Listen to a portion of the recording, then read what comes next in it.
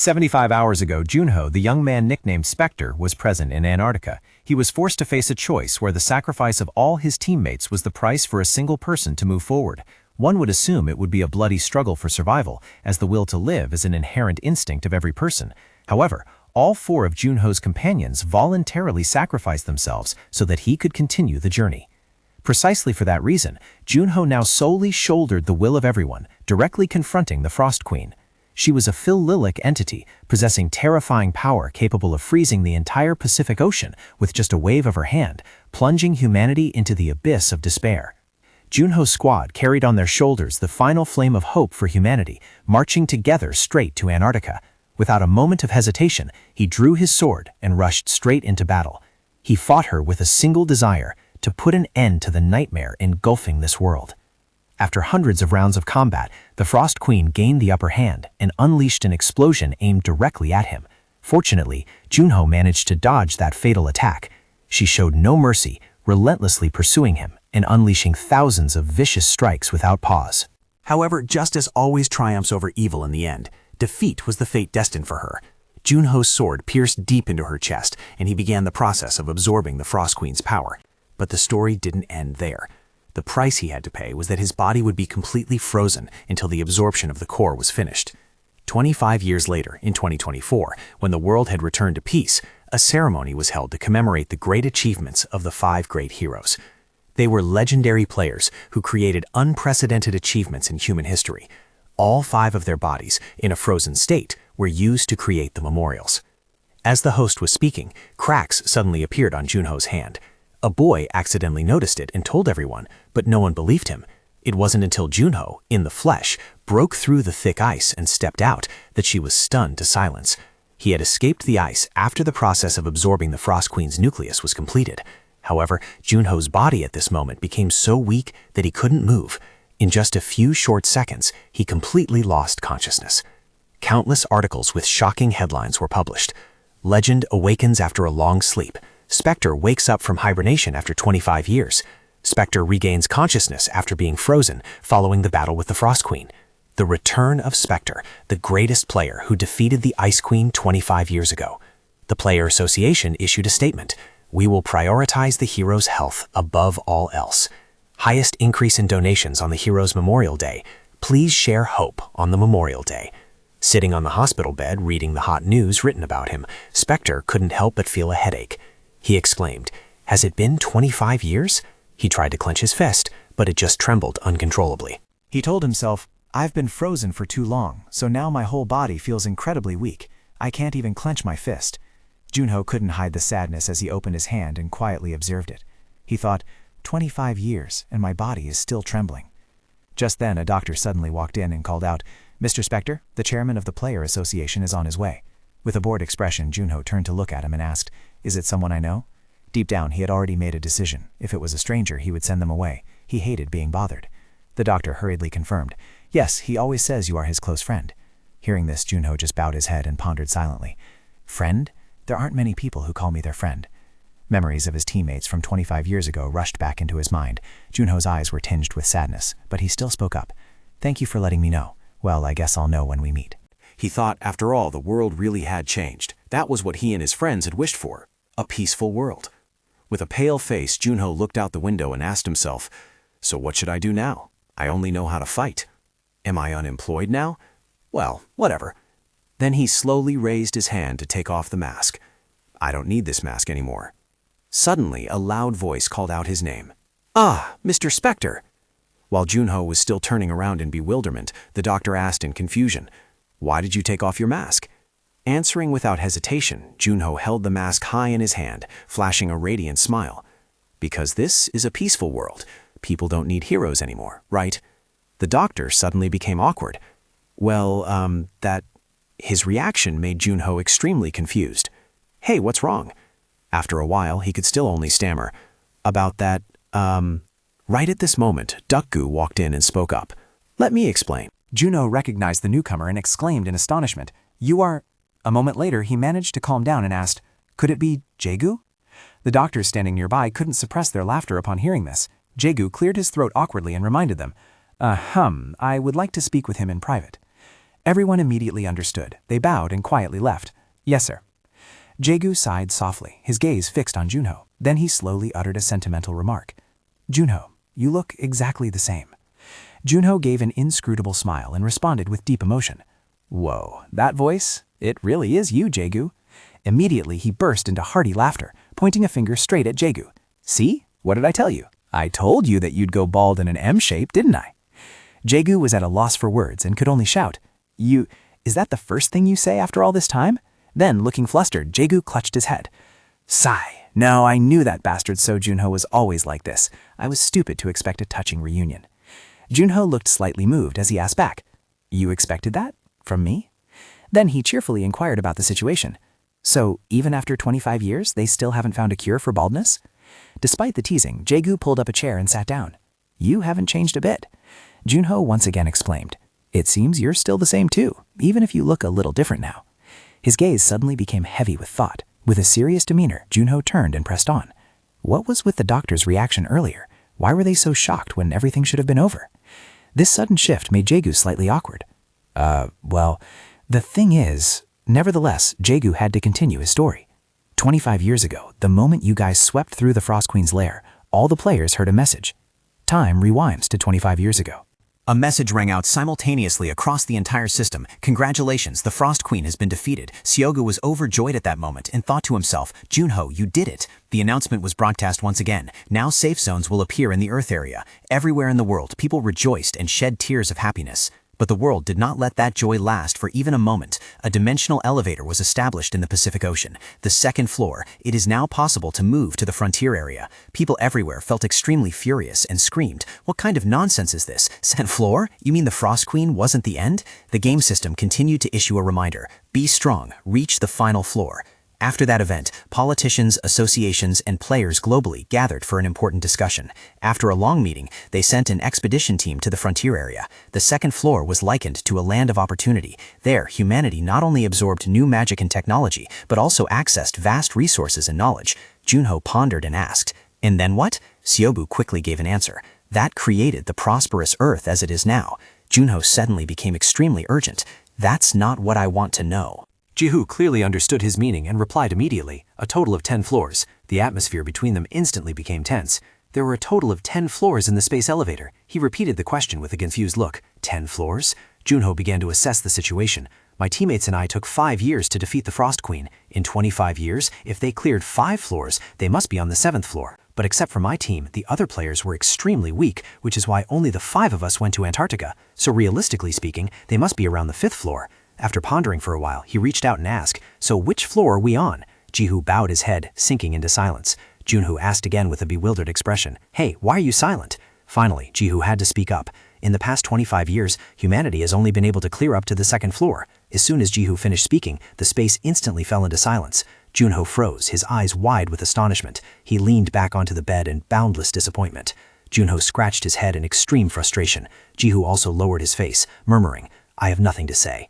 Junho covered his face, his teeth gritted tight. It's been 25 years, 25 damn years. Then Junho sprang up and pressed on. After all that time, you're saying you guys only defeated the 2nd floor? The surrounding atmosphere became heavy. Jihu hesitated before speaking. Maybe this sounds like an excuse, but there is a legitimate reason.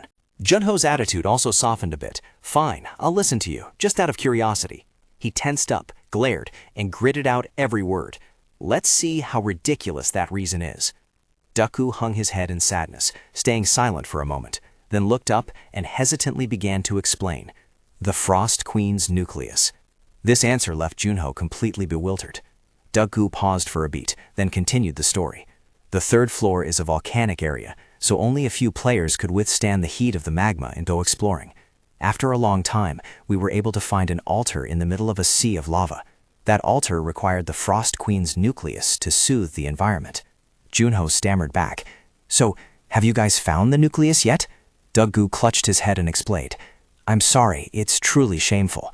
We searched the nest countless times. But in the end, they still couldn't find it. Immediately after, Junho's face went pale. He turned away and thought to himself, That's only natural, considering I absorbed it. Then he sighed softly, placing a hand on Deku's shoulder as a gesture of comfort. Well, it can't be helped. You guys were just unlucky.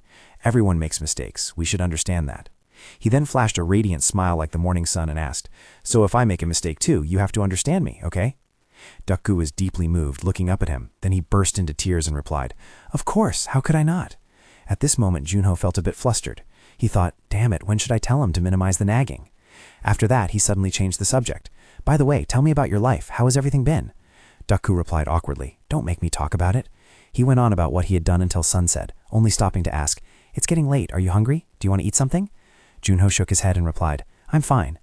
Next, he pulled out a pamphlet and asked, "Seoul History Museum, the 5 great heroes slumbering. The Seoul History Museum, is that place really that famous?" Yet Deok-gu just stared blankly, not saying a word. Junho stood up again, intending to leave. "I'm going down to the first floor." Deok-gu explained, "It's full of people and reporters down there." Junho smiled and made a suggestion. "It'll be more convenient for you if we go together. Can't you just go out by yourself using the side emergency exit? Head straight back to the hospital once you're done." Deok-gu firmly affirmed, "Understood." Finally, Junho arrived at the museum. The system's voice suddenly rang out, confirmation successful. He slowly walked inside. Junho looked up at the skeleton hanging from the ceiling in amazement and exclaimed, "Wow, they're displaying this thing here?" Suddenly, he realized something. Junho told himself as he approached the large door, "This must be the place." A moment later, he managed to open the door. A wave of cold air spread throughout the room. Junho walked deep into the room, where 4 ice statues stood. Upon seeing the 4 of them, he slumped straight onto the ground and spoke, "Sorry I'm late." Their smiles returned to Junho's mind as he reminisced. "You know, the world is a better place now. We protected the peace we always dreamed of. So now, please rest in peace." Having said that, he filled 5 small cups with liquor. Junho picked up a cup himself, smiled, and offered, "Here, drink up." He tilted his head back, draining the cup in one breath. Afterward, Junho bowed his head with a tinge of sadness. He looked up again at the 4 statues and asked, "The liquor is sweet, isn't it?" Answering him was only the silence coming from the ice statues.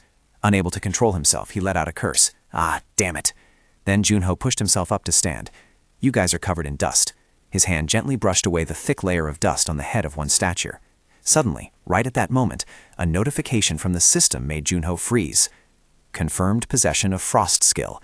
Magic stat insufficient. Unsealing failed. The information just received was extremely shocking. With the frost skill, you can unseal the frozen state. He couldn't hide his astonishment and exclaimed, "What?" Junho began to doubt himself and thought, "Can I break the seal?" He asked himself, "Can I bring them back?" Junho concentrated all his spirit. Junho frowned while interacting with the system board and cried out, "What? My magic stat is B-teen-A? Is this on purpose?" He focused on reviewing every stat, searching for a method to save his friends. After analyzing thoroughly, Junho came to the conclusion, "It seems I can't do this in a day or two, but it's still feasible." Attracted by the glittering lines of data on the screen, his eyes glanced over. Junho realized this was the crux of the problem. He unconsciously fell into deep thought. Deok-gu always said S rank was the highest. Surely I'm the first. But magic is the problem. Junho put his hand on his chin, wondering in a contemplative voice, "Try this?" Did I get this after defeating the Frost Queen? Junho suddenly stopped, his fingers gliding over the information board. Wait, all stats increase by 30 every time I ascend a floor of the dimensional elevator? He said to himself. With this effect, if I can return to my rank? His train of thought continued. Initially, when ascending to the upper floor, I won't just be stronger than before, but I can also use the power of the Frost Queen. Junho's hand slowly reached forward. He gently told himself, and then I can melt the ice and save everyone. Showing steely determination, Junho clenched his fist and punched hard on the ice surface. He spoke decisively. Just wait a little longer. Junho made a firm promise. I will help you guys get out of there. At the hospital, a man's voice echoed. You want to be a player again? Junho replied indifferently. Why are you so surprised? You already knew. Why are you wearing a wig? I don't know anything else but that. Jaegu appeared agitated. It's too sudden. Before you would hum about how you wanted to retire. He replied coldly. That was 25 years ago. He scratched his head with an extremely awkward expression. But I didn't think. That's not a good idea. Junho looked straight into Doku's eyes and asked back. Why? He tried to offer an explanation. Well, I want you to rest. Doku hesitated for a moment, then continued. And because of the fiends. Junho suddenly became extremely tense. A thought flashed through his mind. Players who use their awakened powers to commit crimes, hesitating at nothing to kill and terrorize to satisfy their desires. They are considered the tumors of society. A devastated city appeared before his eyes, buildings reduced to mere piles of ash, and the flames from a massive explosion illuminating the entire night sky. He asked with a look of confusion, They're back? Back then they didn't even have room to breathe. Doku gave an answer. That was back then. Doku continued, There are no CCTVs on the second floor, and no country has the means to contact them anymore. They're probably celebrating, and because you aren't here. Junho suddenly spoke up. Doku, I think I know why you don't want me to return as a player. He slowly put food into his mouth, his face remaining calm. Junho asked in a solemn voice, They still hate me, don't they? The fiends were depicted with sinister smiles and sharp knives in hand. Kill him. It's Spectre. Revenge.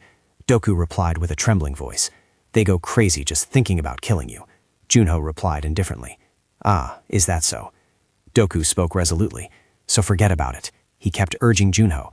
The only way you can return safely is to throw away the name Spectre in return as So Junho. But why would you want to do that? Junho suddenly spoke up. 10th floor. He smiled gently and declared, I have to go there. Jaegu asked anxiously, why? Sitting on the bed, he asked curiously, You still haven't found a way to cross the lava region on the 3rd floor, have you? Jaegu frankly stated the truth. Of course not. Junho spoke calmly. What if I've already finished eating? He said composedly, What if I told you I know a way? Jaegu couldn't hide his shock and exclaimed, What? He stood up abruptly as if to confirm what he just heard. You have a way? Junho asked softly, You said you needed the Frost Queen's nucleus, right? Finishing his meal, he gently placed the spoon down in the bowl and announced, I ate it. Jaegu was slightly stunned. You finished the Solongtong? Junho immediately denied. Not that. He was slightly surprised. Not Solongtong? Jaegu's face was frozen, distorted with shock. With a displeased look, Junho seemed to want to confirm again. Not Songyangtong, you ate the nucleus? He tried to explain, I didn't do it because I wanted to eat it. The moment I defeated her, it automatically entered my body. What could I do? Doku grabbed Junho's shoulders and shook them hard. Why did you? He eventually gave up. Oh my god, my blood pressure. He asked himself if he was really friends with this guy. Junho spoke apologetically. Anyway, now I have the frost skill. Doku frowned, his voice rasping as he asked back. So you can use it to deal with the 3rd floor, right? Junho replied. Probably. Doku's face showed a hint of anxiety, his lips pressed tight, expression full of doubt. He spoke skeptically. Is the reason you returned related to your teammates? Junho replied briefly. Yeah. Standing beside the bed, Doku spoke thoughtfully. That's good. Junho looked up and asked, right? Doku spoke solemnly.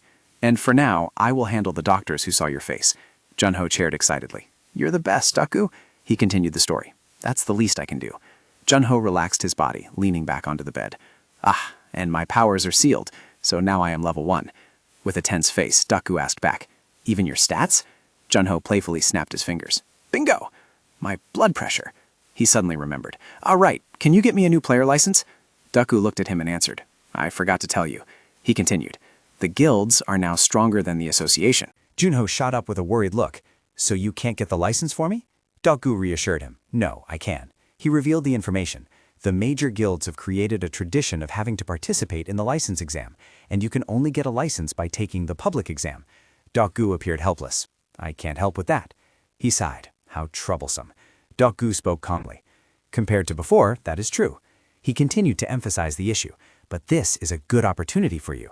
Doku raised his hand to explain. Think about it. If I want to fully support you, I need a legitimate reason. He asked for an opinion. How do you think we will get that reason?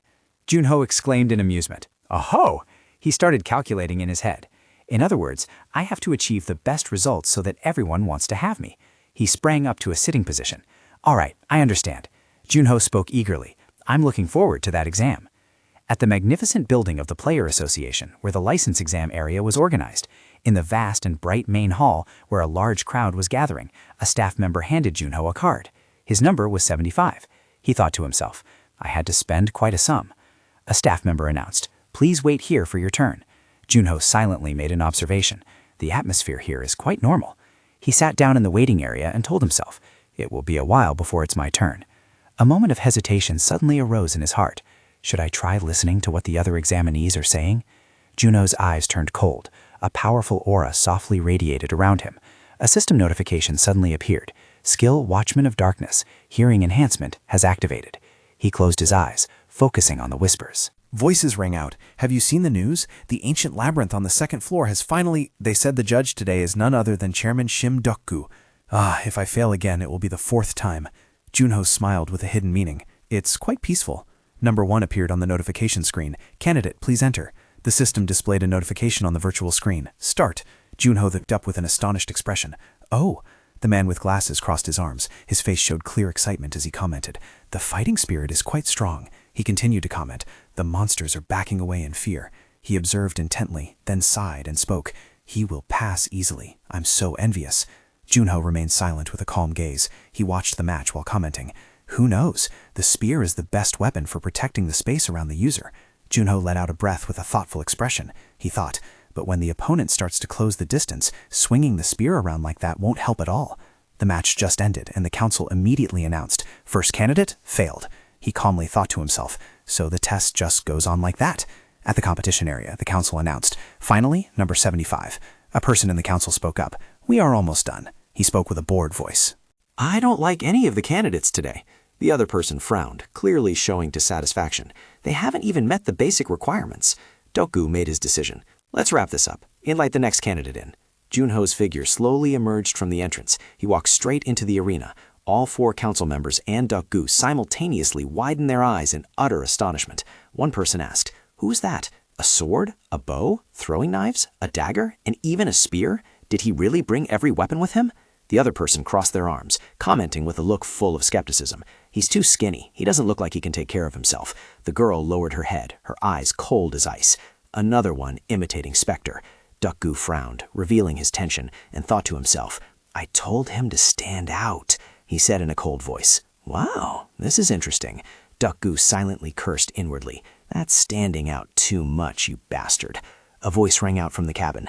Number 75, Sir Junho, are you ready? He turned around, carrying a bow and sword, then nodded slightly in response.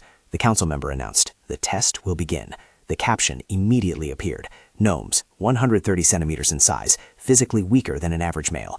Junho quietly analyzed the situation in his head. There were 20 of them. Looking up close, they seem much more real. Well, no matter how well they imitate the real ones, with a face full of excitement he exclaimed in delight, just like old times. Come on, they bared their teeth. Their eyes rolled back as they rushed to attack him from 4 directions.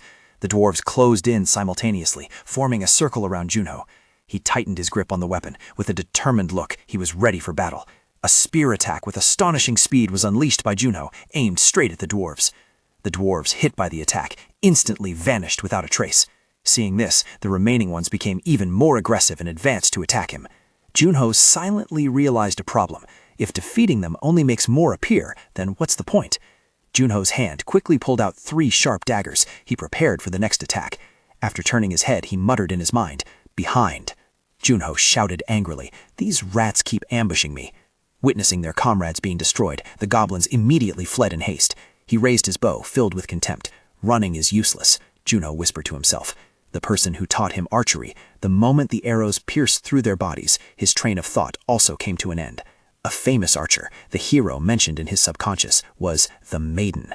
A dwarf glared at him with an angry expression, teeth grinding loudly. Junho saw them continuing to rush forward, his resolve hardening. Of course, this one was the last. He carefully drew his sword from its sheath. Every movement exuded calm and decisiveness. The sound of metal striking the ground rang out as the sword's tip was lowered. With a straight back, determined gaze, and hand gripping the sword tightly, he faced the dwarf charging in first. The sword's tip scraped against the floor, sending sparks flying as Junho dragged it. The creature raised its weapon high, charging forward regardless of everything. A smirk suddenly appeared on his lips. His eyes turned cold and dark, radiating absolute confidence. It immediately unleashed a slash, while 2 others were still rushing in from the sides. Another one opened its mouth wide to roar, stomping its foot heavily on the floor. Junho gripped the hilt tightly and shifted into a defensive stance. He spun around, swinging his sword to counterattack as the enemy descended from above. His eyes turned a glowing red. A mysterious smile appeared at the corner of his lips. Junho swung his sword, creating countless intersecting slashes, tearing the dwarves apart. He gaped, his face revealing clear horror. Ouch! The council member made the announcement. Number 75, Seo Junho, you passed. Congratulations. After the match ended, Junho silently sighed. Just this much and it hurts terribly already. I guess I really should start exercising again. The council member observing from the cabin spoke up. Amazing. The person sitting next to him also voiced their praise. I don't know what to say. He is truly amazing. She crossed her arms, sitting in the chair with a thoughtful expression. My eyes deceived me. He is not just a copycat. Another person nodded and gestured. He can use a spear, throw knives, and shoot arrows accurately. His swordsmanship at the end was also neat and precise. The judge gave an evaluation. His weapon skills are beyond wonderful. The remaining person curled their lips and said, I didn't expect him to be able to do that with such a frail body. The brown-haired man tilted his head, looking puzzled. He pointed at the virtual profile screen. But if you look at his profile, his only skill is weapon mastery, and it's only a D rank. The muscular man widened his eyes, a mix of surprise and disappointment. D rank? Is it not even a secondary skill? If his only main skill is D rank, then training him is a waste. He will face many limits when leveling up. The curly-haired man rested his chin on his hand with a thoughtful look. His combat skills are something to be desired. However, the blonde woman offered advice, not worth investing in. He looked at the screen and spoke cautiously. It's best to avoid losses. There's no need to choose a difficult path. Duck-Gu calculated in his mind. This way, there won't be any trouble if we recruit him into the association. He elegantly took a sip of tea. I think we have reached a conclusion. Duck-Gu gently placed the coffee cup on the table and thought to himself, it's terrible having to falsify his records. Junho's fake records have passed through smoothly. Outside the magnificent building of the Player Association, Duck-Gu closed his eyes. A slight smile mixed with tension appeared on his lips.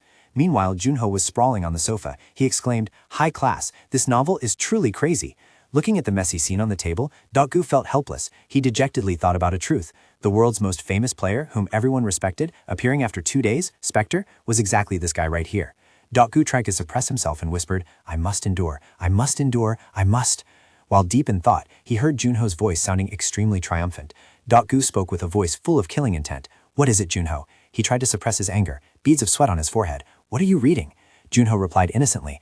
The protagonist is a priest but fights instead of healing. Duck-Gu seemed not to understand. Is he crazy? Junho remained in the same position. Right? He sat down on the chair, his expression more gentle. Anyway, get up. I brought the things you asked for. Duck-Gu asked probingly. Why did you ask for information on unconquered gates? You're not planning to go there with your current level, are you? Junho declared boldly. I intend to. Why else would I ask? This is really interesting. He exclaimed in shock. What? Duck-Gu's voice trembled with worry. Do you know what unconquered means? Junho turned around and replied bluntly. Do you think I forgot? Duck-Gu began his presentation. The gates were filled with monsters and traps that attacked humans indiscriminately, and among them were gates so dangerous that players died without leaving a corpse. He shared further information. These gates that had never been cleared were called unconquered gates. Juno continued the story, but those were gates that only rookies could enter. Duck-Gu warned, that is why it is even more dangerous. High-level players are not even allowed to enter. Trainees entered for the reward, but they all died. He anxiously showed his concern. And with your body like this, isn't it too much for you? Juno looked up and replied, why do you have to worry? Don't you know who I am? Besides, aren't the unconquered gates a headache for the association? Duck-Gu admitted reluctantly. That's right, he opened his heart, but he couldn't let his friend go into such a dangerous place. Junho thoughtfully called his name, Duck-Gu. He frankly expressed his opinion.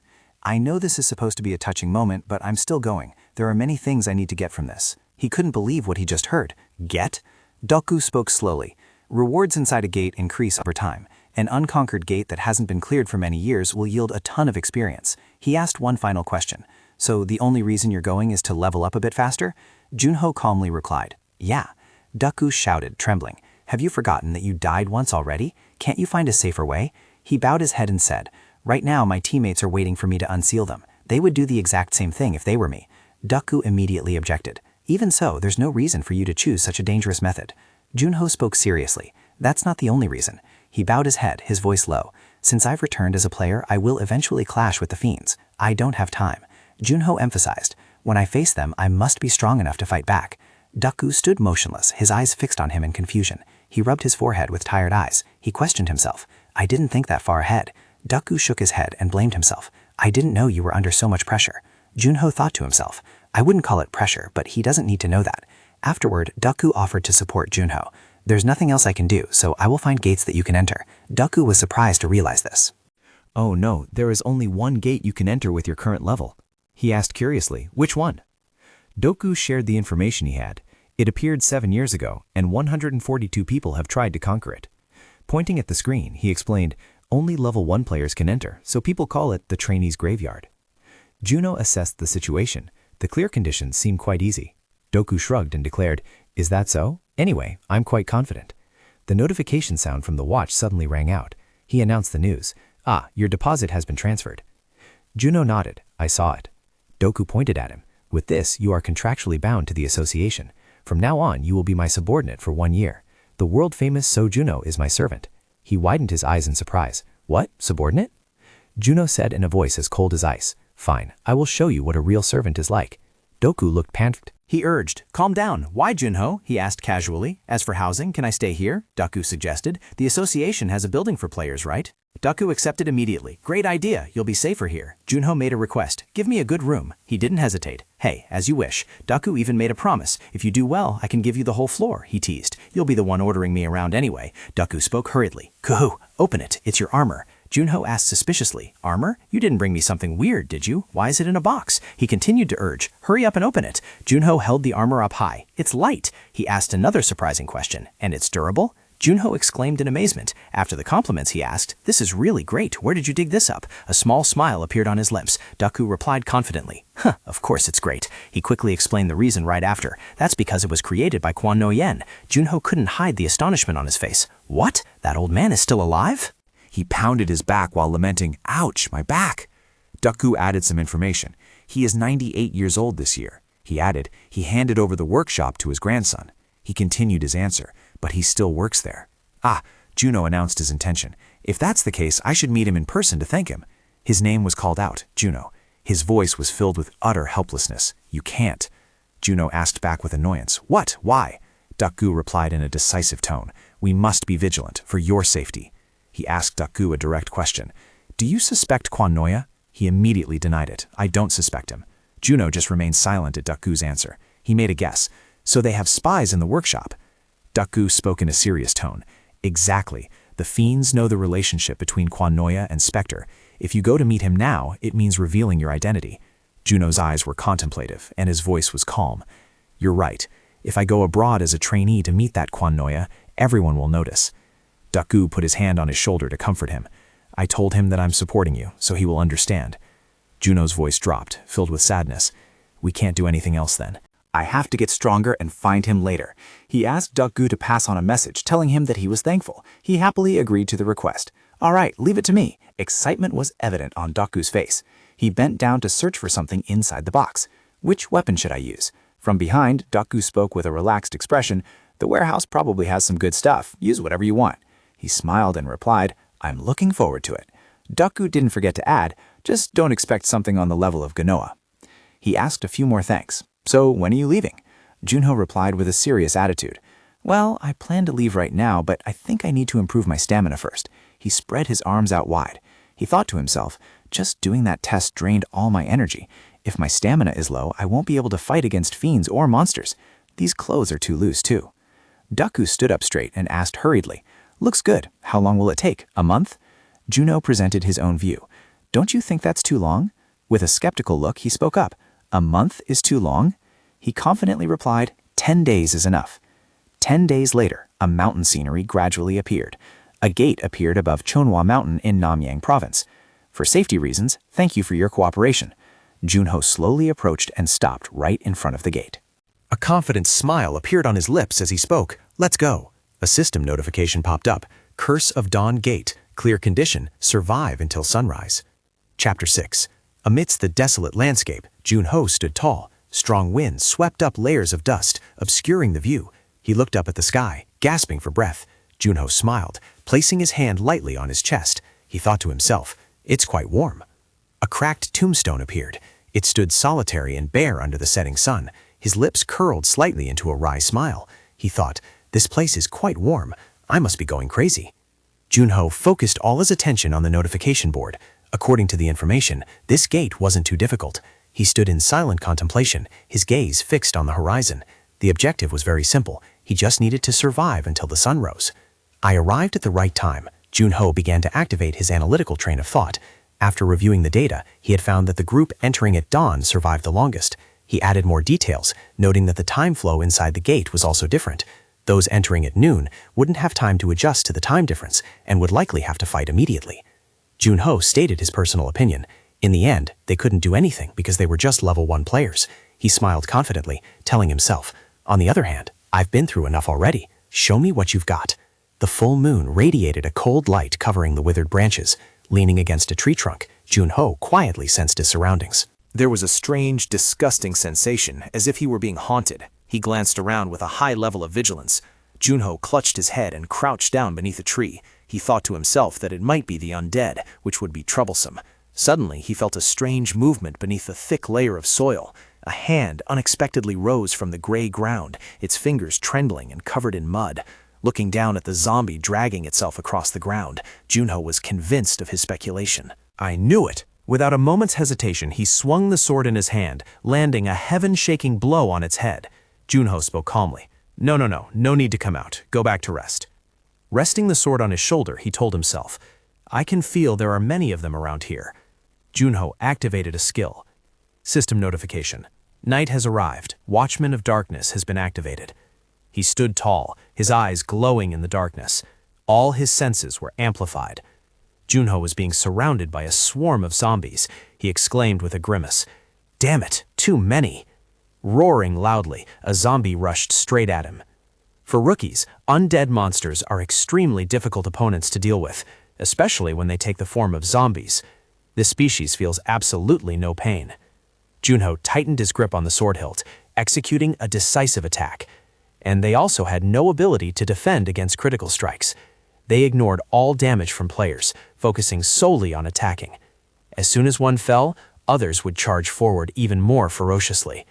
Even so, the situation remained unchanged. All of them suffered fatal slashes from him. The corpses of the monsters lay scattered all over the ground. If the goal was to cause panic, they were indeed a perfect choice against new players without healing skills. Bloodstains still lingered on his face, his eyes revealing clear exhaustion. I understand why this is called the rookie's graveyard now. Just then, a remaining one crawled up from the ground. Junho spun around instantly, gifting it a powerful kick. He spoke with an arrogant tone. But I'm a rookie for the second time, you know. I'm not weak enough to lose to the likes of you. Suddenly, he felt a strange sensation behind his back. Junho voiced his surprise. Wait, still so many? Finishing the intense battle, he sat panting, his face etched with pain. Am I done yet? From somewhere far away, a voice suddenly rang out. Who is that? Junho muttered to himself. A voice? He jumped up, raising his voice. Where are you? Hearing the call, the person stammered in reply. A human? Over here! Junho hurriedly ran towards the direction of the sound. He heard whimpering coming from right beneath the layer of soil under his feet. Standing on a high mound, Junho looked down and spoke up. Down there? A weak voice echoed from below. Yes, over here. He asked with concern. Why did you come in here? The person recounted the story in agony. I trusted my friends and followed them in. Except for me, they're all dead. Junho could only utter, Oh my God. The other person continued to plead relentlessly. Sob, please help me get out of here. He nodded and replied, I understand. Before that, can you scream really loud? The person asked back in astonishment. Scream? Why? Junho explained his reasoning. I need to find your exact location. The wooden plank shook violently, accompanied by the screams of the person below. He spoke with a tense expression. So the head is there. He fired his gun continuously at the coffin lid, shell casings falling to the ground with a clatter. Junho lowered his head, speaking in a voice cold as ice. I thought this gate wiped out over 100 people too easily. You are the one who turned this place into a graveyard for rookies, aren't you? He roared in fury. You fraud. The monster spoke. You... how? In the blink of an eye, he closed in on the monster. He unleashed a slash, bisecting its body before he could finish its sentence. He offered a deduction. There is no way there are survivors inside an unconquered gate. Junho explained its mechanism. Once the battle begins, the gate will not open even if there is only one survivor left. He recalled past events. The previous players probably knew this too, but sometimes we act without thinking. Junho looked at the corpse of the monster he had just destroyed, full of thought. No wonder, even with the zombies, it wasn't hard to defeat them all. It was all because of this fraud. The interface displayed a notification. All hostile monsters have been eliminated. You have successfully conquered the Curse of Dawn. He nodded in satisfaction, speaking, I leveled up 4 times. My stats only increase once every 5 levels? Not much of an increase, but I should be happy. Junho still couldn't believe it. Is that it? Seriously? Really? The system issued another notification.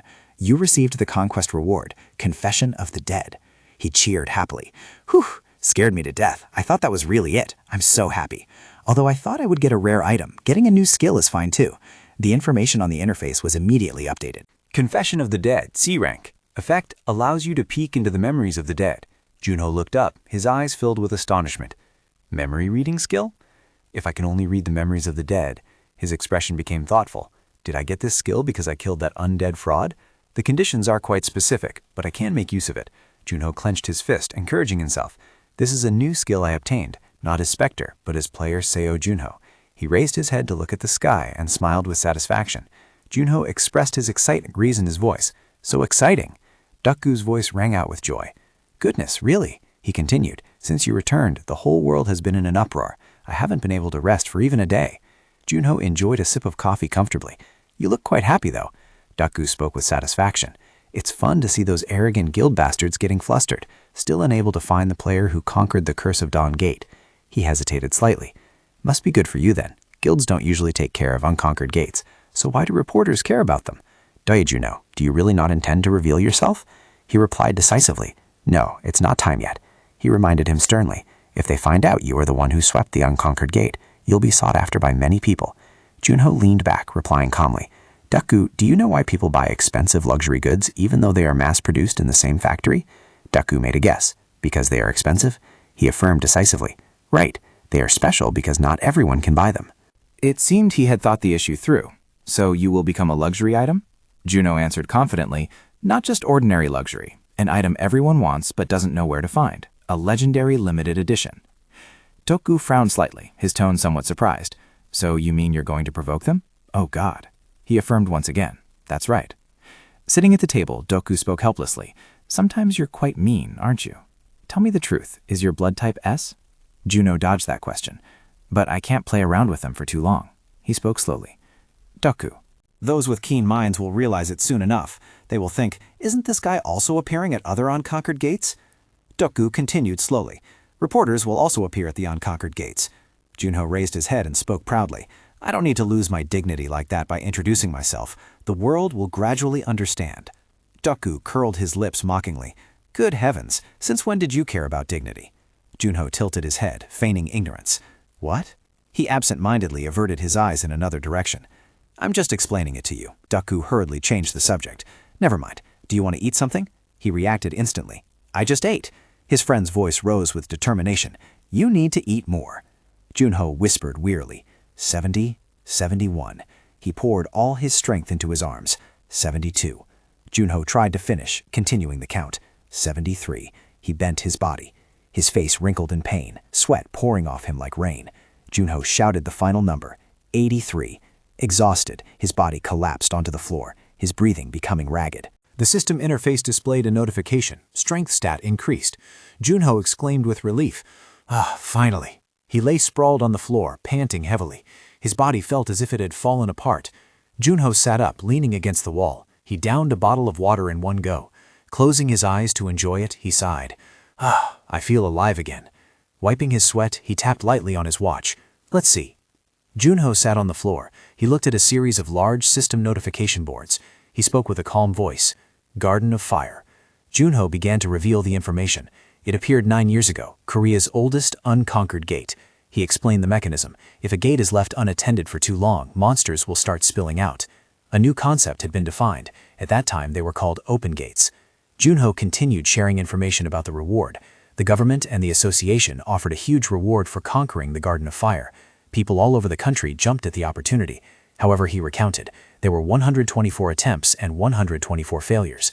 Junho came to a conclusion, so they had no choice but to hand it over to other countries. He detailed the situation. They spent a fortune to hire a super rookie from India, Kusavisi. Junho was firm about his ability. He was a genius with the bow. He bowed his head, lost in thought. With admiration, he discussed the potential. He must have reached the level of Gilberto, or even surpassed him. Junho came to a sorrowful conclusion. But Kusavisi failed, and everyone lost all hope of conquering the Garden of Fire.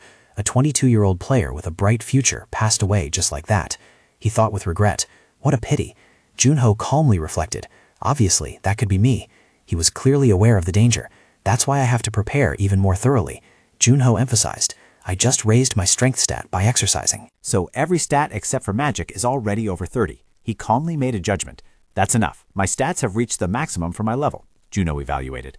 But if even a rising star like Tosa failed to conquer the gate, I can't rule out the possibility of some threats lurking around. He thought thoroughly. I have to consider every possible situation. Stretching his body, Junho spoke up. But, he raised his hand, a mysterious blue light wrapping around it. A radiant smile appeared on Juno's lips. Since I can use the frost skill now, I started getting used to it. I wonder how strong it will be in actual combat. He had set foot in the Garden of Flames. Looking at the information board, Junho assessed the situation. The clear condition this time is to defeat all monsters. He focused his thoughts. I'm not sure how many fire monsters will come out, but if a party of 4 failed, it means there's some hidden trap that defeated them. Junho gripped his weapon tightly, cautiously observing the surroundings. Standing from high ground, he cast his gaze over a giant maze. He asked curiously, "What is that?" His steps were slow. For now, I should stay away from that suspicious area. Junho found a place to sit and lean back. He spoke in a pensive voice. "The fire mobs will come out at night, so let's take it easy. These monsters are nocturnal." He sat waiting like that until late at night. The space remained silent, with only the sound of the whistling wind. Suddenly, a cracking sound rang out from underground, and then something slowly rose up. 2 monsters materialized right in the middle of the garden. He startled awake. He spoke up. "Geez, that scared me to death. At least let me know if you guys are planning to come out." The skill began to activate. The Watchman of Darkness had arrived, heightening all senses. Junho leaned against a pillar, provoking his opponents. "Is it just 2 of you for now?" He smirked mockingly. What a cold greeting. A monster suddenly rushed in to attack him. Junho dodged with lightning speed, leaped into the air, and spun around instantly, gripping the spear tightly in his hand. Then he focused all his strength and hurled the spear straight at the monster. His eyes revealed determination and killing intent. Junho hit the target with precision. The spear pierced deeply through the monster's body. After successfully executing the attack, he landed firmly on the ground. Picking up the spear, he exclaimed, "This is..." Junho lifted the spear to examine it, his voice filled with satisfaction. "Expensive." Impressive. The power of the Frost Queen is truly... A surprise attack struck while his guard was down. His body staggered, almost collapsing. Junho furrowed his brows, speaking out, "Is this a monster wave?" He turned his head back to check. Well, 2 are too few. He lowered his center of gravity, taking a stance ready for battle. Junho charged straight into the swarm of monsters, his spear raised high. He struck like lightning, giving the enemy no chance to counterattack. 3 more monsters were taken down one after another. Realizing there was one more behind him, Junho didn't waste a second and immediately attacked it. He swung his spear, tracing brilliant lines of light in the air, aiming straight at the enemy. Junho looked around, suspicion rising in his heart. Is it over? That was fast. He thought anxiously. Since when did they gather in such numbers? There should be at least twice as many.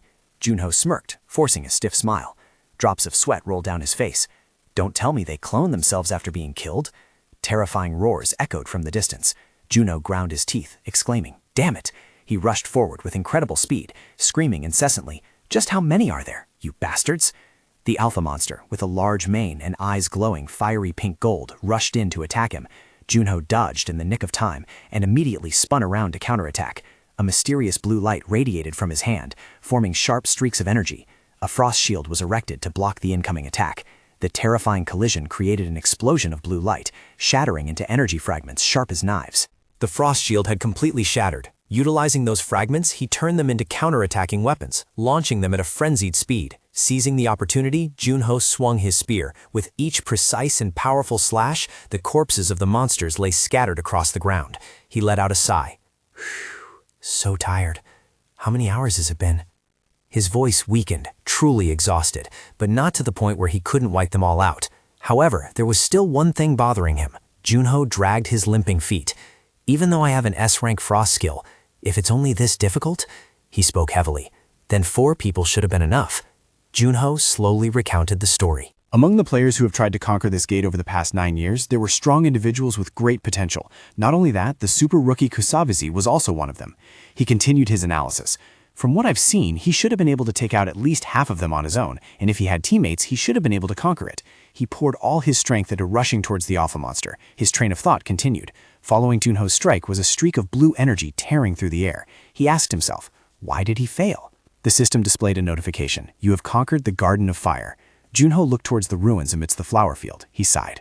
Phew, I saw my life flash before my eyes. He breathed a sigh of relief. Well, as long as I didn't die, it's fine. Standing alone in contemplation, Junho spoke up. I don't know why I came here. I didn't intend to come here. And what is this place? He slowly advanced deeper into the gloomy maze. Junho suddenly stopped, looking up with a face full of surprise. He walked along a cliff covered in green moss. His shadow stretched long under the flickering sunlight from outside. At his feet was a dry skeleton holding a weapon, covered in a thin layer of spiderwebs. Junho could sense it. I can smell the bodies of soldiers scattered on the blood-stained ground. Were they trying to escape? There are too many sections. With a slightly sad look, Junho thought to himself, the maze only wasted their time. A realization formed in his mind. If he couldn't block the monster wave, this was just a dead end. Junho looked astonished, as if he had just discovered something. He spoke calmly. It's a dead end. Junho turned to look at a corpse leaning against the cliff wall. His attention was caught by an item emitting light. Junho exclaimed, "That bow!" Approaching closer to observe, he thought to himself, "If I remember correctly, that is Tempest." Junho knelt before the remains of the archer, clasping his hands and bowing his head to show respect. Touching the bow, he spoke softly, "Forgive me, Tempest." Junho described the power of the bow. If fired, the arrow flies around randomly like a butterfly. It is said to be like the wind in a storm, true to its name. He asked himself silently. The Indian government loaned it to Tosa Vijay, so this is him? He found a notebook under the corpse's arm, a memo pad. Junho asked himself, "I wonder who the owner is." In the notebook, lines of text appeared. April 7th, 2440, 12:40 p.m. I was assigned the mission to conquer the Garden of Fire Gate in Korea. Tosa smiled brightly, his eyes radiating determination. "Really? You're asking me? I'll do it. I'll do it at any cost." The faceless man reminded him, "Tosa, think again. That gate hasn't been conquered by anyone in all these years." He spoke with a decisive voice. "You might not be able to return." He placed his hand on his chest, his face filled with pride. "The Koreans traveled a long way to ask for my help. How can I refuse? That would be against the teachings of Vishnu." In Tosa's mind, he had made his own decision. "I am currently level 10. This is the only chance to enter the Garden of Fire. I must do it." He spoke sincerely. "Are you really going with me?" Jai smiled gently, replying decisively, "Yeah, of course I'm going." Her eyes looking at Tosa were filled with trust. "I believe in you, Tosa. I will follow you to every corner." Jai smiled radiantly, continuing the story. If you said you were going alone, I would have found a way to sneak in. I am very happy that you asked me to come with you. Thank you." Tosa, she leaned in, exclaiming shyly. "Besides, I have to protect you," he asked back with a puzzled look. "Protect you? Why you?" Tosa's voice sounded affectionately. "I'm glad you're coming along, Gaia." He expressed absolute trust. "I have no one else to rely on. You know that, right?" She replied gently. "Of course I know. I am your partner." Tsubasa smiled gently with a reassured look. "Yeah." Amidst the poetic sunset, Tsubasa and Jay were leaning their heads against each other, their hands clasping tightly. They affirmed with determination, "We will conquer it at any cost." Elsewhere, Nisa ran barefoot across the floor, calling out loudly, "Daddy?" He opened his arms wide and gave a warm smile. "My darling." The little girl asked innocently with curiosity, "Daddy, where are you going?" He replied, "I'm going to work." He didn't forget to add, "I'll be back soon, so you must listen to Grandma, okay?" Hearing this, Nisa's face looked slightly sad and disappointed. She obediently replied, "Yes. Afterwards, we will go to the zoo together, promise me." Hugging Nisa and kissing her on the cheek, he instructed, "Of course, listen to Grandma and don't skip meals." Tsubasa stood silently nestled in the corner, watching the father and daughter. Nisa's father spoke decisively, "Tsubasa, let's go." The boy felt guilty. "I'm sorry it had to come to this." The man spoke to reassure him. "This is the first time I've gone on such a long business trip, but my mother is here." Nisa's father smiled gently, his voice warm. "And I couldn't say no when you asked for my help." Tsubasa showed sincere appreciation. "Thank you." Nisa's father raised his voice excitedly. "And since I'm going with a famous super rookie, I must get a share for my child, too." Tsubasa laughed. "All right, just you wait and see." And in Indira Gandhi International Airport in New Delhi, Tsubasa and Nisa's father were hurriedly pulling their suitcases through the bustling crowd. Jay and Zam were already standing there waiting for them. Tsubasa proactively reached out to shake hands with Sam. "Hello, Zam, long time no see. Thank you for coming." He responded politely. Dyoku kept asking me for help. At 4:12 p.m. on April 23, 2444, Kusavizi was training hard. Tomorrow would be the deciding day. Arrows flew swiftly toward the target. All 4 arrows planted themselves straight into the bullseye. He looked at his results with satisfaction. "I did pretty well today." He thought to himself, "I have a good feeling about this." The time was 11:37 a.m. April 24, 2444. Messages in the notebook were recorded. "We have entered the Garden of Fire." Tosa's eyes widened in amazement. His gaze became bewildered by the strange scenery around him. "It's so beautiful. This is the first time I've seen a gate like this." He suddenly stood frozen. A drop of sweat slowly rolled down his temple. Tosa thought with a serious expression, "This is a dungeon. I can't get distracted." He made a suggestion to everyone. "Let's temporarily scout the area." Time drifted towards night. At 8:37 p.m. on April 24, 2444, monsters with red glowing eyes were hiding among the glowing flowers. 8 of them, isn't that a bit few? Benia shouted to signal everyone. "They're coming again. There are 32 of them this time." He screamed to give a warning. "Be careful." A monster launched a vicious attack aimed at Tosa's group. In just a moment of negligence, Nisa's father was heavily injured by it. Tosa turned his head back, his face filled with despair as he witnessed the tragedy before his eyes. He ordered, "Take the others and run." Nisa, worried, shouted hurriedly, "Run! Run to that maze, Tosa, hurry up!" His mind was now spinning in panic. "Every time we defeat a wave."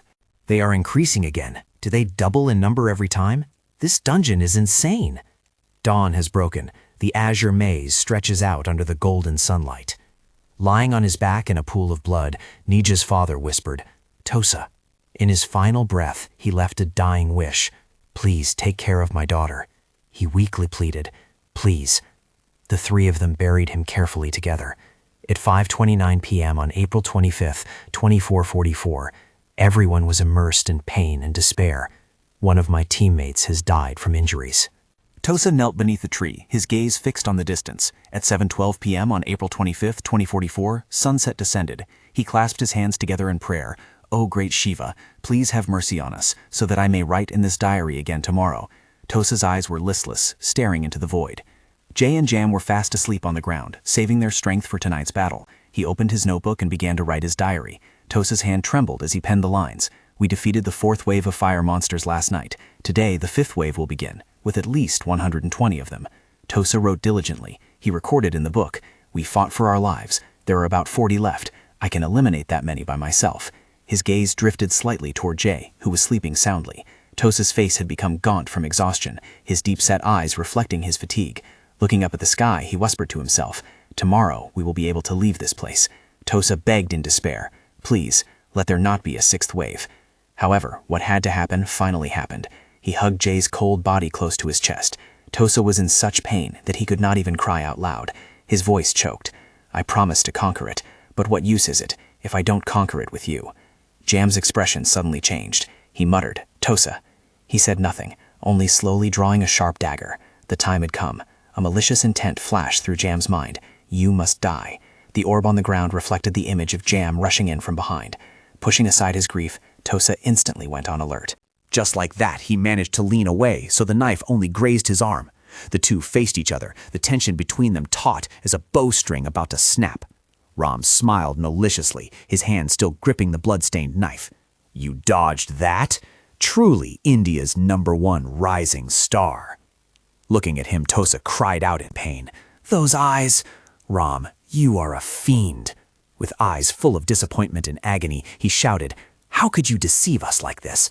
How could you be a fiend? Jay brought you here."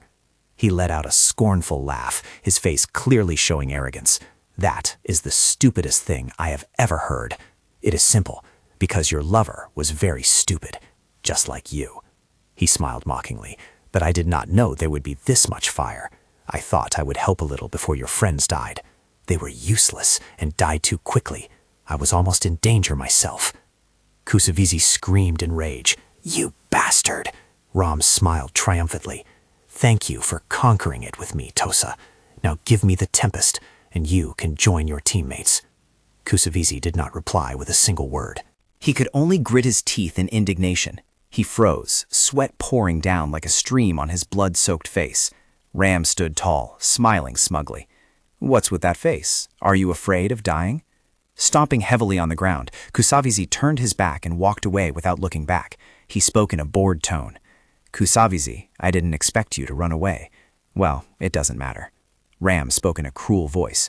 "You'll die from the poison anyway." He turned his head, narrowing his eyes. His red eyes squinted slightly, watching with amusement for what was to come. Kusavizi clutched his injured arm tightly, muttering, "There's a 6th wave." He rushed forward while the poison spread. "Damn it," Tosa thought hopelessly. "I've lost feeling in my arm." Stumbling into the maze, he thought, "It shouldn't be like this." He tried to run as fast as he could, not daring to relax for a beat. Drops of blood fell, forming a long trail on the road. Each drop of bright red blood seeped deep into the ground. Perhaps he was too late.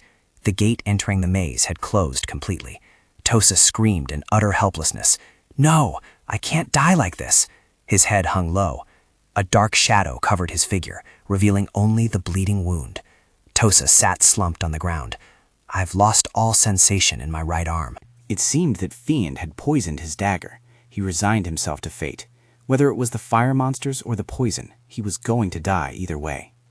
Tosa wrote the final lines in the notebook with a faint glimmer of hope.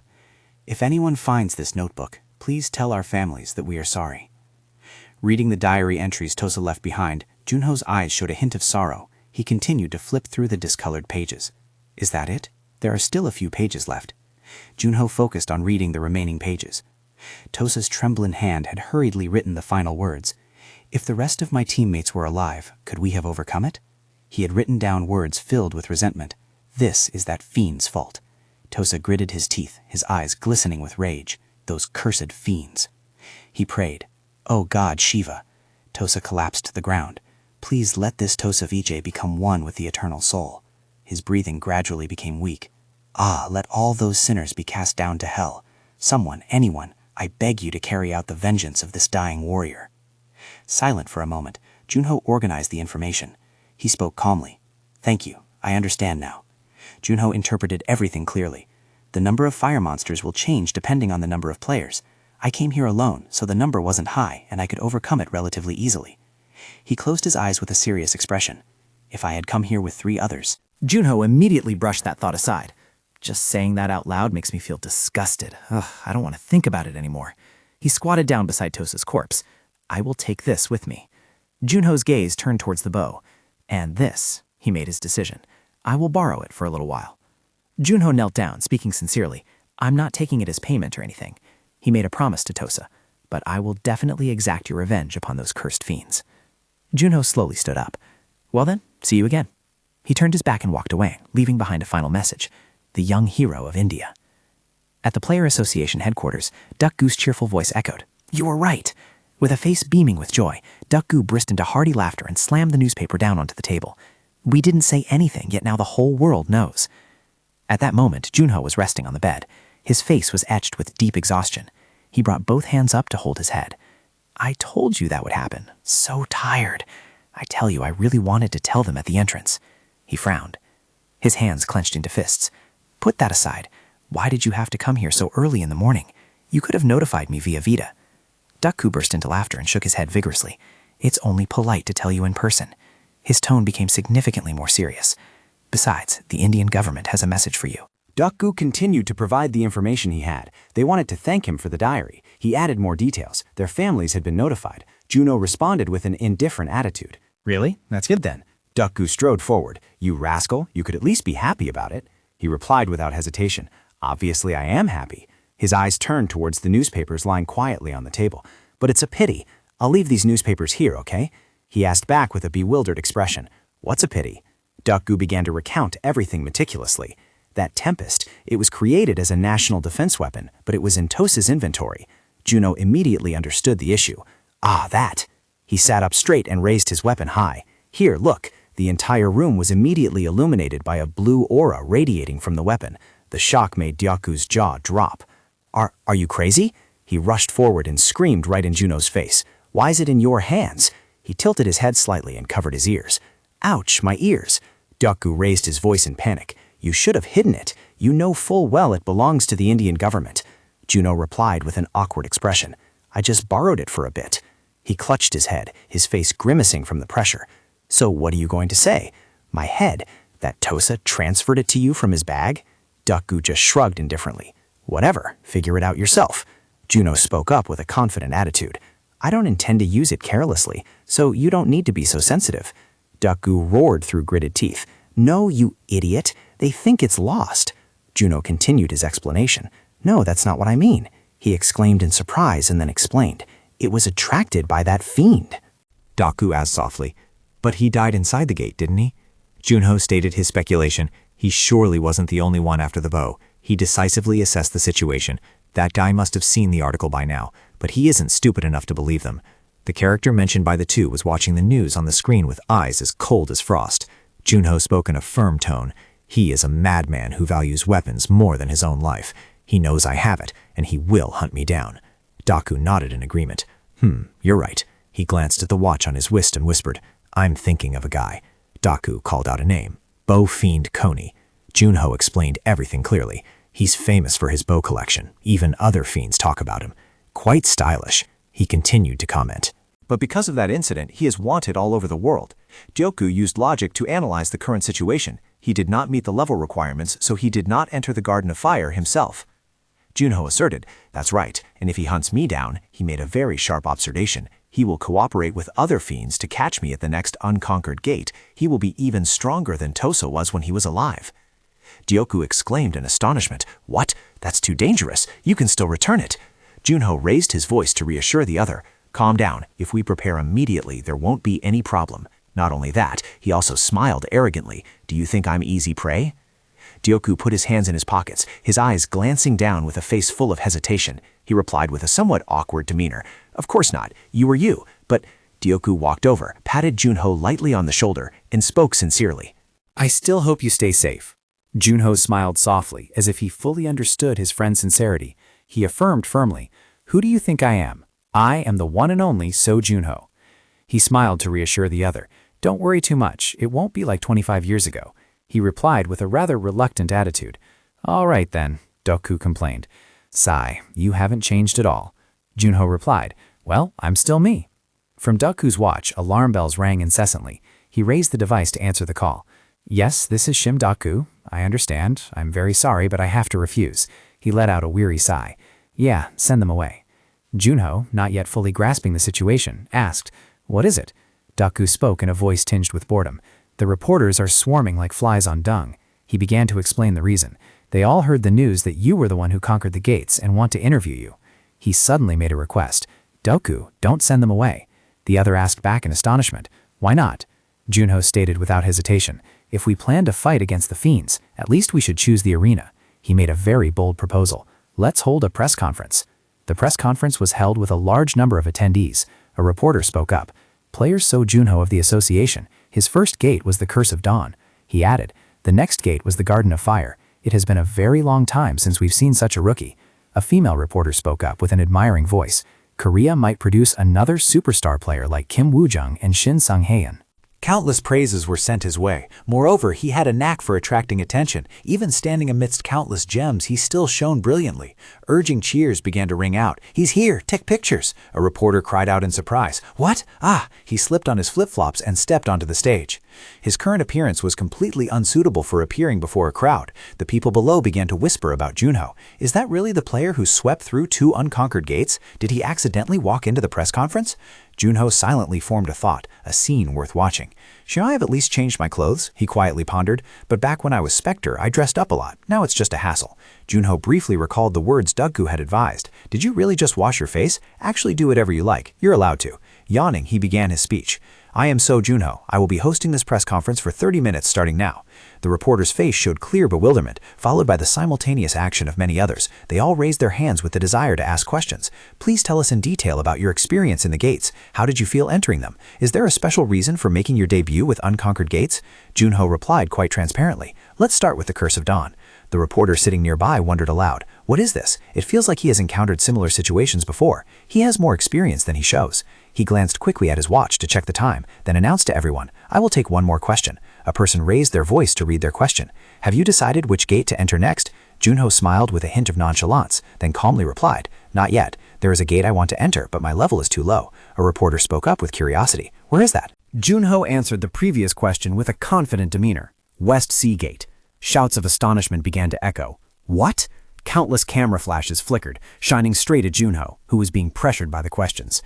Mr. So Junho, are you talking about that West Sea Gate? Questions were fired endlessly.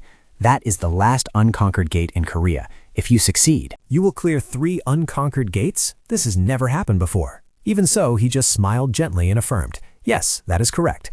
This statement made the entire group of reporters fall deadly silent. A female reporter asked in astonishment, It is believed that there is a boss monster there. Do you have anything to say about that? Another reporter also raised his question to Junho. The association is also discussing whether to declare it a first-class gate or not. Don't you think this might be too much for you? At that moment, he started to feel a bit confused.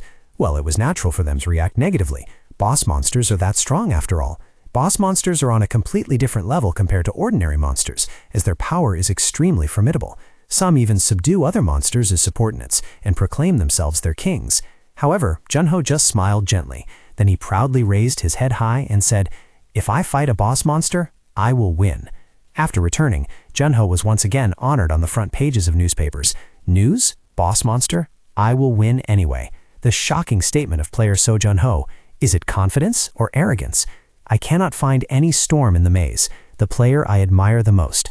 Elsewhere, Sunghan was frowning while reading the news. Then he muttered in confusion. Making such a fuss just because of a rookie? I will win anyway. The shock from player So Junho. The secretary standing nearby explained, "That shows that the unconquered gates are very important." Hearing those words, Sung-han laughed again. "It has been a long time since I heard such an interesting story from the first floor." The secretary looked up and asked, "If you are interested, would you like me to contact him?" However, Sung-han rejected that request. "No, I am not that interested yet." He looked up and spoke slowly. "On the contrary, actually, if something extraordinary happens once, people call it fate. If it happens twice, people call it skill." He dropped a sugar cube into his coffee cup and exclaimed, "But I think they should wait until the third instance occurs before judging. There is no need to remember every name that will fade away before then." This action silenced the secretary, who replied with a trembling voice, "I understand. If player Seo-Jun-ho creates another miracle?" He would receive an invitation sent personally by Shim Sung-hoon, the guild leader of the top guild in Korea named Goblin. At that moment, Junho was absent-mindedly poring over the files. He refused time and time again. "Pass, this one too." Duck-gu asked in confusion, "How about this one?" Almost immediately, he decided, "Not bad, but not good enough either. Pass." "By the way, are all of these commission requests?" He smiled and started to explain. "It's because of the press conference. You're extremely famous right now." Duck-gu frowned while examining the commission and muttered, "High experience, suitable difficulty, and generous pay. It's really hard to find a request that meets all three conditions." Suddenly, Junho looked up and made a suggestion. "Honestly, I think we can give up and just pick that last one, man." However, Duck-gu flatly refused. "No, your first commission will set a precedent." Then he presented another commission for opinion. How about this one? It's from a father looking for a cure for his daughter's terminal illness." Duck-gu reminded him with a tense tone. "The key to the cure is the core of an ash fox." Junho hesitated slightly and then exclaimed, Ash Fox. It's been a long time since I heard that name. He seemed to recall something as well. "You encountered one when you first started as a player, right?" He affirmed, "I almost died." Right then, Duck-gu tapped his watch again and started speaking. "It would be easier if I showed you. That is the national level gate, Heavenly Fox." He asked again in confusion, "What?" Hearing that, Duck-gu immediately projected the relevant information onto the screen. Burning region, level requirement 5 to 15, party size 30 people. Clear condition, defeat all ash foxes. Difficulty, hard. Duck-gu looked at the information and started introducing. "It only appeared 3 months ago, so it hasn't been declared an unconquered gate yet, but the monster has already devoured 7 parties." Junho also nervously interjected, "The level requirements are even more detailed than the Ash Fox gate I conquered when I was Spectre. It will be harder than before." Suddenly, Duck-gu laughed out loud and explained, "It's not as hard as you think. The standards for players have increased. Item stats are better too." However, that only made him laugh. "Since I came back, I haven't seen any decent players, but I trust you." Then he pulled out a commission form and made an offer. "All right, if you want to see your junior skills, then do this one." "Right, actually, this is a commission from a friend of mine." Junho asked with a bit of curiosity. "A friend? Who?" Hearing that, Duck-gu started to introduce. "You know Myeonho Group, right? That person is the CEO of that group." He immediately guessed, "So it's Manhyuk-san." However, he denied it. Actually, he is the second son, named Hajae-bum. Just then, a knock was heard, and a girl in high heels stepped inside. She calmly announced, "Chairman, you wanted to see me?" Duck-gu hurriedly spoke. "Congratulations, Miss Cha Seon. Starting today, you will be Seo Junho's secretary and manager." He glanced at Seon and thought silently. No matter how famous a rookie he was, it would surely be suspicious if the chairman kept doing everything for him.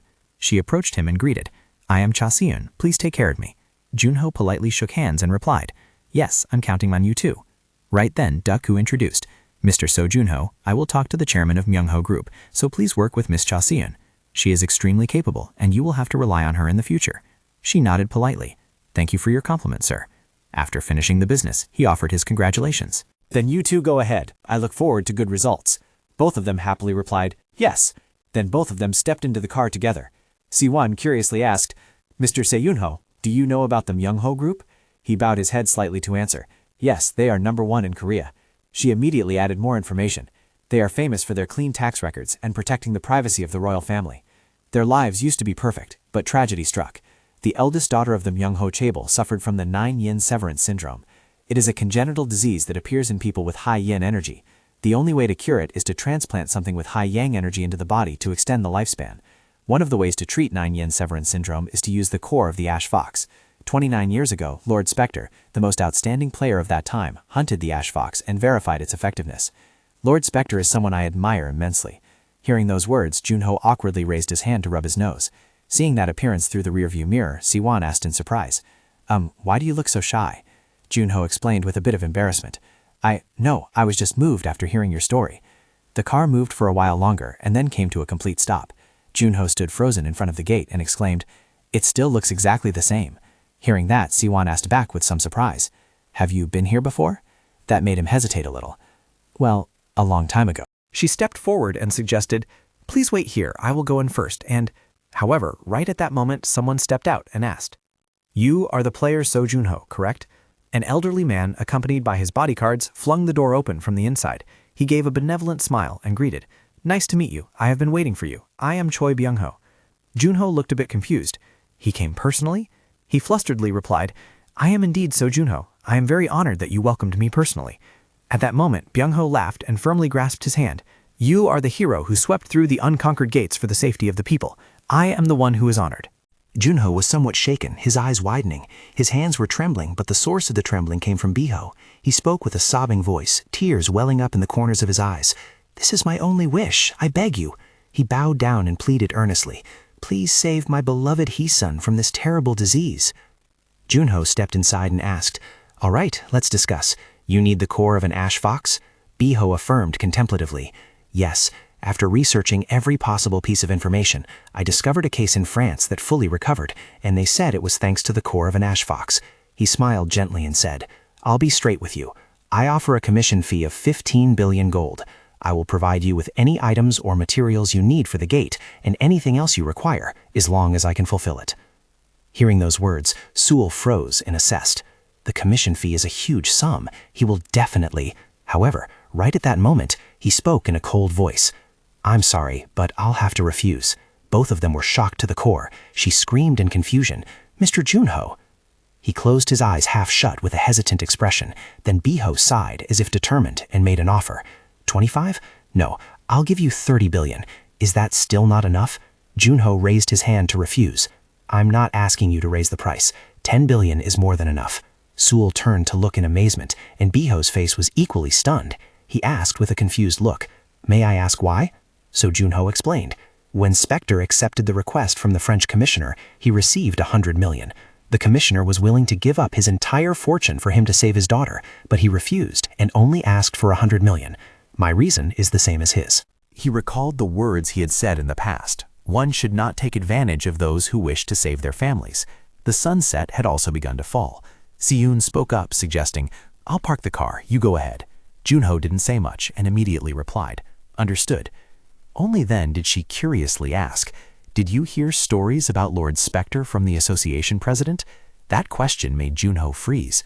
Well, President Shim-Duk-gu is Spectre's close friend after all. Do you believe that story? Secretary Cha, Spectre is famous for being cold and mechanical, she stated firmly, almost immediately. No, actually, a kind person like him would definitely do that. Junho looked at her blankly and asked back, He is a kind person? Spectre? Hearing that, Siyun smiled and replied, "I think so, and I'm even more certain after hearing what you said.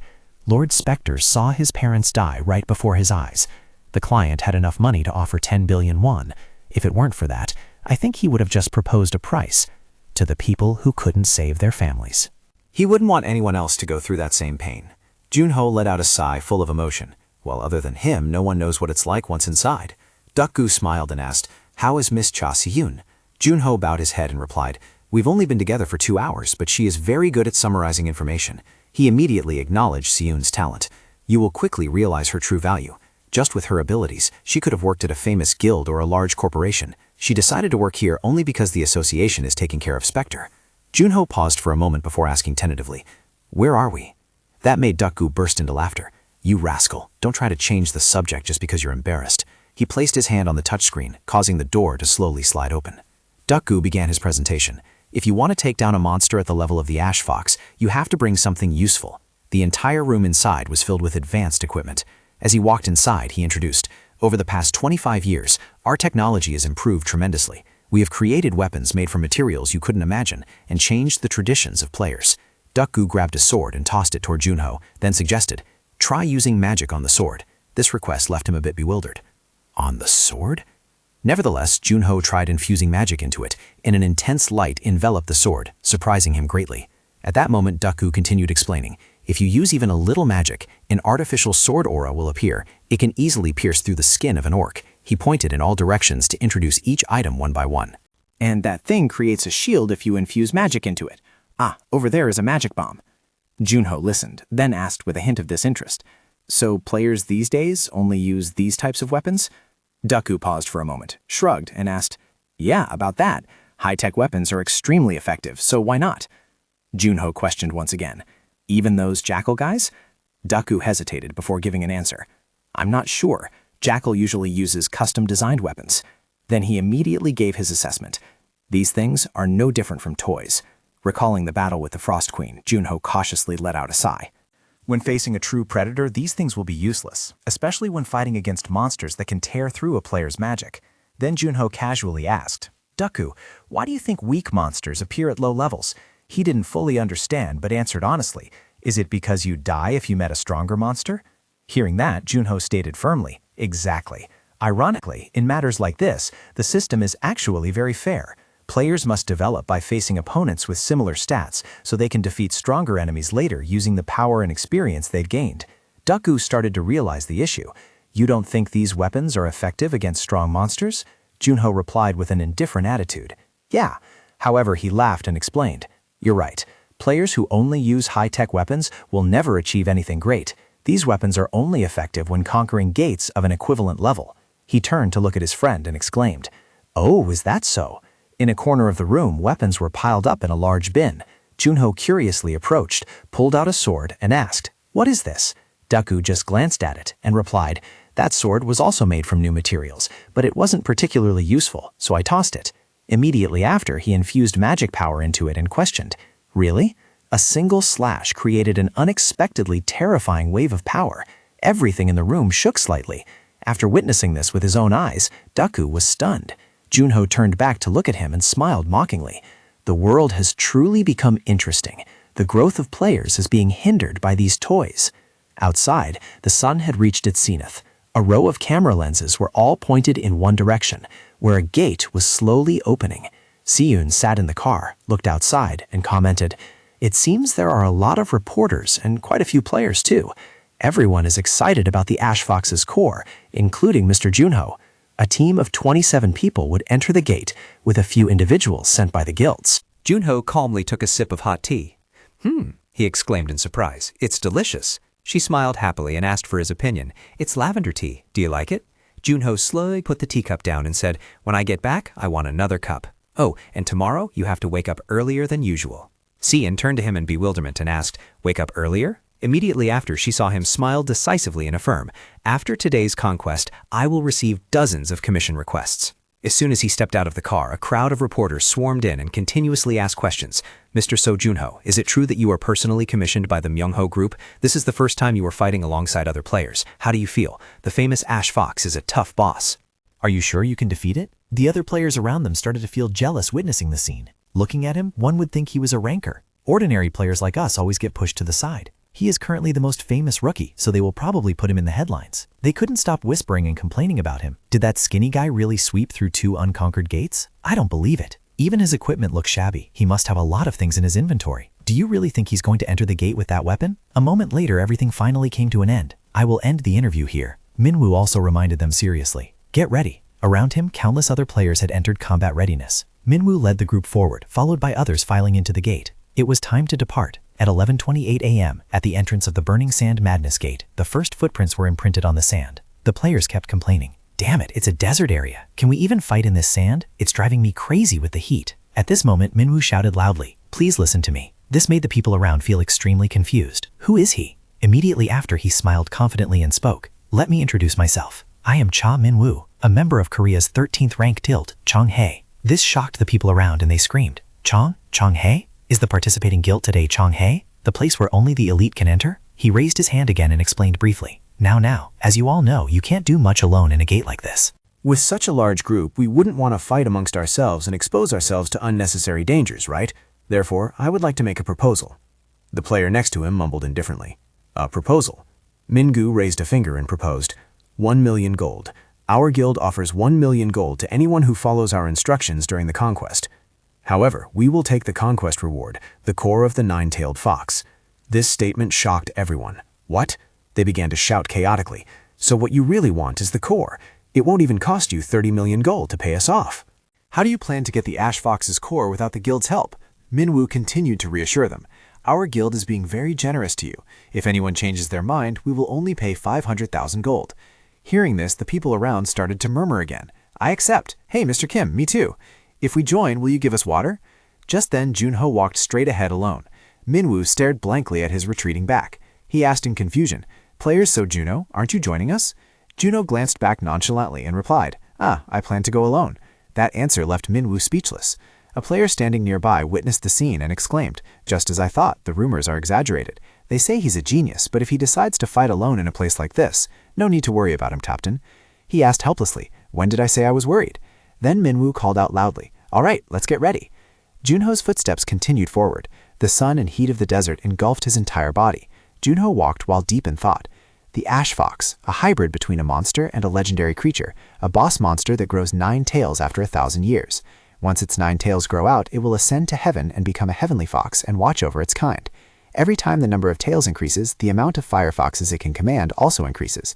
I don't know how many tails the Ash Fox in this gate has. We should scout for a good position for the time being. On the other side, Minwoo suddenly felt a tremor. He hurriedly drew his sword and pointed it straight ahead. A high sand dune began to rise from the ground, and a pack of fire tigers emerged from beneath the thick layer of sand. Minwoo hurriedly shouted a warning. They are coming, the fire tigers. Then he quickly reassured everyone. Do not panic, follow our instructions. Vice Captain, report to me how many are there. The Vice Captain immediately replied, About 30. At that moment, they aggressively opened their large mouths and rushed forward. Seeing this, the players could only raise their weapons and wait. A moment later, Minwoo shouted the order. Right now, players, begin executing the plan. Everyone simultaneously cast spells on something behind them. 4 shafts were immediately driven down, emitting energy that attacked the pack of fire tigers. One that crept too close was electrocuted until it convulsed. The remaining one suffered the same fate. The surrounding players were extremely tense and shouted, Is it effective? Minwoo was secretly gloating. Watch closely, these monsters are completely different from the era of weak weapons and shoddy traps. He created a shield and rushed forward. This is the power of technology from the 2nd floor. The Vice Captain loudly reported, We have dealt with more than half. Captain Shaw, at this rate we will soon catch the Ash Fox. He smiled with satisfaction and reminded them, If you have time to talk, keep attacking. Another player in the back continued attacking and exclaimed, After hearing about the Ash Fox, I was worried, but this is nothing. A bald player standing nearby explained with satisfaction, That's because we joined the Chenhei Guild. However, right after that, a giant shadow suddenly appeared, covering the two of them, leaving him dumbfounded. The bald player looked up and wondered, Why is it so dark? Then his eyes suddenly widened as a magnificent Ash Fox appeared. The bald player screamed in panic, It's the Ash Fox. The Ash Fox landed right where the fire tigers had been destroyed, where their carcasses lay scattered on the ground. Each one had spilled blood patchily across the sand. The scene made the Ash Fox extremely furious. It raised its head to the sky and let out a roar that shook the heavens and earth. The system announced, The King of the Burning Dunes, Ash Fox, has appeared. The bald player looked up to count, then screamed frantically, 1, 2, 3, 7, 8, 9. Does it have 9 tails? Impossible. Then it is a 9-tailed fox. The one Spectre defeated by a hair's breadth was a 6-tailed fox. Minwoo, standing at the front, hurriedly raised his voice to reassure them. Calm down, maintain formation, and focus on attacking. However, the players behind were trembling uncontrollably. Brother Minwoo, the Chenhei Guild is on our side. We have a chance. His hand tightened around his sword as he silently analyzed. No matter what kind of monster it is, aiming for the heart and head will kill it. Looking towards the Ash Fox, Minwoo appeared extremely confident. The trap I've prepared is much stronger than anything we've ever done. If you fall into it, you won't be able to escape. He smiled a smile full of hope. Today I will destroy the Ash Fox and surpass Spectre. Right then, the Ash Fox also glared at Minwoo, then ferociously opened its mouth and spewed out a gigantic fireball. Countless sparks shot out towards the players, causing everyone to collapse onto the sand. Minwoo looked around at the scene and bowed his head in helplessness. The surrounding electric poles had also been completely destroyed. He gritted his teeth and hissed in anger. None of our weapons. Minwoo had fallen into a state of complete helplessness. Traps or tactics, none have any effect. Looking towards the Ash Fox, he had lost all sense of direction. How are we supposed to hunt this monster? It's impossible. Meanwhile, the Ash Fox began to gather a new fireball. Minwoo lowered his head and accepted his fate. So this is how I die. But right at that moment, another figure blocked his front. So Junho had appeared out of nowhere. He was extremely confused and looked up. So So Junho. Then Mingu hurriedly shouted, "What are you doing? Get away!" However, Junho merely calmly drew his sword and reassured him, "I will be fine." This action made him panic even more. What the? The ash fox also raised its head high, gathering energy to create a fireball. Then it opened its mouth and fired the orb forward. Minwoo was blinded by the light, so he turned away and silently thought, "So this is the end." But in the very next moment, Junho used a single slash to split the fireball in two, his expression extremely focused and revealing no emotion whatsoever. Minwoo's eyes widened, unable to believe what he was witnessing. The hand holding Junho's sword trembled slightly at that moment. He looked down at his hand and muttered to himself. They were doomed from the start. He looked at the people around him, covered in wounds, waiting to be treated, and asked himself, "But is just this enough to be satisfied?" Junho coldly spoke up, "Take the survivors and go." Minwoo was helped up and asked worriedly, "What about you?" He turned to look at him and said decisively, "Me?" Junho pointed his sword straight ahead and confidently declared, "Obviously, I'm going to take care of it." The ash fox clawed the sand, then raised its head to the sky again and let out a heaven-shaking roar. Junho once again reminded them, "Go." The person standing next to him also started urging, "Captain, let's go." So everyone had left that place, leaving only Junho standing inside alone. He gave a faint, satisfied smile and muttered, "All right, those who were in the way are gone." Then Junho turned to look at the ash fox and gave a provocative smile. "Shall we have some fun?" It appeared extremely furious, grinding its teeth and hissing a few times. Each of the ash fox's tails created a giant fireball. Junho nimbly gained momentum and leaped high into the air. He weaved through all those fireballs to rush forward. But right after that, a barrage of other fireballs simultaneously shot straight at him. To resist, he immediately spun his body to create a layer of ice. The dense frost shield neutralized part of the fireball's power. And in that moment of bracing himself, Junho silently analyzed the situation. "Just as I thought, it won't let me get close." Even so, his movement remained agile, gracefully dodging the relentless attacks to close the distance with the fox. Its eyes suddenly flashed with a malicious glare, locking onto his figure. The fox then raised its head high, beginning to gather another fireball, even larger in size than before. Junho was so astonished that his eyes widened, a thought flashing through his mind. A giant fireball? He stood motionless to observe. "I won't survive if I take that hit." The giant fireball continued its trajectory straight toward Junho. It exploded the moment it touched the ground, creating a thick screen of white smoke and sending dust flying blindly. A moment later, the black smoke slowly dissipated. The fox remained motionless in its original spot to scan the area. Its nose twitched slightly, seemingly sensing something. At that very instant, Junho swung a sharp sword strike straight at the fox's body, slicing off a few strands of its fur. The fox had realized Junho's existence right above its head. Next, he landed straight on the bridge of its nose. Grunting, Junho stomped his foot hard to launch himself into the air, swinging his sword at the exact moment the fox spewed fire. He created ice to use as footholds and moved continuously. Junho had to find a way to approach the fox because its power was proportional to the number of its tails. He channeled frost magic into his sword. Junho made a decision in a tense split second. Then what if the number of tails decreases? No sooner said than done. He swung his sword and slashed straight at one of its tails. The bone-piercing pain caused the fox to raise its head and roar as its tail was frozen solid. Junho smiled a triumphant and satisfied smile. Clearly, its power would decrease as well. Darkness also descended right at that moment. Outside the gate, countless reporters were camping out in wait. One person, eating instant noodles, couldn't hide his anxiety as he looked inside and exclaimed, "Phew, it's been 10 hours since the players entered. The team before this one only survived for 2 days. The person sitting next to him, hearing this, angrily swung his hand and slapped the back of his head. "You bastard, don't be disrespectful." He pointed towards the gate and admonished, "The only thing we can do is pray for their safe return." Meanwhile, inside, shards of ice were continuously created by Junho. They pierced straight into the fox's tail relentlessly, causing it to scream in agony. Observing from a distance, Junho spoke in a mocking tone. "This is the first time you've felt pain, isn't it?" He quietly lowered his head and mused. "You don't have any natural predators or rivals. You only hunt countless players. You never imagined that you would become the prey, right?" Those words made the fox somewhat furious. It furrowed its brow in tension, then raised its razor-sharp claws and pounced toward Junho. It was a finishing blow. Once it hit, there would be no escape.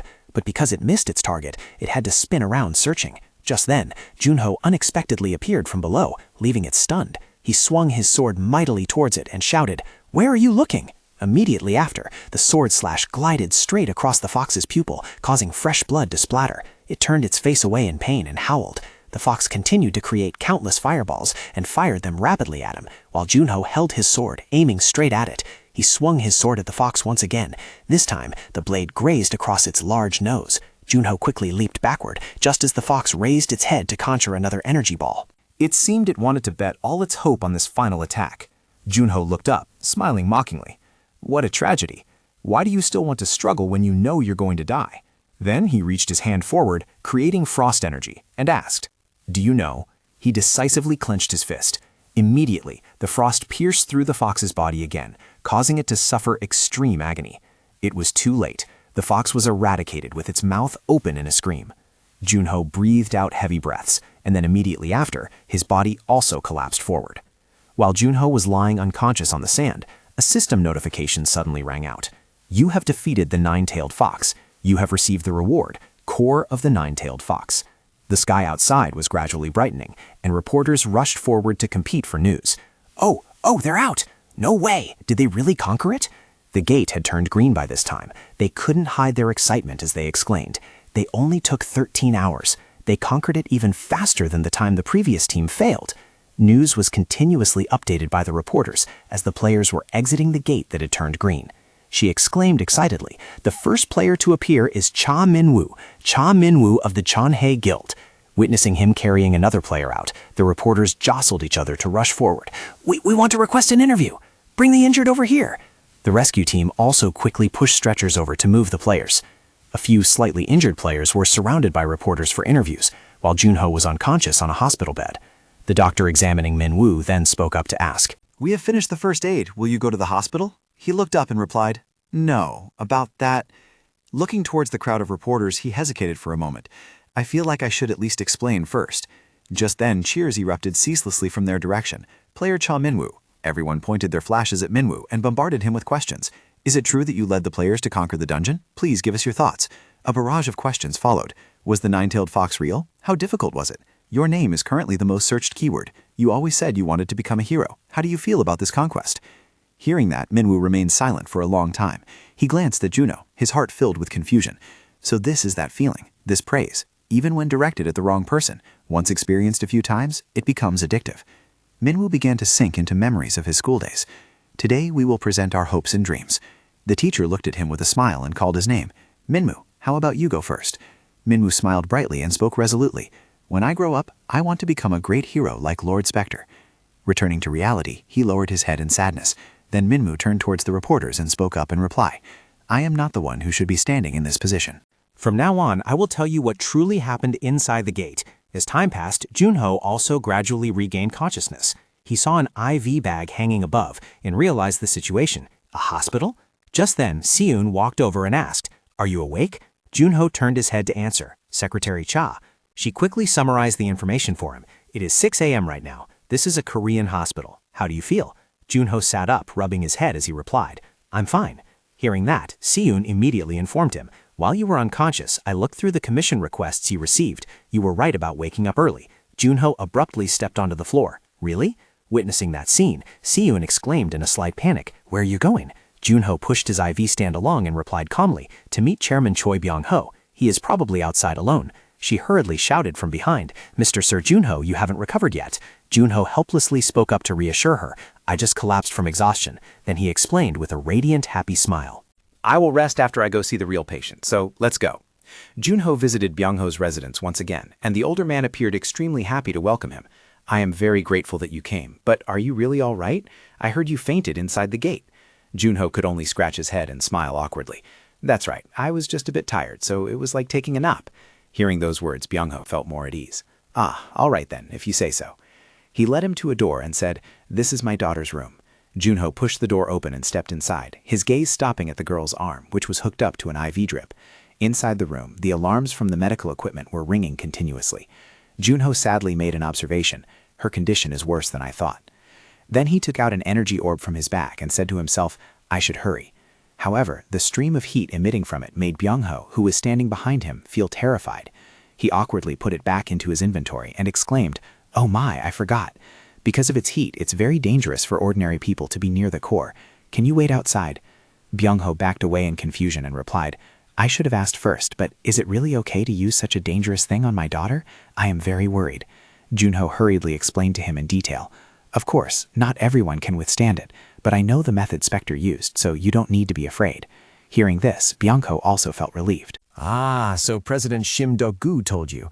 I heard he is very close to Spectre. He immediately assured him. Yes, that's correct. Hearing that, he happily grasped his hand with a face full of hope. Biho said, "Please, take care of my daughter." Junho smiled gently and replied, "It won't take long." Then he left and closed the room door. Junho approached the sickbed once again. He took out the 9-tailed fox core, thinking to himself, "Her condition is worse than the patient I treated before.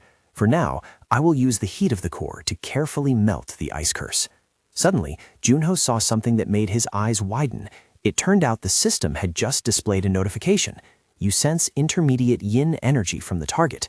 You can absorb it using the frost skill. He couldn't hide his confusion and exclaimed, "Damn!" The system once again gave a reminder. Upon absorption, your magic stat will increase. This situation left Junho extremely bewildered. What? Frost Skill EX is a skill with no weaknesses, a skill holding all power for defense and offense. You mean it can also increase my magic stat by absorbing yin energy? He looked at the system board with a gaze full of confusion. Even an S-rank Watchman of Darkness couldn't do this. No, Junho bewilderedly thought about the things he used to know. This was the first time the Frost skill could do such a thing. What if, have you heard the news? In the ancient dungeon on the last second floor, what if the Watchman of Darkness found an equivalent spell possessing the darkness attribute?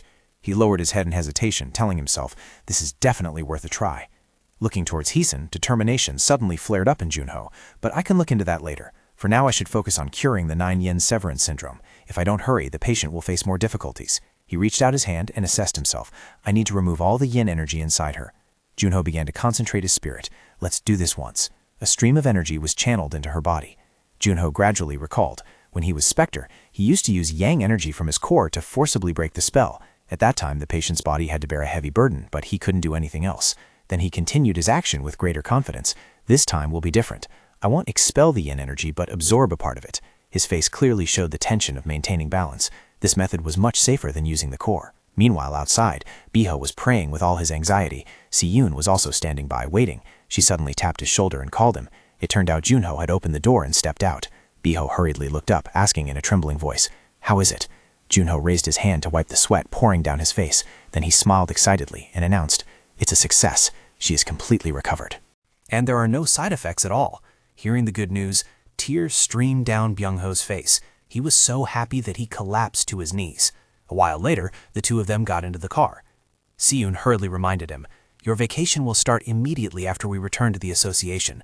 For now, you should also avoid strenuous exercise." Junho replied helplessly, "Yes, yes." He leaned forward and spoke with a smile. "I think I was able to complete this commission well thanks to you, Secretary Cha. Thank you." This made her freeze for a moment. At that time, Byung-ho spoke up. "I have thought a lot about how to repay you. At first, I thought about increasing the compensation, but I didn't think you would want that." Junho answered casually, "I just did what I had to do." He continued, "Your words are enough, so I have decided this. If you ever need help, we, the Myung-ho Group, will assist you at any cost. As Korea's leading company, Myung-ho Group's influence can be said to reach everywhere. However, their true weapon lies in the fact that Choi Myung-ho's eldest son is the guild leader of the Black Dragon Guild, a force ranked 5th in the country. Being able to receive their help when needed would be a massive advantage." Junho bowed happily and responded politely, "I will certainly use it carefully so as not to damage Myung-ho's reputation." Myung-ho also laughed happily. "Just let me know whenever you need it, because you, So Junho, are the benefactor of my family." The scene shifts to the association, where Duk-gu laughed heartily. "I just got off the phone with Chairman Choi Myung-ho. He was stunned because his daughter is recovering. He asked with concern, 'How is your body, Junho?' Junho leaned back on the sofa and replied, 'I only have mild muscle pain.' Hearing this, Duk-gu exclaimed in utter astonishment, 'My God, are you secretly taking some kind of miraculous medicine?' Junho happily explained while manipulating the screen, 'No way, I've leveled up a lot and have a bunch of recovery skills too. So that's it. Well, let's talk about the main business.' At that moment, he took out the fox's core, leaving Duk-gu dumbfounded. Its enormous energy made him surprised. 'Is that the fox's core?' Junho calmly replied, 'Yeah, I didn't use it on the chairman's daughter.' He slowly explained the reason. 'I absorbed a portion of the yin energy using the frost skill.' Duk-gu was so shocked that he slammed the table, stood up abruptly, and asked, 'That's possible too?' Junho calmly sat back down and replied, 'The system told me so. On top of that, it increased my magic stat.' Then he created a layer of ice to encase the fox's core. I found something interesting. The frost skill can absorb the yin energy of any target."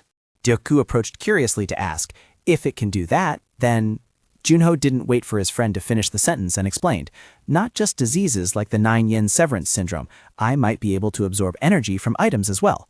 Gyoku bowed his head with a slightly confused expression. I was wondering what you meant, so you just want me to find suitable items, right? Hearing that, he smiled cheekily. That's our Gyoku for you, good boy. One problem might arise, which is that the energy of the 9-yin severance syndrome is only rated at a medium level. At that time, the system notified that you have sensed a source of medium-level energy. Hearing this, Gyoku fell into deep thought. An incurable disease is only considered intermediate grade? Does that mean absorbing ordinary items won't have any effect? Junho immediately asserted. Probably. He was also gradually realizing many things. I roughly understand. I'll look for suitable items and you investigate the market.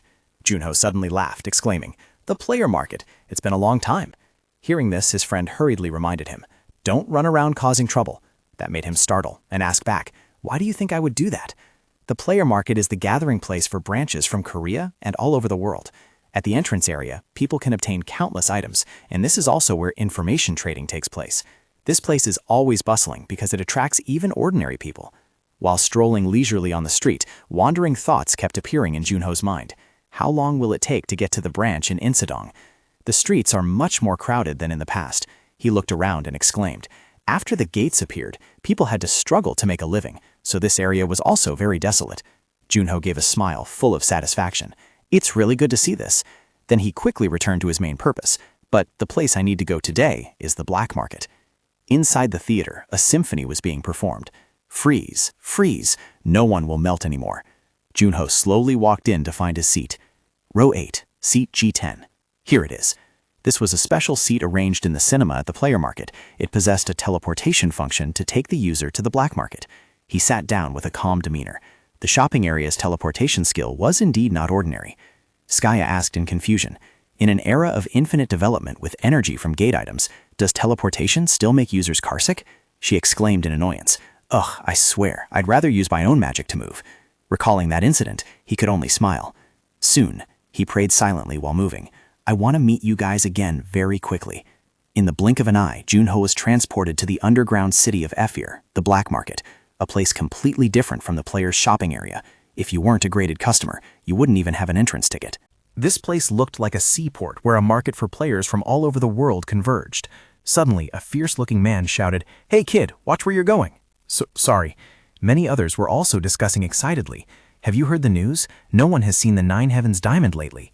How long does the association plan to hide the darkness monster? There were no guides in the black market.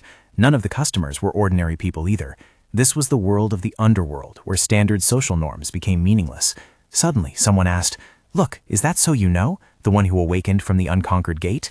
A feeling of unease began to kindle in his heart. Of course, his safety wasn't guaranteed. Looking at the people around him, Junho was full of confidence. The probability of meeting a player who could threaten him was very low. He pondered and affirmed, The skilled players have all gone up to the higher floors. The players here either lacked the strength to reach the second floor or they had to return because they couldn't withstand the pressure there. Now, I can easily take on all players of this rank. He coldly raised his head to look at the man opposite him and issued a command, Move. However, the two thugs stood there like statues. A moment later, the other guy was also overwhelmed by that aura and silently stepped aside. Seeing that, Junho was slightly surprised and thought to himself, Oh, I tell them to move and they actually move? As soon as he stepped inside, the shop owner spoke up, Come in. Seeing Junho, he immediately exclaimed, Oh, who is this? The famous figure across Korea is here. But he just calmly replied, I came to see the artifacts. The owner pointed to the counter next to him to guide him. The artifacts are all on that corner shelf over there, please. Junho approached to observe and silently evaluated. This wasn't what he was looking for, but aren't they all precious items? The system continuously displayed information about the items, causing the opponent to feel low-grade frost energy, causing the opponent to feel low-grade yin energy, causing the opponent to feel mild frost power. Even if they are low-grade goods, having these items will increase magic stat. Besides, he suddenly asked. Junho's eyes filled with killing intent as he questioned the shop owner. I heard that the shop has a private room containing extremely precious items that a probationary employee sold by mistake. The statement made him somewhat stunned. The shop owner immediately slammed his hand down on the table and yelled, Those are just false rumors. Who told you that? Junho smiled and affirmed, I know. That's why I came here. In his heart, he was confident. It seemed the man wasn't good at lying. Right after that, Junho immediately took out an item to make an offer. If you let me take a look, I'll buy a few items currently on display, and I'll throw in this item for you to keep it a secret. The shop owner finally agreed, complaining as he stood up. Good heavens, which big mouth leaked that news? He entered the code on the control panel. When the door popped open, the shop owner spoke up. After you. He stepped aside to reveal the items and began to introduce them. These are all the superior artifacts our shop has. Junho silently observed for a moment, secretly making a judgment. They are preserved very carefully. There were no dark attribute artifacts at all. Well, dark artifacts were rare commodities anyway. Suddenly, an item caught his attention. Oh, frost attribute. The shop owner immediately cried out. Don't touch that, he explained with a tense expression. Because it is cursed by a very powerful spell, anyone who uses it will be frozen. However, when Junho put it on, absolutely nothing happened. This scene left the shop owner just standing there dumbfounded. These were the gloves sealing the resentment of the Frost Queen. The system quickly introduced the ability, makes the opponent feel a mild level of frost aura, and the item can be purified through the absorption process. Junho smiled faintly and thought, if it was intermediate grade, the frost energy would be consistent with the entire 9 yin severed meridians. He felt incredibly satisfied that it could help him obtain magic stats just like that time. Thinking this, Junho made an offer. I will buy this and the artifacts from earlier. The shop owner broke into a cold sweat and exclaimed, wow, thank you. After the transaction was complete, Junho entered the bar. The bartender turned around in mild surprise, while other players inside also focused their attention on this newly arrived figure. Junho calmly sat at the counter and made a request. Please help me teleport to Ishijong Market and give me a glass of some liquor. The bartender wiped a glass while explaining, yes sir, you have to wait 10 minutes to use the teleportation system. Meanwhile, he had fallen into the sights of those behind him. Someone approached and called out to Junho, hey! The thug walked over, his voice full of mockery. Who is this? Isn't it the famous player So Junho? We've heard a lot about you, talented junior. The seniors in the industry all think you're going to die in a special way. Junho remained calm, drinking his water, and muttered to himself, it seems that if there's no more business in the black market, I should leave here quickly.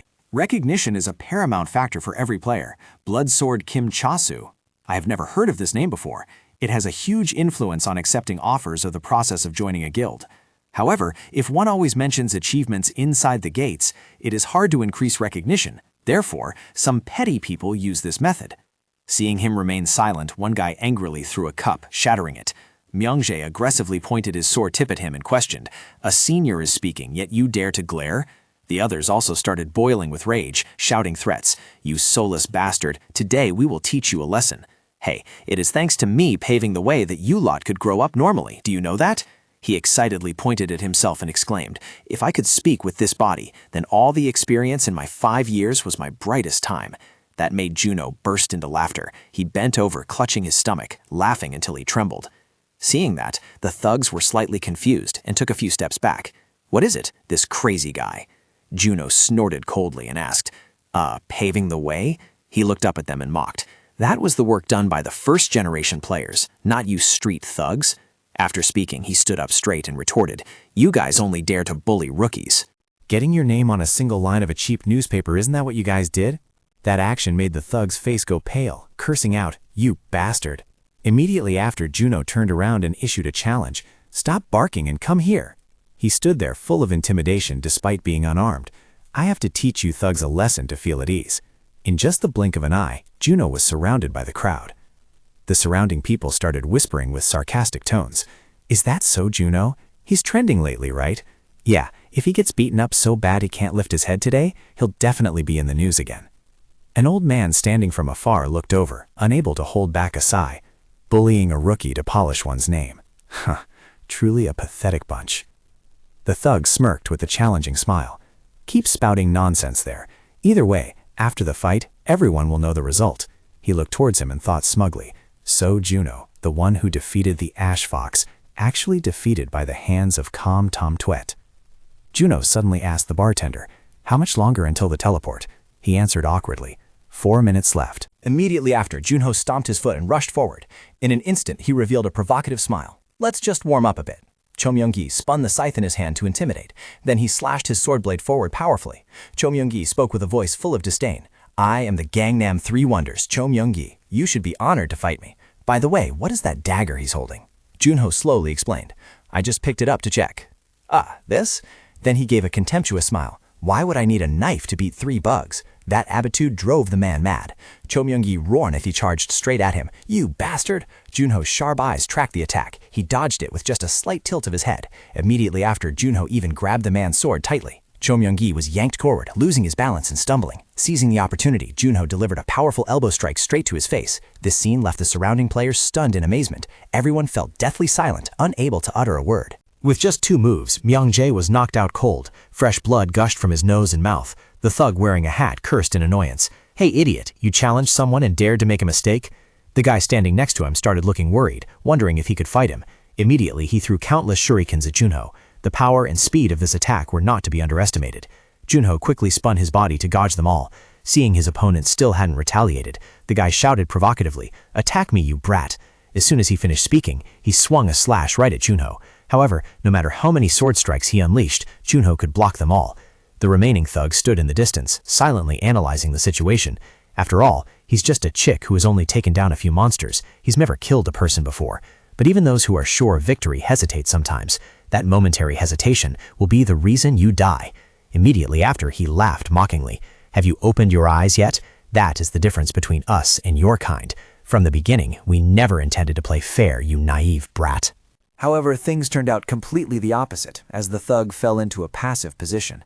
In just an instant, his shoulder joint was stomped on hard by him, breaking his arm. He could only scream in pain and tremble. Junho coldly turned back to look at the last one, making his face turn as white as a sheet of paper. The thug asked himself, what on earth happened? Just a rookie. Looking towards his 2 accomplices, the thug couldn't help but feel terrified. He could even beat Nam Tam Swede to a pulp? Even so, he continued the battle. No, it can't be. He threw a barrage of shurikens towards him. It's not over yet. Junho dodged each one with lightning speed, rushing forward. He thought coldly in his mind. In the days of Spectre in the past, I was able to defeat countless fiends thanks to the ability to predict the opponent's breathing. Junho dodged and counterattacked simultaneously. In the blink of an eye, he had closed the distance to the thug. The thug was terrified to the extreme, gaping and backing away. Junho swung his dagger and reminded him, "That breathing of yours, it's too obvious." He stabbed the knife straight into the middle of the guy's palm. The thug, in too much pain, could only mumble a few meaningless words as he was pinned tight to the wall. He was shaken, opening his mouth to scream in horror. Junho walked over to where Myung-jae was lying and looked down. Then he coldly dropped a question. "You don't need to look at my face anymore, do you?" This made him terrified, eyes wide open. Then Myung-jae rolled over, trembling as he affirmed, "Of course, for the rest of my life I wouldn't even dare to look at your shadow." Hearing that, Junho slowly turned away. The surrounding players suddenly shouted, catching his attention. "He won!" Everyone cheered and called his name in excitement. A rookie beat 3 players with 5 years of experience? That's amazing. Contact the reporters quickly. So Junho! So Junho! Amidst the cheers calling his name, he couldn't help but feel bewildered. The world now was too strange. Those who could kill others just to satisfy their own greed, instead of caring about the injured, they were busy praising the winner. At the same time, the bartender raised his hand to remind him, the teleportation system is ready. There are 3 ways to survive in this chaotic world. 1 is to become crazy like them, 2 is to become emotionless, or accept living in solitude. He coldly stepped inside the teleportation machine. Upon stepping out, Junho sluggishly stretched and sighed helplessly. Looking up at the vast sky, Junho quietly muttered, "I really want to see you guys." Meanwhile, the photo of Junho pinning a thug's 2 hands to the wall with a knife had spread widely. Inho sat in the car monitoring the situation and reported, "This is a photo just taken at the black market a few minutes ago. I heard that 3 players above level 20 were defeated by someone with overwhelming power. In my opinion, this person has great potential. But what do you think, princess?" Juha, sitting next to him, just quietly ate her ice cream. She chewed while muttering something in thought. A moment later, Juha turned with a smile and asked, "What is that person's name?" Junho narrowed his eyes, feeling a bit helpless and resigned. Smile. He looked at the girl's phone sitting next to him in confusion and asked himself, "Why am I doing this with a girl? I can't even hide." She smiled and spoke up. "Excuse me, surprise!" A series of angry shouts rang out from the crowd. "How much longer are you going to take pictures? Everyone is waiting." Hearing that, Junho looked up and shouted in shock. "What? Waiting?" Warning bells rang loudly in his mind. "If this keeps up, I won't be able to get home before evening." Suddenly, another voice spoke up. "Player So Junho." As soon as he turned around, he saw Juha and Inho standing there waiting. She pulled down her sunglasses, smiled, and asked, "Can we talk for a moment?" Junho, confused, silently thought, "This is..." He quietly made a deduction. Bright orange hair and powerful thermal energy. I can feel it just by being near her. There was only one person who fit this description, one of the members of the 6 great guilds, the princess of Dokkaebi, Gong Juha. Right then, she handed him a card and introduced herself. "Oh, right, this is my business card. I'm not some weirdo." A sense of joy rose in his heart. I knew it. Junho took the business card, smiling and thinking to himself, being approached by Dokkakubi. Is she recruiting me? It felt good. At this moment, Juha spoke up to invite him. If possible, can we go to a nearby cafe to talk? He happily agreed. Sure, let's go. He calculated in his mind. I have to get out of here. The long line of people waiting started to boo loudly. What? He's leaving? That's so Juno. Famous players must live comfortably. The escape was successful. When they stepped into Ellen Cafe, Juha couldn't help but exclaim, Gosh, I'm sweating all over.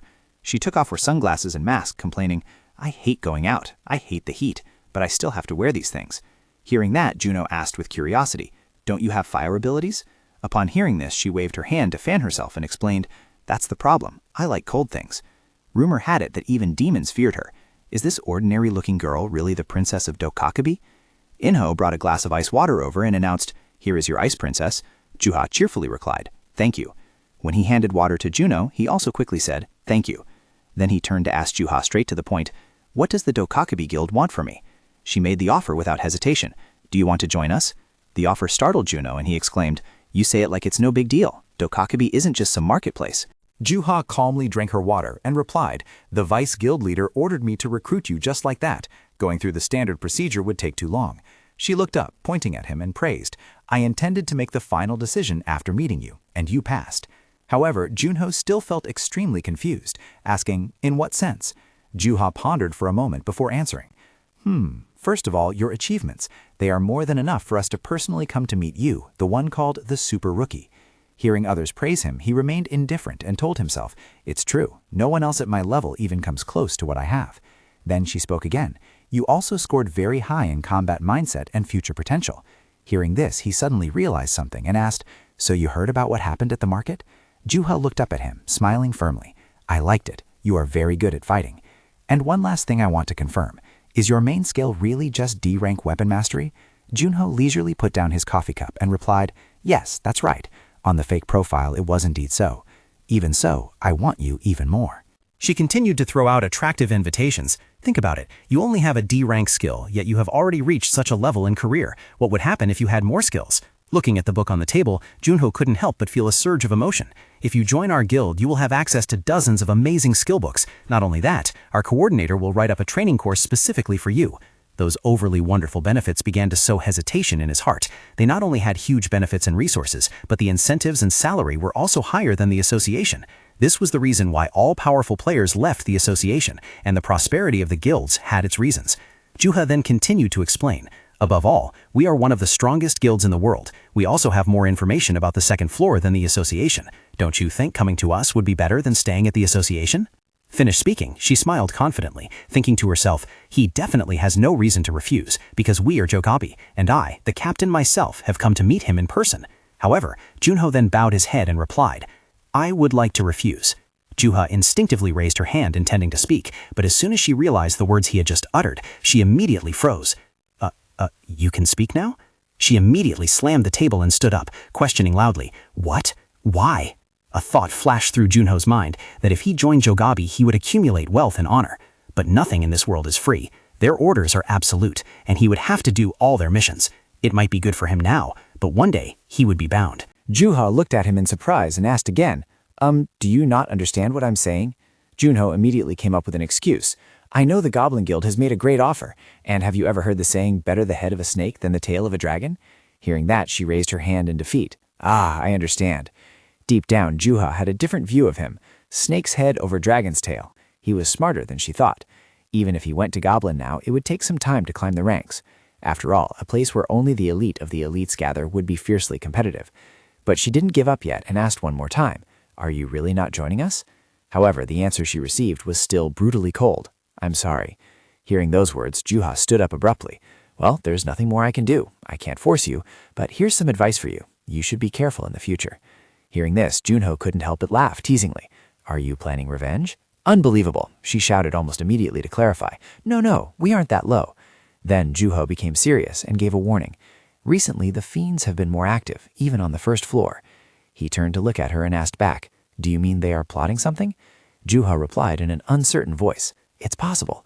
The association probably doesn't know yet, so I'm warning you. If you run into them unaware and get attacked, I'll be disappointed. After hearing those words, Junho looked at Juho with sincere eyes and smiled. Thank you. She also waved goodbye and started walking away. "I'll see you later, Mr. Snakehead." This new nickname made Junho feel slightly amused. Mr. Snakehead, huh? When he returned to the association, he recounted everything to Daku, causing him to ask in bewilderment, "The fiends are starting to act again?" Junho immediately confirmed, "Dokahebi has no reason to lie to me, so it must be true." The room instantly fell into silence. It took a while before Daku spoke in a contemplative tone. "I know their information network is faster than ours, but to this extent?" Then he turned to look at Junho and asked, "By the way, you don't regret rejecting their offer, do you? Gong Ju-ha talked her head off trying to invite you." The eldest brother sat up lazily and replied, "Not really. It's true that I could gain wealth and honor if I joined them, but I'm not really interested in those things." Turning to look at Daku, he asked in confusion, "Why the long face? Do you want me to go?" He looked slightly sad, lowered his head, and explained, "No, I just thought they would be more beneficial for you." Junho's face flushed red in an instant. Following that, he sighed wearily and offered some reassurance. "The guilds are very strict, but you and the association let me do whatever I want, so don't worry about it." This action moved Dyaku to the verge of tears. Dyaku happily handed a contract to Juno and proposed, "All right, let's renew your contract this morning. I'll also let you move to the upper floor." At this, Juno looked at Dyaku with confusion and replied, "Right now? I really appreciate it, but is it really okay?" Without hesitation, he handed the contract to Juno and asserted, "Of course, you are the one the 6 great guilds desire. Our budget isn't small, and as for information gathering, we'll try to close the gap." Hearing this, Juno also smiled happily. He signed the contract and spoke up. "I appreciate it." After everything was done, he asked, "Which floor should I go to?" Daku replied without hesitation, "Ah, the 77th floor." Hearing that, Juno immediately turned around and started walking. "All right, I'll start packing then." Before leaving, he looked back and called out, "Oh right, schedule the conquest of the West Sea Gate for 1 week from now." Daku asked back in confusion, "1 week? That long?" The next moment, he realized the issue in question. "Wait, are you planning to chase after the fiends?" Juno calmly waved his hand in confirmation. "That's right, after setting the bait, you have to wait." He gave a gentle smile and explained, "That's how you catch a big fish."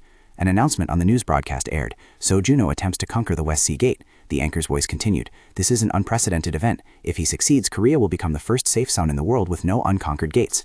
The Korean Player Association has confirmed that they will renew their contract with player Juno, thereby strengthening their partnership. Rumor has it that player Juno also rejected an offer from the Jobaobi Guild to stay with the association. That's right, the association's super rookie said he would challenge the West Sea Gate. The whole world is watching because they want to find out." Meanwhile, in a dark place, Gale was sitting alone in a corner. He suddenly called out, "Come here." Goya appeared in confusion and asked, "Did you summon me, sir?" The information appearing before his eyes left him bewildered. Goya hesitated and spoke, "This person." At that moment, Gale immediately affirmed, "It must be the one who has Tempest." Hearing that, he couldn't help but tremble and asked back, "They said it was in Jackal's bag." The man confirmed it as if it were obvious. Of course, he hid it from the public. "It must be the person who found the proof that Jackal was killed by a fiend. He will be on guard against us." Goya immediately asked him, "Should I go down to the first floor?" However, Skytap voiced his refusal. "We don't have evidence yet, and it's not worth the risk to clash with the association, especially at this time." "That's right. Is there anyone else we can use?" Go responded to him almost immediately. "If it's the first floor, how about the Darkness Brothers we plan to use for the auction in Las Vegas? They are very hungry for power, even if they are exceptionally outstanding among the players." Hearing that, Skytap reached his decision. "Then send them to the East Seaport this time. It doesn't matter if they eliminate Sojun-ho or not." Just as he finished his sentence, he suddenly turned around to look. Something in the distance shocked Skytap. An entire mountain suddenly shattered. Killing intent overflow in his eyes. Then Kusavizi turned and walked away, uttering an exclamation, "Truly the Sword Saint."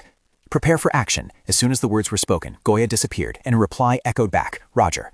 Due to an unpleasant feeling, Kusavizi's hand clenched tight at his waist. He bowed his head, anxiety and thoughts rising in his heart. The Sword Saint Kim Woo-jong of the 9 Heavens. Even as an archer, I still couldn't reach him. If not for him, I would have obtained Tempest. He is mocking me. Amidst the stifling silence, Kusavizi fiercely affirmed, "So Junho, I, Kusavizi, will watch you until your luck runs out." Junho looked up at the information board, his heart full of suspicion. Did he take the bait? The Americans, the Dark Brothers, they are participating as medics? Extremely suspicious. Cha Min-woo can ask Secretary Cha to investigate them.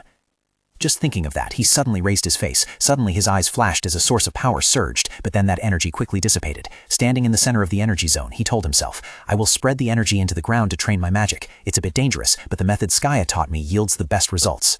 The energy manifested into a small perked-up tail. Juno happily reached out to touch it and assessed, "It's like it's saying hello." His eyes suddenly turned cold as he began to calculate. "I won't be able to use Watchman of Darkness in the West Sea Gate. West Sea Gate, West Sea Gate, Island of the Forgotten Dragon." Just looking at the name, it's highly likely the boss monster is a type of dragon. I've tried fighting them a few times before, but they don't suit me because I don't have the ability to fly. The options are either to cling onto it and fight on its body, or to drag it down to the ground. Right then, a piece of information suddenly appeared, making him hesitate.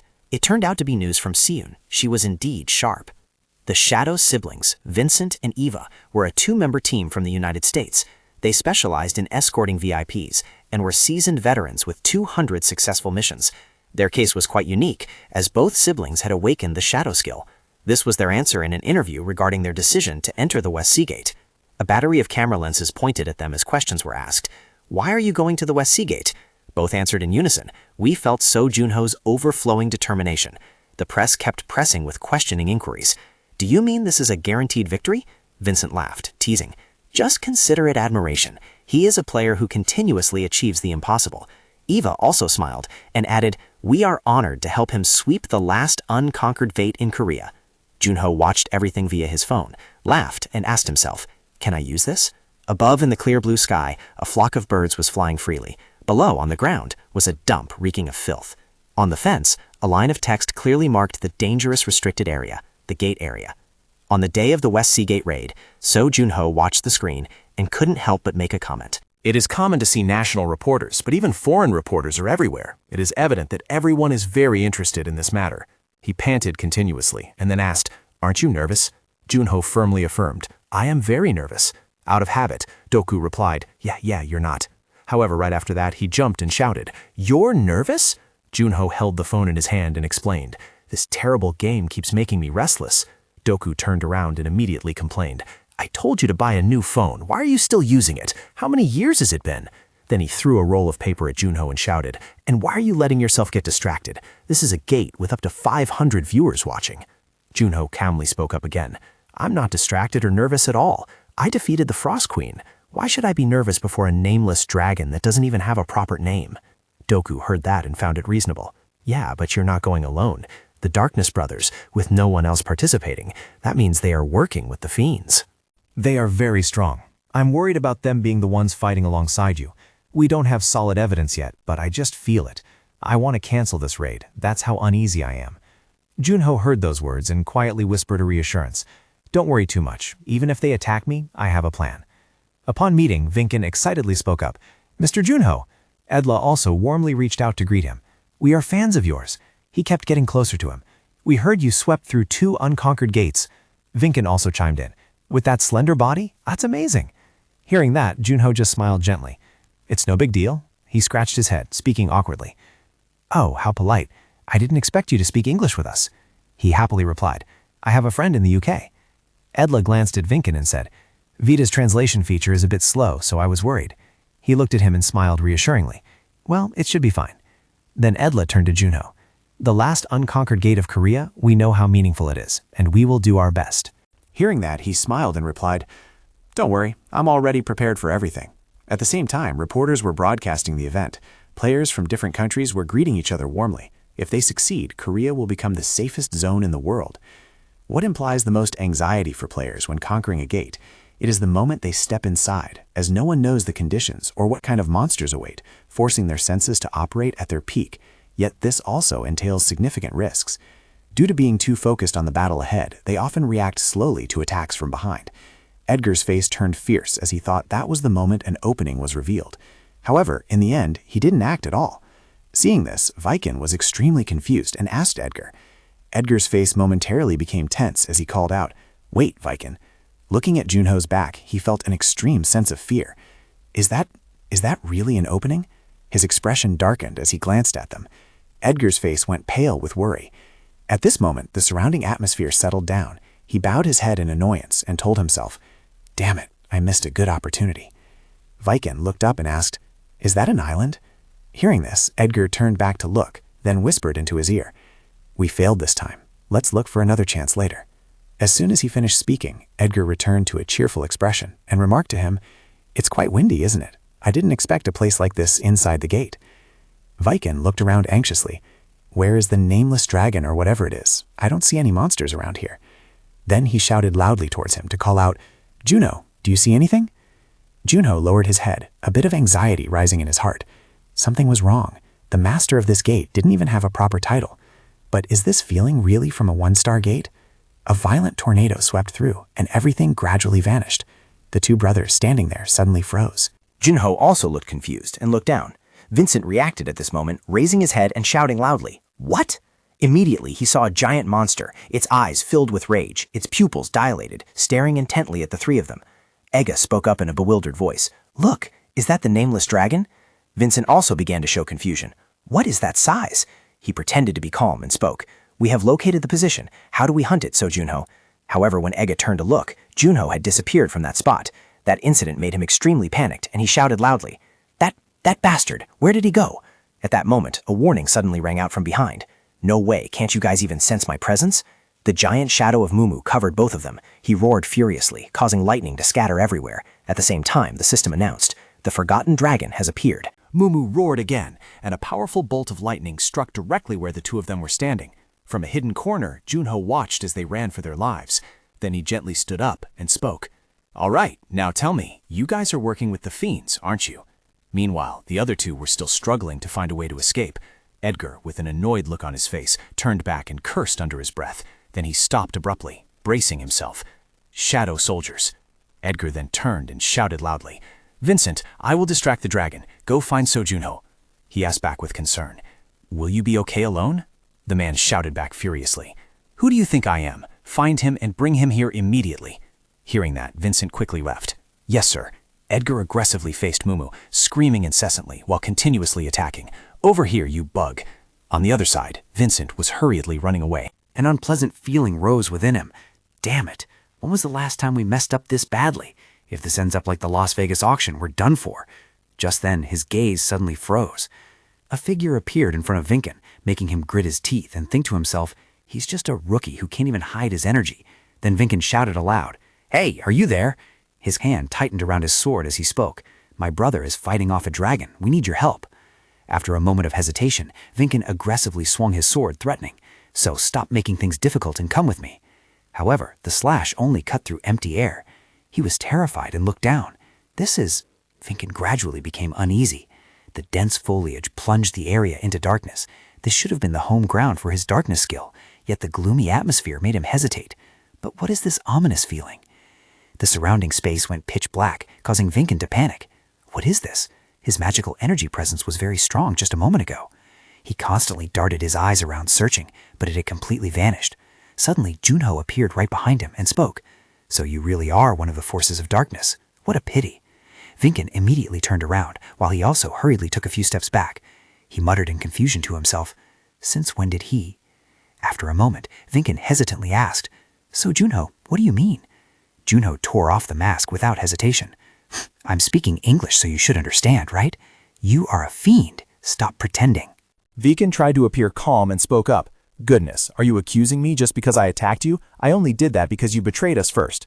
Junho looked at him with an indifferent gaze, muttering, "I admit that excuse sounds reasonable, but shouldn't you have hidden those blood-red eyes first? Only those belonging to the dark forces have those red eyes." Hearing that, Vinken hurriedly covered his eyes with his hands. "Did I lose control? Since no one has ever suspected me of being part of the dark forces, Junho continued to question him. "What's wrong? Can't control it or something?" At this moment, Vinken revealed his true nature and asked back, "Do you think I would be scared and run away if I was discovered? Losing like that would be cowardly." He dropped his sword to the ground and summoned dark power. The demon race rarely appears inside gates, but if you kill them and drink their blood, you become part of the dark forces. In exchange, it numbs your emotions and makes your nature more brutal, and it allows you to use demonic energy. Every time I use it, I feel an indescribable euphoria. The dark energy surrounding him grew stronger. Vinken threatened fiercely. "Let's see, first I should cut off those useless legs of yours, right?" Saying that, he waved his hand, launching sharp spikes toward Junho. He stood motionless on the spot. Junho lowered his head, his face darkened with unreadable emotions, then suddenly looked up straight at him. He coldly utilized his own power, night walking. This action shocked Vinken to the core. He panicked and shouted, "Where did he disappear to?" In the blink of an eye, Junho appeared right behind Vincent, speaking slowly. "At first, I could only hide a part of my aura. This sudden appearance made him jump. You?" In just a moment, everything fell into silence. Then Junho spoke again. "But after getting used to it, I mastered other things as well. Senses, sound, scent, magic aura. So what do you think will be next?" On the opposite side, Mumu was hovering in midair. Edla felt uncomfortable while fighting. Damn it, it won't even fly below the clouds. Immediately after, a rustling sound came from behind him. Vincent appeared in a panic, shouting, "Edla!" He looked at him calmly and asked, "Vincent, why did you come back alone? Where is Seo-Jun-ho?" Vincent hurriedly explained, "About that, there is something strange about that guy. He knows we are the dark forces. I used magic, but I still couldn't find him. That bastard, he has been hiding his skills all this time." Hearing that, Edla spoke in a puzzled voice. "Wait, then how did you escape? If he is really that strong, why did he let you go?" Vincent continued to scream in despair. "No, what I saw was real." Hearing this, Edla became angry and shouted, "You fool! You were just tricked by him. Why wouldn't he take the opportunity to destroy us while we are separated?" Whatever, we lost him anyway. Forget him and help me. I need someone to attack the nameless dragon while I distract it. Vinken asked in a puzzled voice. "What? Is it that strong?" Edla spoke up to explain. "Not only is it strong, but it's also very tricky to deal with, since all attacks from the ground are useless. However, dragons have a weakness called the reverse scale." It was called that because the scales there grew in reverse compared to other places. Hearing this, Viken confidently asserted, "All right, then I will use the darkness movement technique to get on top of it." However, right at that moment, Mumu launched an attack. He opened his mouth wide, creating a massive blast of lightning. Edla hurriedly shouted, "Dodge it, quickly!" However, the pressure from this attack was unbearable. Everything around was swept away, and Edla painfully coughed up a mouthful of fresh blood. Damn it, I took damage because my shadow soldiers were destroyed by it. Seeing this, Viken cried out in extreme worry, "Brother!" His eyes were now bloodshot, pointing forward and ordering, "Ignore me, focus on your target." Viken hesitantly replied, Yes." He quickly created a skill. With an extremely tense expression, Viken tried to aim precisely at the target, then swung his arm to throw it. The attack flew straight towards Mumu. Immediately after, an explosion erupted right in front of his face, but its destructive power was incredibly small. Edla collapsed in despair, shouting, "Damn it, missed!" But at this moment, it had lowered itself. He continuously used the darkness movement technique, and in just an instant, Viken had landed on Mumu's back. His eyes filled with rage, Viken looked up and observed his surroundings. Is that spot higher up? A moment later, he discovered a reverse veil. Found it. So Viken hurriedly moved to that position. He quickly grasped the reverse scale, his hand trembling from the exertion. A moment later, he successfully pried the reverse scale loose. He did it. Just then, Viken saw flashes of lightning again, leaving him bewildered. Impossible! This is... A bolt of electricity struck down, leaving Edla down below, utterly shocked. "Viken!" Meanwhile, Junho stood still in a corner observing the situation. He scolded coldly. "Idiots!" Edla looked up, asking in confusion, "What's going on?" At that moment, Viken, his body covered in injuries, collapsed. The scene made her scream in panic. "Viken!" He gritted his teeth in pain, but managed to speak. "Bro, it's ruined! It's all ruined!" This made Edla extremely confused. "What are you talking about?" At the same time, Mumu roared in anger and lunged towards them. Another lightning bolt struck that exact spot. Junho watched indifferently, exclaiming, "Touching the reverse scale, they deserve that result. That is the mistake pioneers often make when facing the dragon race for the first time. Although the reverse scale is indeed a weakness, once exposed, they feel threatened and become infinitely more ferocious. To fight against a dragon raging because of its reverse scale, I'm still lacking decent items." Junho pondered and evaluated. "So, should I use this right now?" He raised his bow and called out a request. "Hey, fiend, don't die just yet. Buy me some time so I can shoot from here." Viken was still trying to find a way to escape. "Damn it!" Edla shouted back, equally tense. "Stop calling me. You're distracting me." He began to feel panicked and terrified. When will this end? Does this nameless dragon possess such terrifying power? This is bad. An arrow flew at frightening speed, lodging straight into Mumu's body. It roared in pain, mouth gaping wide. Edla asked in confusion, "Could this be?" Vincent beside her was equally bewildered. Seo-Jun-ho?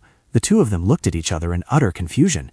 Edgar's hand clenched tight, and he muttered to himself, "Right, if we die, Seo-Jun-ho will lose, because he cannot take down a nameless dragon single-handedly. This is something all three of us must do together." He immediately turned to Vincent to discuss the strategy. If Seo-Jun-ho keeps attacking, he will draw the dragon's attention there, and we will use that opportunity to escape. It's coming again, just endure a little longer. Seo-Jun-ho smiled from behind, exclaiming, "Oh my, these kids have gotten much faster." Now they aren't even bothering to counterattack, just running blindly. Is this nameless dragon targeting me again? Sorry, but that rosy future you're dreaming of is hopeless, because this place is just a mirage, not an oasis. Then Junho raised his bow once again and took aim. He was still channeling power into the arrow that was already primed. A moment later, he released the string, letting the arrow fly. Junho drew the bowstring once more, aiming carefully before firing another shot. With extraordinary power, he assessed for himself. The dragon will be taken down by this. At this moment, Edla ran over and suggested, "Let's capture the hunters and get going, shall we?" A surge of intense fury rose in his heart. That bastard Su Junho, why did you suddenly stop? Junho from behind smiled cheerfully as he sat down in front of them and quipped, "Open your eyes and look. You guys, why aren't you carrying out your hunting mission instead of playing shooting games like this?" Vincent screamed in rage the moment he saw him. "You lunatic, why are you here?" Edla also shouted in frustration, "You were supposed to be providing cover fire from the rear." Junho calmly pointed and replied, "Well, I did fire." Looking up at the sky, it was empty. The two of them panicked and screamed. The dragon we couldn't even touch was taken down by him that easily? It turned out his arrows had hit the mark. Not just one, but both shots had embedded themselves into Mumu, and finally he had completely collapsed. Mumu's body was riddled with arrows. Looking at the corpse, they couldn't help but be bewildered.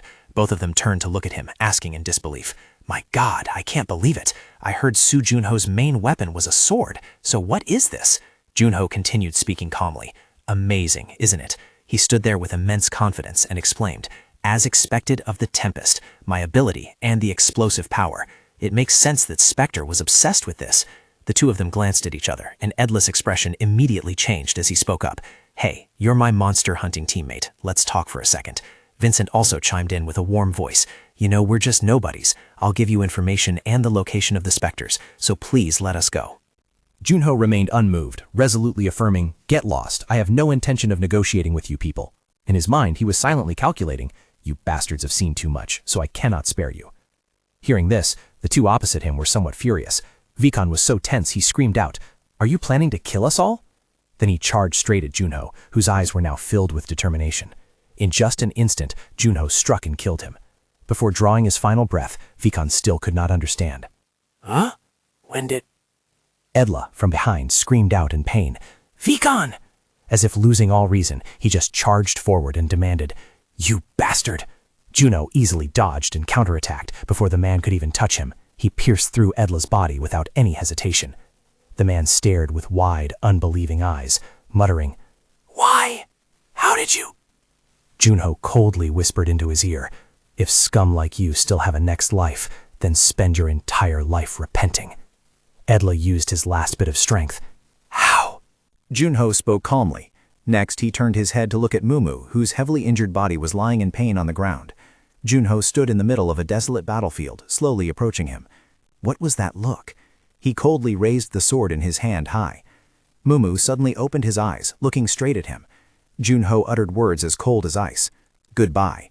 He swung his sword and drove it down decisively. The blade plunged deep into Mumu's head. His eyes were still open, but his vitality was gradually fading, life slipping away bit by bit. With almost no strength left to resist, Mumu completely closed his eyes. The system rang out a notification. "You have defeated the nameless dragon." Junho answered decisively, "I will share it later." He expressed absolute satisfaction. Finally, he got to try that skill. Junho felt proud of the skill that the Curse of Darkness had brought him. Confession of the Dead. Amidst a flow of information, Junho thought to himself, "Show me the memories of the deceased host." He spoke slowly. "Now then." Junho raised his voice to command, "Confess." The interface updated with a new notification. "You have recalled Vincent's memories. Confession of the Dead has begun." He placed his hand lightly on the man's forehead to absorb the memories. With an interested tone, Junho spoke up. "Is that so?" He reached out to touch the screen, remarking, "Just like a movie, huh? It has some pretty cool features." Junho's voice was full of excited anticipation. "Let's see. Search for his most recent memories for me." Fragments of the man's memories began to appear. A man sat slumped on the floor, tears in his eyes, begging, "Why are you doing this to me?" The man's desperate screams rang out as he was attacked, and many others suffered the same tragic fate. "I'll give you all the money I have. Please spare Iman. Dad, Dad, please spare him." Witnessing such a heartbreaking scene, he choked up and exclaimed, "Stop." Junho shook his head, his voice tinged with regret. "I killed them too easily." He commanded, "Search for any information related to the Fiend Association." Immediately, the image of Eva standing in front of a laundromat appeared. He opened the door and stepped inside. The surrounding space was filled with old washing machines. Under the light, the messenger stood solemnly, holding an iron. He spoke in a cold voice. "There is a commission. Join the Korean Rookie Player Association at the West Sea Gate." Eva asked back in astonishment, "What? We were just preparing for the auction in Las Vegas." The messenger replied in an indifferent tone, "What use is it telling me? I am just the messenger." So Junho pressed the rewind button again, so that was where they received their commission. He asked himself, is this one of the places the Monster Association frequents? So Junho spoke with a hint of hesitation. Is there any other useful information? He watched on, and the voice from the screen rang out again. Ah, are those guys brothers? The mysterious person continued speaking. Ah, I like the look in their eyes. He spoke coldly. I will turn them into specimens on the second floor. He made a promise. I will give you power above everyone else. He suddenly froze, his eyes widening as if he couldn't believe what was happening. So Junho dizzily held his head as a massive amount of information flooded in, making it almost unbearable for him. The system immediately issued a warning. Skill level too low. You cannot recall all memories. The skill has been deactivated for the user's safety. He choked up and whispered, who is that final fragment of memory? So Junho wondered in his mind. Monsters higher leveled than these? Damn it, if I want more information, I have to upgrade the skill first, Junho whispered softly as an admission. That's right, looking towards Mumu, he deduced that this skill was not just limited to human targets. This powerful creature couldn't be compared to Kongshin Yep either, so it must have a name worthy of its level. He decisively issued a command, show me. Junho was curious to know what kind of human form this creature used to have. A blurry image of a monk gradually appeared. This is, he spoke in a calm voice. It has been 50 years since the war between those three kingdoms ended. Do you hear the praises from the people about your reign of peace? A man spoke with a questioning tone. The king continued to speak, his voice tinged with bitterness. You speak of a reign of peace? We know better than anyone that the war has not yet reached its end. His words were filled with agony. That great and mighty dynasty is still targeting our northern lands. So what meaning does a peaceful empire have? My body is still... The monk called out with a voice full of concern. Your Majesty, Your Majesty. The king then questioned, do you know about the legend of Sin Ryong, the divine dragon protecting that prosperous dynasty? He could not hide his skepticism. Regardless of the truth of the story, surely it is just a superstitious rumor. This is what troubles me. The king looked out over his kingdom and said, if that great dynasty truly has a divine dragon, then my people also need a Sin Ryong to protect them. The king solemnly instructed the monk, if the day of my death comes, cremate me and scatter my ashes towards the East Sea. I will become a true dragon to protect this dynasty. The monk exclaimed in shock, Your Majesty, how can you cast aside your cycle of reincarnation and your karma? He poured out the feelings he had held back for so long. I have lived too lavishly in this life. He reflected on the path of his destiny. At some point, I will fall and become a monster. Is that my fate? When his mind returned to reality, he stood silently beside Mumu's corpse, while Junho was piecing together the facts. This nameless dragon used to be a human, and if this person had become a true dragon protecting this place, then it meant he seemed to have just realized something. Was he Mumu of Salasa? And I just... Right at this moment, the system displayed a new message. You have just witnessed a piece of history told through the confession of the deceased. Your skill proficiency has increased significantly. An overwhelming sense of guilt invaded Junho. I just killed an ancestor. He slowly knelt down, expressing deep respect. Junho sincerely offered a prayer. This land is now safe. Please rest in peace. The layers of dragon scales shimmered under the shining sunlight. Mumu's soul gradually separated from the body and flew upwards. Junho raised his head to watch that figure. His soul turned back to look at him and spoke. I thank you. A series of notifications from the system suddenly appeared. You have cleared the hidden quest of the nameless Dragon Island. You have received the item, Flute of the Tidal Breath. You have received the title, Ascendant Helper. The system continued to update with new lines of information. You have solved the hidden code of the nameless Dragon's Land. A spark of surprise flashed through Junho's thoughts. Was that a hidden code just now? He got lost in a maze of thoughts. Not only did he level up, but the game also gave him a unique item. I didn't think I would get something this high-end. Junho looked towards the horizon and spoke. Making a mistake like that isn't too bad. The press conference after clearing the West Sea Gate was packed with the audience and buzzing with whispers. A man wearing glasses spoke up in surprise. Why did Junho come out alone? The person sitting next to him seemed skeptical. Does that mean that pair of brothers is dead? A brown-haired female reporter spoke up with suspicion. I don't believe that the Darkness brothers are dead. The person next to her said in a stern tone. No matter how great his strength is. Death is merely a momentary occurrence. They were no exception. The audience cheered in extreme jubilation. Oh, it's starting. Another person took the initiative to speak. Go get information from him. Standing alone on the stage, Junho exuded an indescribably cold aura. As everyone held their breath in anticipation, he raised a voice tinged with sorrow. The reason I came out alone is, Junho painfully admitted, everything is my fault. He choked up as he recounted the entire incident. We got lost in the gate's maze. Not only that caused us to stray far from the original entrance. He couldn't suppress his awkward sobs. By the time I found the way out of the maze, Junho continued his narration. The nameless dragon had already destroyed the Darkness brothers in battle. If only I could have gotten out of there faster. He forever engraved in his heart. I will never forget them. He expressed his infinite regret, the Darkness Brothers. Through the screen, Sinef was watching every word of Junho's speech. They heroically sacrificed themselves. He raised his voice with visible annoyance. You little brat, you got lucky. Sinef's subordinate timidly asked, Sir Sinef, what do we do about the auction now? He didn't answer, but fell into deep thought, murmuring to himself, I was the one who decided to let the Darkness Brothers go. Sinef was swept into a stream of thoughts. I need to quickly prepare the first step, at any cost. Aren't the watchmen supposed to go to the second floor? The subordinate replied, Yes, the higher-ups said it would be a waste to send them down to the first floor. He issued an order, push them down. The subordinate respectfully obeyed. Yes, then he cautiously added, but the executive director himself said. Sinef emphasized with a higher tone, Have you forgotten? The Fiend Association only cares about results. The mission at the auction must succeed. Don't you dare block our progress. Junho let out a mocking remark. Perhaps after this incident I'll get beaten to a pulp, but that's better than having my head severed from my neck. Take the watchman to the auction in Las Vegas, at any cost. Junho spoke helplessly, sighing slightly as he looked at the pile of documents as high as a mountain. Secretary Cha, why didn't you organize the personal commission request this time? She spoke up to verify the information. I already did. Junho asked back with an expression full of astonishment. So this is absolutely all of the personal commission requests? Siyun replied. Yes, it is due to the impact of the sweep at the East Sea Gate. Junho leaned back in his chair, smiling forcibly. But I said I only helped a tiny bit. Siyun gently explained. The report states that. She uttered a philosophical remark. To a player, Luck is also a type of skill. Siyun seemed a bit hesitant. Strange? She lowered herself to look at him more clearly. I knew it. We should go get your hair fixed first. Juno frowned, his face showing a fleeting look of confusion, accompanied by a few beads of sweat. Juno hesitantly spoke up. It's probably not necessary. It's not like I'm a celebrity or anything. Siyun affirmed decisively. Yes, it is. Your head looked exactly like a crow's nest in the photos from the press conference. She used her watch to project a holographic screen. Portraits of famous players were displayed on the screen. Siyun began to introduce them. This is the style of famous players these days. Her voice held a hint of sarcasm. Their performance isn't as good, but at least they don't look as messy as you. Siyun calmly asked, You have a day off, right? He let out a sigh and said, yeah. She handed him a business card along with an invitation. Please stop by this salon. Siyun looked at him with pleading eyes. Do it right away, immediately, right now, and at once. Juno silently lamented in his heart. Oh my, I really missed the time when I wore a mask. He spoke up with sincere concern.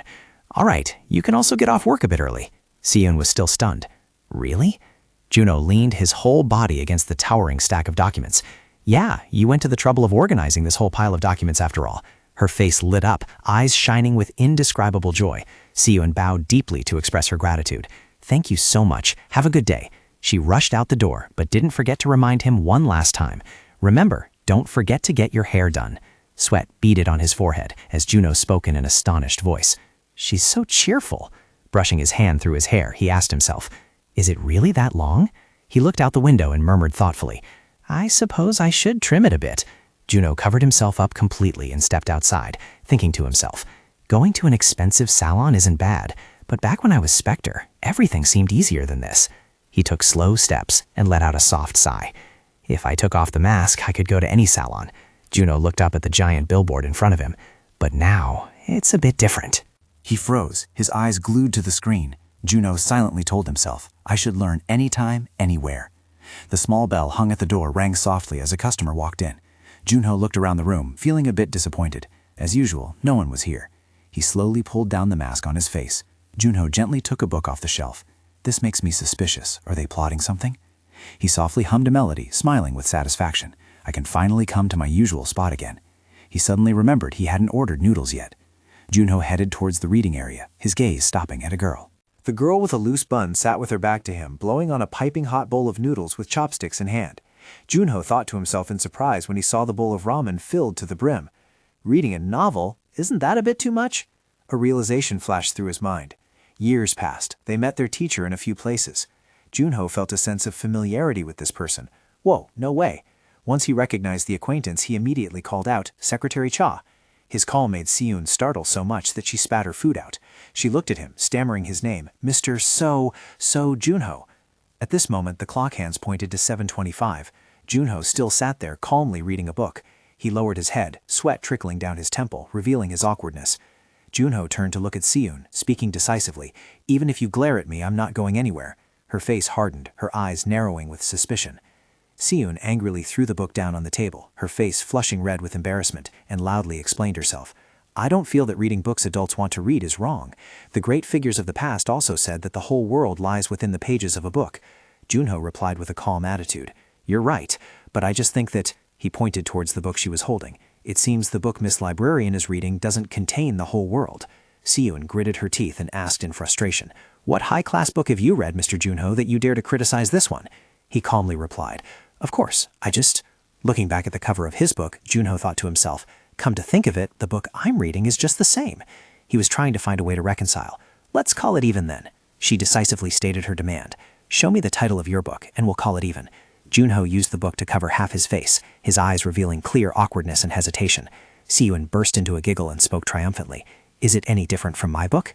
Junho sat opposite her, clearing his throat decisively. Time quietly passed. The clock now struck 8:40. He slammed the book down on the table. Junho stretched comfortably and smiled. It's great, really great. He turned to Siyun and asked, Has the librarian finished reading too? She held the book in her hands, a radiant smile on her lips. Yes, it's so engaging. He looked at her, smiling warmly. Junho didn't hesitate to share his thoughts. It is actually quite surprising. Siyun replied with a look of surprise. Do you mean the fact that I came to the comic reading room? He chuckled and offered a compliment. Yes, because I heard you were a very elite person. So I thought your class and this place were too different. Siyun lowered her eyes, her voice thoughtful. Normally, everyone would think that. She continued the story casually. But I like coming here because I can read books comfortably without fear of being disturbed by anyone. Siyun shared with an excited tone. Besides, I prefer the feeling of turning each page over reading ebooks. Junho spread his hands, showing agreement. Then you must also like the smell of books, right? Siyun half closed her eyes to savor the moment. Yes, old books have a very noble scent, as if they carry the flavor of the years. The watch on her hand kept beeping. Siyun stood up, looked at him, and spoke. It's getting late. I probably have to go. Junho offered to help. Let me get a taxi for you. She politely refused. No need. My house is very close to here. He waved goodbye to her. See you tomorrow. Junho silently admired this girl. Secretary Cha really lives diligently. He reproached himself. So I can't lose either. The scene inside the Player Association building. Dokgu exclaimed in panic. Huh? Going to the US? He turned to ask Junho. Don't tell me you want to attend the funeral of the Darkness brothers. Junho sat calmly on the sofa, asking back casually. What am I going there for? Diaku leaned forward to ask. So what are you going to the US for? Juno replied without hiding anything. I found the secret meeting place of the fiends from the Shadow Guards. Diaku shouted in utter astonishment. What? Really? Diaku appeared extremely anxious. Where is it? Juno answered gently. It's a secret. I'll go there alone. Diaku leaned back in his chair, unable to hide the uneasiness in his heart. I'm worried. Juno was slightly surprised. Worried about me? He closed his eyes, rubbed his forehead, and replied, No, for those fiends. I need to interrogate them to extract information, but I'm afraid you'll just wipe them all out. Juno affirmed with a confident attitude. I'll bring back all the information for you, so don't worry. Diaku silently remarked to himself. He looks a bit unrefined, but he knows some very useful information. He leaned forward, speaking in a serious tone. Fine, then I'll trust only you, but tell me whenever you need help. Juno replied while watching the screen. I always need your help. Take this. He dumped a pile of bones on the table, right in front of Diaku. Diaku pointed at the large pile of bones on the table and asked, What animal's bones are these? Juno recounted their origin. These are dragon bones I got at the Dragon Island Gate. I've used half of them. He continued sharing information. Ask Old Man Quan to make me a sword with the rest. Diaku pointed at the watch on his wrist, replying calmly. All right, I'll call him. Is there anything else you want to tell him? He raised a few points. For example, the length or weight of the sword. Juno replied indifferently. Just tell him I want a sword like the one from the old days.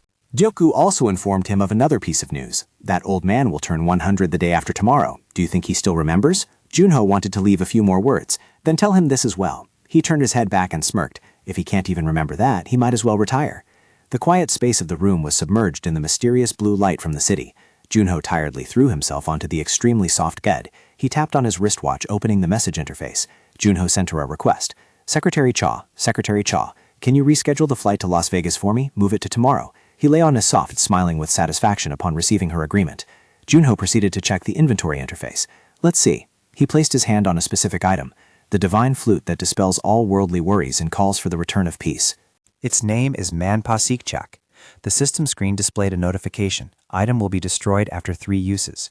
Junho made a remark. Being destroyed after only 3 uses is quite tough. He acknowledged its power. However, this is an incredibly strong item. Junho evaluated the title he had just obtained. Furthermore, there was the Ascendant Helper to aid in leveling up his abilities. Although it didn't reach the level of the Spring Opener, it was enough. He spoke with an expression of extreme excitement. Finally, I have lived to see the day where my magic stat is the highest among all my stats. Junho felt incredibly satisfied, then drifted into a daydream. The day I can use sword arts is not far off. Sword art is a technique that requires the user to have a profound understanding of magic. Surely, with a high magic stat, one would gain enlightenment and be able to use it immediately. Junho confidently told himself, maybe this time I'll be able to use it even faster than in the past. He performed calculations in his head. With his current stats, hunting on the 2nd floor shouldn't be a problem if he learns sword arts and reaches the 3rd floor. In the darkness, Junho's eyes opened wide, sharp, and filled with ambition. A lingering worry remained in his heart. Can I be considered on par with the great powerhouses, the 9 people from the 9 heavens? Junho asked himself. It has been 25 years now. How strong could the 9 heavens be today? He looked up at the sky, hesitated, and then let out a sigh. Are those fiends still just a disorderly mob? He sat silently on the edge of the bed, looking out the large window. Truly something to look forward to. Las Vegas, one of the world's leading modern and bustling cities, where gambling activities never cease. This place is also known as the City of Sin. Junho sighed as he walked. How much longer until we get there? My body aches just from sitting still. He recalled with a tinge of sadness. At times like this, if Skaya were here, we would have arrived immediately. Skaya, I really miss you. Junho glanced at the noisy and bustling crowd around him. He pulled the brim of his cap lower to avoid the harsh sunlight. Junho silently guessed the issue. Is this why everyone is gathering on the street? A large sphere shone with an announcement about the item auction at the MGM Grand Hotel. He offered a more detailed explanation. This is an artifact auction for celebrities from all over the world. Junho bowed his head slightly and let out a long sigh. He tapped lightly on his watch, admitting to himself, anyway, I don't really understand these auctions much. A map immediately appeared in midair. It's much further than I thought, isn't it? Junho said to himself. Let's finish this quickly so I can rest. An old signboard hung suspended in front of a laundry shop. A hand pressed hard on the remote control, but the air conditioner on the wall didn't budge. The fiend slammed his hand on the table, roaring in anger. Damn it, when is the repairman coming? He complained in a frustrated voice. Nothing works properly. The Darkness Brothers failed, and now even the air conditioner is broken. He held his head with a look of utter depression. I thought I wouldn't have to worry about those crazy watchdogs anymore. The fiend standing next to him asked. Crazy ones? Have I met them? He replied, then began to recount the event. Because of him, I haven't smelled blood in a long time. He's also the one who destroyed my superior. The other exclaimed in surprise. The door of the laundry shop was suddenly thrown open with a loud bang. He looked terrified, his hair soaked with sweat, speaking in a panicked voice. Hello, the surveillance squad is here. Sniper spoke with a look of disdain. What is it? She growled threateningly. Why is it so hot? Do you want to die? The 2 fiends bowed their heads repeatedly. I'm sorry. I'm really sorry. Sniper shouted an order. Tisk, bring the instruction paper here. She snatched the paper from the fiend's hand, opening it to look with suspicious eyes. She frowned, speaking angrily. Look at this. Can the mission really be changed? Skeleton couldn't help but exclaim in surprise. Unbelievable. So the plan to infiltrate the 2nd floor is ruined too? Sniper handed him a slip of paper. If you don't believe it, see for yourself. Skeleton stared intently at the content on the paper. He angrily crumpled the paper in his palm. Sniper turned to Archfiend to report the situation. General, did you know that the superiors have officially stopped us? Furthermore, they even ordered us to monitor that thing, right? She spoke with a dissatisfied attitude. In the beginning, the Senate wasn't our superior anyway. Both fell silent, waiting for orders from Archfiend, who had cold and calm eyes, unflinching before Sniper's complaints. He reached out his hand toward Skeleton. Understanding Archfiend's intent, Skeleton took the paper that had been smoothed out. He respectfully presented the paper with both hands to the demon. As soon as he took the paper from Skaya's hands, the demon burned it to ashes. He called out in a loud voice. Look at this, the demon spoke with a voice full of authority. Are there any other orders besides this one? The fiend trembled as he replied. No, there aren't. His face remained as cold as ice. He turned to leave, not forgetting to order Gilberto and Skaya. Let's go. The rolling doors slammed shut, creating an ear-piercing clang. He fell back onto the floor in terror, gasping for breath. The fiend nervously asked, Are you okay? Is that the surveillance team? He put on an innocent face. They're really scary, but that captain looks pretty good, doesn't he? The fiend couldn't help but shout in annoyance. Are your eyes just for decoration? He pouted. Why are you getting angry at me? He spoke in a very serious tone. I'm only going to say this once, so listen carefully. The fiend frowned and emphasized once more. People call the 9 best players in the world, with the name 9 Heavens, meaning 9 skies, and the captain of the watchdogs is the demon. He is both one of the 9 Heavens and a high-ranking official of the fiend organization. He is a disciple of Nalat Holgub. The other fiend widened his eyes in shock and stammered. Half a year ago, the wizard skeleton Akma, who caused the massacre in Turkey, was him? He confirmed the information. Correct. He screamed in panic. This madman! The fiend lifted a chair and continued.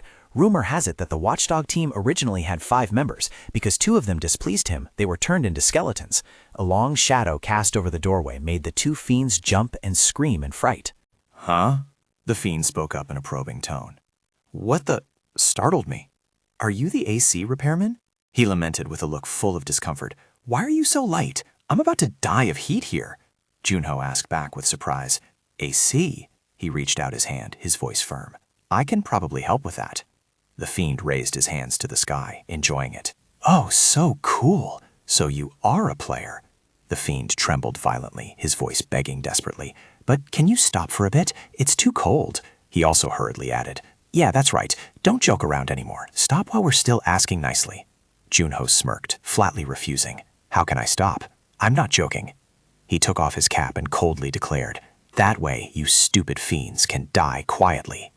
The faces of the 2 fiends instantly turned pale and cold, their eyes rolled back white and lifeless as they were easily defeated by him. Junho smirked, silently expressing his disdain. Truly small fry, only good for relaying orders like that. He calmly looked at his watch, but if it were the supervisors, things would have been different. Someone picked up on the other end of the line. Hello? He asked in surprise. Daku? He spoke up with annoyance. Hey, you crazy bastard! Daku continued to scold. It's 2 a.m. here right now. Junho lowered his voice to ask for a favor. Sorry for waking you up. I have something I need your help with. Daku asked worriedly. Are you in danger? He began to explain his issue. No, I want to participate in the auction opening soon in Las Vegas. He showed a hint of hesitation, but he couldn't enter without an invitation. Junho stated his request. Get one for me. The other man let out a helpless sound. What do you take the president of the Korean Player Association for? Even so, Daku agreed to help. Of course I can find one. What is your room number and the name of the hotel you're staying at? Junho rolled his eyes around the room and thought to himself, turns out this hotel is exactly where the auction will be held tomorrow. He remained fully focused on the task at hand. I want to check out the situation here first today. Junho silently wheezed in his head. I probably won't need to wear the suit Daku sent tomorrow, right? Junho let out a soft sigh in his heart. To think it's a suit made from the high-grade silk of the Silkworm King? He even prepared something that expensive. He suddenly recalled Daku's instructions. I sent you the invitation along with a suit to wear to the auction. We have to show others that we are not to be trifled with. He felt this was unnecessary and expressed his view. I'm just going to watch the auction. Just as his train of thought ended, Junho looked up, clearly surprised. Casino? He stood in front of the entrance and muttered to himself. Should I go in and take a look?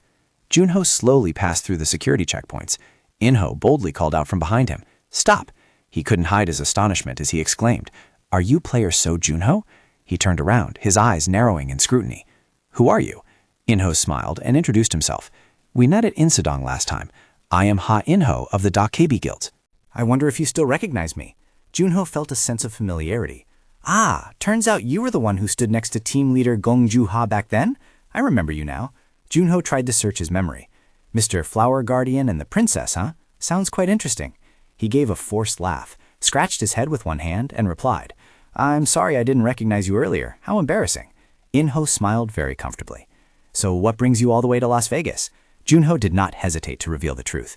I plan to attend the auction here tomorrow, but it would be a waste to just sit and wait in the hotel, so I'm walking around a bit.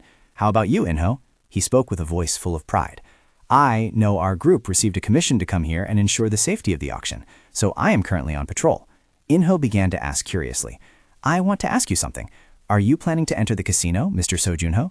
He answered honestly, without hesitation. Yes, since I'm already here, I wanted to visit the casino once, but then I triggered the alarm. Inho led the way while explaining. I will resolve this issue for you. Please come this way. The alarm is because the casino has recently changed its business method. He began to state the reason. Because the world has changed, many players have taken advantage of that to cause losses to the casino. Junho hesitated and asked, Is it because those players use their abilities to cheat while playing? Inho confirmed, just as the casino doors were slowly opening. That's right. So the hotel side. Standing from a high vantage point, Inho began to reveal that he had created a private casino for players, sharing further details. In this place, players can freely use their abilities, and of course, the dealer is also a player. Junho voiced a question, asking if the advantage would not then tilt towards players with high levels. Inho gave a wise smile and admitted that was not necessarily the case. He objectively emphasized that a player's strength and level have no influence on each other here. A prime example is our princess, who is yet to know the taste of victory. Juha slammed her hand on the table, screaming in frustration. Loss! It was clearly number 2. Isn't this a scam? She buried her head in the table, sobbing incessantly. I don't believe it. Junho offered a very sharp analysis. That's not a scam. This isn't a game of probability or combat either. Simply put, this is a game that favors players with good dynamic visual acuity. He sat down right next to her, moving to ask, is playing this interesting? Juha looked up with her tear-stained face and asked back, interesting? She clenched her fists, her voice full of despair. I can't even count the number of times I've lost anymore. Juha raised her head, glaring at him. So of course it's interesting, Mr. Chickenhead. Her attitude suddenly changed. What is this? Did you come all the way here to meet me? Ah, as expected, you want to be my subordinate, so you sought me out, right? Junho stammered a denial. That's not it. Juha smiled brightly and replied, Oh, I'm just kidding, just kidding. Huh, so it's really not that. He explained the reason for his appearance. I want to attend the auction tomorrow, so I came here, and to relieve some stress while I'm at it. It was Inho who introduced me to this place. She nodded as if she understood. Oh, I see. Juha offered to help. In that case, if anything happens, just contact me, because I am the captain of the security team here. Junho politely replied, Yes, thank you. He secretly harbored a suspicion in his heart. I wonder who is sitting here gambling during working hours. He asked with a very serious tone, But is this game really that difficult? Juha replied briefly, Of course. She began to mention the dealer. This person's skill is very high. I heard he is a dealer who specializes in serving the second floor. Junho asked in confusion, You don't know who he is? Juha replied, Yeah, they all wear the same mask. He started speculating in his mind.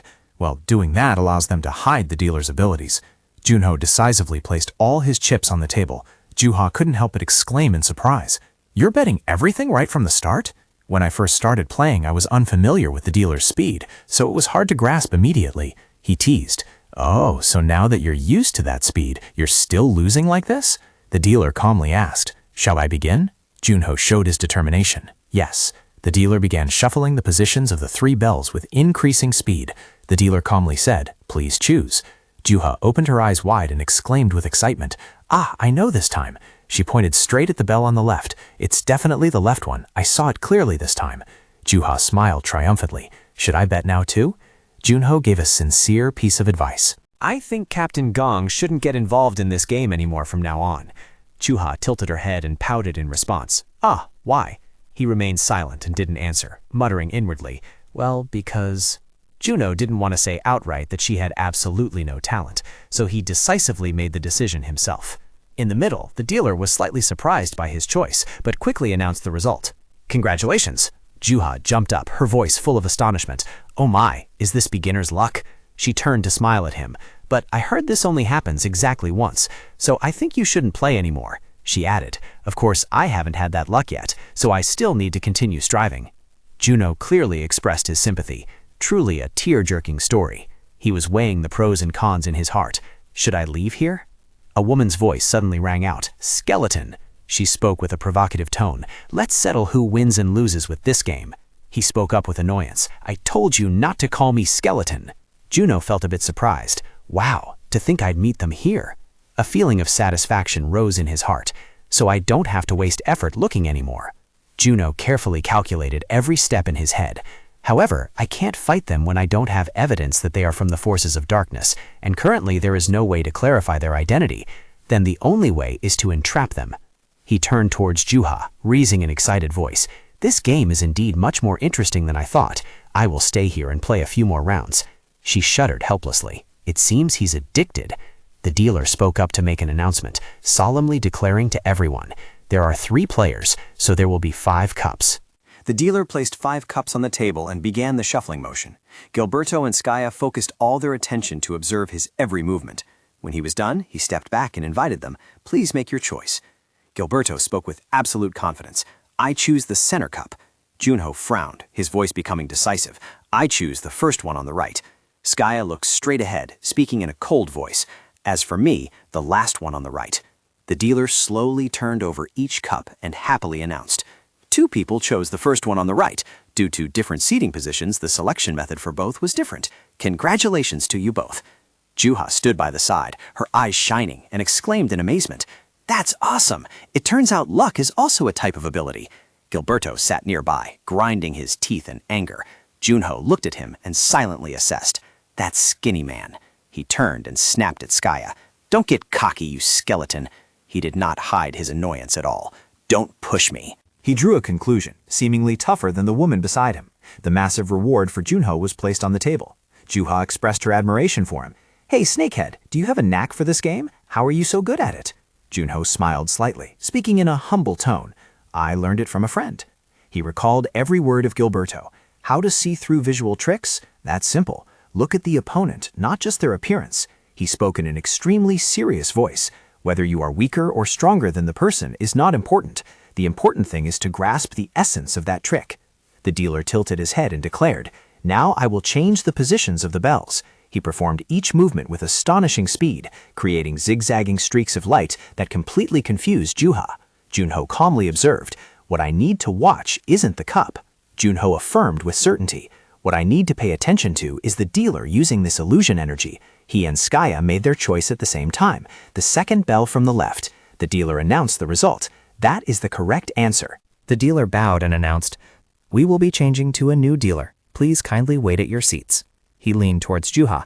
"Captain Gong is free now. Let me show you an interesting artifact." Junho put his hand in his pocket and took out what he wanted her to see. Juha was so astonished her jaw dropped and she was speechless. "That is—" She couldn't suppress her surprise and exclaimed, "A replica?" Junho began to reveal the truth to Juha. "Chairman Shim Gu gave this to me. If magic is infused into this compass, it will point us to special people." She bewilderedly asked, "Special people?" He replied calmly, "Of course, those people are not present here." His answer left Juha bewildered, voicing her confusion. She couldn't hide her curiosity. The compass needle. Junho questioned himself after checking the compass again. Is it pointing towards those people? That's so strange, it can't be. Why is it acting like this all of a sudden? Then he stood up abruptly and pushed his chair back. Impatience clearly visible, Junho spoke up. "I'm going to the restroom for a bit." "Go and come back quickly. I'm not good at controlling my curiosity." Kukswang also left her seat and followed. Bantia spoke with an underlying meaning to probe the situation. "I'm going to the restroom too. Will it take long?" He replied with a frosty voice. "No, I'll be back soon. Just 5 minutes." In a dark, gloomy alley, Junho ran for his life. He dashed with full speed to the very end of the road. While Junho was still confused, a figure suddenly appeared, along with an indifferent voice. "This doesn't seem like a restroom." A suspicion flashed through his mind. Could the compass that guy was holding detect fiends? Knowing we are fiends, did he run out here? Junho suddenly raised the compass high, then smashed it hard against the ground, shattering it to pieces. Witnessing that action, a doubt rose in Skeleton Akuma's heart. Artifacts aren't disposable items. Why was it broken so easily? That object wasn't an artifact. It was... He gritted his teeth and questioned, "Did you lure me here?" Junho was completely confident in his own strength. "I sensed it since we were in the casino." With a scrutinizing look, he observed him and spoke. "You really have a sharp eye. What have you found out about us?" Junho did not stop provoking him. "Let's see, maybe your entire schedule for tomorrow." Skeleton Akuma clenched his jaw, his face full of murderous intent. Then there's no need for further talk. Quick as lightning, he rushed into attack, but Junho managed to dodge in time. Skeleton Akuma launched a fierce second attack, making Junho secretly astonished. He's too fast, Junho had to admit. Does he possess not only physical strength but also an acceleration ability? Skaya arrogantly declared, "I have figured out your ability as well." He raised his voice with utter contempt. "Surrender and die obediently, because you won't be able to dodge my next attack." Junho remained calm and silent. He half closed his eyes to focus his thoughts. The enemy silently wondered, did that guy realize he couldn't catch up to my speed just by looking? Not a bad choice. Meanwhile, a strategy was gradually taking shape in Junho's mind. The vital points that could take down an opponent in a single strike were the head and the heart. Among them, the head seemed to be the most exposed. Thus, he made a calculated decision in his mind. I will aim for his head. Junho silently steeled his resolve, only to aim his strike directly at the heart instead. He unleashed a thick cloud of white smoke, causing Skaya to stare in astonishment. He roared, "Smoke?" As Junho was busy employing this cheap trick, with a face twisted in anger, Skaya charged forward, only to find the dagger's tip already directed at his heart. Junho's voice rang out with amusement. "It's a pity," he revealed the truth to him, but that was merely the setup. Skaya collapsed, letting out a groan of pain. "Or, if I can predict the direction of your attack beforehand, then it doesn't matter if I'm not as fast as you, does it? Junho spoke in a voice tinged with mockery. With your personality, if I left my head with too many openings, I know for sure you would aim straight for my heart. He dropped a sarcastic remark. Tsk, tsk, what's the use of being fast? I already know clearly what you want to do. A scream filled with resentment and helplessness rang out from Skaya. Shut up, you bastard! Junho easily grabbed his arm, and with his skill, half of Skaya's upper limb was instantly covered in frost. Taking advantage of the opening, Junho immediately counterattacked. He smiled casually and said, anyway, being too careful isn't always good. Gilberto stood by the window, deep in thought about something. A moment later, he exclaimed, I hate to admit this, but this skeleton guy is much stronger than me in one-on-one close combat. Gilberto turned around, his voice tinged with sadness, but he hasn't come back for a while now, so I think he must have been beaten to a pulp. He gritted his teeth, a sense of helplessness rising in his heart. Idiot, said he'd be back in 5 minutes, yet he took it all upon himself. A long while later, the demon spoke up to inquire, what does he look like? Gilberto immediately turned around to report. He's Asian, and he's with Gong Ju-ha of the Goblin Guild, so it's very likely he's also a member of that guild. Hearing this, he pondered for a moment and then opened the information board. This was the profile of the players currently in Las Vegas. Gilberto also stepped forward to look and exclaimed, found him. He looked up, following the line of information about Junho. Her eyes widened in surprise, and the sniper quickly pointed to a spot. Look, that's definitely him. Hearing this, the demon suppressed his anger, keeping only Junho's file open for observation. He slid his finger lightly across the screen to examine it more closely, then made a judgment. Strange. A rookie who only debuted 2 months ago couldn't possibly have defeated my subordinates. More news popped up on the board, causing the demon to exclaim in shock and confusion. So this guy has a connection with the Darkness Brothers?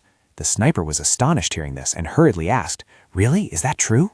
The demon thought to himself, so he is the one who entered the Dragon Island gate with the Darkness Brothers. The more he thought about it, the more chaotic the demon's mind became. It's possible he approached us intentionally. If that's the case, the death of the Darkness Brothers wasn't that simple. It was because of him. After a moment of silent contemplation, he spoke up. From now on, Junho must be listed as a dangerous individual. The demon issued a command in a cold tone. Kill on sight. At the same time, at another skyscraper, Junho, dressed in a luxurious suit, stepped out of a car and headed towards the entrance. The security guard quickly performed his duty. Please stop for a moment. Please present your invitation. Junho calmly presented a black card. This action stunned the guard, who hurriedly gestured for him to enter. Apologies, sir. Please come in. Junho was momentarily surprised and exclaimed, strange, can I enter without showing any ID? The guard hurriedly explained, yes, this is the checkpoint for regular guests. The VIP entrance is over there. Stepping inside, a sense of confusion rose in Junho's heart. I'm a VIP? Did Captain Gong Ju-ha remind them specifically? He suddenly realized something and turned around. Ju-ha was entering with an object in her hand, sighing, it's so hot I could die. A thought immediately flashed through Junho's mind. Speak of the devil and he shall appear. She handed the cooler to the staff with a request. Give me iced tea, lots of ice, 20 cups please. Just then, Junho walked closer and called out, Captain Gong Ju-ha. Hearing her name, she turned around. Then Ju-ha asked irritably, who are you? Are you that snakehead who said he was going to the bathroom and then slipped away? Junho stammered awkwardly. Were you waiting for me to come back yesterday?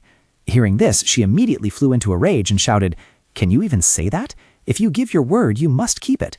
Ju-ha recounted with a voice full of helplessness. I stayed up all night last night, unable to sleep, because I was curious to know what that skill was. What is it? What exactly is it? Junho let out a bewildered sound. I apologize. However, Ju-ha's anger flared up even more, and she snapped, is saying sorry enough? He had no choice but to make an offer. Next time I will treat you to a meal. Ju-ha sulked, turned her face away, and replied, treating me to something expensive would be acceptable?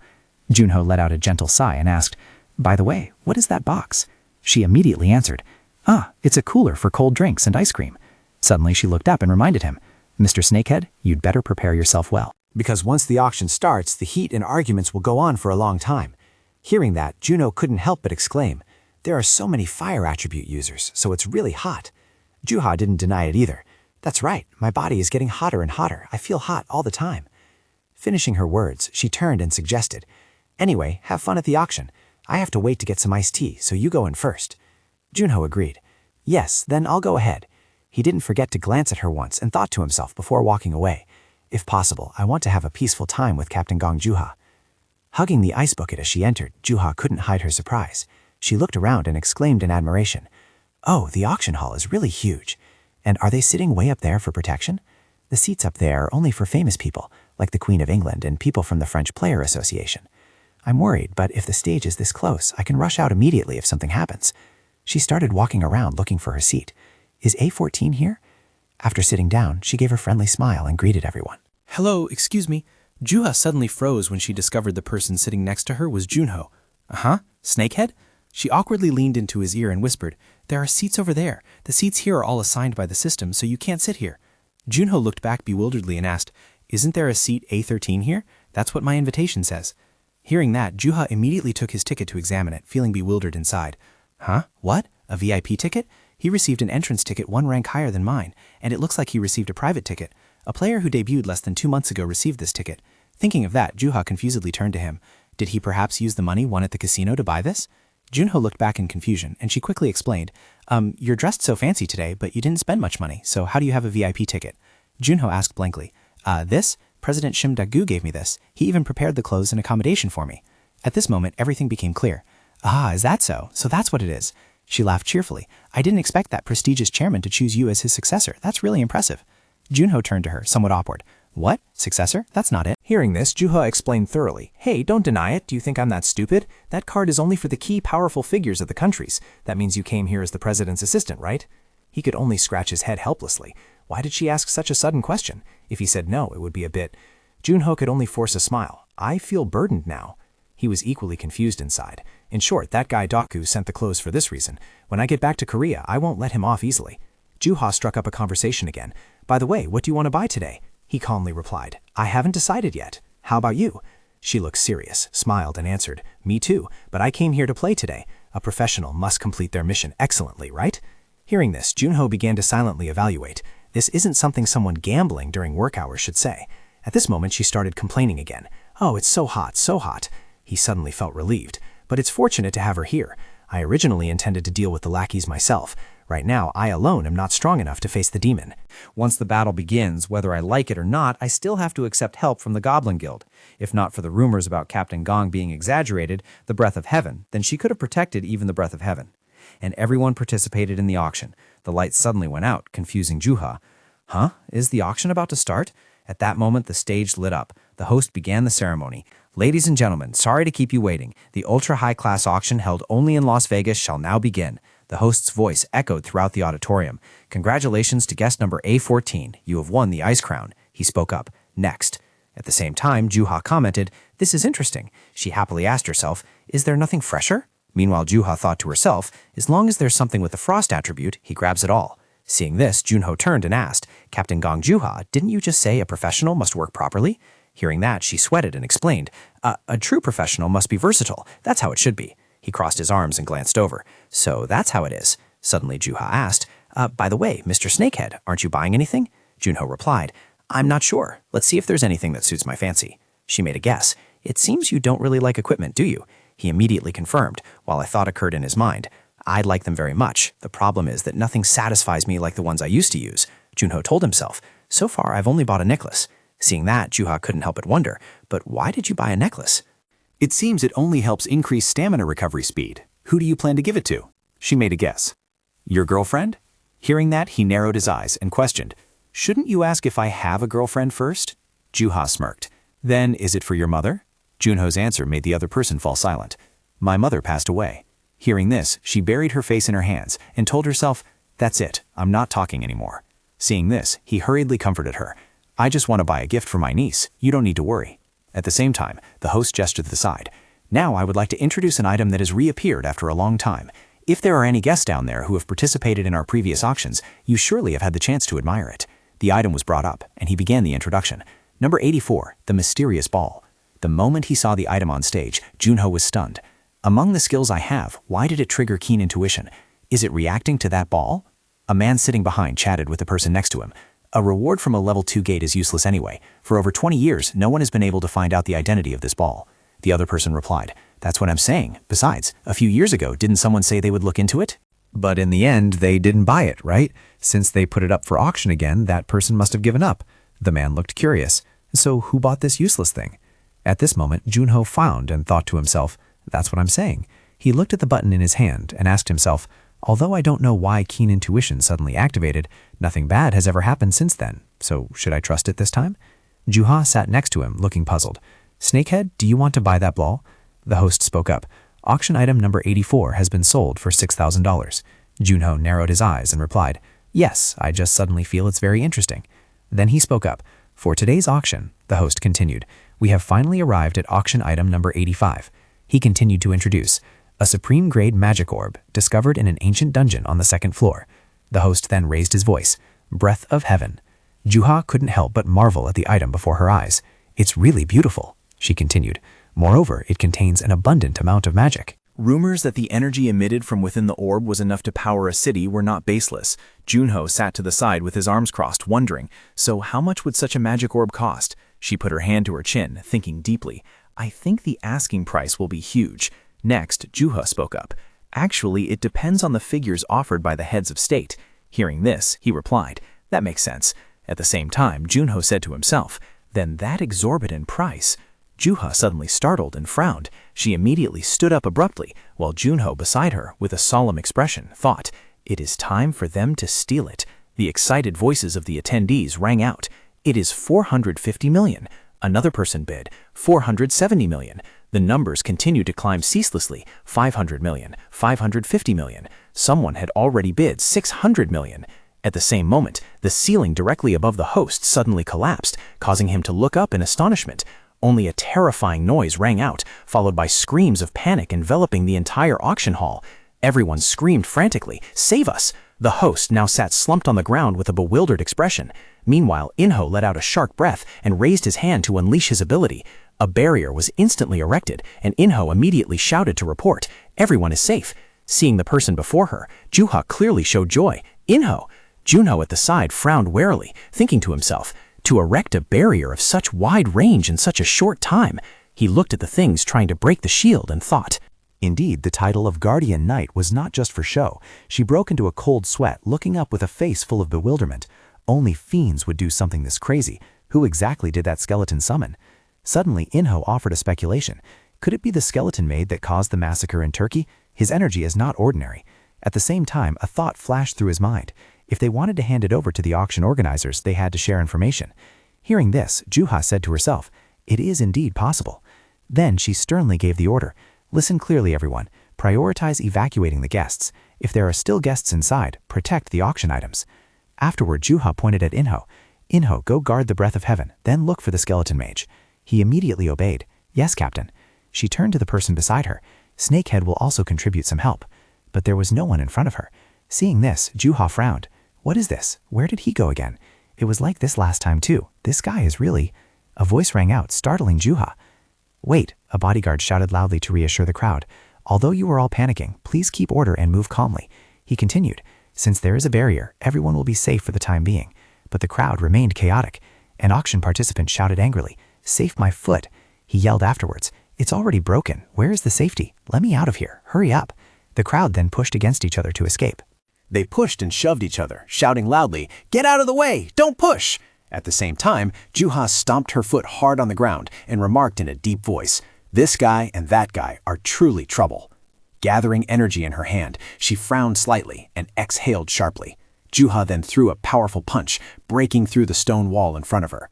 After creating a hole in the wall, she pointed, signaling everyone to move towards that rickety opening, then evacuated them, telling them to exit that way. Seeing this, Inho ran over with a worried look on his face.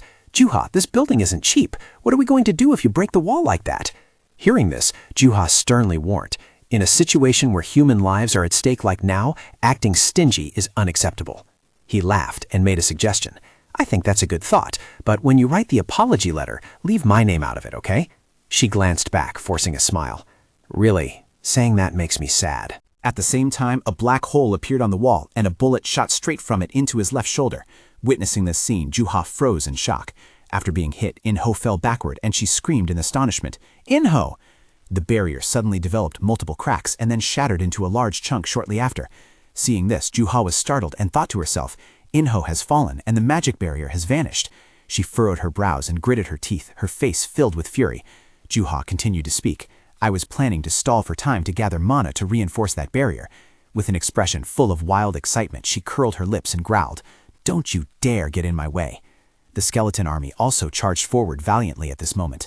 Undeterred, she glared and rushed straight into their position. A terrifying source of energy shattered the wall and blasted outwards.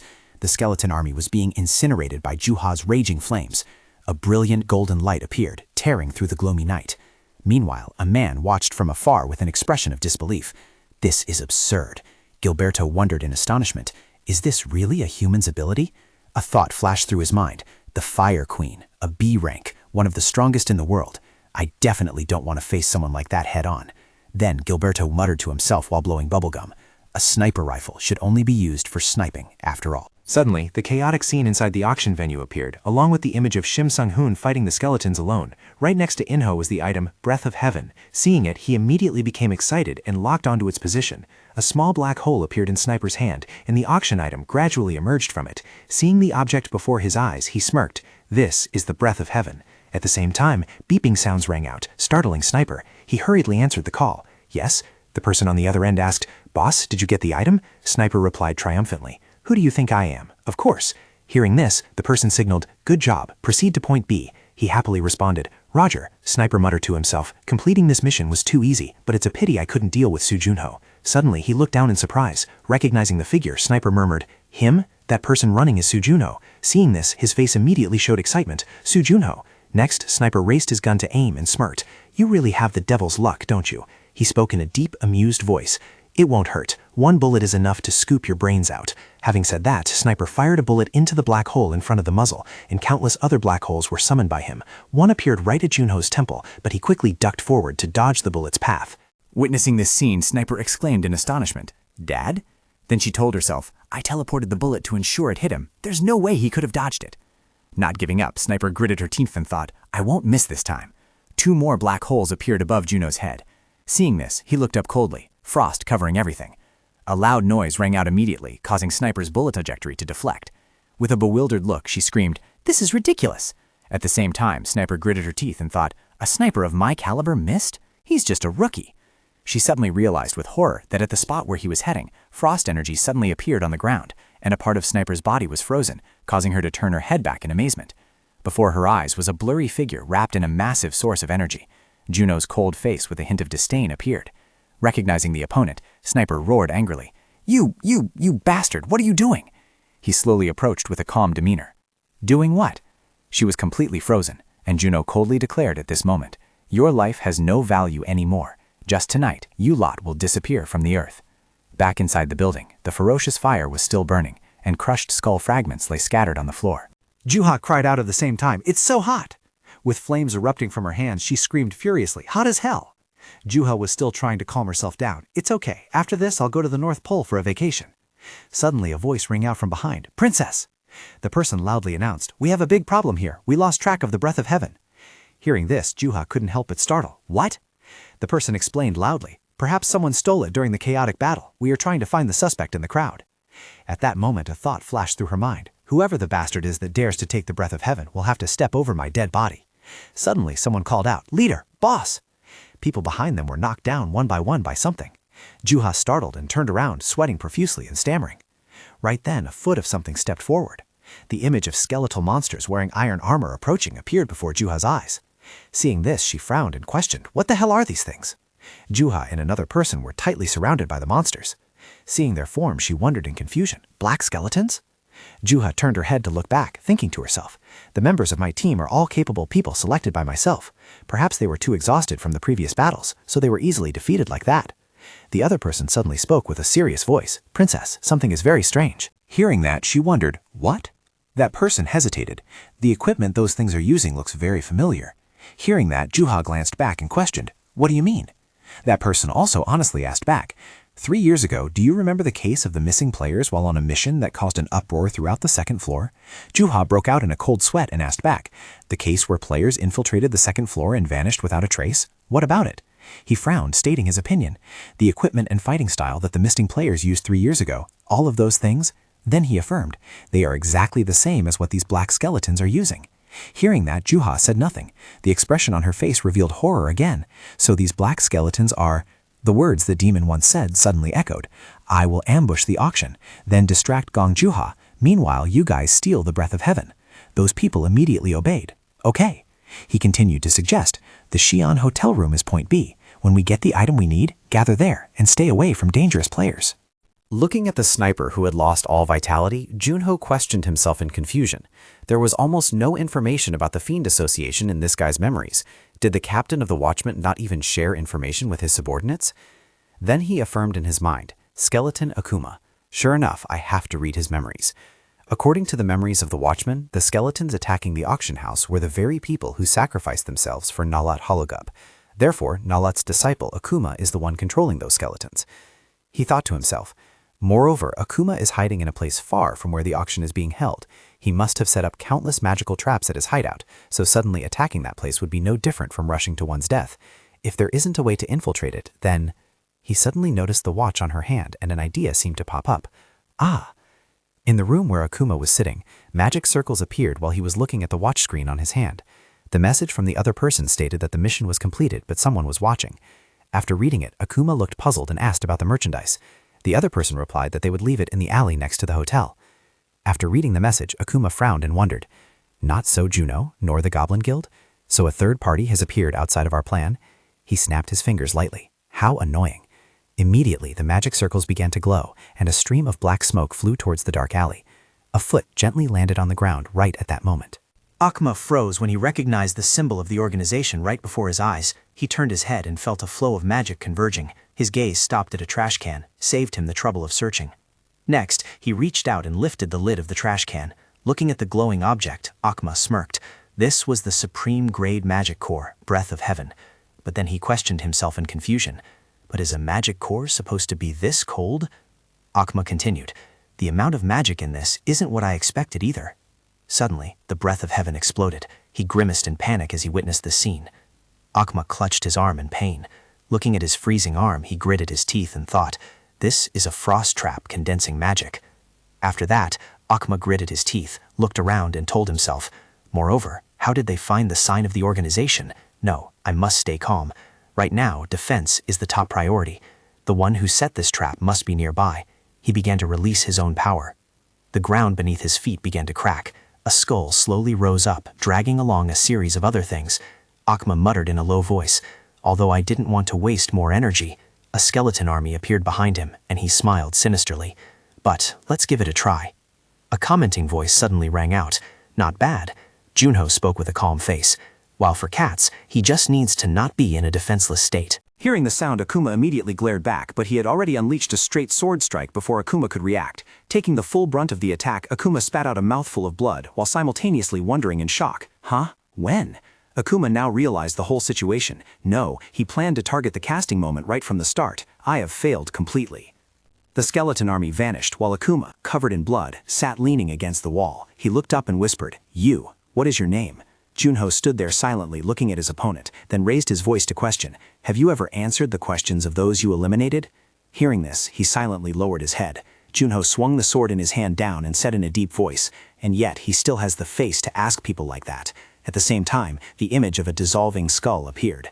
Witnessing this scene, Junho widened her eyes in astonishment, and the person beside her spoke in confusion.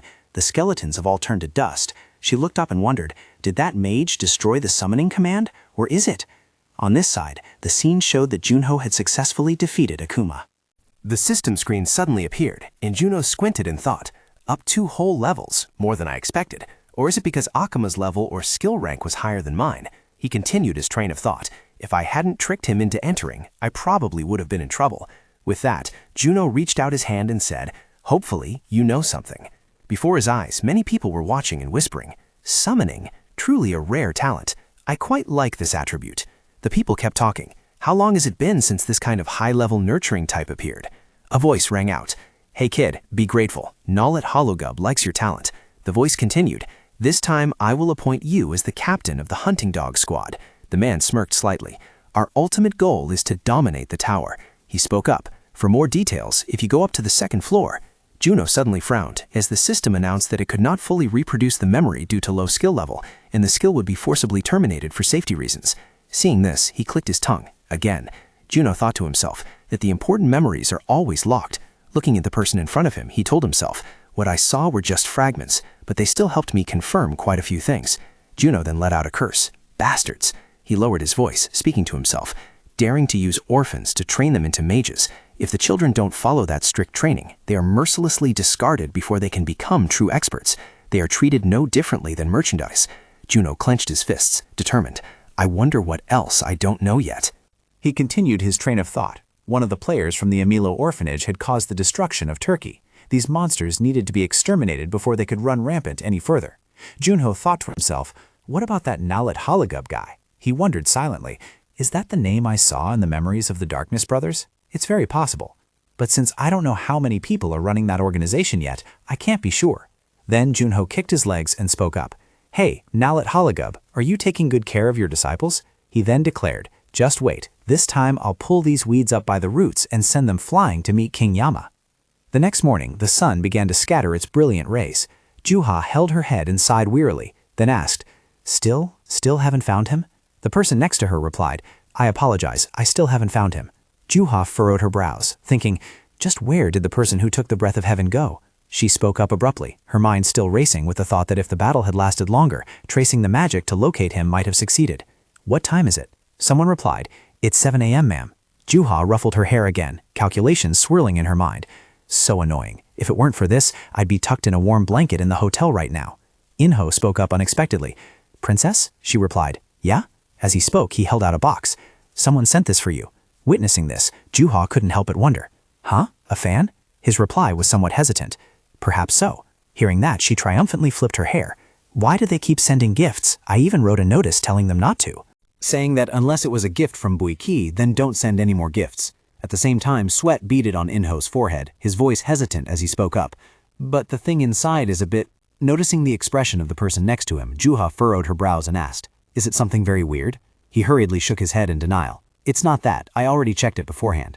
Next, Inho remarked, I was very surprised. The thing inside the box is nothing other than the breath of heaven. This scene made Juha so astonished she stammered. This... Her eyes narrowed slightly as she made her next comment. Hey, good job. It looks just like a fake breath of heaven compared to the real one. With a firm voice, Inho confirmed. It is real. This statement made her suddenly freeze. Unable to believe what she just heard, Juha screamed, What? Sweat began to pour down her forehead as she questioned, Is it real? It was taken by the one controlling the goblins, wasn't it? Standing next to her, Inho explained softly, That's why I said I was surprised. I look kind of weird being injured like this. He asked further, There's a note written in English inside. Do you want to read it? Juha quickly replied, Of course. Defeated 2 other fiends besides the Goblin Mage. Retrieved the Breath of Heaven. The Goblin Mage is lying in the alley behind Xi'an Hotel. From a passing fan. She pondered for a moment after reading it. Then a confused question escaped Juha. My fan said it's all over? Inho replied, That's right. Hearing that, confusion was evident on her face. But I didn't do anything.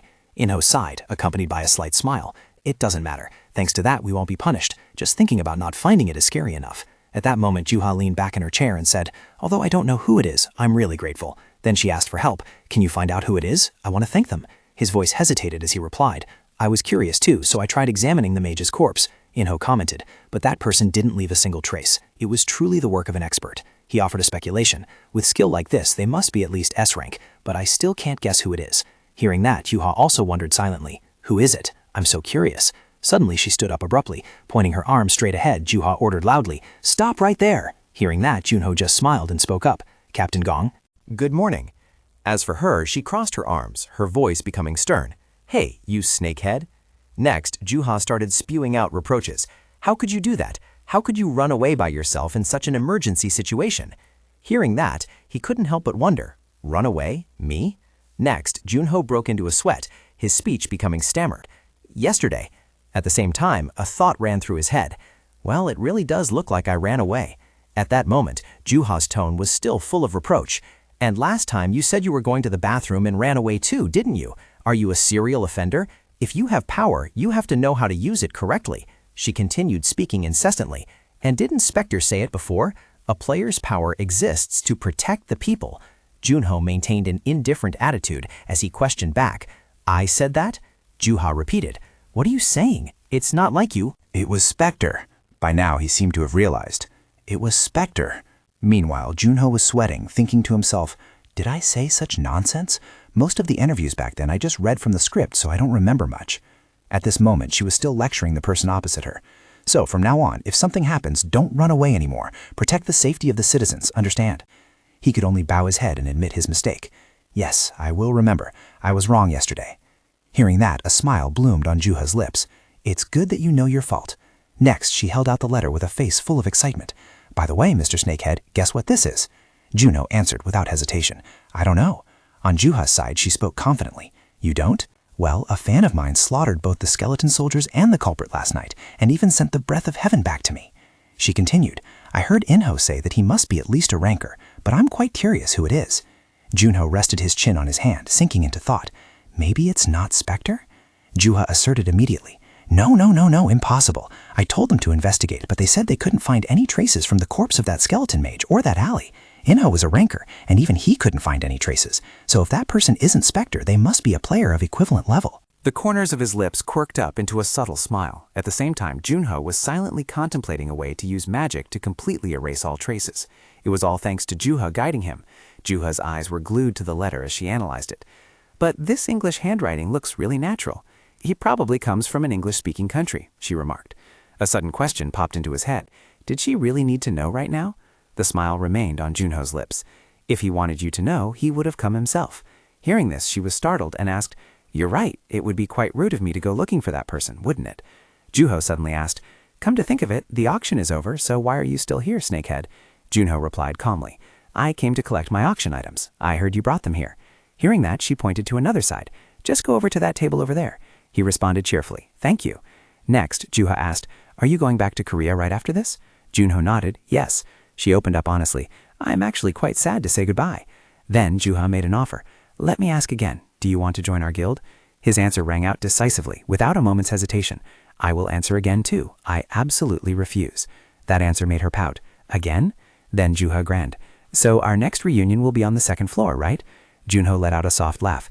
It won't be long. She covered her mouth with her hand. Everyone talks big like that. He smiled back. You'll see. Witnessing this, Juha remarked, confident. Then she reached out her hand. Fine then. Juha happily added, If you really make it to the second floor within half a year, I'll have a gift for you. Junho immediately raised a question. What if I don't? She calmly replied, In that case, you must agree to my request. What a noob. Hearing that, he thought to himself, She still hasn't given up, huh? Asking me to join the guild again? Her motive is too obvious. Then Junho grabbed her hand and declared loudly, All right, it's a deal. In front of you are the items currently being auctioned, a voice from the counter announced. The items for today's auction include a stamina recovery necklace and this mysterious orb. Meanwhile, Junho asked himself, What on earth is this thing that makes my keen intuition react so strongly? Then a thought flashed through his mind. Can I appraise it if I channel magic energy into it? He tried it immediately, but the object showed no reaction at all. Seeing that, Junho muttered skeptically, Is that it? How lame. However, he narrowed his eyes, his train of thought continuing. But there is still a reaction. Perhaps I should put it in the inventory and frequently infuse energy into it. Whether it destroys it or nurtures it, there will be a result eventually. After that, Junho shifted his gaze to the remaining item. As soon as he saw it, he spoke up. There it is, that item box placed neatly in front of a wooden door. At the border of the residential area on the second floor, a man bent down to pick the object up. The text on the box made him mutter to himself in wonder. Dimensional delivery from the first floor? Who would pull a stunt like this? But when he opened the box, he saw the item accompanied by a note. Stay healthy, I'll be coming up in half a year. Your uncle. After reading it, the man let out a mutter. Uncle? He then looked up towards the sky and asked himself, Uncle, do you want to take things slowly? Under the clear blue sky, the image of Junho dragging his luggage appeared. Once settled in the car, he narrowed his eyes, sweat beading on his forehead. Siyun was the one driving for Junho. Seeing him looking somewhat dazed, she smiled and asked, Is something wrong? Hearing that, he was startled. It's nothing? Then Junho scratched the back of his head. I just didn't think you would come to pick me up. Siyun turned around and gave a slight smile. As a secretary, my duties include picking up Mr. Junho. If you don't want to stop anywhere, let's head straight back to the association. He suddenly made a request. Wait a moment. Then Junho handed her an item. I have a gift for you. He continued. I didn't know what to buy, so I bought a book. I don't know if you'll like it. Siyun was startled after glancing at the gift inside. Is this the secret what your mother never told you? She added. Is this actually the hardcover edition? Hearing this, Junho immediately explained, Do you know this novel? I bought it because there were only a few copies left in the bestseller section. Excitement was evident on Siyun's face. Then she spoke. I've been trying to buy it every day but couldn't. He let out a soft chuckle. Then that's great. I was worried you wouldn't like it. Next, Junho suggested, You can go ahead and read it now while it's fresh. Hearing this, she couldn't hide her embarrassment. It is currently office hours, so He immediately asked, "Do you have any matters that need resolving right now?" Sian hesitated before speaking. "No?" Junho calmly leaned back in his seat, a smile blooming on his lips. "Then what's the problem?" "I just got off the plane and still don't feel well, so I'm going to take a nap for a while. Just wake me up when we arrive at the association." Still slightly hesitant, she turned to look back. Then Sian stammered, "Sleep well." The sky was now dyed the color of sunset. Junho placed something on the table. "Here, for you." Duck-gu saw this and asked curiously, "Is it expensive? What is it? I've quit drinking lately, you know." At the same time, he announced, "I've contacted Arthur, so I'll be going up to the second floor soon." Hearing this, he commented, "Is that so? That's good. Arthur, huh? It's been 25 years. It must have been very hard for that kid, but he has grown up well." But then Duck-gu let out a sigh. "However, since he reached the boundary of the second floor, he hasn't been able to meet you even once." Junho asked with a surprised look, "Have you met the kid recently?" He replied, "Yes." When he comes to the Earth District, he'll come to me. He always misses his uncle. Then he started probing. "I heard Captain Gong Juha of the Dokabi Guild say that the invitation letter you gave me wasn't ordinary." Doku burst out laughing immediately. "Is that so? You already found out?" Next, he crossed his arms, the corners of his mouth curling up. "I have to let the whole world know about my love for you. How could I let anyone else touch you?" Junho suddenly made a request. "Then do me this favor." He then proposed, "I'm looking for a kindergarten." Doku looked confused. "Why a kindergarten?" Junho revealed in a deep voice, "I've discovered their secret." A suffocating silence covered the entire room right after that sentence. His face darkened, head bowing low as he asked, "Tell me, is that really true?" The fact that they took orphans and trained them to become monsters. He frowned and replied, "That's right, but I don't have any other information besides the fact that it's overseas." Duck-gu suddenly slammed his hand down on the table and cursed. "Damn bastards, do they not know any limits?" Seeing the other person pouring alcohol, Junho was slightly startled. "You said you quit, didn't you?" He smacked his lips and shouted in anger, "I don't know, I need to drink." Seeing that, he added ice to the glass and said, "Wait a minute." Duck-gu dejectedly put down the glass and sighed. "Right, Quinn Noya called you." Junho was a bit surprised. "Called me?" His hand fondled the cup as he spoke. "Well, before going to the US, didn't you ask him to make a sword? Tomorrow the sword will be finished, and he wants to hand it to you personally. With your current status, it won't be a problem if you meet him."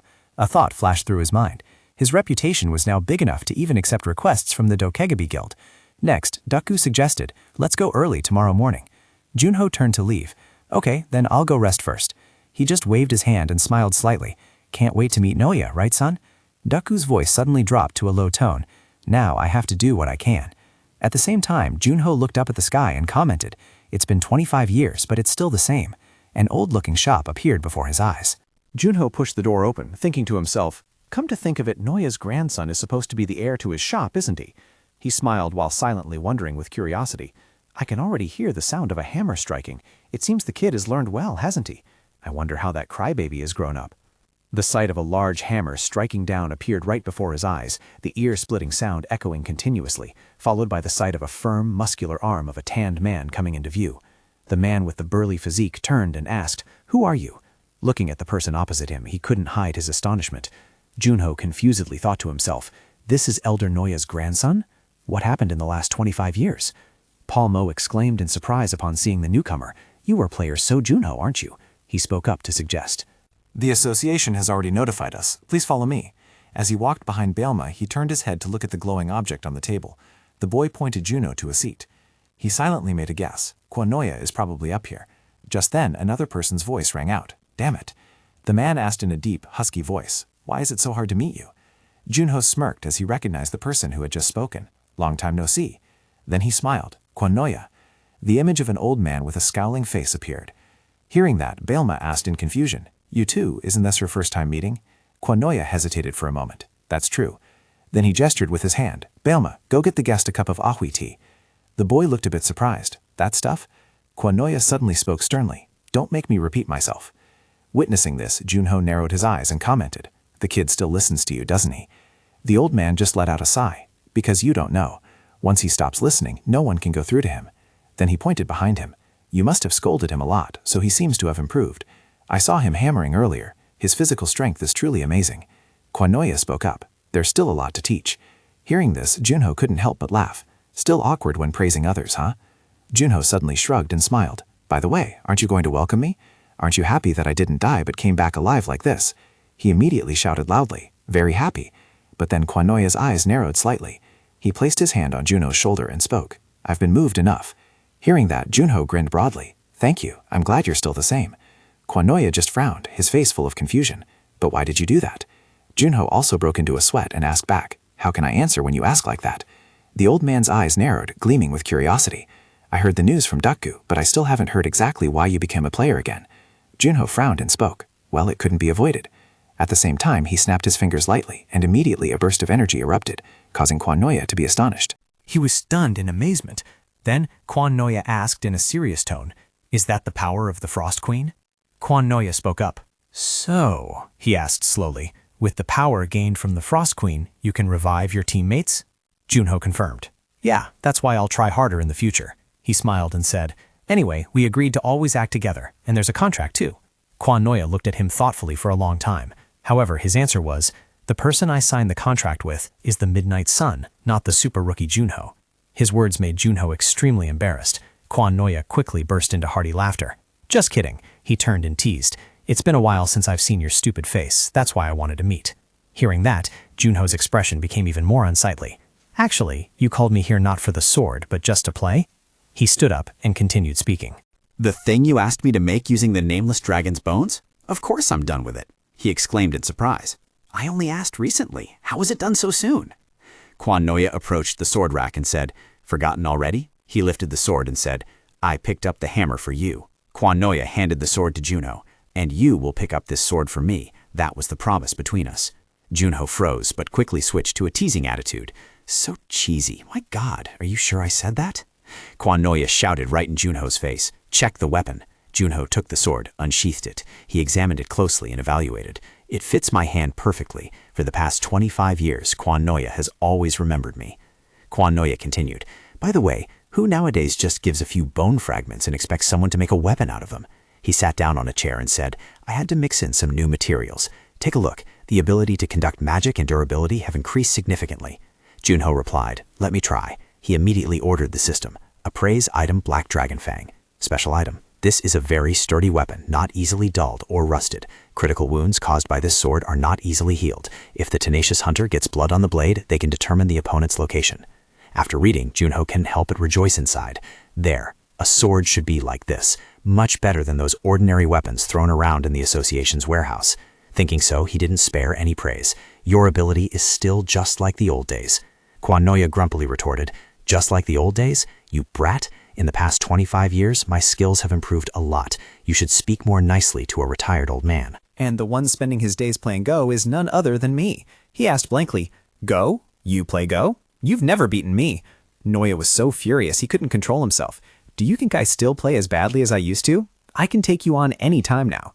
Just then, Palmo brought the tea over. He placed it on the table and spoke. Please enjoy the tea, grandfather and young.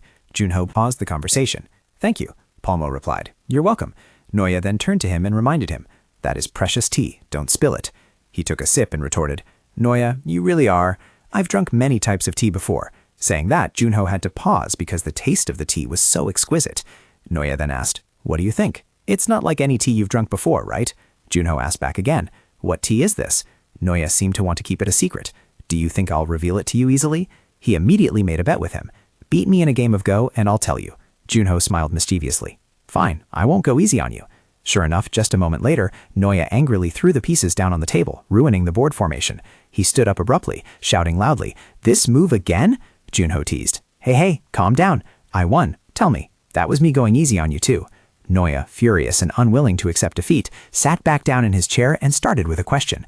Have you ever heard of the demi-human race? Junho replied. Are they the ones who stand on the legs of monsters? And do they look a bit like humans? Like orcs or goblins? The old man continued. That used to be the case, but right after the second floor opened, the definition of demi-humans changed. The creatures that we now call demi-humans possess intelligence and can communicate with us. He was wide-eyed with astonishment. Wait, so we can even talk to orcs? The orcs I know do nothing but growl all day. Noya started to explain. Among the demi-humans, there are naturally tribes with lower intelligence. Not every one of them can communicate with us. He was surprised. Is that so? Junho asked again. But why bring this up all of a sudden? He spoke up in reply. Didn't you want to ask about the tea? He provided more information. This Ahi's tea is a type of tea grown by the goblins themselves. He seemed to vaguely realize something. So if I go up to the second floor, I'll be able to find this tea, right? Noya pursed his lips in disdain. If you don't have a connection with the intelligent goblins, you won't find it even if you spend hundreds of millions. Hearing that, Juno immediately opened his inventory and said, "That's a pity. Then could you take a look at this for me?" He took out the mysterious orb and asked him, "Do you know what this is?" Noya replied, "Hey, am I the sage of the astrology tower? How would I know everything?" He looked thoughtful. "But this orb looks like a goblin item." Juno jumped in surprise and shouted, "Ah, how do you know?" Noya told him, explaining briefly, "I once met the elder of the goblin tribe." Hearing this, Juno felt the pieces of information connecting. He immediately asked Noya again, "So you've been to the second floor?" He shook his head and replied, "No, I only dare to tell you this secret because I treasure you. They came down here." Hearing his words, Juno froze, not knowing whether to believe it or not. Gosh, living creatures on the second floor can come down to lower floors? Noya warned him beforehand, "Don't go telling anyone." He took a sip of tea and continued, "This is a level 1 secret." Juno spoke up, "I understand. Go on." Noya explained further. Spirits are creatures that are both mysterious and special. Clearly, they are intelligent beings existing right before our eyes, yet they make one feel as if facing things belonging to nature, like water, earth, or wind, exactly like the sensation this orb brings. Junho picked up the item and exclaimed, "So that's it. Then this belongs to the spirits, right?" He nodded in agreement. "If you're curious to know what it is, then go to the place where you can meet them." Quan Noya revealed more information. Among the items of the spirits, there are those that operate using the energy of the world tree. If you are lucky, you might find something. Hearing this, Junho stood up and bowed slightly to show his gratitude. "Then I will ask my secretary if there is any way to meet them." Seeing him stand up, the old man looked slightly sad. Leaving so soon? His mouth shooed him away, but Noya still called out a reminder. "Don't be late," he remarked, always pretending to be gruff like that. Balma saw him leaving and also called out. "Don't be too sad, Hyung," he said, while handing him a small box. "My grandfather isn't very good at expressing his emotions." Junho burst into laughter. "It's okay, I understand. What is this?" Palma replied, "A he's tea." He looked at the box and pondered deeply. The boy spoke up. "Grandpa told me to give it to you. He has never cared about an outsider like this before. He must really like you." Junho replied, "Please thank him for me." At this moment, Palmo seemed about to say something more. "Yes, and..." But then he suddenly stopped, hurriedly waving his hand. "Strange, it's nothing. You'll find out soon enough," Junho replied. "Then I'll give it a try." On the way back, he recounted this story to Sian. Junho looked bewildered. "Dark elves?" She began to explain. "Yes, the elves who betrayed the world tree. They are monsters that live in packs. Gates where they appear have an extremely high attack difficulty." Junho tried to say what he knew to Sian. "If we're lucky, we can get the legendary elixir in their village, right?" She praised him. "That's a concise summary." Sian added, "The gate containing the Dark Elves is currently located in England. It is the gate situated in the primeval forest. Are you interested in it?" Junho replied, "Yes, let's leave it at that for now." She sent him a notification. "Then you should know this information." The information she sent was, Chenhe Guild will participate in the attack on the primeval forest gate. Junho read the notice, thinking to himself, Chenhe Guild? Isn't that the guild I met during the attack on the nine-tailed fox? Cien continued, "Also, besides that guild, many players from all over the world will also come." He started and shouted, "Wait, the whole world? What is the information on the gate?" She explained, "It is located in Graham, England.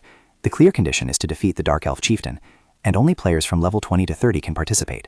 Additionally, the team member limit is 200 people. Junho exclaimed in bewilderment, "Oh my god."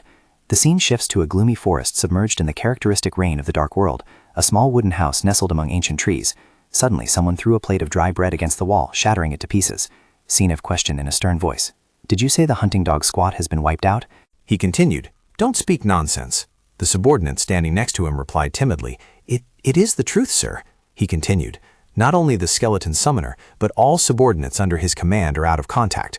Although not certain, they may have been attacked while trying to eliminate Su Junho." Sinef held his head, cursing silently in his heart. Damn it, this is a big problem. Now at Holigub treated his disciples like treasures. He was already being relentlessly pursued by the Sword Saint, and now this happened. Thinking of this, he asked again, "How did the association react?" The subordinate replied, "I have already submitted the report on Su Junho. However, I don't know if they will believe that the hunting dog squad was wiped out by a rookie who only debuted 2 months ago." Suddenly, a knock on the door rang out from outside, interrupting their conversation.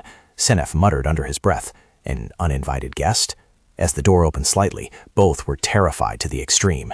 Outside, rain fell steadily, accompanied by thunder and lightning, as if signaling someone's rage. Nawat stepped in and immediately demanded, "Are you Sinef?" Without waiting for an order, both hurriedly knelt on the ground. Nawat Holigub spoke up, "I have read your report. "Are you sure my disciple was killed by Su Junho?" Sinef replied, "That is the situation, sir, although I do not know how it happened." Just as he finished his sentence, something tightened around his throat. It pinned him straight against the wall behind, hard enough to almost pierce through it. Nalat's demonic energy was strangling Sinef's neck.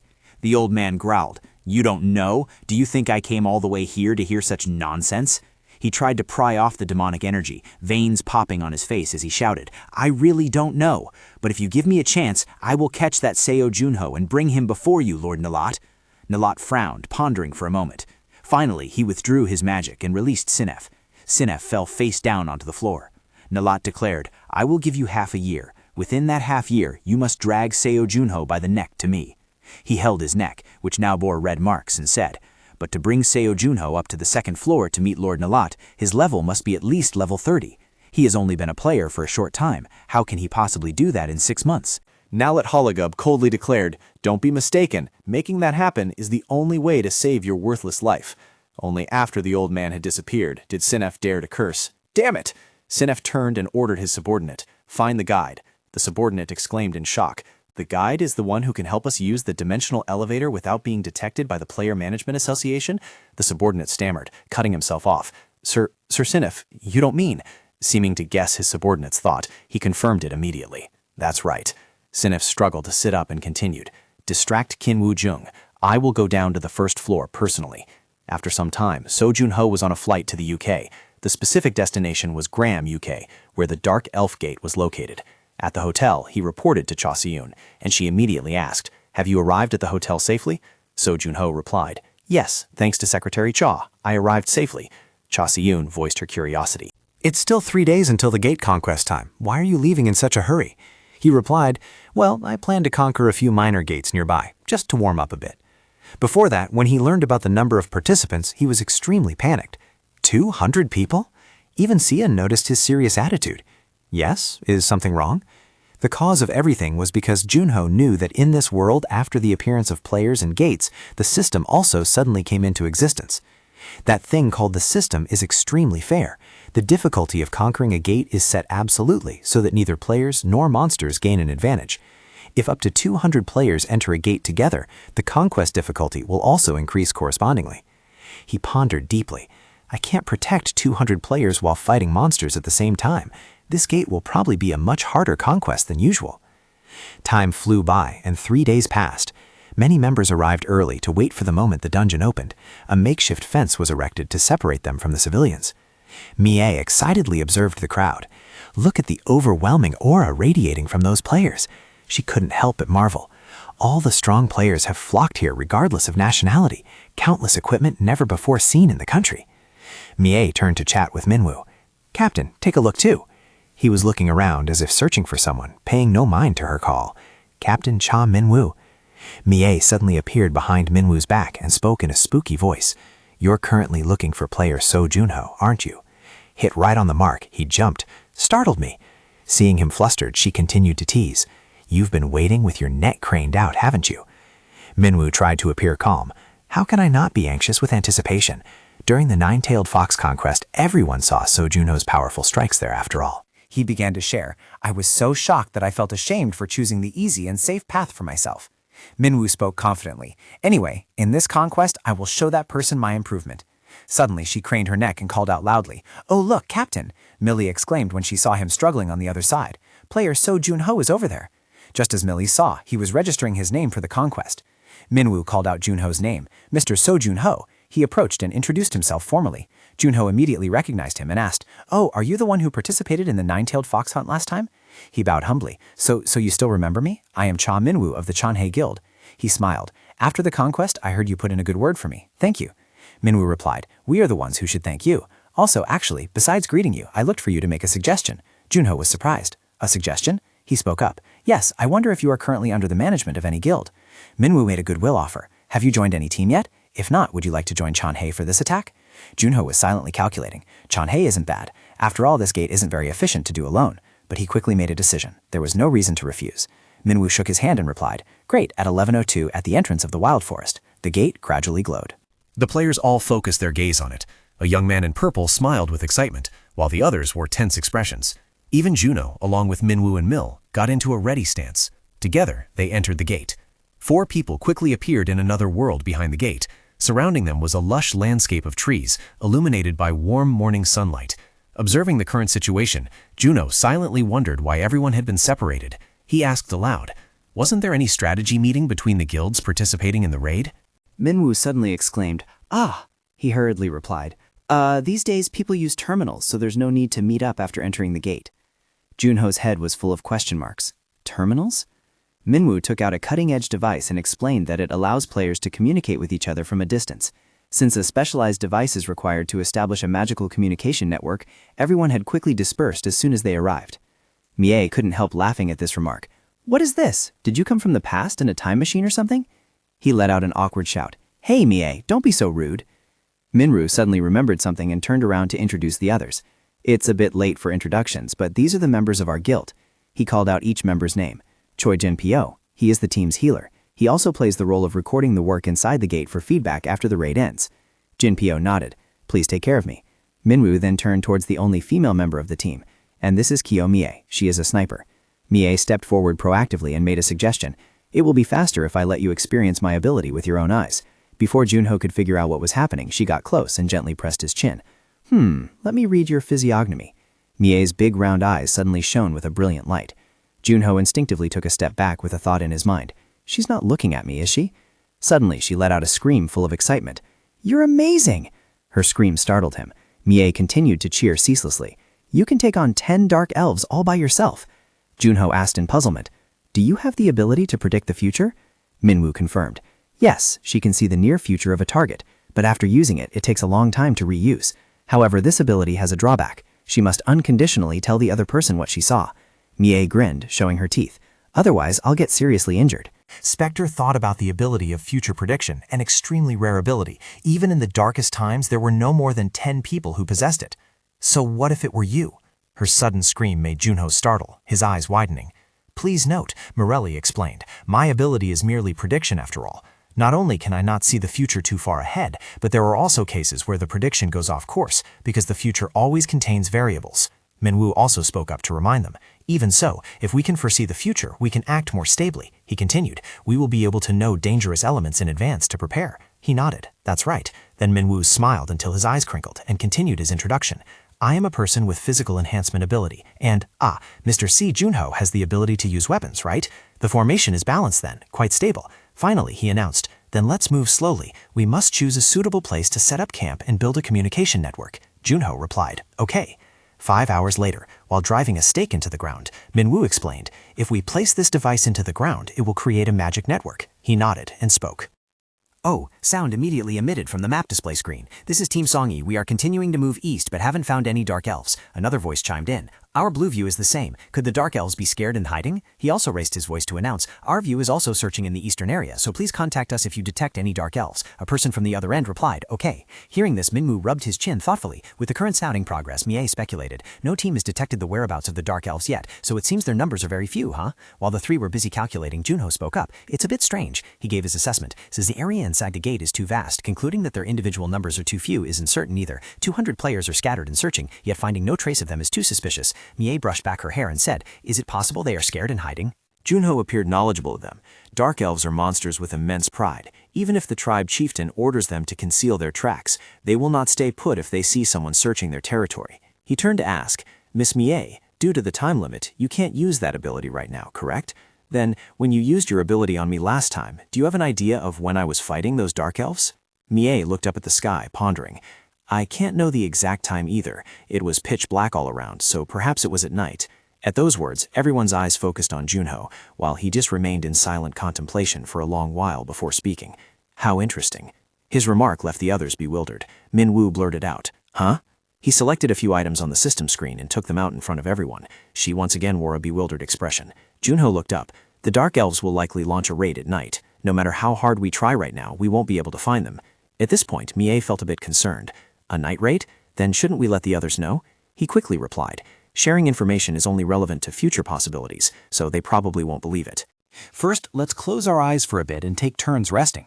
Noticing the sky gradually turning the orange hue of twilight, Junho spoke up to remind them, "It's going to be a very busy night." When night had completely fallen under a sky as pitch black as ink, beside the flickering fire, the black-haired player curled up in a blanket and whined, "It's so cold tonight. What if the dark elves ambush us at night?" The purple-haired player shivered violently. "Dark elves attacking at night? Don't be ridiculous." He offered his judgment. They are just corrupt creatures, unable to resist the temptation of power, merely gnawing at the roots of the world tree. I heard they don't even have intelligence, so they can't even talk to each other. The purple-haired player continued his arrogant laughter. How could such creatures execute such a sophisticated military plan? Hearing this, the other could only helplessly reply, "Yes." A massive dark shadow suddenly crashed down in front of the purple-haired player. He immediately sprang up, using his scepter to deliver an earth-shattering strike. The black-haired player trembled all over in fear. "Senior!" A glowing eye suddenly flashed in the deep darkness. A Ujak slowly stepped out from the darkness. The purple-robed player showed no sign of fear whatsoever. "What is it? It's just a wolf." He withdrew his scepter. "Hey, relax. They aren't a threat. They are easily tamed and afraid of fire." His voice, however, could not hide a tremor. "Even so, I'm a bit worried, because there are so many of them." The black-haired player looked skeptical. By the way, are they really afraid of fire?" He glued his eyes to it. It was so close, yet it didn't move a single step. The purple-robed player suddenly realized something and jerked his head up. His eyes widened in sheer shock. He was so stunned he forgot to speak. Seeing this, the black-haired player called out in confusion, "Senior?" A long moment later, he finally managed to speak. "Wake the others up." This remark made the other blurt out, "Huh?" The purple-robed player whipped around, his face red with rage, and screamed, "Wake the others up, now!" His voice echoed through the space. Right at this moment, in the air, a dark elf was sitting firmly on the back of the Ujak. From a corner of the forest, Juno's eyes suddenly snapped open, and he sat up without hesitation. Juno looked up in the direction where the sound echoed from. Mie, who was sipping tea, also turned around in surprise. "You're awake?" she said. "Nothing has happened yet. You can go back to sleep." He asked, "How are the other groups?" Mie glanced at the watch on her wrist and replied, "The night watchman will call to report the situation every 30 minutes. It was about time they called. However, the map remained silent as a sheet, making not a sound, which confused her greatly. That's strange. Can the magic network glitch out too? Mie looked down at her watch once again. Still no call. Junho stood up at this moment. Then they probably won't be calling.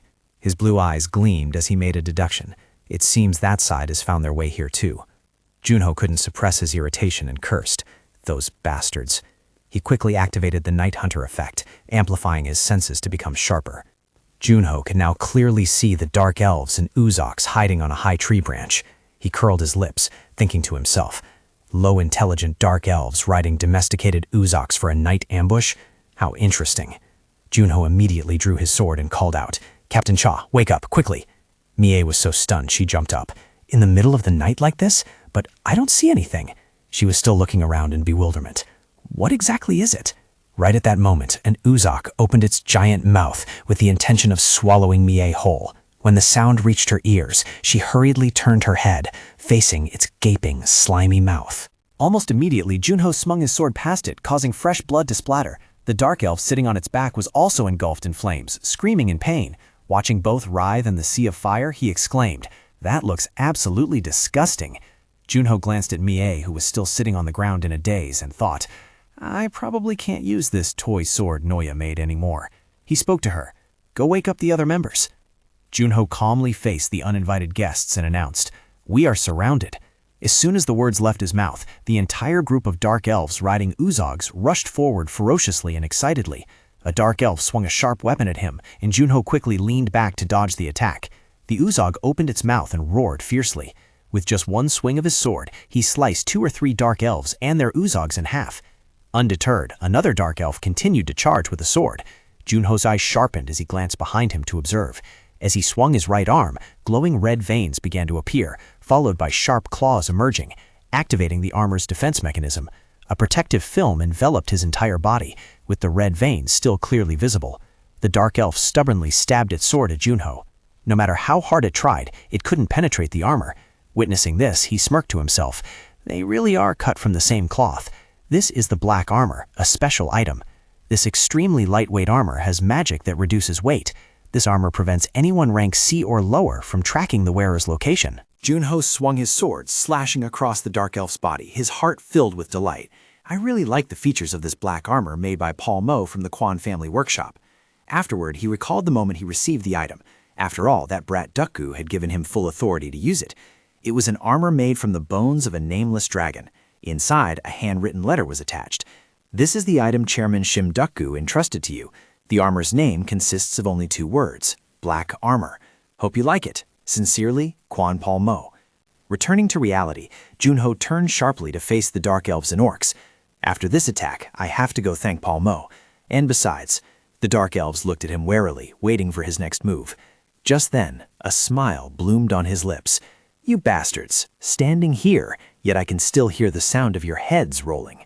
However, in his mind, he had already calculated a plan. Let one of the 2 escape first, then I'll chase after them into the forest. Junho glanced at Minwoo, who was fighting to protect Jinpyo, and thought to himself, if I want to use Confession of the Dead without being seen by the members, that's the only way. He looked at the Dark Elves again, as if issuing a command. Come on, just one eager volunteer, and I'll send you off peacefully. As soon as he finished speaking, the gray-haired Dark Elf rushed forward like a storm with a sharp sword. But Junho swung his sword before it could act, sending fresh blood splattering onto the long-haired Dark Elf, making him gape in horror. He spoke up. All right, now there is only one left. Even Junho's body was stained with fresh blood. Run quickly before it is too late. The sky was still pitch black, and all living things were still sound asleep. After cleanly disposing of the long-haired Dark Elf, he couldn't help but sigh with emotion. As expected, the skill level of this chieftain was on a different level. He then also used Confession of the Dead. After a while of examination, Junho discovered a few things. It was said that the elf gnawing on the roots of the world tree would lose all reasoning abilities instead of becoming stronger, yet this one was still so intelligent. He silently performed calculations. Excluding the chieftain, the remaining 1,000 Dark Elves were enough to threaten other players. Furthermore, the chieftain's guards, the Dark Knights, could not be taken lightly. Junho pushed aside the branches to return to the old path where the group members were waiting. Hearing the rustling sound, Minwoo immediately turned his head. Ah, Mr. Junho, you're back? Everyone looked exhausted. Mie and Jinpyo simultaneously wiped blood and sweat from their faces. He nodded. Yes, one of them escaped, so I chased after it to catch it. He replied, Ah, right, Mr. Sujunho, you really guessed correctly. To be attacked unexpectedly in the dead of night like this. Since I was busy dealing with the Ujak, I couldn't help you at all. I apologize. Junho glanced at the pile of Ujak corpses. It's okay, there's no need to apologize. He thought to himself, the members of the Chenhei Guild have taken down the Ujak. Everyone has fulfilled their roles well. At this point, a question arose in Junho's mind. I wonder how the situation is at the other camps. Mie spoke up worriedly. I can't contact anyone. If they aren't fighting fiercely with the fiends, it's very likely they have been. Hearing that, he hurriedly turned around and said, Then we must make haste. Minwoo asked in confusion, To do what? Junho calmly replied, To save them, of course. The scene shifted to another location in the forest. Players were engaging in combat with the Dark Elves and their Ujak mounts, overwhelmed by the enemy's superior power and pinned to the ground. The blonde-haired girl had her chest stepped on by an Uzak. Her whole body trembled helplessly in fear. She struggled to get the words out. Wait. As the Dark Elf was about to swing its sword down, she could only mutter in despair, Someone please save me, I don't want to die here. However, its sharp spear thrust down with great force. Contrary to expectations, the spear plunged straight into the ground right next to the girl's head, causing her eyes to widen in horror. The bloody Dark Elf tumbled off the Uzak's back, while the beast still didn't understand what was happening. Not letting it wait long, Junho jumped straight down from above onto the Uzak. The beast was still drooling, craving the prey on the ground. Immediately after, fresh blood from the Uzak spurted into the air. Seizing this opportunity, the blonde girl hurriedly backed away, escaping the giant corpse. Seeing him, she stammered his name. How? Junho, she asked in puzzlement. Did you come here because you heard my distress signal? The other team members also quickly ran over. Leader, are you okay? Hearing this, the blonde girl sat up abruptly. You guys are safe? A teammate replied. Yes, we were also saved by these people. Hearing this, she bowed deeply before Junho. Really, thank you so very much. Mr. So Junho is truly the lifesaver of our Blue View team. He shook his head. You're too polite. By the way, were there many casualties here? The blonde girl gritted her teeth and announced, We lost 6 teammates. It's all my fault. How can I avenge those teammates who died so unjustly? She couldn't hold back and burst into tears, her whole body trembling. Junho's face darkened in silence. Minwoo also walked over. He was too late. Mie looked sad, and here I thought I ran fast enough. Seeing this, he turned around. Everyone has arrived. Then our group will move to the east area. Please have the Blue View team move to the north. The blonde girl suddenly asked back, The north? Junho nodded. The groups are still fighting the Dark Elves. Hurry up and prepare to go help them. We must minimize the damage to the absolute minimum. He silently performed calculations in his head. There were still 500 Dark Elves in this village, and half of them had already participated in the night raid. As long as we survive tonight, we will have a chance to win.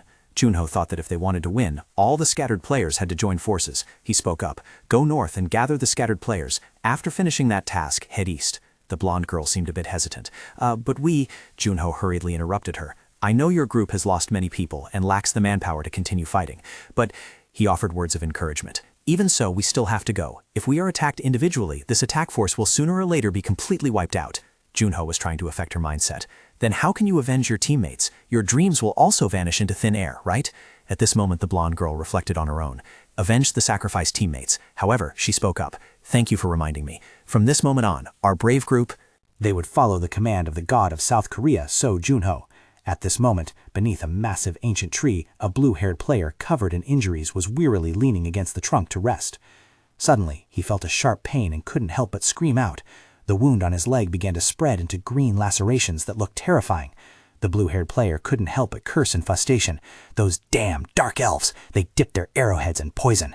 His scream echoed everywhere. Damn it, you dirty, boring bastards! At the same time, a pack of orcs was attracted by the noise and appeared, growling with murderous, glowing blue eyes. The blue-haired player struggled to stand up, raising his gun with the pride of a member of Team Beagle. One orc opened its mouth wide and leaped into the air, and he also shouted loudly, I'll take you down with me. However, before he could fire a single shot, the orc lunged at him and bit into his arm. The blue-haired player now had to grit his teeth and endure the pain as he pressed his gun against the head of the Uzak. A gunshot rang out, shaking the entire forest. Leaves rustled as they flew into the air. His whole body trembled violently, unable to move anymore. Damn it, I don't even have the strength to hold the gun anymore. The Uzak lay sprawled right beside him. The scene before his eyes gradually blurred. Seeing the pack of Uzaks rushing in, the blue-haired player thought to himself, is this the end? Am I going to die? He had just closed his eyes and opened them again, only to witness the entire pack of Uzaks scrambling to run away, yet unable to escape someone's sword aura slicing through them. With just a single sword strike, its head was severed from its neck. He just stood there in a daze, watching the terrifying scene unfolding before his eyes. That person was none other than Junho, who had just sliced through another Uzak, sending fresh blood splashing everywhere.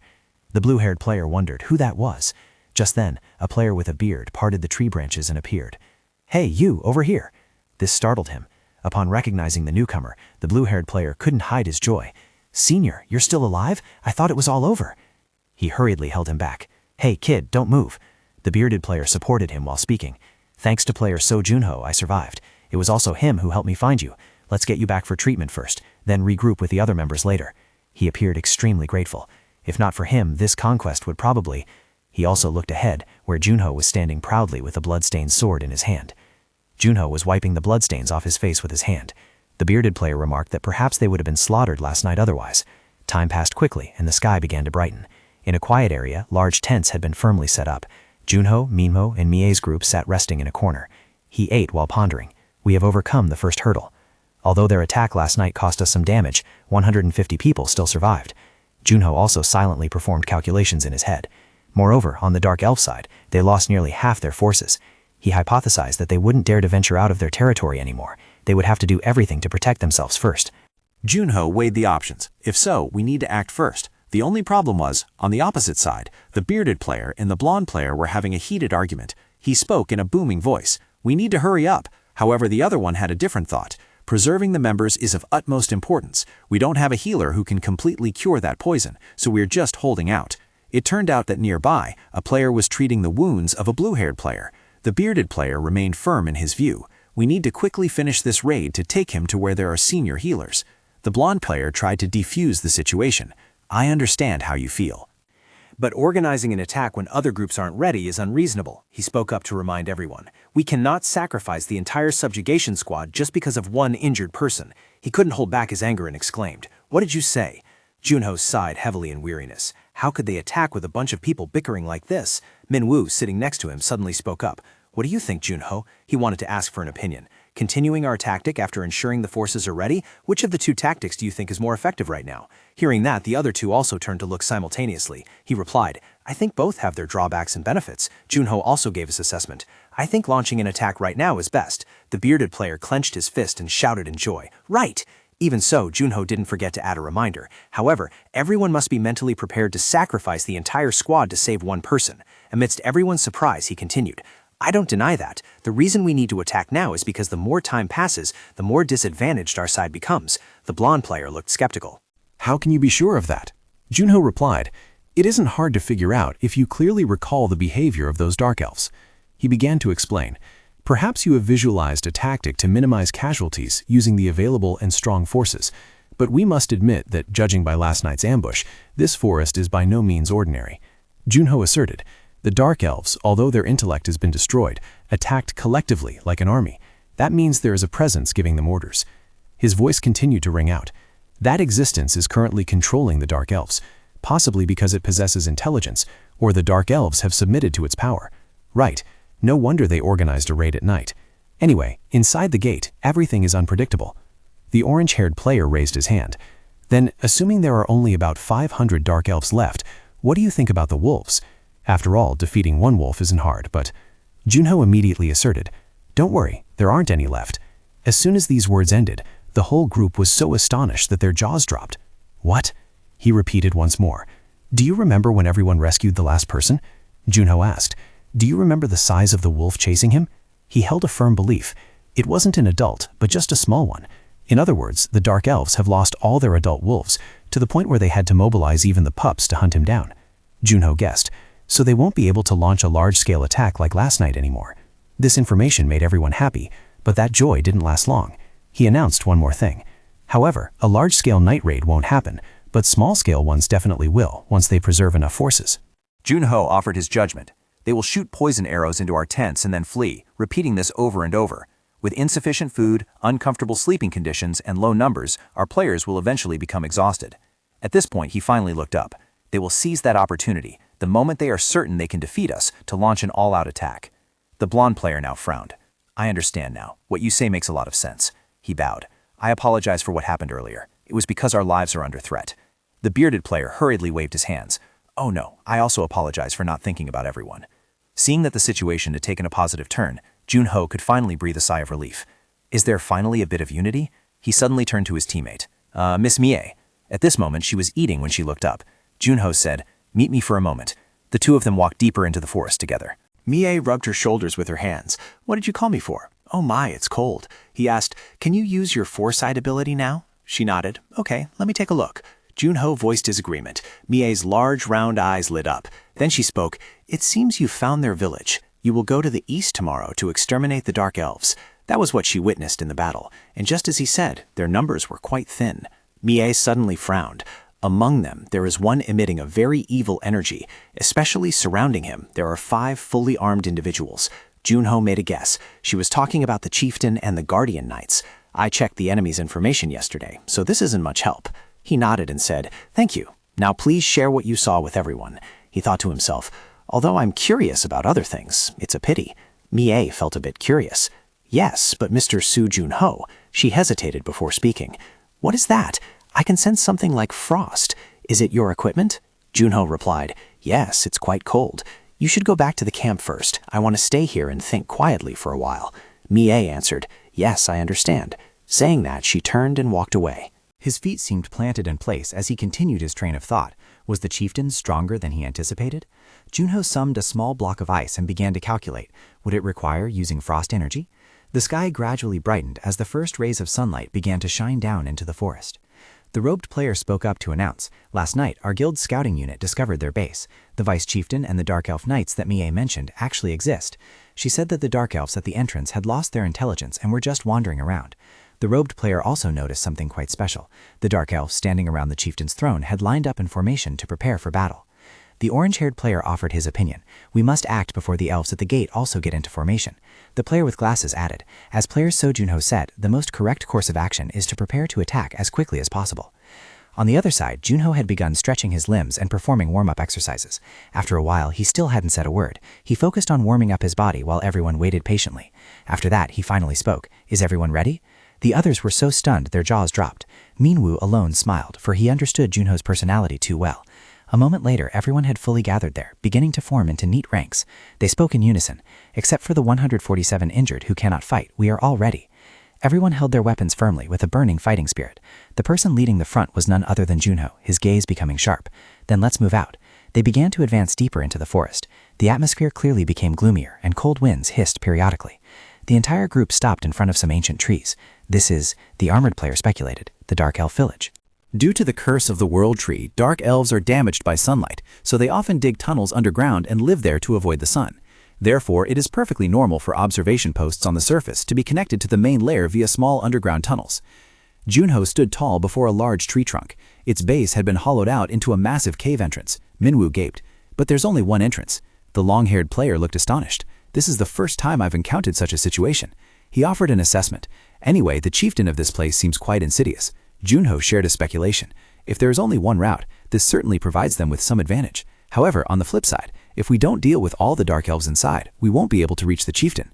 Everyone frowned warily. He announced, "Well, shall we go in?" Inside, torches were neatly arranged along the walls. On the long, deep stairs, everyone followed one another forward. Minwoo suddenly sensed something unusual. As the gathering place of the dark elves, their numbers were quite large. High above was a large throne where the chieftain resided. Below, knights stood guard. Their eyes looked truly soulless, standing motionless in rows.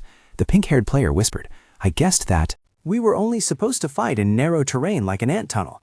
The healer player couldn't hide his surprise. No one expected there to be such a spacious place inside. If that was the case, a full-scale battle would certainly break out. As they got closer, they quickly realized there were over 500 dark elves and a figure sitting at the far end. 5 fully armored knights stood guard, and a dark elf with a lazy demeanor sat high up, looking down as if waiting. The players couldn't hide their anxiety and frowned. Junho's voice suddenly rang out. "Isn't that a good thing? I was worried we would be surrounded by their defenses, but with a structure like this, a frontal assault will work." He cheered them on. "Hang in there, everyone. Just take them down one by one." The brown-haired player let out a helpless cry. So Junho." But Junho didn't pay any attention and was still doing something. "Ah, that's right," he surmised. "The chieftain of such a large tribe might have an elixir, right?" This statement seemed to revive everyone's spirits. They couldn't help but exclaim in astonishment. "Ah, is there really an elixir? Is that the secret medicine of the elves that can revive even the dying?"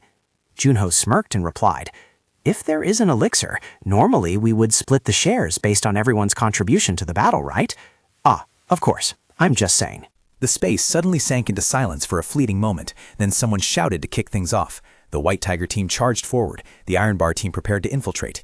He glanced over and thought to himself, now they finally look spirited. The dark elves stood motionless below, but the resounding sound made them startle and whip around.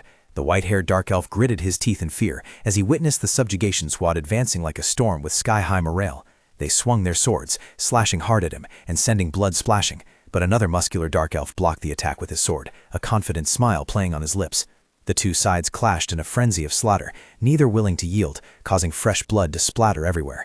A familiar sword aura from Junho swept past. The head of a dark elf was severed from its neck. With another slash, its body was split in two. He kept swinging his sword continuously, causing the players standing behind him to shout in astonishment.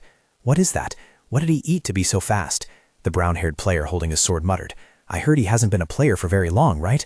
The black-haired player cursed. "Damn it, this is my limit. I can't keep up anymore."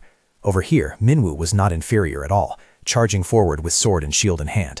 A dark elf swung its sword at him, and he used his shield to block. Suddenly, a whole pack of them rushed out from nowhere, intending to ambush Minwoo. But right at that moment, a sword strike swept through, clearing out the dark elves and revealing his still terrified face. Junho had appeared. "Captain Cha Minwoo, from this point on it will be very dangerous. Please fall back to the rear." Minwoo panted heavily. But are you planning to cross that place by yourself? Doing so is no different from being crazy." However, he only replied coldly, "I've always been prone to doing crazy things like this." That answer astonished him to the point his jaw dropped. Watching that lonely back, Minwoo whispered softly, "I know wanting to stand side by side with you is greedy." His expression was a bit gloomy. "But the road we have to travel is still very long." Minwoo turned and walked away. He didn't forget to advise, "Next time, I definitely won't be left behind." Hearing these words, Junho also glanced back. He watched that retreating figure with a bit of thought. Junho suddenly smiled. "Looking forward to the next meeting already?" Just then, a pair of skinny legs appeared in his line of sight. Junho looked up. "Oh, it's the Elven Dragon Knight squad." He spoke up to comment, "Elven Dragon Knights, you guys look very different from those puny goblins." Junho activated his armor, revealing his sharp claws. Then, "I will also." A flaming sword appeared. "Use a weapon truly suitable to face you all." Dark Elf Knights. They used to be Elven Knights protecting the kingdom before being corrupted. Except for the traditional elf sword energy, they also use power from powerful spirits. Junho warned in a cold voice. Remember, if they hadn't fallen, with my current ability, I wouldn't be able to handle them at all. But as long as your contract with the spirits is annulled, you are no match for me. If it's just comparing sword energy, I am confident facing any number of enemies. He appeared incredibly proud, because I have never seen anyone better at swordsmanship than me. Dark Elf Venkrit didn't say much. He shouted loudly, swinging his sword down with a powerful slash, but Junho managed to jump up to dodge the attack. The ground was instantly slashed to pieces. He hovered in the air looking down, while surrounded by a screen of thick dust. The Dark Elf Venkrit gritted his teeth, fixing his gaze tightly on the target in front of him. He swung his sword again, but Junho leaned back and dodged it easily. His eyes narrowed as he glanced to the other side. The sword aura of the Dark Elven Knight suddenly circled around and returned. That weapon stabbed into the ground once more, sending rocks and soil flying. Junho glanced at the sharp weapon in its hand and thought silently. A resolve was quietly made in his mind right as the Dark Elven Knight's weapon swung up again. If that hits, not even bones will remain. This is a battle where a single strike is fatal. Amidst the floating debris, Junho smirked with excitement as the opponent's arm came crashing down. So thrilling! At that moment, his blade flashed, severing the Dark Elven Knight's arm to its utter shock. A mournful scream rang out as the severed arm flew backward and fell to the ground. Seizing the moment while it was in pain, clutching the severed stump, Junho immediately closed in, stomped hard on the Dark Elven Knight's foot, and readied his sword. "No way! Where do you think you're running?" Immediately after, his blade stabbed decisively through its body, blood splattering everywhere. Before the horrified eyes of its four accomplices, the Dark Elven Knight collapsed to the ground. A look of boredom flashed across Junho's face. Couldn't dodge it? If that's all you've got, then it's quite disappointing. He spoke while wiping off the blood with his hand. I mean, you should try to be a bit more aggressive. A sudden scream rang out, drawing Junho's attention. While the others were still struggling to cope, the player in the blue outfit had been stabbed through the stomach by another dark elf. A sense of emotion welled up inside him. Those guys are pretty good, aren't they? Feigning amusement, another dark elf raised his bow and an arrow was loosed. The brown-haired girl couldn't dodge. The arrow pierced her, causing her to scream in pain. Witnessing the scene, Minwoo hurriedly shouted a warning. "Someone's injured!" He darted his eyes around, searching. "Where's the healer? Support us!" Jinpyo's shout rang out as he was healing someone. "Wait a moment," he replied. "We are still treating people over here." Minwoo ground his teeth as he looked at the two people lying motionless on the ground. Damn it, there are too many of them. The dark elves are still countless, each one brandishing a sharp sword. His voice was tinged with anxiety. How many more of them are there? The hat-wearing player flipped through a book while muttering, 1 against 4, 100 fighting 500 is already too much. They were rotating the front line, a tactic to preserve stamina. The middle-aged player frowned and spoke up. "I think we've taken down 100 of them. This scenario is all too familiar. If this drags on, we will be the ones to collapse first from exhaustion." That was his assessment. We must attack continuously so they don't have time to swap turns again. The other two turned to look attentively. Suddenly, growling sounds echoed from behind, and the hat-wearing player was the first to notice. The dark elves also began to look around in panic. The roaring got closer, making him even more confused. Why are they suddenly... The faces of the dark elves revealed pure terror. Then they screamed in high-pitched voices and turned to flee. Swinging his sword to take down one, the middle-aged player couldn't help but wonder. What are they planning? Why did they suddenly flee? The reason was a slash from the dark elf anklet that struck down, causing dust and rocks to fly blindly. A sense of astonishment enveloped them. A dark knight? A stream of sword aura slashed forward instantly. 2 dark elves were hit and could only scream. As for him, with a face cold as ice, he continued the slaughter without resting his hands. The middle-aged player could only stand there stunned. It swung its sword without any mercy, disregarding even the lives of its allies? Why? Looking through the Fun troops, he finally realized that the dark elf anklet was chasing after Junho. Only then did the middle-aged player understand and exclaimed in surprise, "Player Seo Junho." The player wearing a hat immediately continued, "Right, he is bringing the Dark Knights to the middle of the battlefield to break the formation of the Dark Elves, to help us." He added, "This isn't just like setting the table for us to eat, it's practically spoon-feeding us." The middle-aged player cursed in frustration. "Damn it, and here I thought I was doing pretty well." Minwoo shouted, "Calm down. Between the boundary of life and death, what use is saving face?" He frowned and announced, "Now is everyone's chance. Use this opportunity to completely destroy their encampment." Without a second of hesitation, they immediately rushed into combat as soon as the sentence ended. Some used swords, others cast magic, no one rested their hands. Junho witnessed that scene, feeling satisfied in his heart, and thought to himself, Although it took a bit of effort, this is more than enough.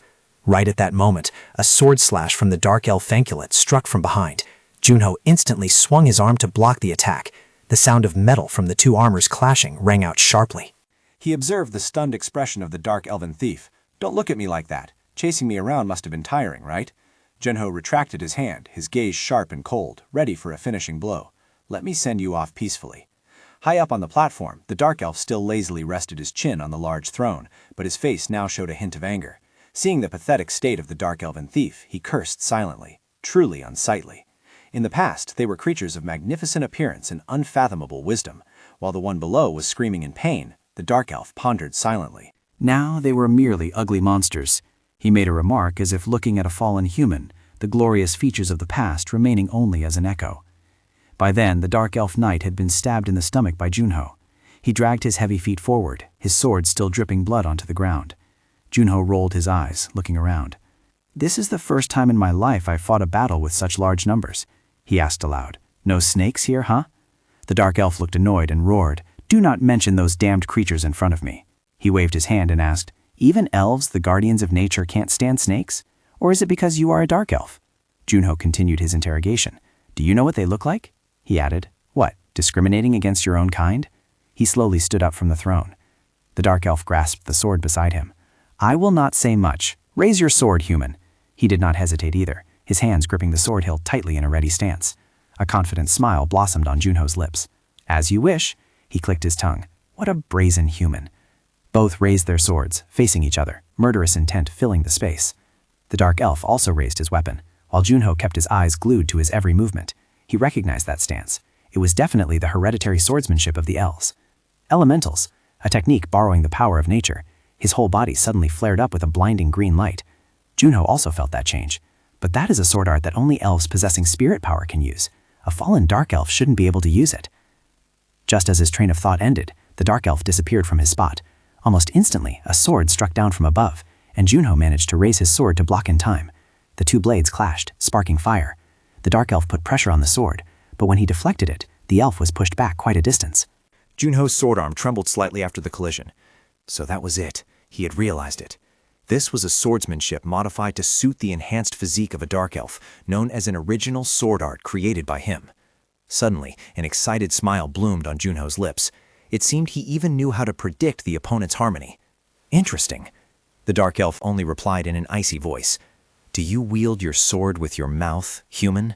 Saying that, he rushed in with a downward slash, but Junho still managed to block it, causing sparks to fly once again. He had no intention of stopping. A horizontal slash from the dark elf followed, forcing Junho to immediately crouch to dodge. Sensing the relentless offensive, Junho blocked while continuously moving, shattering the ground beneath their feet. His eyes narrowed in observation as his feet kept moving ceaselessly. Having grasped the dark elf's rhythm, Junho swung his sword down, and just as predicted, the opponent took the full brunt of the blow. The dark elf stumbled back in pain, blood splashing out from the wound on his body. He silently assessed. He is strong and very fast, but he doesn't possess the overwhelming power I saw in the memories of the dark elves. Meanwhile, the opponent also began to gasp for breath due to exhaustion. Over on this side, the dark elves were also being taken down one by one. A white-haired dark elf, after taking a slash, lay sprawled on the ground. The dark elf looked around and whispered, "My tribesmen, foolish ones who always trusted and followed a useless person like me until the very last moment." He began to sink into memories of the past. I only wanted to return with them to the glorious past and correct the mistakes I once made. Fragments of dark memories ceaselessly flashed back in his mind. O foolish ones with short lives, if you wish to fulfill that wish, face 1,000 enemies and defeat them. Amidst utter despair, the dark elf let out a scream filled with pain. His belief was just that. The defeated would not be forgiven. Only victory is permitted. On the opposite side, Junho sensed something unusual. Has his aura changed? The dark elf's speed suddenly skyrocketed, and in the blink of an eye, he appeared right in front of him. Junho was so astonished that his eyes widened, unable to make any preparations in time. As a result, he took the full force of a sword strike to the center of his chest, then was knocked far back by the dark elf, crashing into a tree. The impact was so severe that the tree sparked and snapped in half, while Junho was buried in debris, the pain making him cough up blood. Immediately after, he saw a black shadow sweep over his head. This put him on high alert, so when the dark elf slashed at him, Junho managed to duck and dodge the attack by a hair's breadth. Covered in scratches, he silently calculated, "This is the feeling." Junho made a firm affirmation. It was the terrifying power he had seen in the Dark Elf's memories. From inside his gauntlet, he pulled out a pistol.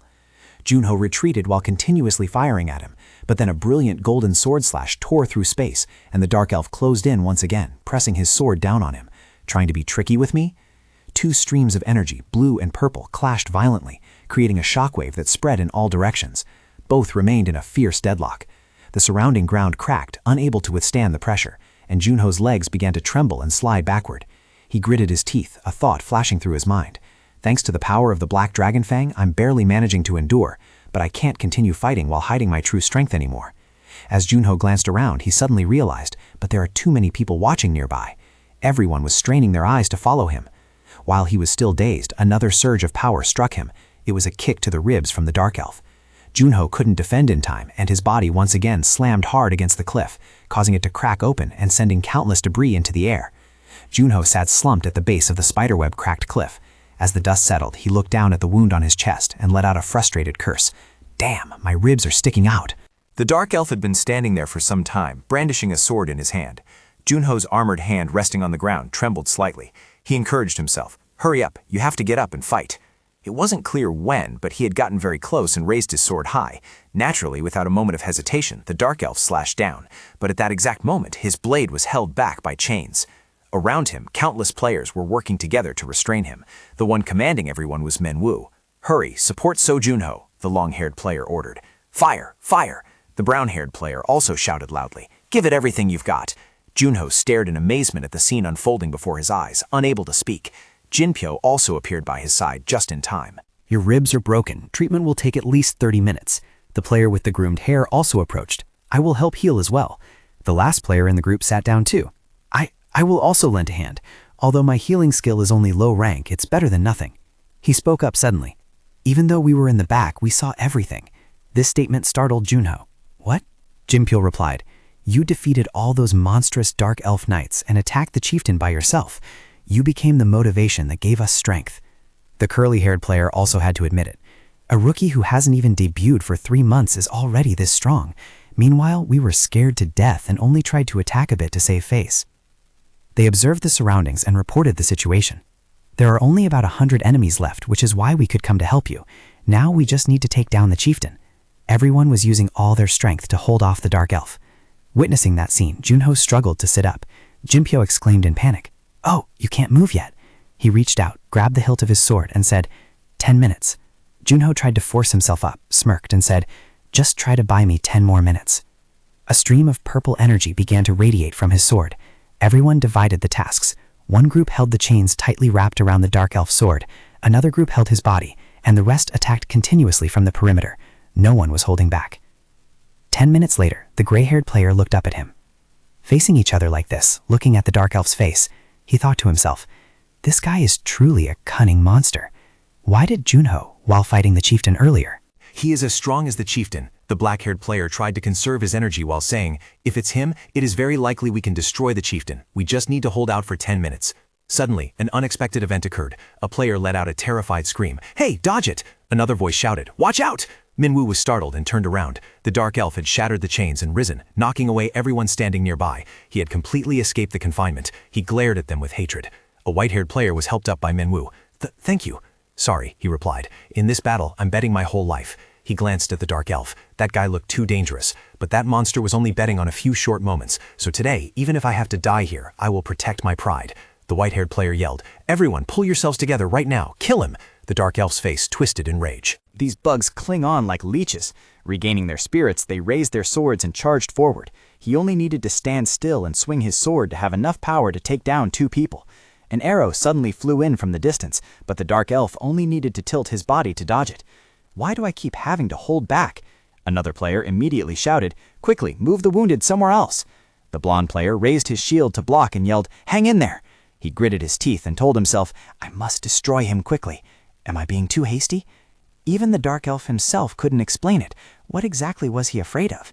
Meanwhile, the purple light behind everyone was spreading wider and wider. Junho had finished healing his wounds, his face becoming colder than ever before.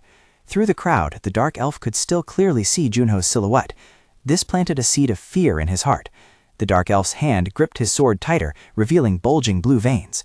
The blonde player calculated, there's less than 3 minutes left. The armored player immediately added, it's okay, we can still hold on. Suddenly, a streak of blue sword aura flashed past. It claimed the lives of 2 of the blonde player's teammates. He turned back in horror just in time to see them fall. A black-haired player also suffered a slash across the chest. Another person's sword snapped in 2, and fresh blood spurted out profusely. The blonde player was so terrified that his face went dark. A thought flashed through his mind. I was wrong to think the attack was ending soon. Amidst the dark elf's rampage, he made a judgment. A level 1 boss monster is as strong as an entire legion. Even if we kill 100 dark elves, as long as he is alive, nothing changes.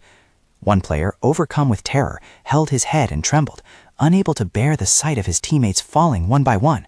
Another player, despite being covered in injuries, tried to struggle to his feet. Right in the midst of everyone's despair, Junho's familiar voice suddenly rang out. Hey, you snake, haven't you caused enough trouble? The dark elf's eyes flashed with a glint of light. Seeing this, he immediately asked, why aren't you answering? I'm asking you, haven't you caused enough trouble? Junho slowly approached him, then stood up straight. Everyone has worked hard, and thank you all. Leave that guy to me.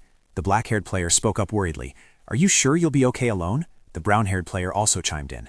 It would be better if we joined forces. Junho glanced to the side and replied, I'm fine. You guys just deal with his troops. He had his own calculations, and his abilities had been concealed. The dark elf raised his sword to the sky and gritted his teeth. Trash! He swung his sword down. I'll make you all die together. Simultaneously, a purple light from Junho's direction exploded, sending dust flying and completely obscuring the situation inside. Minwoo shouted in worry, Junho! Gradually, as the dust settled, a purple sphere remained intact, standing tall in the center of the battle. Everyone stared in amazement. What is this? He approached, slapped the sphere hard and shouted, Is this the chieftain's skill? Junho, are you okay? A sound seemed to come from inside, causing Minwoo to look up. His voice echoed from the inside to signal, that's definitely not my doing. I'm stuck, seriously. He frowned slightly. Had he fallen into a trap? Minwoo was still outside, struggling to find a way. Let's try to break this trap from the outside. Juno was still listening intently, relieved that they trusted him. At this moment, the dark elf finally spoke up. What is this barrier? Only then did he remember the other's presence. The dark elf made a conjecture. Are you hiding your true power? Juno replied, I only showed you one skill. Why so tense? The power I'm hiding is far greater than that. Suddenly, snowflakes began to gently fall from above. An extremely powerful surge of energy struck him directly, radiating a dazzlingly bright light. Even the dark elf couldn't understand what was happening. The ground beneath his feet had turned into a frozen ice rink, and even the sword in his hand was frozen solid. Astonishment was evident on the dark elf's face. What is this? Suddenly sensing danger, he looked up and saw sharp ice spikes wrapped in a dark aura rushing straight towards him. Junho's voice rang out once again. After the enemy you thought was defeated by your hands recovered their stamina, would they be able to use new skills? In an instant, dark energy blended with sharp ice shards. He rested one hand on his hip and asked, This is phase 2, revealing your inherent greed, right? He rested his sword on his shoulder. Is this how a boss monster feels every time it looks down on humans? The dark elf exhaled a breath of cold smoke and spoke, You. The scene suddenly shifted to another place, to a time before the subjugation began. In a hallwards, someone's voice rang out. Hey, Junho! Duckgu hurriedly ran after Junho. Finished training so fast? Are you okay? You were just thawed out not long ago. He kept his pace steady. He walked over and pressed the elevator call button. Enough, I have to test that frost skill. He paused for a moment before replying. Your combat method had already reached a level of perfection in the Twilight era. Do you still want to develop it further? Junho pondered for a long while before answering. Everyone has misunderstood. He affirmed himself. I still have many shortcomings. This answer made Duckgu somewhat silent. Finally, he had to concede. All right then. How do you intend to use the frost skill? Junho held up 3 fingers. First of all, I will divide it into 3 main parts. He began to explain each point one by one. First is practicality. Just like how I created a frozen space with the dark elf, he explained. I will use the icy terrain to gain an advantage in battle. Then I'll wear down the opponent's stamina bit by bit and attack right when they haven't adapted yet. Junho tapped his chest lightly with his finger. Second is to use it more intuitively, creating ice armor to increase defensive power. Of course, that's only for when I have to block attacks because my movement skill is compromised. He looked up at the sharp ice spikes he had created and continued. And finally, it is to supplement energy for attacks using the frost skill. As soon as he finished speaking, the ice spikes shot out simultaneously, rushing straight towards the dark elf. He also quickly jumped to dodge. All the ice spikes embedded themselves into the ground, causing it to shatter and fly apart. Junho did not flinch, simply calmly drawing his sword. The magic efficiency of Watchmen of Darkness isn't very high. Creating a frost screen wrapping around solid matter will help boost the magic efficiency significantly. The Dark Elf swung his sword, slashing apart the blocks of ice flying towards him. He made an assumption.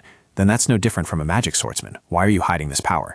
He replied, because I have my own reasons. Besides, aren't you hiding your power as well? The Dark Elf had no intention of hiding it.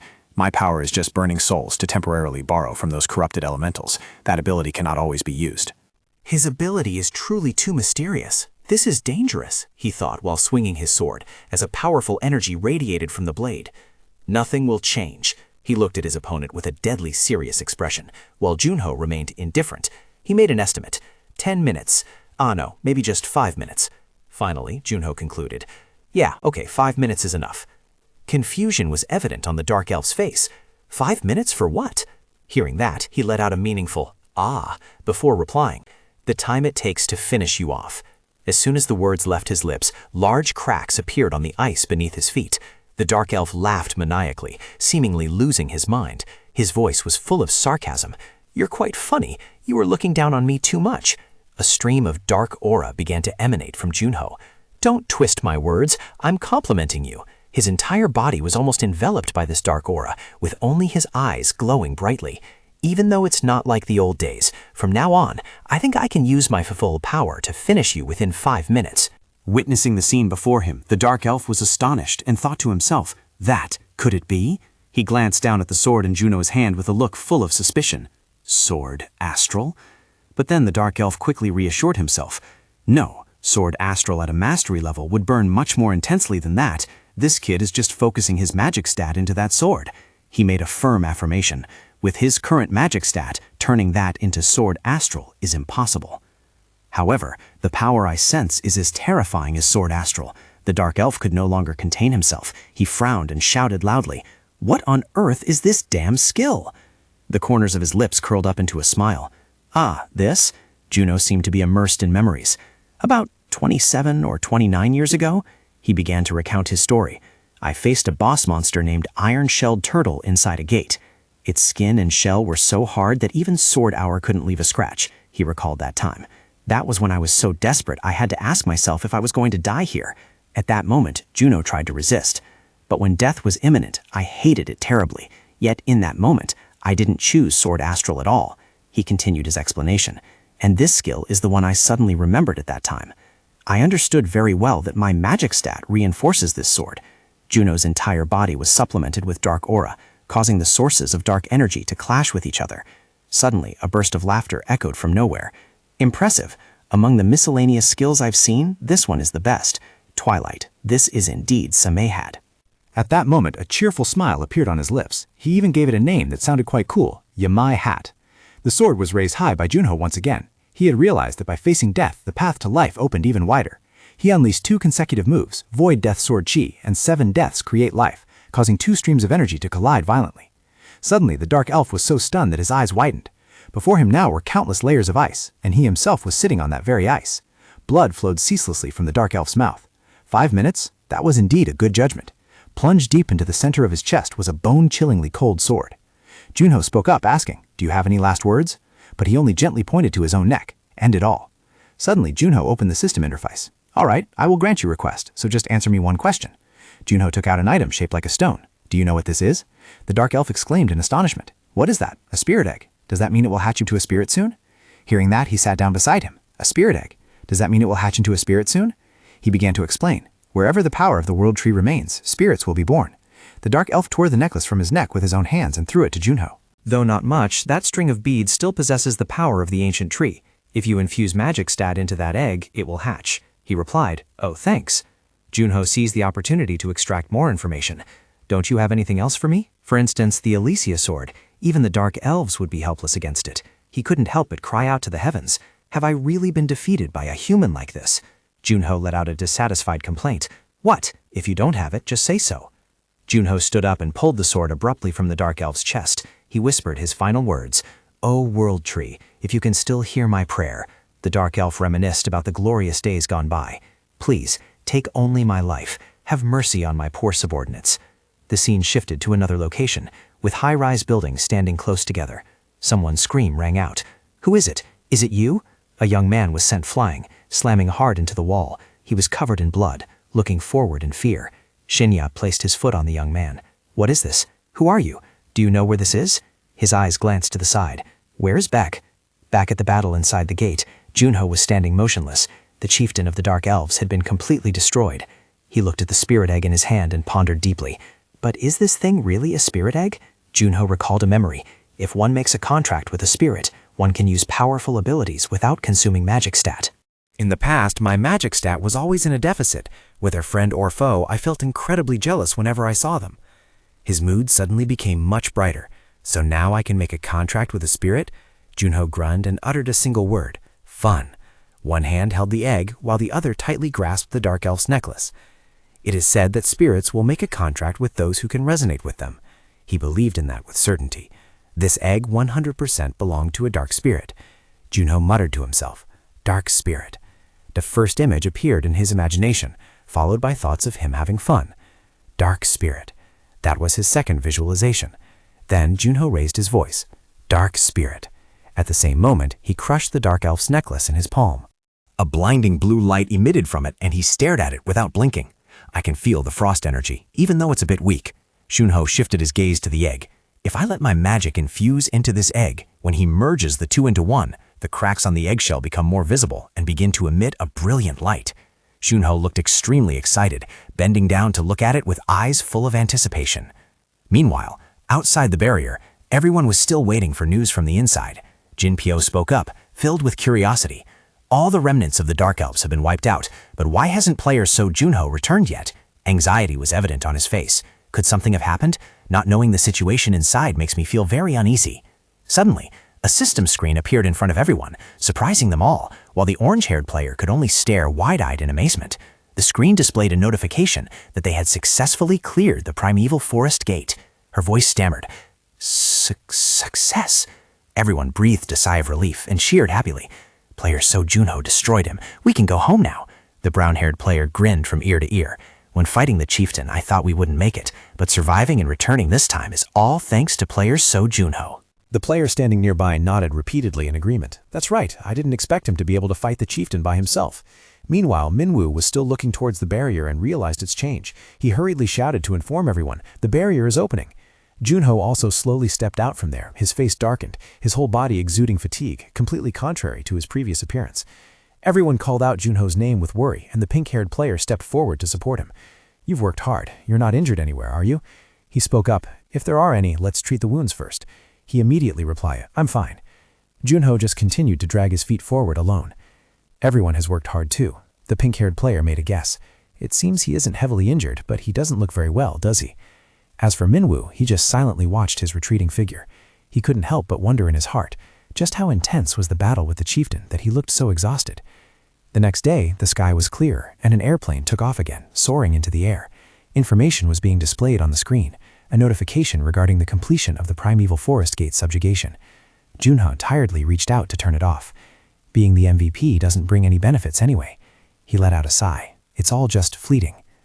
Useless. Junho looked out the window and murmured softly, Is hoping for a dark elemental to come out of this egg being greedy? I have never held a grudge against the frost elemental. Meanwhile, the Frost Queen was dazedly pressing her face against the glass window to look outside. The little girl tried breathing onto the surface of the plane's window. The Frost Queen spoke up. The skills of the people in this place are truly miraculous. They can fly in the sky without using magic. Junho spoke up to remind her, Hey, I told you not to talk until I finished thinking. The girl shouted back sulkily, This lady is monologuing here. What a weird personality you have. He had to remain silent. In Junho's mind, the image of the Frost Queen appeared along with a question. The monster that froze my teammates and made the whole world tremble. How did she become my spirit now? I even sent her to that world. Sally kept talking incessantly. Changed so many generations of wheeled cars. Now they don't even need wheels to fly in the sky. And I think I've given you enough time to think. He spoke up once again to remind her. Oh, I told you not to talk. The girl immediately turned around. Hey, are you eavesdropping on my monologue again? Junho wearily held his head. Which crack did she crawl out of? Sally crossed her arms over her chest and introduced herself. This lady is the spirit most compatible with your magic power, so I was summoned. It means the attribute that suits you best is frost. Junho looked up in annoyance and replied, Don't make me laugh. I have been using the Watchman of Darkness for 5 years, while I have only used the Frost skill for a mere 3 months. The little girl maintained an incredibly nonchalant attitude. But the spirit that emerged from the egg is me, so stop being stubborn and obediently sign the spirit contract with this lady. A frown appeared on Junho's face. Sign? Think back on the things you caused to humanity, then we can talk about this. A look of confusion appeared on the Frost Queen's face. What exactly did this lady do to make you react so violently? Suddenly, he became extremely annoyed. You really don't know? The little girl pursed her lips tightly, waiting in silence. Junho blurted out, He continued to stammer, Then he silently thought, wait, what did she actually do? Pausing for a moment, Junho finally remembered. You froze the Pacific Ocean, didn't you? Hearing this, the Frost Queen was slightly surprised before saying, Oh, so you feel sorry for the fish living there? Cold sweat trickled down his face. And because the Pacific Ocean was frozen, the climate became abnormal. Even so, deep down he thought that, although there were opinions that due to global warming, the abnormally high temperatures of the past would return to normal, Junho said to himself, but that's irrelevant. He suddenly remembered something else. There was still one extremely cruel thing she had done. You froze me and my teammates, didn't you? The Frost Queen could not endure it any longer and spoke up in protest. You knew that, yet you were pretending? I am not the one who froze them. On the contrary, I can even use my power to unfreeze them for you. The little girl raised her voice, implying, this lady has never done anything worthy of being cursed. In fact, I even feel pity for them because they had to die. Realizing he had lost his composure, Junho coughed lightly. Annoying, too annoying. Just look out the window. Then he turned away abruptly and started operating the Vita on his watch. Junho was sending a message. Hey, Duck-gu. The other party replied very quickly, and he immediately asked, Try to think about what crimes the Frost Queen has committed. Duck-gu seemed confused. Everything is fine. What the hell are you talking about? Junho urged. It's urgent. Hurry up. Helplessness was evident in his voice. Seriously? She's the one who caused the 5 great heroes, including you, to end up like that, isn't she? He continued to ask. Anything else? Duck-gu replied. Who knows? Does there have to be something else? Unbeknownst to him, Sori was standing right behind Junho. The little girl suddenly spoke up. That machine is quite interesting. It can receive opinions from others so quickly. He glanced over and replied, Good. It used to be that good. So if we sign a contract, what benefits will you bring me? The little girl looked extremely smug. I will become your guide and the one who directly teaches you. Upon hearing this, Junho remained in his original posture. Then, he suddenly turned around. I admit that you are strong, but you still lost to me. The Frost Queen placed her hand on her chin and replied, Actually, you won against me back then because I was weakened due to the loss of my power. He was so astonished that he exclaimed, Ah? Weakened? Are you selling medicine somewhere? A look of confusion appeared on the little girl's face. Selling medicine? I am not a merchant. The Frost Queen began to explain. This body was once the queen of the Frost Kingdom, Niflheim, and also the brutal monarch who ruled over all the frost in this world. I swear on my life that what I say is not a lie. This time, it was Junho's turn to be stunned in thought. This was a severe oath, betting all powers like the mages did. So you were really weakened? He asked tentatively, How weakened were you? She replied, About 1%. As soon as she finished speaking, it was like a spark igniting Junho's rage. Stop spouting nonsense. The Frost Queen stubbornly shook her head. Swearing on my life? I don't like it. Swearing too much loses the noble dignity of a queen. A sigh full of frustration escaped him as she dared to bring up swearing oaths. Then let's sign a contract. But I have a condition, Junho reminded her. If you cause harm to me or those around me, the contract will immediately become void. The Frost Queen nodded in agreement. You're just stating the obvious. Immediately after, she deployed a magic circle. A spirit and their contractor are soulmates. This lady here cannot do anything to harm you. Even so, Junho's mind was still a chaotic mess. He wasn't sure if this choice was right or wrong, but he had no choice but to go along with it. He thought, the truth was that he was still not strong enough to attack a 1-star gate. He raised his hand to his lips and bit down hard enough to draw blood. But if I receive this power, it will be just enough. Therefore, Junho pressed his bleeding hand into the center of the glowing magic circle. He expressed his determination. He had to obtain the power from the Frost Queen, who had been turned into a spirit. A day later, inside the incredibly spacious training room of the Player Association, Junho and Soli were present. She exclaimed, Oh my, this place is boring beyond words. He replied, Of course it is. This place is used for training. Junho activated the system screen to run a few checks. Curiosity was evident on Soli's face. What are you doing? He had no intention of hiding it either. I plan to test out the artifacts I earned in the previous battle. A ring and a bracelet appeared in Junho's hands. They were the ring of aura buff and the elf's blue bracelet. Junho clenched his fists, sinking into deep thought. If he equipped all of these, his magic stat would break through to level 100. He continued his calculations. With this, he could easily clear a 1-star gate alone. Soli remarked, "Equipping those things makes you look stronger than before." He glanced at her. "I didn't ask for your commentary. It's time for you to show me your true strength." She maintained an indifferent attitude. "Aren't you the one who knows my strength better than anyone?" Junho looked annoyed and retorted, "You're a spirit now, aren't you? Obviously, it will be different from the past." Hearing that, Soli pondered for a moment. "I understand what you mean," she reminded him. "You are the one who made a pact with me. As the signer of the contract, you must know exactly how capable I am. Only then will the treatment I receive in the future be different." Soli's small hand rose, summoning streams of blue-white energy. Her signature frost energy gradually spread throughout the room. Even the ceiling was covered in a layer of frost. Junho stood motionless, thinking to himself as cold sweat poured down. This feeling, it was as if his heart was being frozen. It seemed Junho just remembered something. It was the sensation he felt when he entered the Frost Queen's lair. The stream of power then slowly dissipated. When Soli clenched her fist, it vanished completely. He asked in confusion, "Hey, what are you doing?" She kept her head down in silence, then stubbornly turned her face away a moment later. "I lost interest." Junho's mind was flooded with questions, unable to comprehend what had just happened. Soli spoke through gritted teeth. "I am not in the mood to use my powers right now." He went mad and screamed, "Are you kidding me?" She interrupted him. "Once I am curious about something, I cannot focus on anything else." Junho grimaced, tearing at his hair in frustration, and finally could only let out a sigh. He switched to another question. "All right then, what is it that has made you so curious?" Hearing this, Soli put on a stereotypical smile and replied, "I want to see the human world." The scene instantly shifted to the streets outside, a place bustling with passers-by and skyscrapers casting shadows. A low-grade certificate was being held in someone's hand. 1. The thieving sites and their fans are low-class animals. 2. Same as Rule 1, but add number 2. 3. Same as Rule 1 and 2, but added to make enough 3 clauses. On the avenue, rows of cars followed one another, while on the sidewalk, pedestrians were striding across the crosswalk. Soli flew around in excitement. "Oh my mother, who is the owner of that giant castle?" Junho nodded. That is an apartment complex." She asked again, What is that strange carriage?" He replied again, "Yeah, that's a car." Sail-E continued to ramble endlessly. "Everyone is staring down at something they are holding in their hands. It's so strange." Junho's patience ran out. He scowled and gritted his teeth. So annoying. A sudden question popped into his head. "But can't other people see you?" She immediately looked dejected.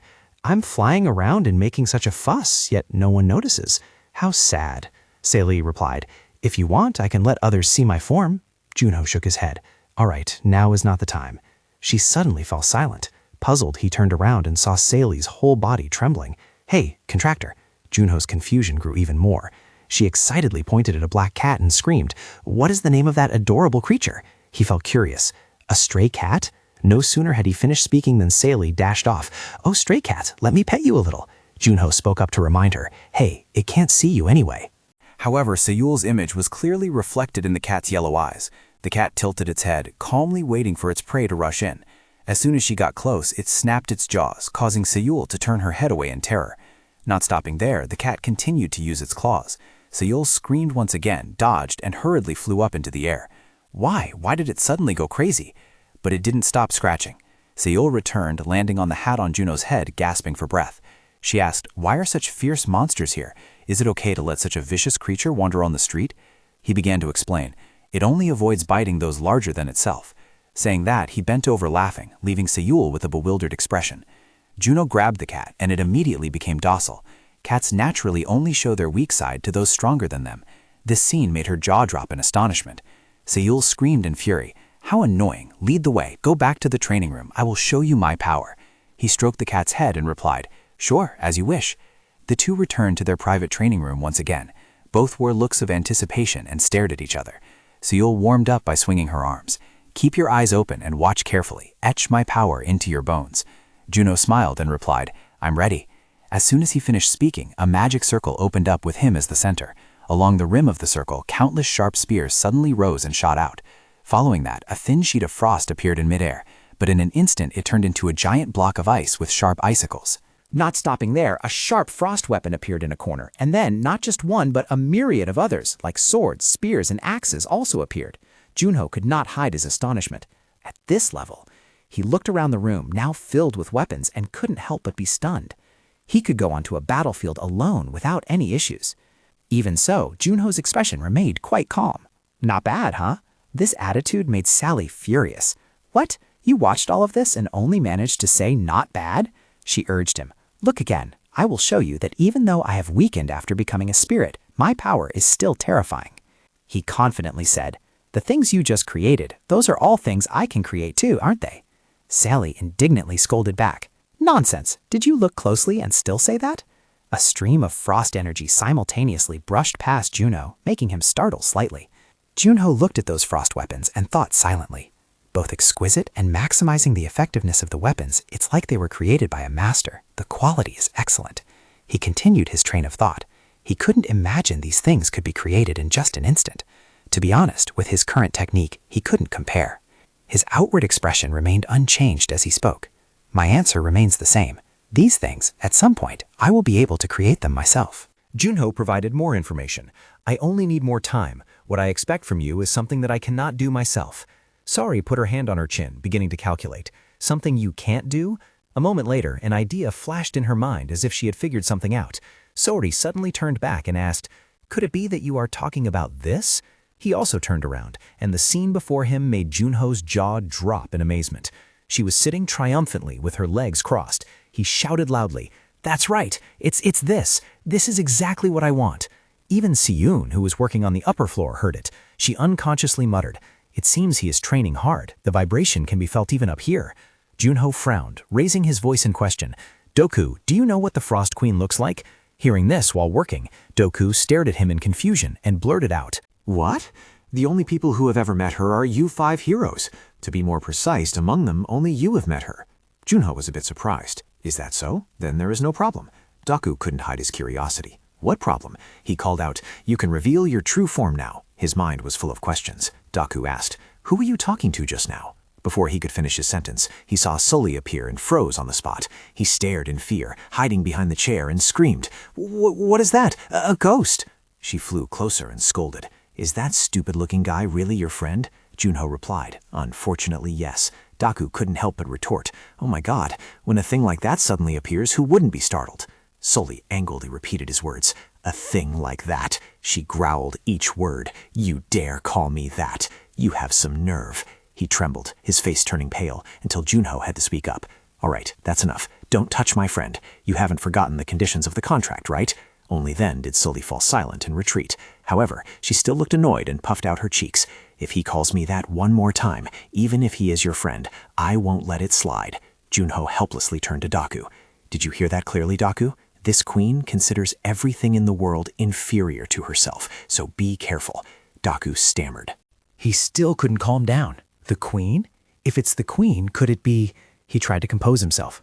All right, calm down. Doku looked toward Sully. First of all, that over there is the Frost Queen. He frowned, looking at her perched comfortably on Juno's shoulder. He recounted the story one more time. The spirit egg you won at the auction in Las Vegas hatched thanks to the help of the chieftain in that primeval forest. Doku asked for confirmation again, meaning that egg hatched into the Frost Queen? After speaking, he nodded to himself. I somewhat understand now. If the person who hates the Frost Queen the most is fine with it, then I don't need to do anything either. Juno said, she will help me become stronger. She is very strong. He clearly looked surprised. Is that so? Then what rank is she? Doku began to explain. Spirit levels depend on their power and are divided into ranks from low rank to supreme rank. He continued saying that usually one only knows when the spirit states their rank. Hearing that, he immediately turned and asked, Hey, what rank are you? However, Sully remained silent. After a while, she turned her face away. Of course, it's supreme rank, but Juno had a different thought. Something feels off. Sully snapped irritably. Don't ask such disrespectful questions. Doku whispered, but she really looks low grade. He replied in a similar manner. Yeah, she really looks like a bottom-tier spirit. However, on the outside, Juno acted as if he didn't want to offend her. In short, this kid is very strong, so next time I'll enter a gate with a slightly higher difficulty. He asked, the difficulty of the gates you've attacked was already quite high. If you go for a gate with even higher difficulty, then... Doku suddenly remembered something and hesitated. Could it be, are you planning to enter a 1-star gate? He nodded. The primeval forest gate I successfully cleared was a 1-star gate, right? Since that raid, I've become much stronger. Now I have enough strength to clear a 1-star gate by myself. He tapped lightly on the face of his watch. If you say so, then it must be so. But on the first floor, on Earth, there are only 3 1-star gates left. Daku started checking the list. In South America, China? At this point, his eyes widened and he fell silent. Daku glued his eyes to the screen. This is... Are you really okay? Do you have PTSD again? Juno looked confused. He replied, even if I had PTSD, the person who caused me to have that condition is sitting right here, so there's no problem.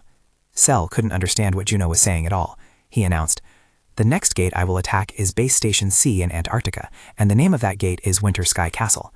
After that, Juno returned to his home. Outside it was pitch black, and inside the house there wasn't a single light on. Daku's voice came through the phone. So the press conference will be held at 2 p.m. tomorrow. Secretary Cha will pick you up. He replied, I got it.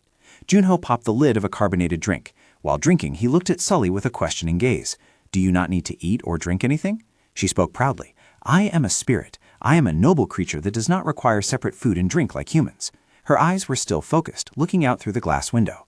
Hearing that, Junho looked quite happy. Is that so? Then I save money on food.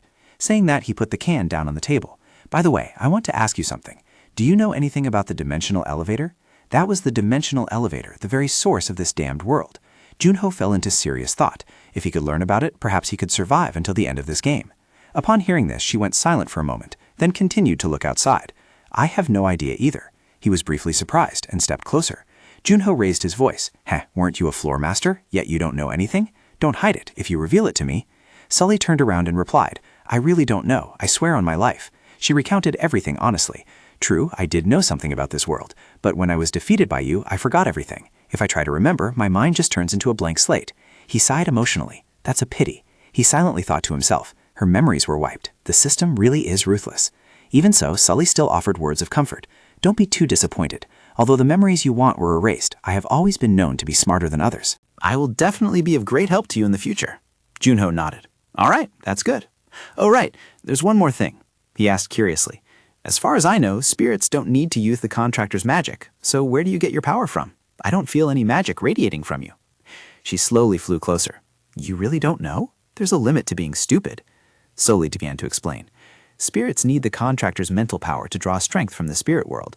In other words, if your mental power hits rock bottom, I won't be able to use my power as usual either. If your condition isn't good, I might be summoned back to the spirit world. Hearing this, Junho fell into deep thought for a moment. He concluded, that makes sense. There's no way one could use such power infinitely without consuming anything. She repeated his words.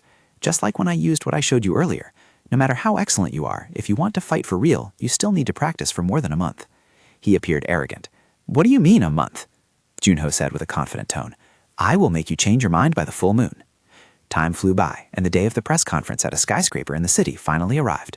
A slender hand knocked gently on the door, and a voice from inside replied, Come in. It was Siyun. Junho, here's the outfit for the press conference. Upon seeing the scene, she couldn't help but be surprised. Inside, Junho was dressed in a very neat outfit, with a crisp shirt and dress trousers. He was even adjusting his own tie. Hearing the noise, he immediately turned to look with a cool expression. Siyu walked over. You're not wearing pajamas today? I prepared this outfit just in case. Junho smiled and replied, It's only fun if I do it once.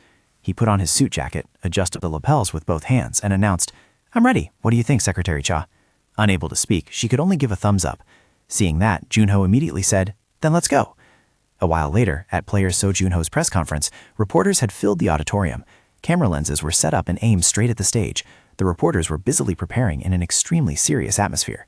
One reporter couldn't help but exclaim, Whoa, look at that crowd of journalists. Only 3 months have passed since the last press conference, but now it's much more crowded than back then. The girl sitting next to him immediately chimed in, because his grove is unprecedented. The black-haired reporter also interrupted. I had seen Seo Juno in person at the press conference for the East Sea Gate subjugation.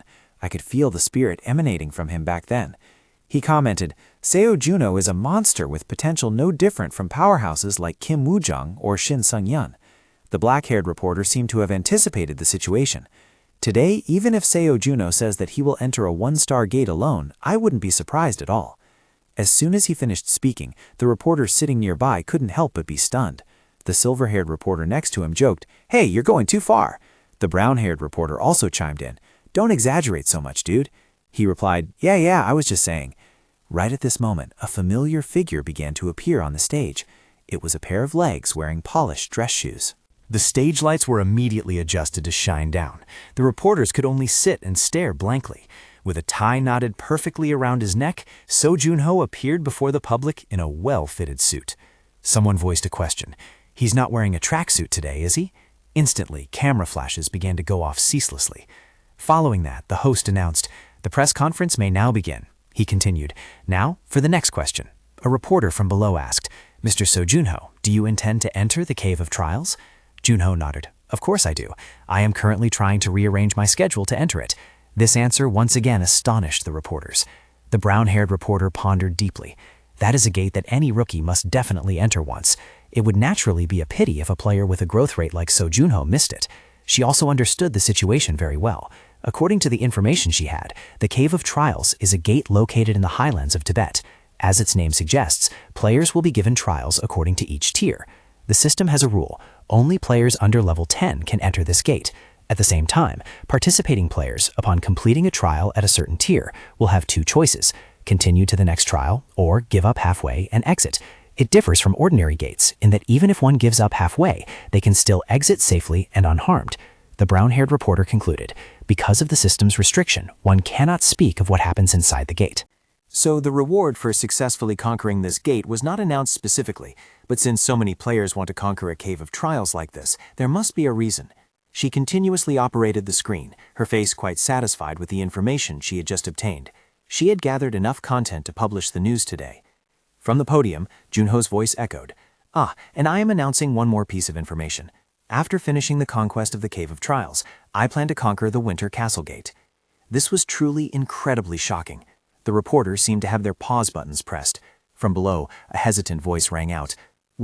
Flashlights blinked incessantly, and everyone couldn't hold back from shouting. "Did you just say the Winter Castle?" Someone said loudly, "That is one of the 3 unconquered gates of the world, with classic difficulty." Because of the Frost Queen, that gate had once again brought terror to humanity. The reporters kept standing up to seek confirmation. "Are you talking about that Winter Castle Gate?" Conversely, Junho maintained a calm expression. "Yes, the press conference is over." In the afternoon of that day, a private jet took off. The screen displayed a newspaper page about the press conference with the headline, "Player So Junho's next target is the 1-star gate, Winter Castle." Experts specializing in researching gates wondered if he was bragging too soon. Player So Junho declared he would enter the Cave of Trials. Can he ultimately surpass Kim Woo-jung's 9th stage? Junho rested his head on his hand, scrolling through the screen. The news kept updating endlessly. Sully asked with concern, "Are you sure you're okay? Not to mention a 1-star gate, but most people think that conquering the Cave of Trials is still too early." He replied, "The condition to enter the Cave of Trials is that the player must be between level 25 and 30. However, there is another condition that others are not clearly aware of." Junho began to reveal the information. That is, the greater the challenge is overcome, the more valuable the reward the Cave of Trials gate will grant the player. He added, "But the difficulty of that gate is fixed, which also means," he explained thoroughly, "if one enters the gate with a lower level, even if they complete the same challenge, the person with a lower level will receive a higher value reward." At this point, she understood the issue. "Aha, then isn't that too good?" Junho said. "This is only good if entering that gate a second time is accepted." Even so, he remained immersed in serious thought. Players who have already received rewards inside the Cave of Trials cannot enter a second time. "I entered the Cave of Trials in the past when I was Spectre." Junho looked out at the beautiful gray sky at dusk again, "and naturally I received the reward inside the Cave of Trials 25 years ago. But now, all stats have been reset." Perhaps I can enter that gate a second time. A moment later, the private jet landed on a private helipad on the rooftop of a certain building. He grabbed his jacket and stepped off the plane. Junho cast his gaze into the distance, taking in the entire city glittering with lights. He clearly demonstrated his determination. "That's right. I will take on that challenge once again." Junho suddenly remembered those people. To be able to meet his frozen comrades again, a sense of anticipation welled up in his heart. Junho's eyes suddenly flashed with light, as if he had just seen something. Appearing before his eyes was the image of his past self when he still bore the identity of Spectre. He smiled slightly, looking at that image and thinking to himself, "Surpass my past self." Suddenly, Junho called out, "Hey, Frost!" Soli curiously asked, "What did you call me for?" He made a suggestion. "When we get back, help me train, okay?" This surprised her, causing her to exclaim, "Train?" Pausing for a beat, Soli seemed to suddenly realize something. She flew closer to him. "Does that mean you are asking me to teach you?" Junho replied. "Because you are better at using frost energy than I am, it wouldn't be a waste to learn it from you." Selly was extremely excited and yelled, "It sounds like I'm about to become your master." The scream made his ears ache. She showed extreme joy, her cheeks blushing as she issued a command. "Lead the way. With the responsibility of a monarch, I will personally teach you." Junho felt somewhat helpless. "I'm neither your subject nor your disciple, but if you're willing, I thank you." Selly reminded him, "You will have to train extremely hard." He replied, "All right, I'll look forward to it." The two of them strode forward together. At the same time, at the gate of the winter castle, it still stood towering there. After all, Junho's 4 comrades were still frozen in this very place. Everyone stood motionless like that, unable to move. On the ground, there still remained a bottle of wine and 5 glasses filled for all 5 people. A voice echoed in memory. On the night of October 14th, we returned. The next morning, at the Korean Player Association building, inside the training room, everything was covered in a layer of ice and snow. On the floor were blocks of ice and ice swords stuck densely, accompanied by the sound of explosions. Another broken sword lay neglected there. Another loud clash rang out. Junho was using his sword to prop himself up heavily against the icy floor. He was sweating profusely, looking exhausted. Even the sword in Junho's hand was covered in ice and snow. He glanced at Selly, who was seated high above. "How is it, Frost Queen?" She pursed her lips for a moment before smiling in appreciation. "You finally did something useful. I find this more interesting now." Flashback to half a month ago, Selly was analyzing. "Currently you can control 2 elements. First is darkness, and second is my frost." Junho looked confused. Why are you acting like I don't know those things? This made her a bit dejected. You really think simply, Soli began to explain. When using an attribute, you must understand it clearly. The better you understand it, the more skillful your technique will be. After saying that, she raised a finger. Now let me ask you this. What do you think darkness attribute energy is like? He widened his eyes and began to think. Darkness energy? It is violence and arrogance, indifference and hatred. Soli looked quite satisfied. That's a good answer. Then what about frost attribute energy? Dunar answered immediately without needing to think. Ice cubes. This answer made her face darken with anger. But she also expressed sympathy. It makes sense. You've only been learning the frost attribute for 3 months. Listen carefully, Soli kindly explained in detail. Frost is colder and more elegant than any other energy. It is an all-rounded type of energy. He nodded. I understand. That means it is very balanced. She confirmed. That's right. For example, darkness, fire, and wind have high attack power, but are not suitable for defense, while water and earth lean towards defense but lack attack power. Soli turned back to Junho. Users of frost skills used to be one-man armies on the battlefield. She asked, you can guess why, right? He recalled the image of Soli when she first created a room full of frost sword aura. She announced, now I will personally teach you how to use frost energy. Soli gently snapped her fingers, but before doing so, she created a beautiful yet extremely sharp sword. Junho received it and gave his assessment. This is a sharp sword. Soli began to introduce it. It is the treasure sword of the kingdom of Niflheim, Levatine. She gave an order. Try to make something similar. Then I will teach you. Hearing that, he hurriedly cried out, Wait, but I don't want to know how to make frost weapons. Selly sat comfortably on the ice throne she created. According to tradition, you must excel in all skills. If you can't even do that much, I won't teach you. Juno opened his mouth and screamed in frustration. That's not fair! However, no one answered him. He flew into a rage and shouted, Hey, Frost Queen! A long while later, Juno held a sword in his hand, breathed a sigh of relief, and asked, Is this sword okay? He raised the sword high. Look, how is it? Sully bent down to observe carefully, then waved her hand, breaking it into 2 pieces. Not good enough. Juno was truly irritated and blurted out, Again? She loudly gave her remark. The blade isn't sharp enough. The weight is terrible. You call this imitating a national flag? Veins popped out all over his body, his face lowered, and his voice became growling. You've broken so many trees. Even so, Junho sat down and started again while ceaselessly complaining, Why is this so boring? However, Sally felt quite satisfied with him. Truly impressive. She was surprised that in just 34 minutes, he was able to simulate up to 64% of Excalibur. She recalled his power from 28 years ago. He was so strong that she didn't believe he was a human from Earth. Sally hesitated slightly. I might be creating a monster. Then she smiled happily again, thinking to herself, watching his progress is quite an enjoyable process. Saying that, she pointed out a flaw in the sword. Here, the blade is tilted by 5 degrees. A while later, Sally stared at the newly crafted sword and commented, This one is passable. She stammered, You only took 15 minutes? Junho scratched his head. I tried my best, he asked. So this one passes, right? Sally seemed to be considering something, then kicked the sword, breaking it again. Junho screamed in frustration. Again? In contrast, she cheerfully exclaimed, Oh, the sword was actually quite good. I just broke it because I found it annoying. This made his face darken.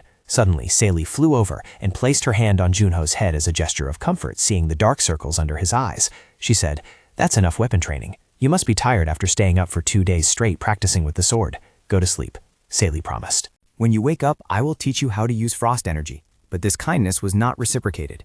Junho clearly showed his fear. "You are too suspicious. You aren't planning to make me get injured again, are you?" She angrily shouted, "I suddenly feel like changing my mind." Hearing that, he pointed his finger at her. "If you go back on your word, your whole body—" Junho staggered forward, murmuring ceaselessly until he collapsed. "I won't." His sentence was left unfinished as Junho sank into sleep. Sally created a thick blanket covering him while murmuring, "Talented and persistent as well. The gods are truly unfair." She silently wished, "Become stronger, strong enough to protect those precious to you." The next morning, a large eagle with sharp talons was soaring in the clear blue sky. The eagle spread its wings wide across the vast expanse. This place was the Tibetan Plateau, with numerous tourists present, right near the Cave of Trials Gate. Zangba appeared with his tongue sticking out. "Greetings, player Sojunho." He continued, "This humble monk's name is Jamba, and I manage this place. Welcome to the Cave of Trials." It should be noted that sticking out one's tongue is a traditional greeting in Tibet. He actively announced, "The Player Association has contacted this humble monk in advance." Meanwhile, Soli was still chattering incessantly.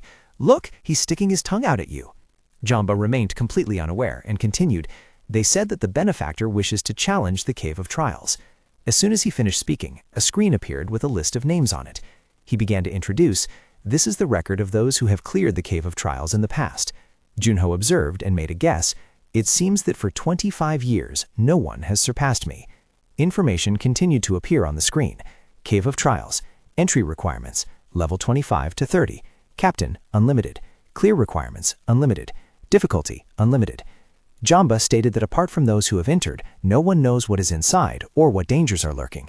Standing from a distance, he said, "This humble monk will bless the benefactor," hoping the benefactor returns safely. The massive door of the cave appeared before their eyes. Junho and Soli entered inside, where the space gradually sank into darkness. Suddenly, a giant gate glowing with brilliant light appeared there. He looked up and exclaimed in admiration, "It's been 25 years." Junho stepped straight inside without hesitation. "Let's go." From behind, she still followed close on his heels. A lightning bolt from somewhere suddenly struck and flashed. The moment they touched the gate, thunder crashed down on them, startling both of them in terror. A notification appeared on the screen. "Error. Entering for the second time. Requires permission from the administrator." Junho exclaimed in bewilderment. "What?" Meanwhile, Soli was so astonished her jaw dropped. Before the two could regain their composure, lightning erupted violently around them, causing dust and smoke to billow everywhere. Ahead, a black door appeared in the middle of the vast room. A man in an extremely elegant outfit, wearing a tall hat, spoke up first. "Hello." He approached, took off his hat, and introduced himself. "I am the administrator of the first-floor dimensional elevator. My name is Gray." This information shocked Junho, and he thought to himself, "The first-floor administrator?" He asked, "Does that mean you are God?" Gray put his hat back on and replied, "For instance, the gates and monsters on the first floor." At this point, Gray had to admit, "But it is truly a joy to see a few familiar faces after so long." He called out the name, "Player Spectre. Although a bit late, congratulations on your return." These words left the two of them utterly bewildered. Junho paused for a moment before replying, "Thank you." Meanwhile, Sally still couldn't compose herself. "Wait, you said a few? You know who I am?" Gray smiled. "Of course, you are the Queen of Niflheim, the supreme ruler of the cold, the Frost Queen." He curiously asked, "So what is this place?" Meanwhile, she was still wondering to herself, "Of course, how can he know who I am?" He began to introduce, "This is a virtual location created by me." The old man turned and flipped open a thick book.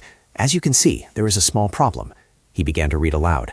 His eyes swept over the notebook where the image, ID number, and full name of So Junho were carefully recorded. He spoke up asking, 7 months, 16 days, and 32 minutes ago, you cleared the Cave of Trials, didn't you, Spectre?" All information related to Junho was recorded in detail inside the notebook. Ray continued to ask, "You should know the rules. Those who have already received a reward cannot enter a second time, right? Even if you change your name, your soul remains the same." Doubt was evident on his face. "But what if I no longer have the reward?" he asked back with a confused expression. "What do you mean?" Junho replied. "Exactly what it means. I don't have any rewards taken from the Cave of Trials left." Hearing this, Ray lowered his head slightly, sinking into deep thought. He suddenly looked up sharply to probe. "Are you telling the truth?" At the same time, an anomaly in the surrounding space surged, something both Junho and Ray could sense. Junho wondered in skepticism, this pressure, is this the power of the administrator? Ray spoke decisively, you do not possess the reward. Junho didn't hesitate to continue. According to the rules, I can absolutely enter. Taking out an item, he replied, that is for me to decide. Ray tapped his cane on the floor and stated his point of view. The issue isn't about breaking the rules. Rather, fairness is what I emphasize. You have entered once already, so you know what the trials are. That would be unfair to other players. While Junho was still waiting, he made a suggestion. Then adjust the difficulty. If you increase the difficulty, wouldn't that be fair? The expression on Ray's face turned gloomy and unpredictable. Are you sure you can handle it? Junho replied with overflowing confidence. Yes, if I can enter. Ray himself couldn't hide his curiosity. I don't know if you are cunning or sincere. Then Ray snapped his fingers. All right, you've entertained me a lot this time, so I will accept it. The space around them warped once again, forcing Junho to turn his head and observe. He turned around and walked away. Good luck. But then, a sudden shout rang out from Seoli. Wait, she asked curiously. You seem to know a lot about me. Do you know why I lost my memories? He turned back and replied, Who knows? I cannot say. Finally, he just dropped a sentence. Have fun. With those words, his figure vanished completely, returning the cave to its original state. Junho took a deep breath before speaking. This damp air. I really have returned to the Cave of Trials. Standing beside him, Seoli also commented, Hey, it is very hard to read him. He asked curiously, Did you really lose your memory? She puffed up her cheeks, her face showing clear sulkiness. That is why I am so helpless. I have no memories of the floors at all. However, Seoli also had to admit, Anyway, this is good too. Riding a hot air balloon here was smooth. On the screen displayed the welcome message for player So Junho. Joy was also evident on Junho's face. Ah, I'm just glad that things went smoother than I thought. Also, it is an airplane, not a hot air balloon. He raised his head, his gaze sharp. A message appeared on the screen. Level 1 Magic Trial will start now. Break the bubbles using magic. Junho asked for an opinion. Shall we start? Seoli looked around with a rather confident attitude.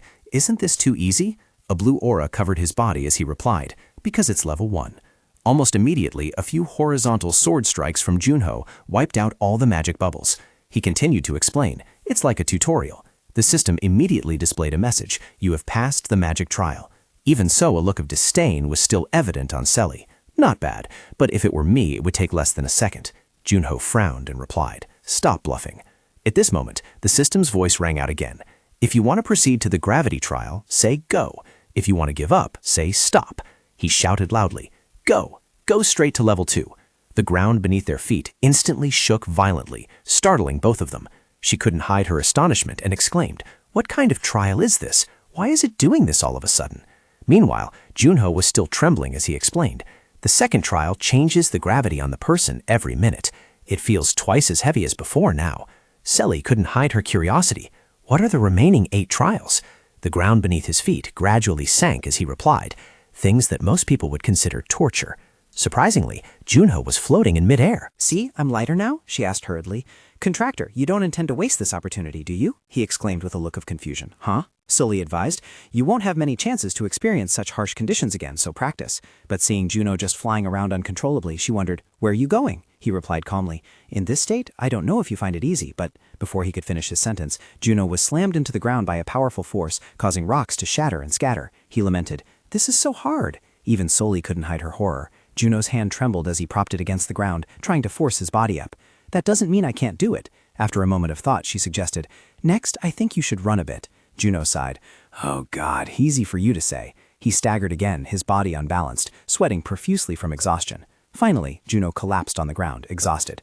It's finally over. With eyes sunken from fatigue, he couldn't help but exclaim, gosh, how much did he increase the difficulty?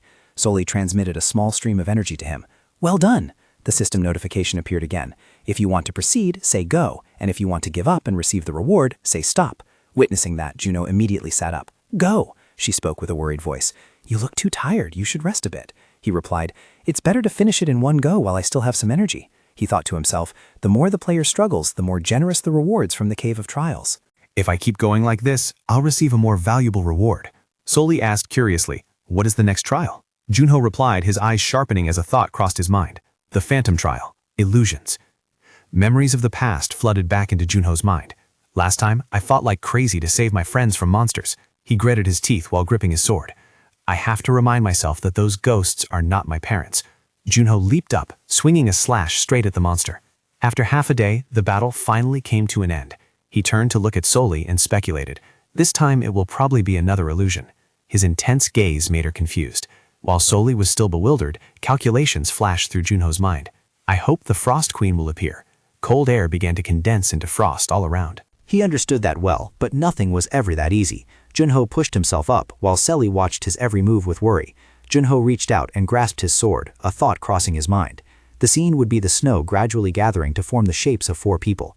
As the figures of Spectre and the other 3 became clear, she immediately called out, "Seo Junho." A familiar voice rang out once again. "You want to continue surviving alone, you traitor?" He had anticipated this, his brows furrowed, and his hand tightened around the sword hilt. Yeah, something like that. Junho stood there silently, listening to the interrogation from his teammates. "Why did you abandon us?" He maintained an unusually calm demeanor. The furious voice rang out once again, "Traitor." Skaya frowned and snarled, "Liar." Seli hurriedly stepped forward to defuse the situation. "Don't listen to what they say, they are all—" Junho abruptly interrupted her. "I know they are just illusions," his face darkened. "But right into the very last moment, those idiots still tried to make me laugh." Junho recalled that time, when they were all aware that death was imminent. Therefore he raised his sword and roared in anger. "I cannot let you insult them like that." He began to list their abilities. Ramadat with his immense destructive power and self-regeneration. Skaya, who was all-powerful in both offensive and defensive magic. The excellent long-range support capabilities of Gilberto. And Spectre, who can appear with his sword by his side in an instant. Junho realized one thing. Trying to fight all of them at once was suicidal. He turned and asked Seli, "Can you immobilize Skaya and Ramat?" She nodded slightly. "It is possible, but it will consume a large amount of your mental power." Junho agreed. "That's not a problem." He asked, "How long do you think you can hold them down?" Seli offered her estimate, about 30 seconds. He smiled and began to calculate. "That's plenty. I will take down Gilberto and Mio first. Both are weak in defense." Then he shouldered his sword and rushed straight forward. Seli also sprang into action, pushing both hands forward while shouting loudly, "My soldiers!" She issued a command. Awaken from the frozen ground and crush the enemy. The previously silent ice surface suddenly cracked with deafening noises. Then the ice shards automatically condensed into giant, mighty warriors. Skaya shouted loudly, "Here they come, everyone, dodge!" She drew her scepter. Without hesitation, the ice warriors rushed to attack. She summoned a magic circle to erect a defensive shield. At this moment, Junho also began to feel the toxin. He gritted his teeth and thought, "Damn it, my mental power is draining too fast." Right before his eyes, a giant foot stomped heavily on the ground, shaking the entire space. While he was still recovering from the shock, Raman charged forward wielding his weapon. He swung his gauntlet arm wrapped in flames and roared, "It's over!" Seli couldn't help but shout hurriedly, "Freeze!" A stream of frost energy wove through Junho and shot straight at Ramat, freezing him instantly. She spoke hurriedly, "Don't mind me, just do what you need to do." Junho praised her. "Well done, you just need to hold on for a little longer." Right at that moment, a sudden attack struck the very spot where Junho was standing. The attacker was none other than Gilberto. He pulled the brim of his hat lower and spoke, "I will finish you with the next shot." Junho gave a faint smile and commented, "Even though it's an illusion, it still materializes Gilberto's magic bullets." Witnessing a deep trench cut across the ground, he became even more certain that taking just one hit would mean instant death. Now, Junho became his target again, as Gilberto's finger rested on the trigger. Suddenly, his image vanished from the scope, causing Gilberto to exclaim in astonishment, "Where did he go?" Just as the sentence ended, streams of dark aura appeared from nowhere, enveloping Gilberto. He realized he had fallen into a trap. No, right after that, the layer of dark aura slowly dissipated. Junho's face gradually emerged. From behind Gilberto's back, he swung a decisive sword strike downwards. He screamed in pain, his hat falling from his head, and his body slumped to the ground. Junho couldn't hide his secret joy. Thank God, I didn't think I could pull off that move again. After Gilberto, the next target was all too clear. Then, Mio's ear-piercing scream rang out. "How dare you kill him?" His eyes never left her. Junho quietly uttered the name, Mio. Her gaze towards him was still filled with hatred. Junho remembered clearly, she was dubbed the First Sword. Only a fool would try to take her down in a sword fight. But Mio roared, "You will pay with your life for destroying my teammate." Finishing her sentence, she rushed forward madly like a moth to a flame. Junho also gritted his teeth, calculating, "I still have a chance to exploit her unstable state of mind over Gilberto's death." Moving and drawing her sword simultaneously, Mio swung a horizontal slash at him without hesitation. Junho gripped the sword in his hand tightly and held his breath, waiting. "I will have an opportunity to attack." He swung his sword in retaliation with a slash. Mio took the full brunt of the blow, her body staggering before collapsing onto the icy surface. Junho remained motionless, while Mio clutched her chest tightly. Her voice trembled violently. "How could you do this to us?" As she finished speaking, her illusionary body vanished in an instant. His gaze turned sharp and cold, his brows furrowing. This trial had been terrible from beginning to end. While Skaya's magic circle remained sturdy, cracks began to appear on the Frost Warriors. The layer of ice encasing Jamba's body also showed countless fractures. This caused Sayali to panic in extreme alarm as his hand broke free. From a distance, Junho also heard the commotion and turned back in horror. That sound! Jamba was completely free amidst the hazy dust. He slowly walked forward, shaking off the remaining ice shards from his hand before opening his mouth. "Did you really think," Jamba tightened his grip on the chains in his hand, "that you could hold me back with this cheap trash?" In a state of near exhaustion, Sayali shouted, "Contractor, I can't hold on any longer!" Skaya put her strength into pushing the scepter in her hand forward. A flash of blue light erupted, crushing the Frost Warriors in the blink of an eye. Shattered ice fragments flew everywhere, hurtling towards Sayali, terrifying her as they slammed hard enough to crack the ice surface. Sayali fearfully raised her hands to shield herself, bracing for the worst. Junho's familiar voice suddenly rang out. "Thanks, Frost Queen!" Hearing this, she immediately whipped her head around to look. He was using his shield to protect both Sayali and himself. He flashed a cheerful smile. "You did great!" Just then, Jamba charged forward with eyes blazing aggressively. He threw a straight punch at Junho. He immediately raised his shield to block that flaming punch. Jamba pressed down with terrifying power and roared, "Hey, you brass—" Extreme excitement was clearly visible on his face. "Did you think you could avoid me?" At this moment, Skaya also rushed in from afar, swinging her scepter to create countless magic circles. While controlling the magic, Skaya loudly cursed at Jamba. "You idiot! I told you not to get involved!" The magic immediately fired down at Junho's position, forcing him to jump up to dodge. Junho panted in exhaustion. Damn it, the two of them were a perfect combination. He looked towards the large man, Ramad, who possessed nearly perfect defensive capabilities. Added to Skaya's long-range attack ability, they were the most terrifying duo. Junho closed his eyes to start calculating. If he wanted to defeat that pair, he had to use all the strength in his body. The power within him gradually accumulated. Junho whispered softly, "Strengthen." Suddenly, his eyes widened. To Ramad's astonishment, Junho swung his sword and slashed straight down at his body. However, immediately after, Ramad was still able to exclaim, "You slashed a straight line right onto my chest, didn't you?" Even so, he still appeared calm and extremely interested. A fresh sensation indeed. His guardian gauntlet curled tightly into a fist once more. But is that all there is? Ramad launched another fiery punch. Junho leaned to the side to dodge the blow, gritting his teeth as he retreated, his mind full of calculations. Just as I thought, it has no effect at all. His regeneration speed is truly insane. On the other side, Skaya also began to unleash her skill. I won't miss this time. As soon as she finished speaking, Junho urgently ran in the opposite direction. Skaya's magic relentlessly chased behind him, destroying everything in its path. Earth and rock shattered into pieces, while Junho was still running with all his might. Meanwhile, calculating thoughts continued to race through his mind. With Ramad's endless regeneration ability, continuous attacks like that would be ineffective. I can't use a normal strategy. I have to let him attack me. Watching Junho's retreating figure, Ramad could not hide his anger. How boring. I don't know how much longer you plan to run, but I'm getting tired of it. Junho suddenly stopped. Let's end this here. The provocation made his face flush red. You arrogant bastard. Just as the sentence ended, Junho leaped up, his figure vanishing instantly. When he reappeared in sight, Ramad could only watch Junho's movements helplessly. He just let Ramad land a punch on his stomach. Feeling as if his body was about to be pierced through, Junho coughed up a mouthful of blood. Extreme pain spread throughout his body as he assessed the situation. Truly a monster, to think he could break all the frost shields and inflict damage on me, he realized. But this was also his chance. Taking advantage of the moment Ramad remained in his stance, Junho threw a counterpunch with equal power. However, Ramad remained unscathed. It's useless, but I must admit you are formidable. Even at the very end, you can still give me a sense of excitement. He simply smirked. You're wrong. Junho slowly drew his sword. You are the one who is finished, he roared. Believing this to be the law of survival, Junho stabbed his sword straight into the middle of Ramad's chest. In utter shock, he spat out fresh blood in pain. He watched as Ramad collapsed right before his eyes. Elsewhere, Skaya screamed worriedly, "Ramad!"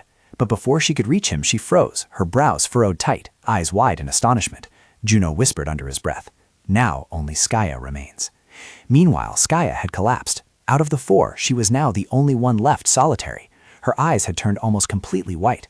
"I will kill you. I swear I will kill you." Seeing this, Soli flew over to warn, "Contractor, that killing intent looks quite dangerous." Junho nodded, "Because she is the last one."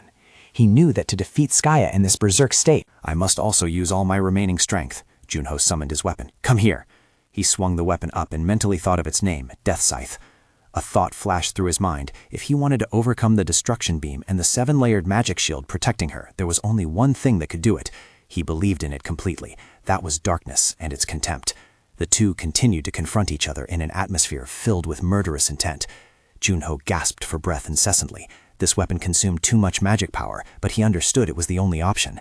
But with only this choice left, he raised the scythe high and slashed down at Skaya. Die! She was still bewildered as she took the full brunt of the attack. Magic flew in a circle in the air and then returned. Junho condensed it on the scythe, then leaped up and swung again. Without a hint of hesitation, he decisively slashed down, his gaze fixed on that illusion. It was a relief that she was just an illusion. Her body gradually faded away, while Junho kept whispering, "If you were the real Skaya, perhaps I would have lost." However, the illusion of Skaya suddenly shed tears. "Junho, we will still wait for you." Finally, the illusion completely vanished, leaving only a trail of blue smoke. The system immediately displayed a notification. "You have cleared the Spectre's trial." The familiar content appeared once again. "If you wish to proceed to the next trial, please say proceed." Selly stood by his side with a pouty face. "Even though you finished the trial, the feeling is still too heavy." The system repeated the notification once more. "If you wish to proceed to the next trial, please say proceed." Junho gritted his teeth and spoke. "No need to say it. Let's proceed." With a determined face and sharp eyes, Junho seemed to faint. In his hazy eyes, he could only see the blurry silhouette of Selly. She kept shaking him and calling Junho's name. "Wake up, contractor." When he finally woke up, his eyes were dark with circles, and his spirit was utterly exhausted. So Lee could finally breathe a sigh of relief. "You've been sleeping for 30 hours straight. I thought you would kick the bucket." Junho muttered, "Less than I thought. I expected to sleep for at least 2 days." She crossed her arms and said, "That death scythe move is very powerful, but the backlash is also quite severe." He nodded in agreement. "Even though they were just illusions, I managed to find the 5 heroes. That price is nothing." So Lee looked curious. "How many trials are left?" He cracked his neck. "I don't know exactly." Then he spoke again, "But I don't think it will stop at level 10. The administrator said he had changed the content and difficulty." "So nothing is certain yet?" Her face suddenly darkened. "So there are still 6 more of those hateful trials left?" Junho made a guess. The further they advanced, the more dangerous the cave became. Up until now, those trials had been quite simple. "But how much longer can I keep going?" Witnessing his state, Soli could not hide her worry. "Are you all right?" Meanwhile, Junho accessed the system to purchase some necessary items. He put on a shirt while listening to her.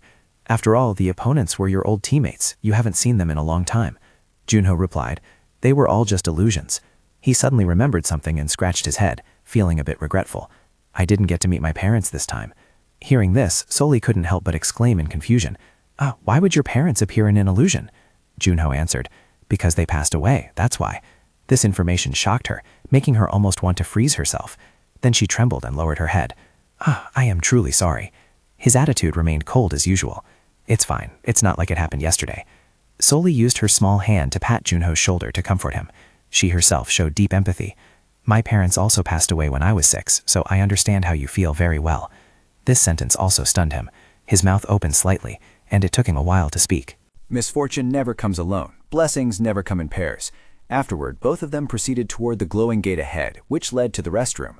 Standing in the middle of the damp cave, Junho shouted loudly, "I want to start the 4th trial." The system immediately responded, "Preparing." The content quickly appeared on the screen. Level 4, Insomnia. Warning, upon selecting to start Insomnia, you will not be able to sleep for 10 days.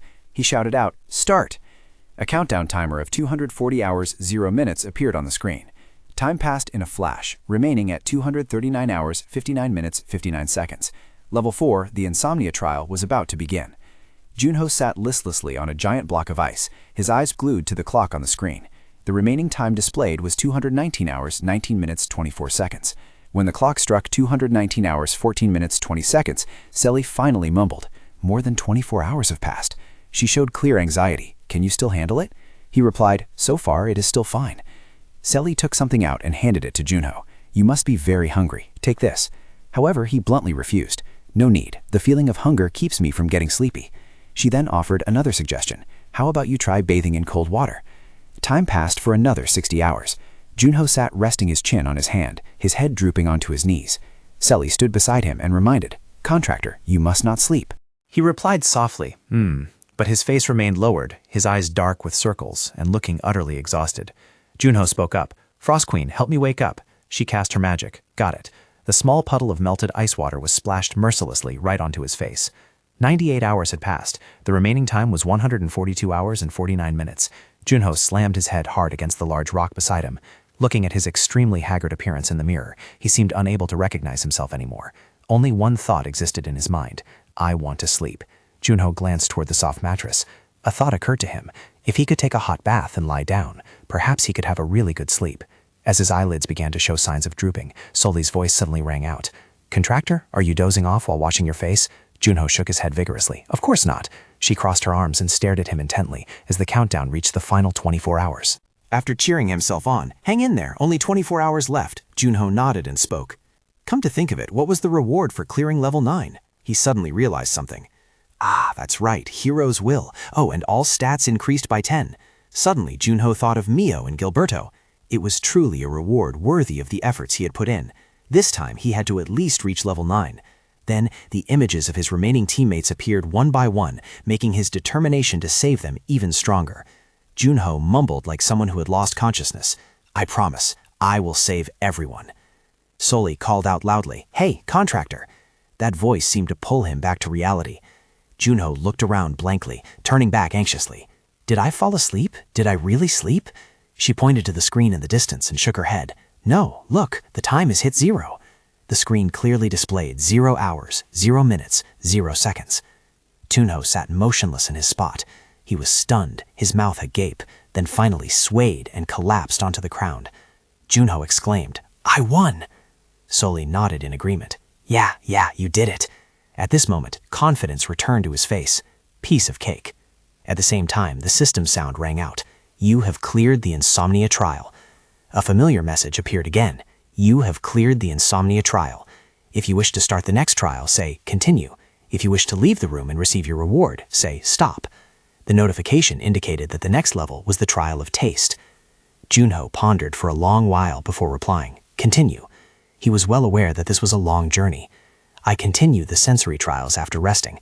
This was a challenge aimed at testing the limits of humanity regarding taste, smell, sight, and hearing. Accompanying it was the familiar question of each round.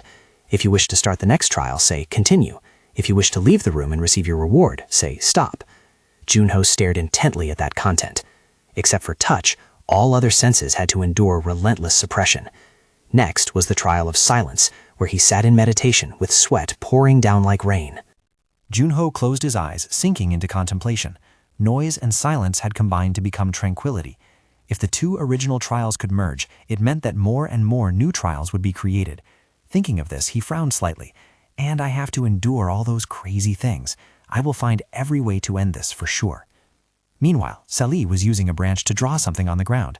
The content she drew gradually appeared. Do you want to eat? Junho shook his head and thought to himself, look at that. Ever since I taught her Morse code, she seems very excited. He continued to sink into his train of thought. The next trial was indefinite. Most players challenging the Cave of Trials gave up here. Junho was well aware of that. Nothingness. It was a primal fear that no one could easily overcome. He felt as if he were imprisoned in a dark space. When deprived of all 5 senses, humans become even weaker, and if the mind is not strong enough, one can lose oneself in the infinite void. Junho began to recall the past when he had run away. Just then, a system notification appeared. You have cleared the trial of void. It was the same familiar message. If you want to start the next trial, say continue. If you want to leave the room and receive the reward, say stop. Level 9, void, and level 10, time, will occur simultaneously. He was so astonished that his eyes widened as he exclaimed, "What?" The system kept sending red warning lines. Please leave if you think you cannot pass the trial. Your existence may be erased. Anxiety rose in Junho's heart. The void was already terrifying enough, but now time was added too? I will be trapped in an endless void, unable to sense anything, not even the flow of time. Suddenly, he bit his lip slightly. Junho placed his finger on the ground, writing a message for Soli. I will return. Junho revealed his determination. After all, this gate requires betting everything for a chance to win. She nodded, smiling with overflowing trust. Good luck, and don't worry, I will be here waiting for you. His eyes, usually accompanied by dark circles, suddenly became unusually sharp. I can do this. At that moment, the system announced, Level 9 and Level 10. Void and time are about to begin. As Junho's hand pressed against the ground, dark aura surged violently from nowhere. Then he was submerged into a pitch-black space, and all his senses vanished. He could no longer feel his own power, the Frost Queen, or anything else. Junho frowned, reinforcing his own belief. I am Seo Junho, and I can overcome this trial. I will get through it. The clock hands kept ticking, and Junho questioned himself inwardly. I don't know how long it has been since I fell into this place. Whether it is time or my own existence, I can't feel anything at all. He recalled the moment he faced the gate. Why did things turn out like this? I must master the frost skill as soon as possible. But was I too greedy? Junho seemed to have become certain of something. I will run away again. The scene seemed to return to the moment the system announced. Level 9, Trial of Void, and Level 10. The time trial will happen simultaneously, he exclaimed in utter astonishment. What? Curiosity about his own existence rose within Junho, just like last time, but he also realized, no, I have already chosen. I want power. Junho chose to accept it, even if he had to risk his life. I chose this because I am sure I can pass the trial. And at that moment, he was extremely confident. If I can enter the cave, I will do so. Junho gritted his teeth and roared, I don't want to die in this terrible place. His eyes rolled back white. I am Spectre. I am So Junho. Meanwhile, outside, Sully was still keeping watch beside Junho's motionless body. Suddenly, his finger twitched slightly, and his closed eyes slowly opened. This is, she cried out happily. Welcome back. Junho raised his hand to rub his eyes. Yeah, how long has it been? Sully replied. 10 days. He sat up abruptly. This damn cave. I remember it being nearly a month. Has it only been 10 days? Just then she rubbed her chin with a slightly thoughtful expression. However, contractor, Sully seemed to have sensed something. It seems something has changed. Junho also glanced around to observe, then spoke to reassure her. It's nothing big. I just took a little rest. Then he slowly stood up. He closed his eyes to feel it and realized his body was lighter than before. Let's see. The powerful currents of energy intertwining within Junho's body stunned even him. Junho looked down blankly. His magic consumption rate was 0%. Even when he was Spectre, it was only 3%. He made a self-assessment. That means I am as strong as Skaya, a natural-born magic genius. I have perfect magic control. Thinking of this, curiosity rose within Junho. So that means he slowly drew his sword. Junho took a stance, his eyes glued to the sword. Then suddenly his eyebrows furrowed, and his gaze became sharp. A powerful sword strike was unleashed by Junho, creating a terrifying destructive force. The cave walls cracked and collapsed, rocks and debris shattering everywhere. Thick dust billowed everywhere, and when it settled, a large cave had formed. Seoli commented, Your aura is much stronger than before. He nodded in agreement. I even thought it was perfect back then. Then the system chimed again with a notification. You have cleared the void trial and the time trial. The next notification read, Calculating rewards for the Cave of Trials. Hearing this, Junho looked incredibly excited. Finally, there are rewards. However, after waiting for a long while, nothing happened.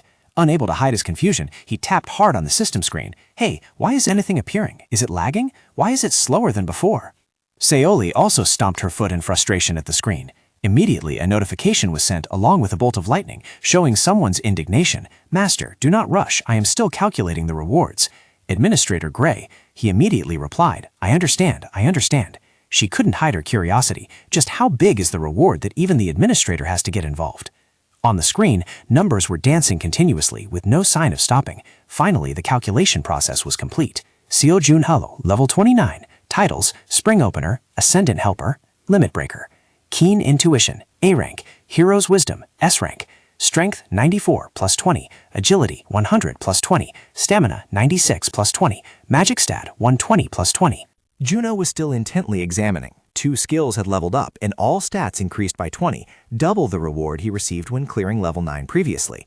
Suddenly, he noticed something that startled him slightly. Junho recalled what he had said before entering the trial.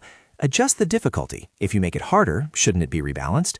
Now he understood everything. The rewards of the Cave of Trials were directly proportional to the hardship one endured. At that time, Gray had made a mysterious remark. I don't know if you are wise or just straightforward. Junho finally understood it all. So Gray had predicted this back then. He paid special attention to the special reward, especially. And there was also a new title, Time Breaker. This title is awarded to those who have surpassed their own limits in the Cave of Trials. He carefully read the description of its usage. In fact, every time you level up, a random stat increases by +1. He turned and called out, Frost Queen. Sully responded, Yeah? Junho suddenly made a request. Pinch my cheek. Without a wasted word, she used her strength to pinch him hard. He immediately screamed, Ouch! It's really not a dream. A thought flashed through Junho's mind. +1 stat. Saying it is easy, but doing it is hard. But if it keeps going like this, when I reach level 130, I will have a total of 130 additional stat points. He visualized the scene of himself standing on a high mountain peak, leaving others far behind. The longer time passed, the further the distance between him and others would become. Seeing him immersed in his own thoughts, Selly couldn't help but shout, "Contractor, stop babbling. Let's get out of here. I'm sick of this cave." At this moment, Junho returned to reality. "Yeah, let's go. If I stay here any longer, I'll go crazy." As both of them headed towards his gate, he spoke up. "Even though it was delayed, I am truly lucky. Frost Queen, I was born in the wrong time." She spoke with a hint of puzzlement. "Why do you keep saying nonsense?" Outside the entrance of the Cave of Trials was the presence of Jamba and a guard. A month had passed, sowing a seed of anxiety in his heart. He still showed no sign of wanting to come out. Could it be? Just then, a terrible pressure from inside suddenly rushed out, causing both of them to be stunned in amazement. The guard pointed inside while screaming in horror. Master Jamba discovered that the rankings had changed. The following lines of information were displayed on it. Rank 1, Sojin Ho, 10th floor. 2, Skaya, 9th floor. Tied for 2nd, Ramadat Kali, 9th floor. Jamba couldn't help but let out an exclamation. "Oh my God." As he looked at the ranking board, he made a judgment. We have a new legend.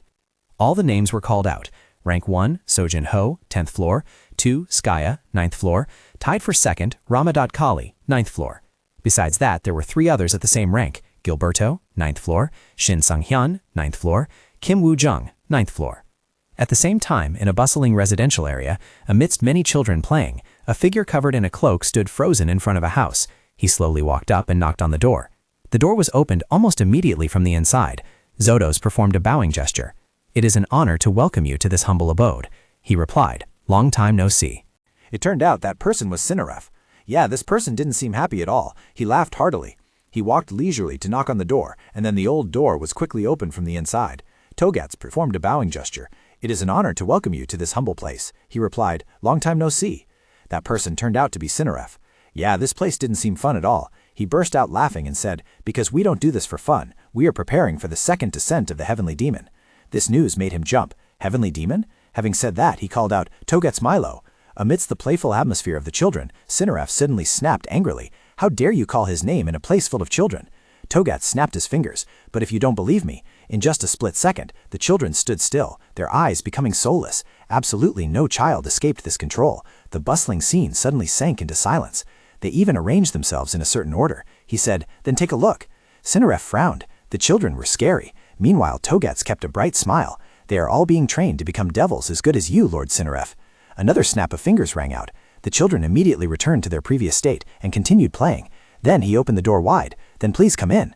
The next day in Rome, Italy, the clear sky reflected a beautiful country. The surrounding space was extremely bustling, with many tourists stopping to take photos. Saoli showed extreme excitement and cheered happily. "Look, contractor, they are praising him on TV." Junho spoke up. "Don't be distracted." He reminded, "We came here to find paradise and destroy it." Go to the bustling areas of Turkey. Hearing those words, she couldn't help but wonder, do we have to search in this distant foreign country? Is this the only way to find out what this Turkey is all about? Junho also felt extremely helpless. Having no other choice, the timeline rewound to a few days earlier. Duckgu showed an unconcealed disgust. "Oh my God, my precious Junho has arrived." Junho fearfully stepped back. "What's wrong? That's gross." He pushed even further. "Come here, let me hug you, son. After you completed the dungeon trial, sponsorship money has been flooding in. If that's not precious, then what is?" At this moment, he asked, "Stop it. Why did you call me?" Duckgu coughed lightly to adjust his voice. He said, "Last time, I looked a bit into the orphanage that you found in Balik." This statement left Junho somewhat stunned. Duckgu began to explain. Skeleton Akuma attacked the auction house. In that desolate place, many children were raised to become fiends like him. He pressed a button on the remote control. Although we couldn't confirm the exact location, we found many related things. On the screen, the image of Togez immediately appeared. Duckgu introduced, "This man's name is Togez Milo, an active player on the 2nd floor, but he is retired." Saying this, his brows furrowed slightly. It's not uncommon for a player to operate smoothly for a while, then suddenly feel their strength declining and decide to retire, but his behavior after retirement is quite strange. Duckgu pressed the button on the remote again. "Look at the next photo." It was a scene of Togez leading a few children. Junho asked, "Children?" He replied, "The investigator took it by chance. According to the locals, they often see him near Zoma, but no one knows exactly where he lives or what he does. Occasionally, they see him leading a few children to the bustling area. That's all there is. There is a suspicious point here. The children Togez leads are always changing." He frowned. There really is something strange going on. But if he is connected to the orphanage, wouldn't that be too obvious? Deokgu nodded in agreement. I was stuck on that too, so I dug through all the criminal records in Roma from the last few years. He opened up a chart and said, "Look, ever since Torgos appeared in the busy district, there have always been reports of missing persons within a week." Juno had to ponder for a while before replying, "We need to investigate this." Deokgu continued to add information.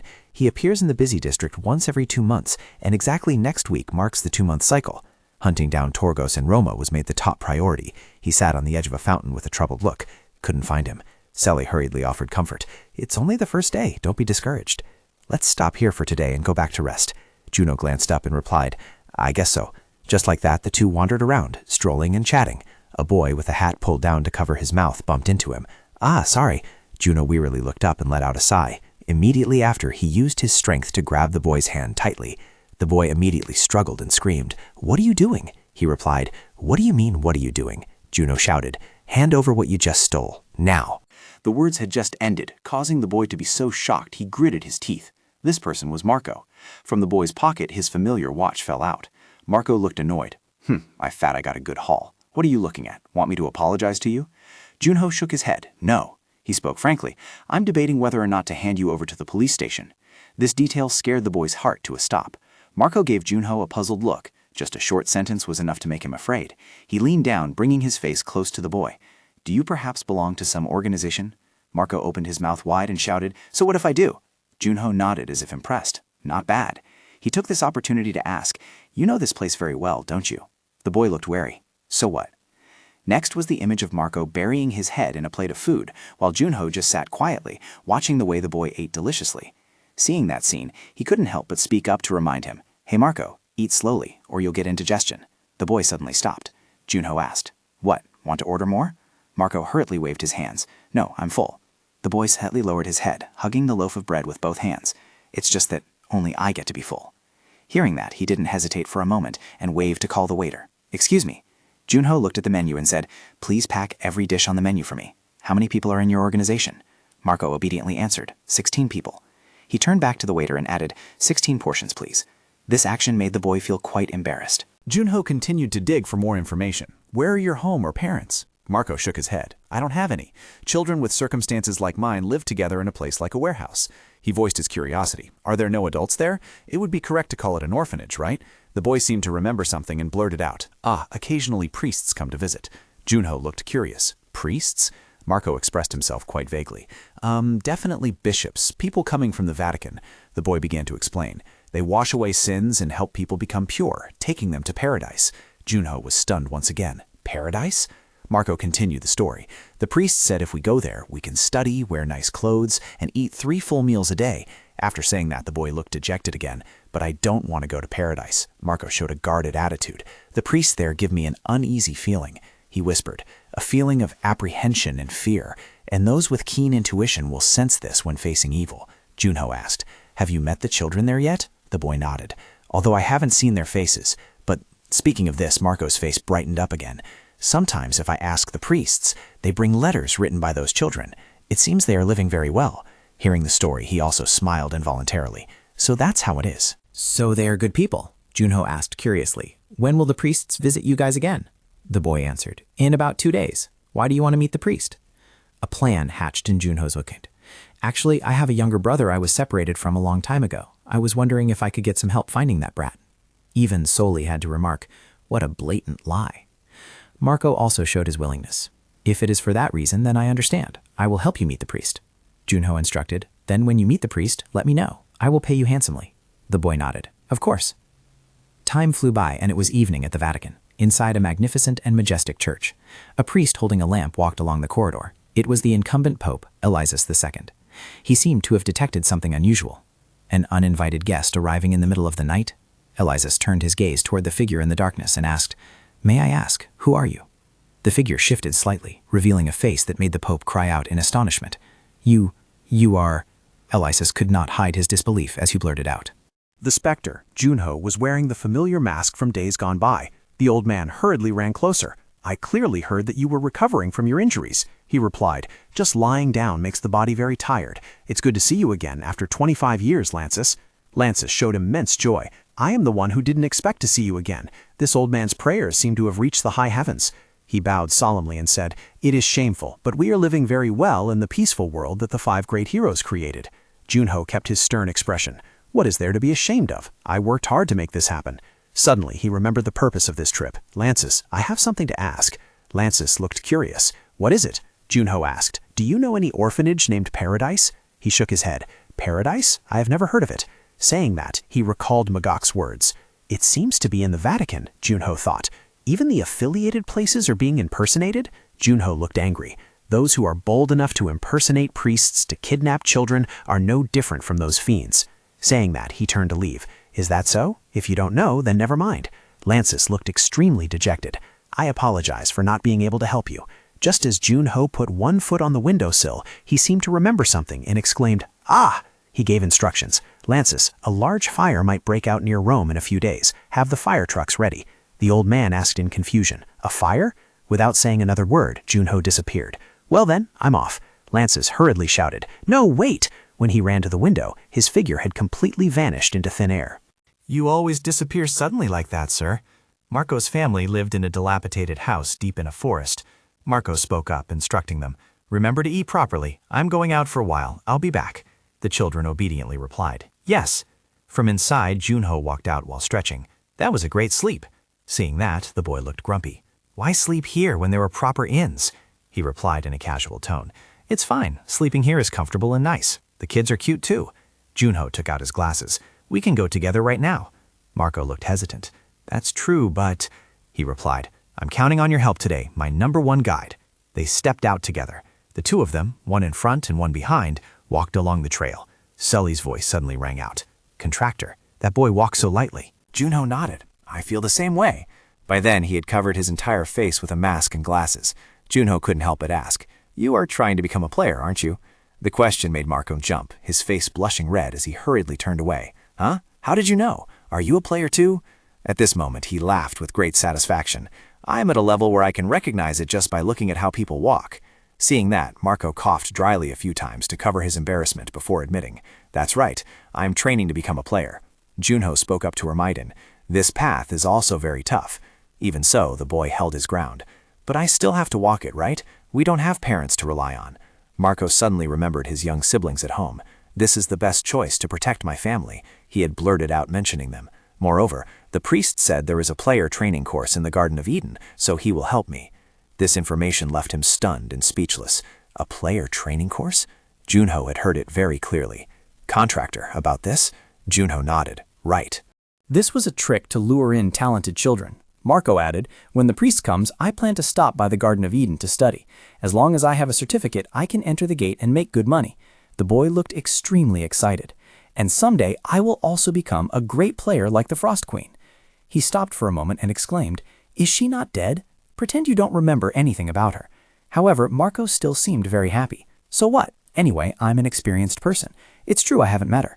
Seeing that sulky look, Junho was helpless. This brat. The two entered a small alley. Raindrops were still dripping from the eaves. Marco walked and gave instructions.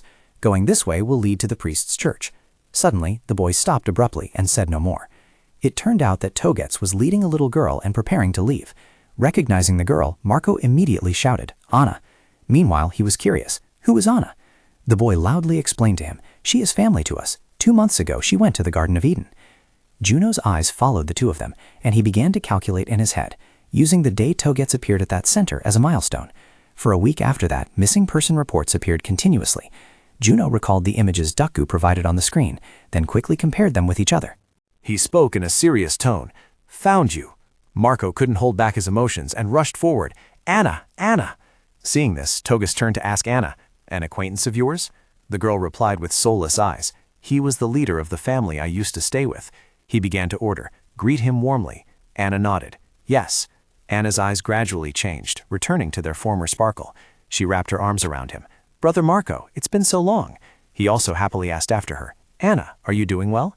Togus also had a benevolent expression. "Hello, nephew Marco. I've heard a lot about you." Marco appeared hesitant. "Hello, father." He said, "Did you leave the other kids at home to come here?" Junho's voice suddenly rang out, cutting off the conversation. "Finally found you." He grabbed the boy with a slightly angry look. "You brat, finish talking before you leave. I thought I had lost you." A smile remained on Toga's lips. "You? Who are you?" Deep inside, he was calculating.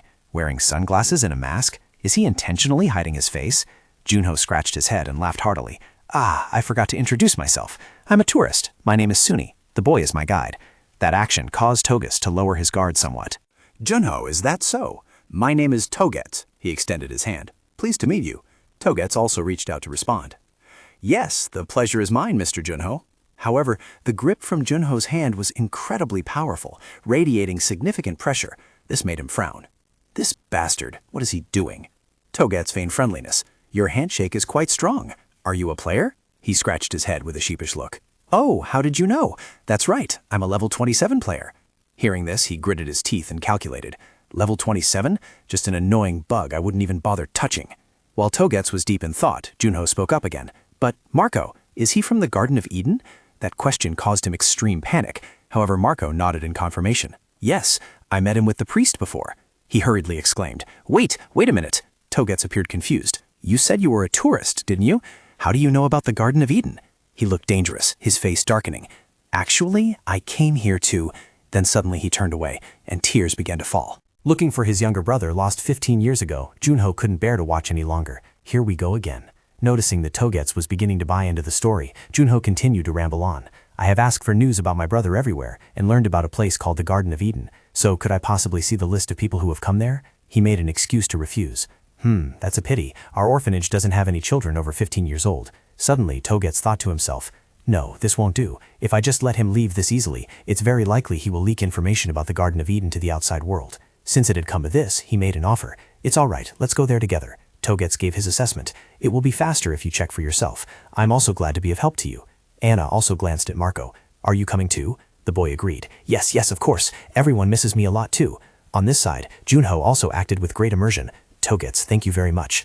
The group went together to a magnificent church area, which had an immensely vast space. Marco acted excitedly, running and jumping everywhere. Is all of this the campus of the Garden of Eden? Togetz laughed heartily. That's right, it's quite big, isn't it? He approached a red-haired woman. Hello, director. She also nodded. Hello, father.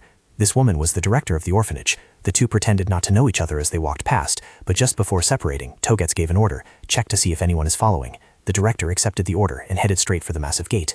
When the group arrived at a grand building, Junho asked curiously, is this building the dormitory? He began to introduce it.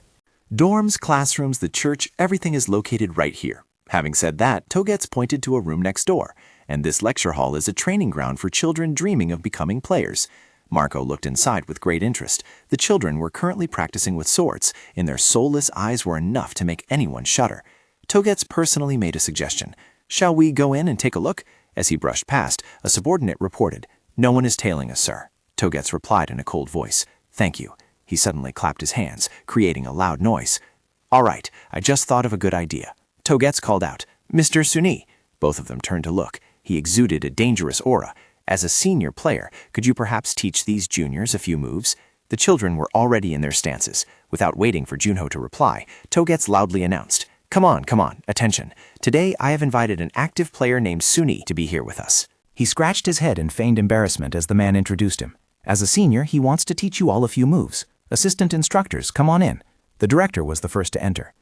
A group of people holding swords stepped out from behind him. At this moment, a group consisting of both adults and children was standing opposite Junho and Marco. The boy gently tugged at his hand. Hey, why do I keep feeling something is strange? He offered a compliment. You're quite sharp, kid. The eyes of the children here were all glowing red as if they were being manipulated. Even the director's group had the exact same eyes. Marco backed away in fear and shouted, There, their eyes are all. Junho looked straight at Togetz and instructed, That's right, look closely and remember, red eyes like that are the key evidence proving they are fiends. By now, he had also revealed his true colors. You're really unlucky, suddenly bringing up the Garden of Eden with me. Junho questioned, Did you feed those kids demon blood? Togetz replied with an indifferent attitude, You saw it yourself. If they don't drink demon blood, how can they become fiends?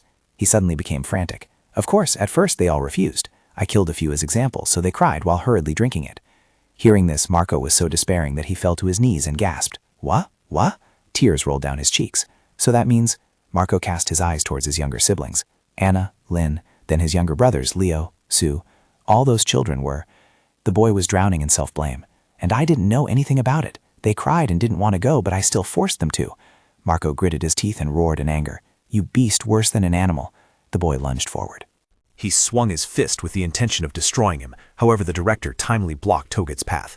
She threw a punch into Marco's stomach, causing him to widen his eyes in pain. Just as expected, Marco spat out a mouthful of fresh blood and collapsed to the ground, completely losing the ability to resist. Toget's pointed delightedly at the boy and burst into laughter. "Look at that wretched state of that brat!" Marco's whole body trembled violently, yet he still tried to force himself up.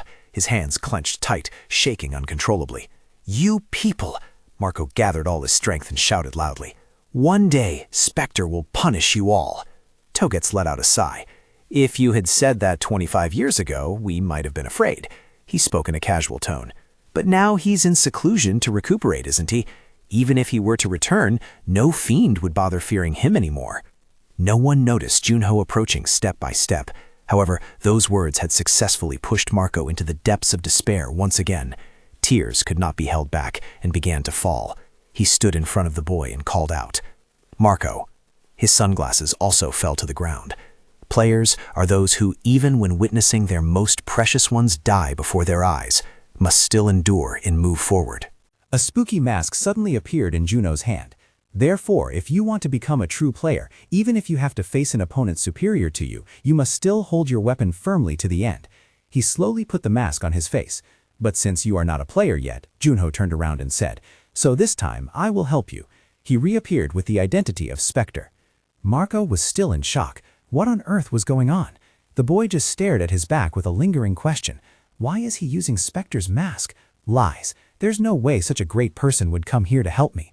But anyway, if he really is Spectre, Marco's tears fell down like rain, and he opened his mouth wide and screamed, "Then please, save my younger siblings." Toget's appeared unbelieving, turning to speak to his subordinate in a sarcastic tone. "Is he Spectre?" The black-haired man laughed loudly. "Sounds plausible. Did he call himself Junho because of that Spectre name?" A fiend slowly stepped forward. "Appearing just like in a movie, huh?" He pointed his finger straight at Junho's chest. "If you are Spectre, then in 5 seconds my head will be severed from my neck, right?" He only gently replied, "It won't take 5 seconds. This answer made the fiend panic and shout, "What? You insolent bastard!" Almost immediately, a sharp sword slash cut straight into him. The fiend's glowing red eyes flashed for a moment before instantly becoming lifeless and then completely lost vitality. He slowly collapsed while Junho leisurely glided past him. Witnessing this scene, the director's men were terrified to the point of jaw-dropping and hurriedly backed away. "Huh?" They let out a scream of terror. "Watchmen of darkness? It truly is the power of darkness." Toget's also retreated to a safe corner, then pointed his hand to order. "Why are you just standing there watching? Hurry up and kill him." The whole group quickly sprang into action and left. He gritted his teeth tightly. Watchman of darkness? Could it be that he really is Spectre? Toget's quietly pressed the screen on his watch. It must just be someone using techniques similar to darkness, but he is a capable player. He recalled that at first he pretended to be just a mediocrity.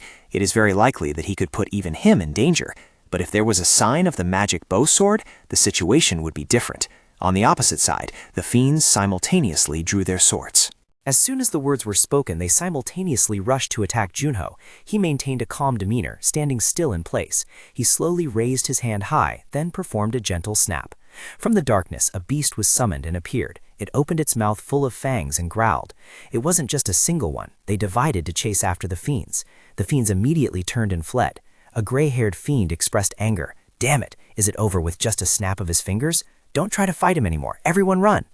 The group quickly scattered in 4 directions, intending to disperse the attacks of the shadow beasts. Seeing that scene, Junho looked curious. Are they trying to stall to call for reinforcements? It's truly a waste of effort. He stood still to sense. Although their magic power had increased compared to 25 years ago, the magic power loss recorded in the training cave was 0%. Now, for him, magic power had no limits anymore. A white-robed fiend was finding a way to escape, while Junho just stood in a corner quietly observing. His eyes flashed with a sharp gaze, tracking every movement around him. By this time, Toget's truly felt fear. He really was the fiend hunter. He looked like he was about to collapse. Was the legend of 100 fiends falling at this place true? Even so, Toget still tried to cling to hope, his mouth ceaselessly screaming, "Damn! Damn these useless fools!" He turned around. Turning towards the young fiends, Toget's ordered, "You lot, go now, catch him for me, stall for time until Raven arrives." The children began to accept the command, and the whole group advanced towards Junho in unison. He had realized it. Was he trying to use the children as shields? An intimidating aura radiated from Junho as he shouted loudly, "Back off while I am still speaking nicely." He focused his power on Sue, causing the boy's entire body to tremble, followed by screams echoing through the space. Sue was quickly engulfed by the darkness, and then he collapsed to the ground. Witnessing that scene, Togetsu was terrified to the extreme. He could not believe that Junho would strike without mercy, so he immediately turned and fled. Damn it, I knew they were just weak, useless trash. Togetsu ran for his life while calculating, when would that bastard Raven arrive? He only knew to rush forward headlong. At this rate, he would... Suddenly, Togetsu tripped over something that startled him, sending him sprawling on the ground. He curled his leg to sit up. Damn it, I can't fall and get stuck in this situation. He was completely unaware that his leg was soaked in blood. At this moment, Togetsu suddenly looked back at where he had just tripped. Then he clutched the leg that had its foot severed and screamed miserably, "You lowly scum." Meanwhile, Junho was slowly approaching step by step. He was the one to speak up first. "I want to ask a question." Junho stared down. "Have you ever once thought about the feelings of the children forced to turn into fiends?" Togetsu hurriedly nodded. Yes, of course," he replied. "Oh, really?" Hearing that, Junho swung his hand and dark aura poured out from it. "That's great then." The streams of aura were like sharp blades slashing deep into him. His voice turned ice cold. "Now your death won't be unjust anymore." Immediately after, Togetsu spat out a mouthful of fresh blood. As he was still gasping and screaming, "Help me!" a sharp hand of Junho appeared from behind his back. He pressed Togetsu's head firmly into the ground, then removed his mask and shouted loudly, "Return all the lives of the children who sacrificed for you." Time seemed to rewind to a very distant moment. Blood-stained hands of someone uttered, "This is..." Togetsu excitedly accepted it. "This is demon blood." He sank into contemplation. "If I gain the power of those fiends, I will be able to crush all those who look down on me." Looking at those drops of blood, Togetsu felt an extreme euphoria. Finally, I have a chance. His face became twisted with excitement. Returning to reality, Junho and Soli were standing from afar observing the system screen. On the opposite side was Togetsu. His voice rang out indifferently. "Instead of working hard to strengthen your true skills, you envied the power of others and chose to become a fiend." Seli turned her head curiously. "Contractor, is this the scandalous thing you mentioned?" Juno shook his head. "No." He pointed at the screen and explained, "This is the skill Confession of the Dead, an ability to obtain information through the memories of the deceased." She poked her head in to look. What a marvelous ability! Juno pressed the button to start. If this was the manager of the Garden of Eden, then surely there would be a lot of information about the Fiend Association. Memory fragments began to project. It was a scene of children playing together, with a bearded man watching them from a window. Juno and Seli stood in a corner like spectators witnessing everything. He glanced back and asked, "Are you Togetsu, the current manager of the Garden of Eden?" Togetsu prostrated himself on the ground. "Yes." The bearded man turned around, stepped forward. "Good. I am the Milo." A series of different images appeared on the screen. He offered praise. "I quite like your mind manipulation ability, the power that led to countless cases like the mass disappearance of second-floor players and the Town M incident." But Togetsu was breaking out in a cold sweat. The heavy pressure made him think inwardly that he felt threatened at a high level. Suddenly, the bearded man reached out his hand. Truly a delicious prey. He spoke reassuringly. "You don't need to be afraid, I just have an appetite for your energy." This person was the green-bearded chef named Aller.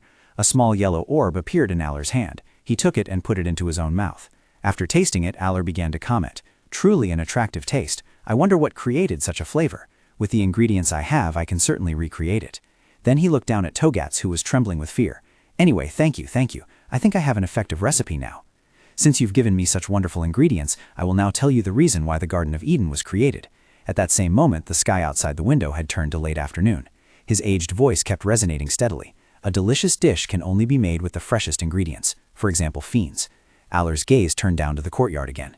"For example, the trashy brats running around in the playground. Do you think those kids can become powerful fiends just with fiend blood? No. Even if you feed them fiend blood, the best result you can get is just a half-fiend."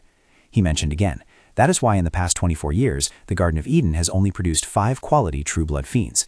Initially, the Garden of Eden was not created to produce powerful fiends." Aller's memory seemed to rewind to 24 years ago, when the fiends hiding in the darkness reached the second frontier and established an organization. But they feared the awakening of the 5 heroes from the eternal ice, and the fact that those fiends would be destroyed by them. It was because of the terror that those ice men instilled.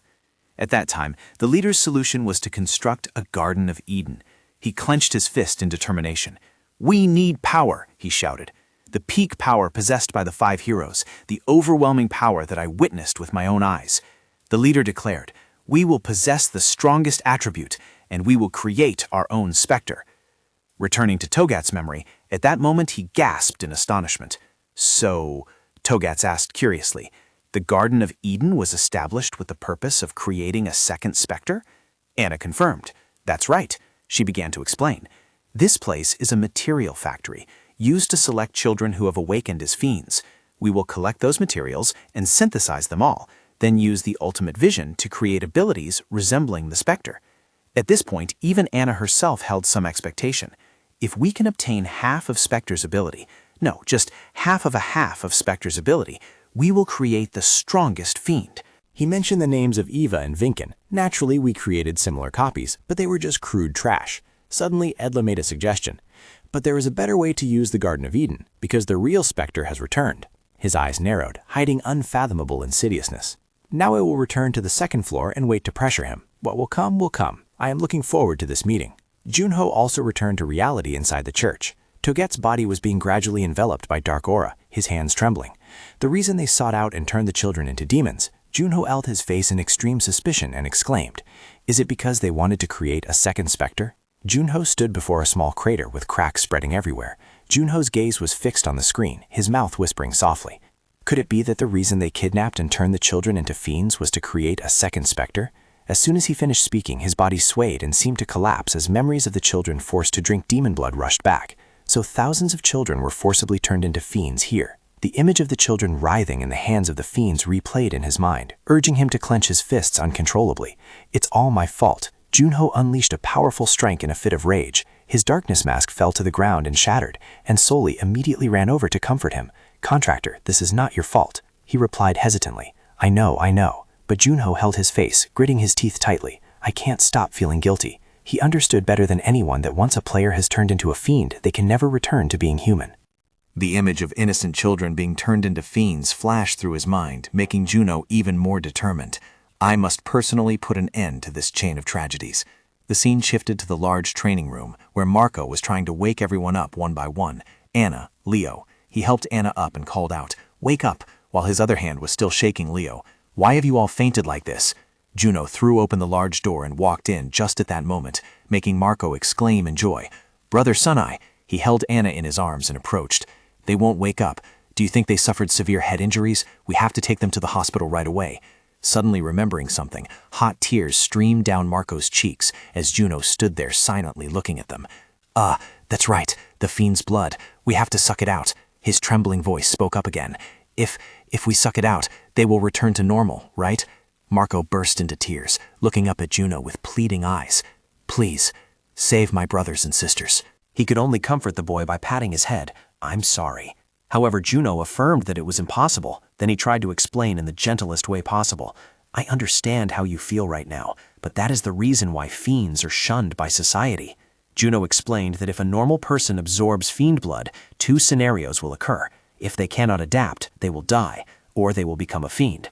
Just then, a voice suddenly rang out. "Brother!" Both of them immediately turned their heads. Marco could not suppress his emotions and shouted, "Anna, are you okay?" The other children also began to wake up one by one. "Brother!" This made him cheer in delight. "Leo, you too! Is everyone okay?" In his excitement, Marco hugged Anna tightly to his chest. "Thank goodness, I thought something bad had happened to you all," she whispered with abnormal eyes veined with the blood of a demon. "Marco, something feels strange. I love you so much, Marco, but why do I keep wanting to?" She extended her hand with sharp claws and continued, "Kill you." Before he could compose himself, she swung her claws to attack, but a firm hand grabbed Marco's collar. Juno used his strength to pull him back sharply, causing Anna's attack to miss. He understood the nature of fiends well. They were all cruel and bloodthirsty, driven by instinct to slaughter everything immediately. He looked at the contorted faces with bulging veins of Anna and the others who had turned themselves into fiends. Juno could only feel helpless for their fate. "I am terribly sorry." As soon as the words fell, a stream of dark aura rushed in, enveloping the girl who was charging madly. Following that was a pitch-black void. Then the system announced, "Detected demonic energy at the lowest level." Instead, he let out a sound of surprise. "What?" The system chimed in once again. "You can utilize the Watchman of Darkness ability to absorb darkness energy." Junho was stunned by his train of thought. "I can absorb darkness energy? Just like how I could cure a sore throat by swallowing frost energy?" By then, Anna had been imprisoned by the dark aura, screaming in agony. She was held tight within the encirclement, while he still couldn't believe his eyes. "Impossible! I've never heard that Watchmen of Darkness had that capability." Junho suddenly remembered the words Alar once said. If you introduce school blood into the body of a non-human creature, they will only turn into half-fiends. He denied it to himself. Impossible! Only then did Junho realize that when a non-human creature is transformed, a chance to save them still exists. A pair of small legs appeared from behind him, and the person called out, "Brother Spectre." Junho turned his head in surprise. It turned out to be Marco struggling to stand up. "No matter what happens, please let me take full responsibility for my siblings." He looked at the other children with empty eyes. I sent them to heaven, and then this happened. But Junho was in no rush. He asked back, "Are you serious? This memory will haunt you for the rest of your life." Marco clutched his pant leg tightly and cried out, "Mr. Player!" Tears continued to stream down his face. Holding on to everything you have and trying to move forward is what he taught me. Witnessing that scene, both he and Solis smiled with satisfaction. After speaking, he stepped forward and patted the boy's head. "Cool." She also joined in for a bat. "So cool." The action left Marco confused about what was happening. Junho affirmed, "Not many players would shed tears for others. You will become a great player, Marco." But then he suddenly turned back. "However, being so young, you don't need to shoulder such heavy responsibility so soon." Junho waved his hand toward the imprisoned Anna. A sphere of dark energy formed. At the same time, in another room, the clock just struck 10 o'clock. Sinef slowly propped himself up to sit. "What time is it?" He exclaimed in shock when he saw the time displayed on his hand. "What? I slept for 17 hours?" Sinef frowned, holding his face, mentally calculating. "Damn it. It seems the chase with that guy Kim Woo-jun took more out of me than I thought. I will pay back this grudge twofold someday."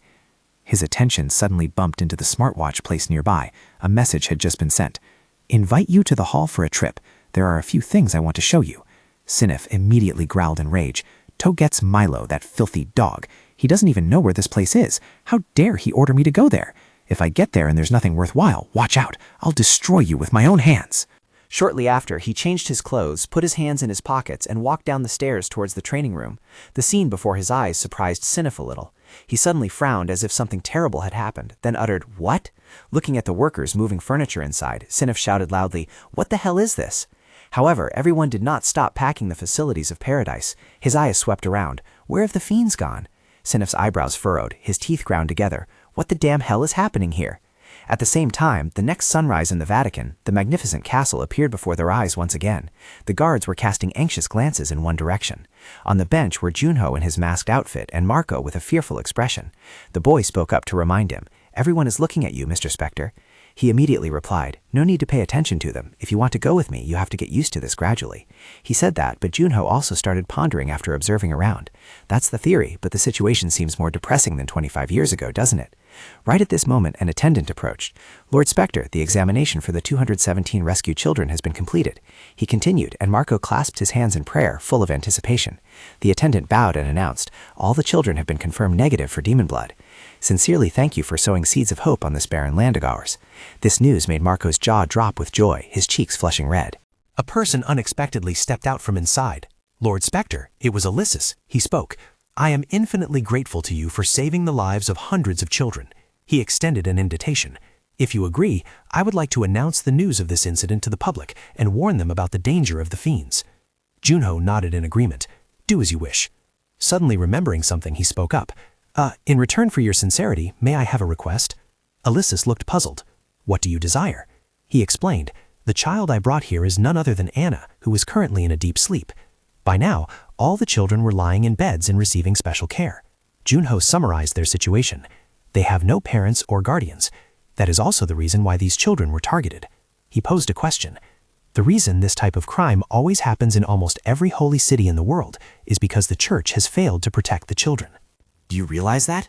Ulysses nodded in confirmation. It was indeed true. Amidst Marco's astonishment, he stood up to take full responsibility upon himself and declared, "Therefore, the church will have to plan to take responsibility." This declaration moved the boy so much that tears were on the verge of falling, and he exclaimed, "Really?" He patted Marco gently on the back. "Marco, did you hear that? If you receive an education from the sanctuary, you won't have to work hard at part-time jobs anymore." The boy shyly called out, "Brother Suni." Seeing that, Junho leaned down to tease him. "Crying again? Marco, you're a man. Why are you always tearing up?" Marco froze once again in his words. He turned angry out of embarrassment and shouted, "I'm not crying. It's just dust in my eyes. The tears are flowing because my eyes are irritated. Got it?" Ulysses and his subordinates could only stand there and smile helplessly. Afterwards, the time for parting arrived. Marco wiped his tears with his hand. From now on, I will try my best to become a skilled player and become your subordinate." As he continued speaking ceaselessly, "And I will also pay—" Juno cut it off. "Sorry, kid, I don't accept subordinates." As soon as the words ended, Marco's eyes welled up again, and he uttered, "Why?" He was just about to continue, "Brother," when a large hand was placed on his head. Junho smiled until his eyes formed crescents. "I don't accept subordinates, but I do accept teammates. My standards are very high, so if you want to become my teammate, from now on you will have to try very hard." Hearing that, he quickly regained his spirit and cheerfully replied, "Yes." Just like that, the Vatican castle slowly faded from his view. A few days later, a hot news bulletin was broadcast live. Hot off the press, an orphanage in Rome has been discovered to be a disguised farm for raising fiends. The victims of this Garden of Eden orphanage have all been rescued safely. Furthermore, the illegal operation of the Garden of Eden was dismantled by one of the 5 great heroes, Spectre. Cenif, watching the news, screamed in frustration. "Spectre, that bastard ruined our plans." He clutched his head in a rage. "Damn it, if I had awakened in time, I could have taken care of that Spectre. Just like So Junho, he's as slippery as an eel." Cenif could no longer keep his cool. He smashed the screen and roared, "Just you wait. I missed you this time, but once I deal with So Junho, your time will come." The next day at the headquarters of the Korean Player Association, inside, someone was standing at a distance and bowed. "Welcome, Spectre." Junho appeared wearing a mask and replied, "You've worked hard." Suddenly, chaotic sounds echoing from the balcony caught his attention. Junho asked aloud, "Why is it so noisy outside?" Thinking so, his feet gently turned towards that direction. He stepped out, shielding his face from the streak of sunlight. The first thing that appeared before Junho's eyes was a large signboard, "Beloved Spectre." There was even a hot air balloon. The noisy sounds from the balcony rang out again, causing him to pay attention. Junho wondered, "Why is it so noisy outside?" His heels gently turned towards that direction. He stepped out, raising his hand to shield the blinding sunlight. A large board appeared right before Junho's eyes, "Beloved Spectre," and a giant hot air balloon with a banner hanging suspended, "Welcome back." Below was a dense sea of people, along with a large banner, "Let's celebrate the return of Spectre together." He just stood there, looking down at the crowd below. A young boy carried on his father's shoulders, upon seeing Junho, cheered excitedly, "Ah, over there is Spectre." Everyone simultaneously shouted together, "It's the real person! It's really Spectre!" Junho stood there dazed, not clearly understanding what was happening. Gu appeared at some point unknown. The police estimate there are about over 500,000 people in this crowd. He asked, "Gu, what is this business?" He glanced over. "Looking at this, you still don't get it?" Gu began to explain everything. "They gathered here just to see you." Junho listened while gazing down at the young, excited faces below. People praised his return and were grateful that he had come back. Hearing this, he remained silent, unsure of how to respond. A person in charge approached and announced, "Lord Spectre, I will escort you back to the association." Everyone looked excited. "Thank you for coming back." A young man with spiky hair also spoke up. "Thank you, sir." Witnessing this, Junho stepped into the path that everyone had cleared for him. His eyes sharpened as he thought to himself, "One day, I want to let you guys witness this scene too." Gu walked beside him and informed Junho, "I have arranged a press conference as you requested." At this point, he hesitated slightly. "Although it is just my speculation, this conference isn't just to announce the cooperation between you and the association, is it?" Gu asked, "What is your intention?" At the same time, his hand reached up to remove the mask. Junho looked curious. "Gu, do you remember when I first woke up?" He frowned, looking at Junho. Gu couldn't hide his confusion and exclaimed, "When you first woke up?" He answered himself immediately. "The world was very peaceful back then. You guys did pretty well. At that time, I thought the world was finally at peace, as we had always wished." Junho hugged the mask to his chest, but upon closer inspection, I realized that wasn't the case. He realized that during the time the 5 great heroes were absent, the fiends had risen to harm the weak. 25 years ago, at least the fiends didn't rampage to this extent. Gu replied, "That's because the 5 great heroes were born to stop them, but now only you are left to shoulder this burden." Junho nodded. "I know, my power isn't what it used to be. At first, I thought I just needed to recover my strength to revive my teammates." He choked up a bit. "But reality is much crueler. Right now, the fiends don't need rest like they used to. That's why they did those things, to create people like me. They need people to play the role of fighting against demons." As soon as he finished speaking, Gu was startled and exclaimed in horror. "You?" He couldn't hold back and shouted, "Are you trying to go back to being Spectre?" Deku reminded him, Juno, do you know why the Nine Heavens and other guilds have no intention of becoming the next generation Spectre? It's because the one who stands at the forefront receives a lot of attention. He expressed his view. A hero doesn't just attract the enemy's attention. If you choose to return, then no matter what the final outcome is, everyone will blame you. And if you don't appear exactly when they need you, you will receive a rain of anger and criticism. In Juno's mind, the images of his familiar teammates appeared, and they called out in unison, Juno.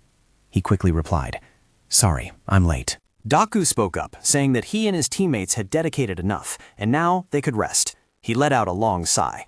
I know, I don't want to shoulder this responsibility either, but the problem is that right now, besides me, there is no one else. Even though my skills still have many flaws, I still have influence. Selly suddenly appeared. Contractor, you have just made a momentous decision. I will acknowledge this bravery of yours. Hearing those words, Juno just quietly lowered his head. Yeah. Recalling the situation back then, there was no way it could have had a gentle and smooth ending.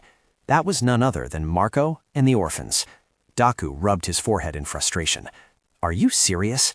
Having said that, he also walked over and patted his shoulder to comfort him. I don't know anymore, you idiot. Do whatever you want. So what should we do now? While he was still bewildered, Juno's voice rang out again. Volume. Juno pointed his hand toward the sky. Turn the volume up to the maximum for me. It was loud enough for Spectre's voice to echo up to the second floor. Time flew by, and the day of the press conference had arrived. The content on the high podium was clearly written, Spectre Press Conference. Below, reporters were packed, waiting. A captain wearing glasses with a stern expression looked straight ahead, flanked by players who had admired Junho for a long time. Inho was still wearing his familiar sunglasses. It seemed that the vice presidents and captains of the Big Six were all present, and many high-status individuals had also appeared here. There would likely be a fierce competition here soon. Seeing the person next to him silent, he curiously called out, Princess. Answering him was Juha's laughter. She was very excited. I can't believe I get to see Spectre with my own eyes. Inho cried out helplessly, Oh my, please calm down. The host announced, Spectre and President Shim Deok-gu will be here shortly. Please wait patiently. Just then the door opened, and the person leading the way was Junho, his face as cold as usual. He walked straight to the chair prepared for him. Deok-gu followed right behind, as camera flashes from below flashed incessantly. Taking a mic for himself, Deok-gu began the announcement. The press conference officially starts now. We will only answer a few questions. As soon as he finished speaking, countless hands shot up below. He gestured, Yes, you there. A journalist stood up. Everyone knows Spectre has been frozen for nearly 24 years. Is this just a rumor or some kind of conspiracy theory? Therefore, he made a proposal. Can you prove that you are Spectre right here? The curly-haired male reporter who had previously interviewed Junho spoke up in annoyance. What is he saying? A female reporter also seemed confused. Prove it? Is he crazy? But Junho showed no signs of annoyance. He simply rested his hands on the table and stood up. All right. He slowly drew his sword. If that is what you want. A powerful sword slash was swung down, creating a terrifying pressure.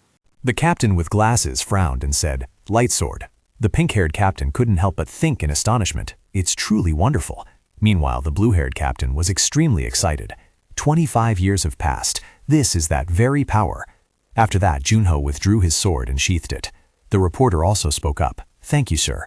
Another male reporter continued to ask, I have a question. After witnessing the incident in Rome as well as other events, do you intend to return to the battlefield? He paused for a moment before answering. To be honest, I intended to rest. Junho stood straight, looking down at the sea of camera flashes below. When I awoke, a friend of mine said, he recalled, The peace this world enjoys is thanks to the sacrifice of you and your teammates. I was very proud to hear that. I even cried. I felt relieved thinking that this world no longer needed us to protect it. Junho mentioned the children in Rome, but after witnessing the horrors of paradise, I realized that this is not yet the time to rest. Images of the innocent children continuously flashed in his mind. Junho's voice echoed throughout the auditorium. Do you know, over the past 24 years, nearly 6,000 children have been kidnapped and slaughtered by those fiends. As soon as he finished speaking, the reporters below began to stir. That many? How is that possible? He didn't stop. No one knew, because they didn't care about it. We could have completely prevented these incidents if there had been a certain amount of attention. Junho clenched his hands into fists. All players as well as guilds, let's join hands, he resolved, to ensure those fiends never appear again.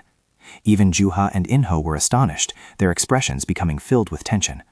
Silence covered the entire room. Not a sound rang out. Even the cameraman was stunned as Junho continued his speech. And there is one last thing I want to say. Right now, this news is being broadcast live everywhere. To those fiends out there, the press conference was also shown publicly on buildings and large screens. He made the announcement, I have returned. When the press conference concluded, Junho returned to his familiar room. He lay on the sofa, scrolling through the screen. He nonchalantly swiped. The news site ceaselessly posted updates. So Junho, the rookie, received praise from Spectre. Next was, Spectre stated, I haven't fully recovered, but this much is enough. Or perhaps the whole room fell silent when Spectre suggested that all players and guilds must cooperate. The number of comments below had exceeded 99. Spectre could truly do it. Currently, there are thousands of fiends who have surpassed level 100, but there's no need to worry too much. Sweeping away the fiends is as easy as flipping a hand for him. Needless to say, we were shocked when Spectre appeared, wondering if Spectre's magic was still as powerful as before.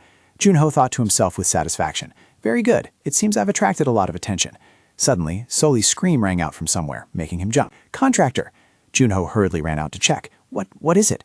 She pointed at the TV and said, I finished part 1. Quickly open part 2 for me. With a forced expression, he picked up the remote and frowned. I already showed you how to use it. Why don't you do it yourself instead of just sitting there and screaming every day? But Soli still used that commanding tone. Contractor, I'm thirsty. Prepare afternoon tea for me. Junho asked back in an annoyed voice. Am I your servant? Seeing that, she immediately started playing tricks. Please, contractor. In the end, he still went to get it. Yes, serving you is my honor. Junho poured water with a murderous look and thought, Ha, do you think I'll let you boss me around like that? He handed the glass of water to the expectant Soli while introducing it. Here you go. This is the drink we usually use whenever we're thirsty. She appeared extremely excited. What is this? This drink looks so fresh and refreshing. Junho immediately turned his face away.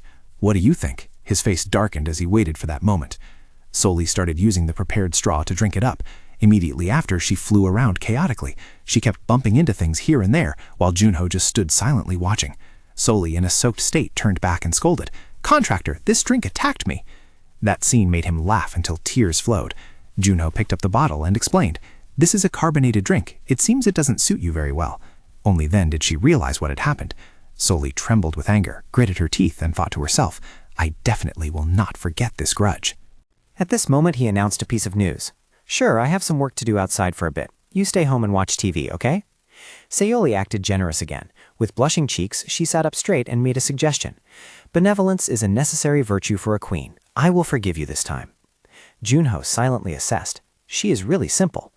A moment later, he walked out. When the elevator stopped at the 7th floor, Junho pressed the button to open the door and thought to himself, after defeating the fiends at Paradise, I leveled up to 29. My magic power has increased many times over. He smiled with satisfaction. Perhaps I can start using my old moves again. Just then, Junho's watch alerted him to an incoming call from Shim Dukgu. He pressed the button to answer. Hi, what's up? From the other end of the line, Dukgu asked immediately, Where are you? Junho replied, Me? I'm heading to the training room. He looked at the people in front of him, his voice hesitating a bit. Sorry, but can you come here immediately? It wasn't just 1 or 2 people, but a table full of them. Dukgu announced, All the captains of the Big Six want to meet you. Dukgu's words made Junho wonder, why is the Big Six suddenly looking for me? He couldn't help but ask, Are they here because of the fiends? He immediately replied, No, they came for So Junho. Junho was surprised once again. They want to meet So Junho, not the fiends? He recalled the faces he had met at the press conference. Thinking back now, the press conference was arranged on short notice, but all the captains arrived very quickly. It seemed like they weren't just rushing to be early, coupled with that serious look. Junho speculated that they might have been on the first floor beforehand to recruit So Junho. After a moment of thought, he asked, Seeing how you couldn't drive them away, there's something else, isn't there? Dukgu rubbed his temples in headache. I wanted to do that too, but you know well that they are a violent bunch. They would rather destroy what they can't have than let others take it. Hearing this, Junho felt interested again. If that was the case, he immediately made a suggestion. I have a good idea. In the waiting room, the captains of the Big Six were still waiting seriously. The steady footsteps of someone were approaching. Hello. It was none other than Junho with an extremely polite attitude. What wind brings the Big Six captains to this shabby place? The pink-haired female captain kept her arms crossed. Obviously because we want to recruit you after you took first place in the trial dungeon. He asked in return, what about the others? The captain wearing glasses replied, we have the same purpose. Hearing that, Junho just shrugged slightly. Sorry, but I can only say that I cannot transfer to another organization. I have personal reasons. The blue-haired captain generously offered. If it's about the contract cancellation fee, you don't need to worry. Our guild will pay it all for you. However, he still shook his head in refusal. He placed a sword on the table. That's not the reason. He looked at the object that just appeared, his mind full of astonishment. Is that the demon-slaying sword? The blue-haired captain understood very well. That was the weapon Spectre used in the gate in Antarctica. Junho raised his voice. I'm sure everyone knows what this is. Spectre gave it to me as proof. Since he declared war on the fiends, he has started looking for allies on the second floor. He expressed immense pride, and I was chosen as his official representative. The curly-haired captain sitting in the corner of the room was also quite surprised, thinking he couldn't believe that Spectre was creating his own army. Juha was also so stunned that her jaw dropped. I didn't know he was close enough to Spectre to be chosen as a representative. She began to ponder. If we join Spectre's forces and help him destroy the fiends, we will have extremely good public relations. He will have to join our guild. Junho held up 3 fingers. Spectre has proposed 3 conditions. He began to list them one by one. First, to avoid favoring any guild, I will have to continue associating with the association. Second, the guilds that agree to his proposal will receive a large amount of information he knows and gain influence on the second floor. Thirdly, the guilds that agree to his proposal will provide all the information that Spectre requires. Naturally, in return, upon receiving the information, he will widely publicize the contribution of that guild. Hearing this, Juha understood clearly in her heart. Honestly, no matter what he proposed, the Big Six currently had no choice but to accept in order to get his approval. She knew well that since that press conference, the guilds had been blamed and scrutinized for not doing their best to deal with the fiends, as they only cared about their own pockets. The core issue that Juha particularly realized was that in the end, it was Spectre who held the power in this situation. Following that were a series of requests for postponement from the guilds.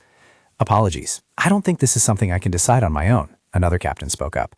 I feel the same. I have to consult with the guildmaster. Having achieved his goal, Junho stepped out and waved. All right then, please contact me when you have need your decisions, he announced. I have an appointment, so I'll be taking my leave, and he left them some private space. The blue-haired captain sighed. We were too focused on what we wanted, and the result is we got played. He was certain of one thing. As long as Seo Junho remained the representative for Spectre, no guild would be able to recruit him. The blue-haired captain still had a lingering doubt. Does that mean Spectre sees potential in Seo Junho to be as strong as one of the 5 great heroes? The pink-haired captain nodded. Yeah, that must be the reason he chose Seo Junho as his representative. She recalled that Spectre had once proved his ability to discover potential seeds with his talent. Kim Ki-bom only had a D-rank skill, and everyone ignored him, but one single person saw his potential, Spectre. As Junho was walking down the hallway, a voice called him from afar. Hearing a call, So Junho turned around to look, and it turned out to be Juha. Junho called her name. Captain Gong. She shyly scratched her head. It's been a while, hasn't it? Juha said. Our parting was quite emotional, but I didn't expect to meet again like this. Next time we meet, we'll be on the second floor. Junho nodded in agreement. Yeah, it won't be long. You're right. We promised to meet again on the second floor after all. Suddenly remembering something, he exclaimed. Don't tell me you think you'll receive special treatment just because we know each other. She immediately denied it profusely. That's not it. I don't want that either. At this moment, Juha's face suddenly flushed red, looking full of shyness. I just want to ask one thing. Are you close with Spectre? Junho reached up to scratch his chin. Of course not. It's just a business relationship. She couldn't hide her curiosity. So, have you met him in person? He immediately nodded in confirmation. You also met him in person at the press conference, didn't you? Juho hurriedly explained. No, I mean meeting outside of official occasions like that. Junho understood and replied. Oh, yes, I have. He felt as if Sully was nagging in his ear. As for her, she appeared extremely sincere, bowing deeply. Yeah, so when you meet him again, please ask for an autograph from me. Junho was inwardly surprised. Autograph? But he still decided to compromise. I'll try asking him then. Juha's eyes sparkled like the starry sky. Really? You're serious, right? She carefully instructed. Please ask him to write, For my precious fan, and ask if he can draw a heart too? His face darkened. Hey, how could he write something cheesy like that? Juha tensed up and shouted loudly. It's not like you're the one signing. Even so, if Spectre doesn't agree, I'll just have to accept it. Junho hesitated slightly before replying. I'll ask and see. She immediately became cheerful. I'm counting on you. I'll store it among my family heirlooms. Finishing her business, Juha turned to leave, not forgetting to wave goodbye. Thanks. Saying that, he looked down at the poster in his hand and muttered, A Korean great man, huh?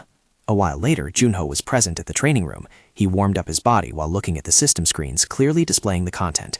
So Junho, level 29, title, Spring Opener, +2, Strength 96, Stamina 112, Speed 100, Magic 143. Reading through it once, he thought, with this, I can restore the stats I gathered up to level 60 in the past, and the second floor, as soon as I enter, I'll face difficulties with the trials there. Even if I use Spectre's reputation to gain public support, I still need important information from major guilds like the Big Six. Junho spread his hand out. And to sweep the second floor, I need to readjust my old skills. He already had a plan. My current way of using magic is effective, but because I rushed to use my own magical power, its speed and power aren't high. Junho focused his energy into his two hands. There was only one way to fix this. Training. The lights on the ceiling shone brightly, illuminating the sturdy crossbeams installed above. Junho and Sully stood in the middle of the room, their aura overwhelming. He murmured softly, 10 holograms, level 100. The holographic figures began to appear. She asked, "What kind of training are you doing?" Junho replied, "I want to make sure I can use the familiar skills from my past life before going up to the second floor." The hologram's legs materialized, and one immediately swung its arm to attack him. Junho leaned to the side to dodge the blow. A force as fast as a whirlwind rushed towards the hologram, and in the blink of an eye, his hand had grabbed its shoulder. Sully hovered nearby to observe, attacking combined with magic. The hologram was gradually fading away. Junho answered, "Although it's strong, it consumes a lot of magic energy. Currently, I can't use it because I don't have enough energy." He recalled. Junho muttered to himself about his own method of using magic. "I suppressed my magic usage to only when I needed it. It radiates continuously or temporarily, but the limitation is that it will be slower and weaker." Sully asked, "So what are you going to do?" Junho had a plan. "I developed a technique to solve this problem. Magic control, mental power, and concentration." Skaya's guidance had been mentioned before. If one of these 3 skills was missing, it will no longer be effective. He was instructed to recall the sensation of mana circulating through his meridians, the feeling of the meridian lines gradually lighting up. Clenching his fists, he clearly felt the mana flowing through each meridian, and a violent surge of magic suddenly erupted from Junho's entire body. He narrowed his eyes, took a stance, and shouted, "Strengthen!" Junho lunged forward, releasing an invisible burst of energy. Sully was startled and hurriedly raised her hands to shield herself. The dust settled, revealing a deep pit on the training ground floor. She couldn't hide her astonishment and exclaimed, "You?" Sully shouted in amazement, "Contractor, you're amazing!" However, there was no reply, leaving her confused. "Why are you standing so still?" His body wouldn't stop trembling, his lips pressed tight. It took a moment for Junho to stabilize and speak. "Hey, it's called after effects. Just because my body is strengthened doesn't mean my processing speed is faster." He gave a brief explanation. "In other words, my brain overloaded." Sully voiced her admiration. "Truly an extraordinary technique." Junho clenched his fist and said, "So even for a specter like me, I can only use strengthen for a maximum of about 10 minutes. Junho told himself, "Now I have to train until I can use it proficiently in combat." Then he shouted, "Regenerate 3D dummy." A hologram of a dummy reappeared, and Junho immediately took a stance, until I faced the Winter Castle Gate. Time flew by, a week later at the Korean Player Association headquarters. Sully was carrying a thermometer bigger than herself and shouting, "Contractor, your body temperature has reached a dangerous level." Junho unleashed a kick that shattered the dummy, sending debris flying. He showed clear frustration. "Damn it!" She kept reminding him from the side. "I told you to use the frost covering skill to lower your body temperature." Junho retorted loudly, "I tried, but strengthen itself is already hard to use." "If I keep using frost on it, it will..." He threw another punch, delivering an earth-shattering blow to the dummy's head. Only when it slowly faded away did Junho stop and exclaimed, "It's very hard to control." Junho realized, "Whatever, it will take at least another few months before I can use it in combat." Her face showed clear confusion.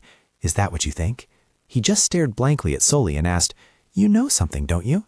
She smiled and nodded instead of answering. "That's right, but I won't tell you." Sully spoke in a mocking tone. "You are my contractor. Don't you think you should at least be able to find a solution yourself?" Hearing that, Junho immediately retorted, "I don't need your help, you cheap tiny thing." He clicked his tongue slightly as he looked at the chaotic scene around him. "However, at this level, I can probably use it on the field." Junho raised his hand and tapped lightly on the screen of his watch. He made a call. "Hello, Secretary Cha, is that you? I need a teleport gate." Seon replied, "Understood. Where is your destination and what is the time?" Junho replied concisely, "Tomorrow I will go to the Winter Castle Gate in Antarctica." The next day in Antarctica, a scene of white snow and ice with piercing winds howling incessantly. Amidst that space, Junho stood silently in thick clothing. The person in charge stood next to him, shivering with a runny nose, and announced, "We have arrived." Seeing that, he turned and spoke, "What did I say? I told you that you needed a winter coat." The young man replied with a trembling, broken voice, "I just needed to bring you here. Now I will return." At that moment, the teleport gate appeared, and player Junho also prepared to leave. The person in charge didn't forget to add a sentence, "I hope you will succeed." As the teleport gate appeared more and more clearly, his figure also vanished. Sully couldn't help but utter a disparaging remark.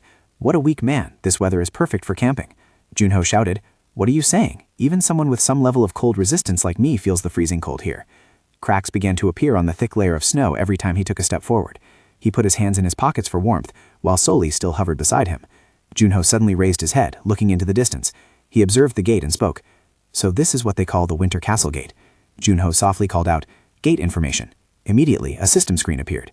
It displayed information about the Winter Castle, with a requirement of level 80 or below and a party size of 30 people. The assigned mission was to defeat the ruler of the Winter Castle with a brutal difficulty level. He was curious. Is this a gate that even those on the second floor couldn't clear? Soli asked curiously, do you need time to mentally prepare yourself? Junho replied while walking forward. I've been ready for a long time. He moved closer and closer to the Winter Gate. The light emitting from within was so dazzling that Junho had to squeeze his eyes shut. He raised his hand to shield them before he could look ahead. The path with its sharp, interlacing ice pillars created a truly gruesome scene. Junho muttered, the requirement is to defeat the ruler of the Winter Castle, but where on earth is the castle? Suddenly, Soli pointed in a direction. Go northwest. He looked down at her, perched on his shoulder. Hey, do you know where we are? Soli replied with a confident demeanor. Of course. She continued. This is the Ice Kingdom, Niflheim. The magnificent ice castles are connected to one another, forming a fortress that is both magnificent and resplendent. Soli introduced. This is the country I used to rule. Junho gazed at the magnificent scenery, unable to believe his eyes, and exclaimed, this is Niflheim? Soli nodded in confirmation. That's right, this is definitely my territory. But how can the gate of the Ice Palace still exist when I have already left here? He replied, I think we will find out once we go inside. Junho seemed curious. More importantly, do you remember anything else about that castle? She asked with a puzzled look. Anything else? What are you talking about? He offered a few suggestions. Things like who the current ruler of the castle is, or how many guards are inside, or if there are any secret passages, for example. Soli immediately got angry and shouted, are you asking me to reveal national secrets to you? Junho's face became incredibly sly. It hurts that you interpret it that way. I thought our destinies were linked together now. Remember? We will be together forever. Junho used logic that she couldn't have anticipated. Soli exclaimed in panic, all right, I'll tell you. You should drop that trivial way of speaking right now. He sighed, that's why you should have told me sooner. She flew back a bit. Do you remember the gate where I appeared inside? Junho still remembered everything clearly. The Queen's Nest. I don't think I'll be able to forget it for the rest of my life. Why? She asked back. Selhi began to explain. The final maze resides there. Originally, I intended to summon all my knights there. He wondered, wait, so the knights we fought on the first floor weren't all of them? She nodded in confirmation. That's right. They were just a small fraction. I failed to bring the entire force of Niflheim there. Junho exclaimed, so that means... Selhi interrupted. As I recall, there were 27,000 soldiers in the Ice Palace. However, when we entered the gate, I believe the number would have decreased a little. He mumbled to himself. 27,000. That must be it. Too many. She raised a hypothesis. It is possible that the only one here is Kiss. Junho wondered. Kiss? Who is that? Selhi introduced. Kiss. He is my loyal knight and the lord of the Ice Palace. She added more information. Everyone calls him the Sword of the Kingdom, and truly, aside from me, he is the best knight. Even so, he couldn't hide his curiosity. How strong is he? Selhi pondered for a moment, but didn't answer, only raising one finger. This action made Junho extremely confused, and he asked, what is it? He frowned. Are you saying I'll only last an hour? No, wait, 10 minutes? 1 minute? She explained that with just one finger, Kiss would be able to tear apart something like him. Contractor, my knight is just that strong. Junho scratched his face and said, in that case, isn't he even stronger than you? Selhi immediately flared up in anger. How many times do I have to say it? You met me when I was in an extremely weakened state. Hearing that, he breathed a sigh of relief. Okay, then I don't have to worry anymore. Junho approached the castle door and said, I'm sure Sir Kiss will be just as weak as you are. Let's go. Let's head to the first room. He made a guess. This seems to be the throne room, right? Isn't the royal color usually red? Then he observed the symbol on the flag there. Selhi replied, every country is different. In my kingdom, white is the color of the crown. The two continued to walk to another location. She introduced, this place is called the Hall of Knights. It is governed by the Frost Palace's strongest knight, Kiss Balin. His castle is considered a sanctuary for knights, and there is a rumor that one will become a powerful knight if they walk along this red carpet. Selhi provided further details. In fact, those who aspire to be knights would come to the Ice Palace to test themselves. Junho looked curious. Test how? She put her hands on her hips and replied, "People call it the proof of knighthood." Seoli said that beyond that door was a giant hall with 100 knights standing in wait. You will have to sword fight each one individually and prove your strength. He bowed his head slightly and exclaimed, "What?" Junho held his head, looked up at the sky and shouted, "Why are you only telling me this now? Is that how I have to clear the gate?" She gently patted his head. "Calm down, you don't have to go in there today." Junho could only smile wryly. "You should have told me sooner." At this moment, Seoli also showed uncertainty. Anyway, even I didn't know how many knights were in there. However, she offered some comfort. However, in the proof of knighthood, you will have to fight them one by one within a certain time limit. They won't all rush at you at once. At this point, Junho had no other choice. He scratched his head. Panicking before even entering is useless, right? I have to defeat them anyway. However, Seoli immediately retorted, "Wrong. Once you defeat the Knights of the Ice Palace and their commander—" "Who do you think is left?" He began to warm up his limbs. "All right, so it's 100 against 1, including Sir Kiss, right?" Junho placed his hands on the massive door and used almost all his strength to push it. The door finally opened just a crack. A squad of knights appeared immediately after. Swords were scattered all over the ground. Junho stood facing an incredibly numerous unit of knights. The knights stood in orderly formation, their eyes collectively directed towards the door, as if welcoming the next person, creating a scene full of solemnity. Witnessing this scene, Junho wondered, "It looks like they are all frozen. Are you sure they are still alive?"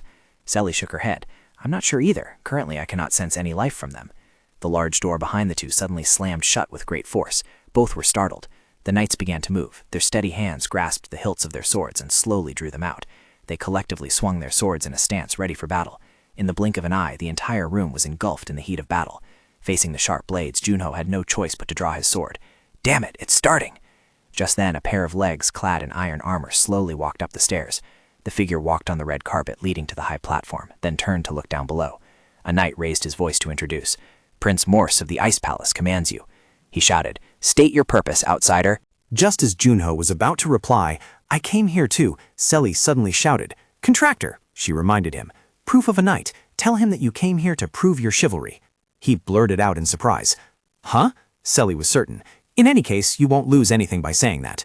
After saying that, she impatiently urged, "Just do as I say. Hurry up." Junho replied, "I understand. Let's do it." Up above, Seamus had completely lost his patience. "I will ask you one more time. For what purpose have you come here?" He issued a warning. "If you do not answer this time, you will be considered an intruder." Junho sighed and spoke up.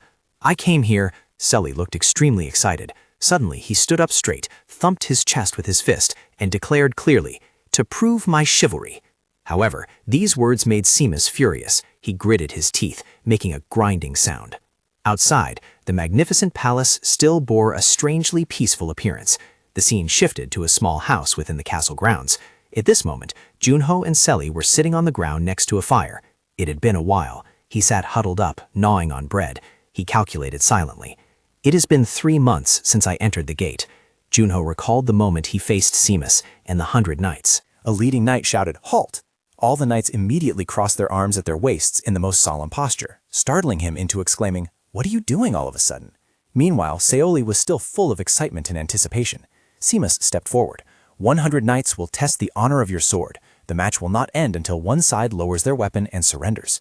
He loudly ordered, "First knight, step forward." That person also loudly introduced himself. "I am Ian, a knight of Niflheim." Ian swung his sword down and announced, "Let's begin." Seeing this, he looked excited and laughed. "How fun! So is this the knight style?" Junho also shouted back, "Straight to the point. I like it." Then he gripped the hilt of his sword and drew it. Immediately, the opponent rushed forward with a great sword, his momentum skyrocketing. The two clashed. He thought to himself, "None of the knights fighting me are low level. If they were players, they would be at least level 100. When Ian leaped into the air, Junho watched vigilantly. Although they didn't have superpowers like players, they possessed nearly perfect combat techniques. Ian attacked ceaselessly, and he made his own assessment. And each person uses distinct sword skills and moves. Actually, I think they might be even more dangerous than players. Back in reality, Junho's beard had grown stubbly, and he was trying to swallow a piece of hard, dry bread in his hand. He looked truly pathetic. I never thought the light sword could be used so diversely. Sully looked confused. "What do you mean?" Juno explained. "Players use a single type of aura and skill. They infuse energy into the blade, creating sword aura that looks like fire. The Knights of the Winter Palace use sword aura that spirals like a drill. Condensed to a point, it can be used like a spear. In short, they use many variations of sword aura." He suddenly became curious. Does Niflheim also have a player system? She shrugged. Of course not. Juno said. Then it seems we can't check their stats. Sully nodded. Obviously. He added that knights cannot receive stats or skills like players, but they still reach that level through training their bodies in magic all their lives. That is true perseverance. She asked, Contractor, do you have any explanation regarding your weapon when using the light sword? Juno reached out his hand and replied, It's not that difficult. To create sword aura around the blade, I just need to infuse a bit of energy into the sword and control it to wrap around the blade, and that's it. Sully also knew well that knights aren't bound by the weapons they use. The most important thing is the pride in their hearts. Knights find the weapon they are most proficient with and simply create sword aura that best suits their fighting style with that weapon. Junho looked out the single small window and muttered, Something suitable for them. Thanks to the weapon mastery skill, I can easily use any weapon immediately. I only chose the sword because it was the most familiar thing. I didn't need to consider which weapon suited me best. Hearing this, he wondered, but I still can't be like them because I already possess my own light sword, right? Sally immediately replied, Of course not. She gave an example. You are like a bottle filled with pure water. If you add something else, what will happen? Junho answered, It will change color. Sally raised her finger and exclaimed, Exactly. You can still use it to contain whatever you want. That is your current state, contractor. He slapped his thigh. All right, that will be the goal of this gate. She exclaimed with a lack of understanding. Goal? Junho had made up his mind. I will learn more about weapons and create a new light sword. Just like that, I trained for 3 months, and now it is time to return to the trial. He once again sought out and opened the familiar large door in the palace. The moment Junho's figure appeared, an announcement rang out. The wandering knight has appeared. Prepare for battle. The knight's hand still gripped the sword tightly as before, raising it high, executing a downward slash and shouting, Come here! He stood there, holding his sword, silently assessing a powerful gust of wind. Junho silently bowed his head in contemplation. But I am no longer the same as when I first arrived. He swung his sword up to block the attack. The two attacks collided, creating a heaven-shaking explosion. Immense pressure spread everywhere, and dust billowed up. When the smoke and dust gradually cleared, a scorch mark and a small crack had appeared on the great blade. Following that, Junho's body appeared without a single scratch. But he still couldn't suppress the trembling and thought to himself, even though he had absorbed the shock by transmitting the aftershock into the ground, it still felt truly painful. Even so, he gently pushed off the floor to gain momentum, then vaulted into the air. I've grasped that move now. Juno slashed down, and a powerful wave of sword aura shot straight at Kiss. The others couldn't help but be stunned witnessing this scene, and spoke up, Is he using Kiss's move? He learns really fast. Meanwhile, he maintained his stance and said, Come on. Juno smirked. You should share good things with everyone, shouldn't you? After that was a fierce confrontation, with the sound of clashing metal ringing incessantly. Having said that, he wearily knelt down. A person suddenly approached and announced, Wandering Knight, you have proven yourself. Hearing the voice, Junho turned around and realized it was Kiss. If you were willing, could you tell me your name? He showed clear goodwill as he reached out his hand. He also slowly raised his sword-holding hand, grasped Kiss's outstretched hand, and Junho began to introduce himself. So Juno. My name is So Juno. He nodded. So Juno, is it? That is a fine name. I will not forget it. Seamus made no attempt to hide his admiration as he admitted, Of all the knights I have met, you are the one who has left the deepest impression. Saying that, he placed a badge in his hand. Juno exclaimed in surprise, What is this? He replied, It is a Medal of Honor. Seamus explained, It is a symbol proving that you have demonstrated your chivalry. Not only that, he also announced that those who passed this trial could request a private audience with the lord of the castle. Hearing this, Juno clenched his fist. Finally! Kiss also held out his fist. Farewell, So Juno. He waved goodbye to the knights. Yeah, thank you, everyone. Juno turned and left through the heavy door. The two moved to another room. He exclaimed in astonishment, The atmosphere here is completely different. It feels like there is a heavy pressure weighing down on my body. Juno suddenly frowned. Something has appeared here. He looked up at the throne high above. This aura emanated from Kiss Balin, the master of the castle, who seemed to be hiding in the shadows. But Sally was extremely moved to see her knight again and cried out, Kiss Balin! He was undoubtedly the strongest warrior. At the same time, Kiss also emitted an extremely powerful killing intent. Sally continued, the greatest of Niflheim. Juno and Sally stood below looking up, while Kiss had stood up to scrutinize them. She spoke up. Kiss is the greatest warrior in all of Niflheim. This really is my knight. He opened one eye. Well, he looks as strong as the rumors say. Kiss suddenly drew his sword. Solely speculated, it seems Sir Kiss also knows that you are a player. Junho nodded. Just looking at the bloodlust emitting from him, I guessed so too. Shall we begin then? He suddenly spun his sword overhead, while Junho also drew his weapon, ready for battle. Kiss's eyes lit up, and his blade became sharper. Both rushed to attack each other. The sound of two swords clashing rang out incessantly. Sword aura shot out in all directions. Junho pulled his sword back, slowly swung it forward, and gritted his teeth, shouting loudly. He simultaneously threw both swords. They attacked from two sides. He sensed the danger, his eyes flashing with vigilance. He moved continuously to dodge the attacks without sustaining any damage. Junho looked frustrated. Damn it, he blocked them without any difficulty. He stood there and whispered, "Strengthen." Magic erupted from beneath his feet. However, Soli on the side reminded him, "Hey, contractor, if you use that dangerous skill, then—" Junho interrupted, "I can't help but fight seriously against this guy. Frost Queen, how long can I use Strengthen?" She checked and announced truthfully, "Now you can only maintain this state for 1 minute and 2 seconds. He muttered, 1 minute and 2 seconds? Junho shouted, "Then start counting." With that, he grabbed a spear and rushed up again. He continuously swung his weapon from every posture and angle, but Kiss still blocked it with ease. Junho tried to press the spear down with all his might, but the opponent still had enough strength to retaliate. His eyes suddenly flashed, sensing imminent danger. A second later, an explosion erupted, aura spreading everywhere and dust obscuring everything. Soli called out anxiously, "Contractor!" When the smoke cleared, it was evident that Junho was being pinned tightly against the stone wall. He glanced down at the spear in his hand. It seemed this thing could no longer be used. The difference in weapons was too great. Afterward, Junho moved and landed gently on the ground. The spear in his hand also transformed into another sword. Kiss was still intently watching his every move. He dragged his sword along the ground, stepping closer step by step.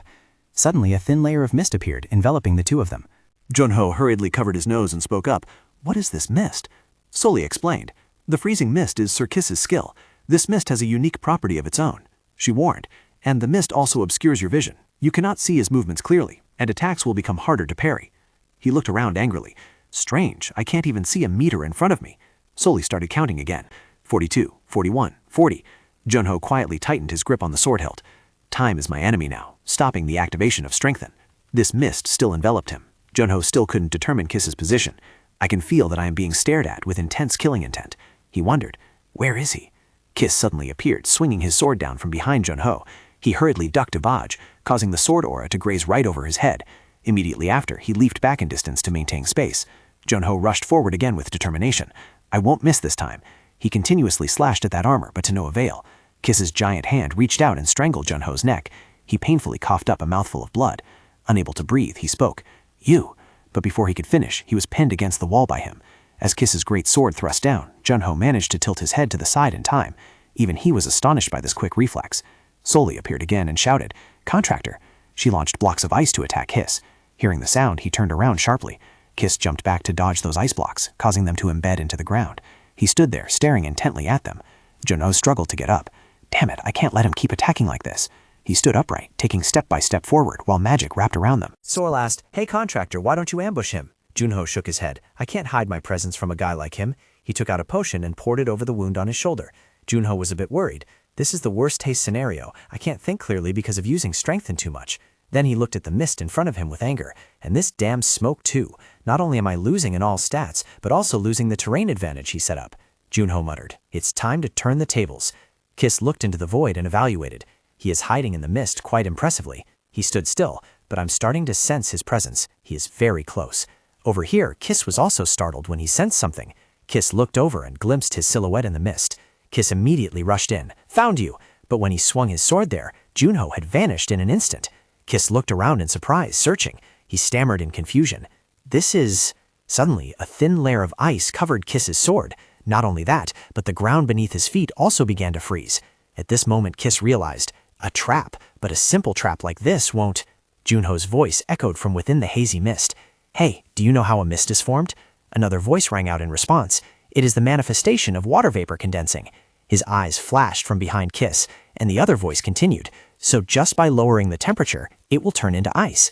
The water droplets were slowly falling. He realized that and told himself, "I must retreat immediately." But Junho had already shouted. It was too late. Just as Ki swung his arm to raise his sword, he rushed in. At the same time, the entire room was engulfed in ice and snow, and the sword was also wrapped in a thin layer of ice. His entire body was covered in frost. Junho looked up. Ki Spellin of Niflheim. His hand gripped the hilt tightly, while Soli held her breath in silence, waiting. Immediately after, Junho lunged forward, thrusting his sword straight into Kis's chest while he was frozen. The ice on Kise's body began to crack and then shattered into pieces. Junho frowned in astonishment. Impossible! At this moment, the sword was still impaled in his body. He was bewildered. He's not dead yet. Ki suddenly turned toward Soli. Forgive me, my queen. Seeing her remain motionless, Junho reminded her. He is calling you. Do you not intend to reveal yourself? However, Soli seemed hesitant. I am not worthy. She knew that a queen must protect her subjects. The knights of Winter Castle were also subjects of Niflheim, but I could not protect them. He wondered. What is going on?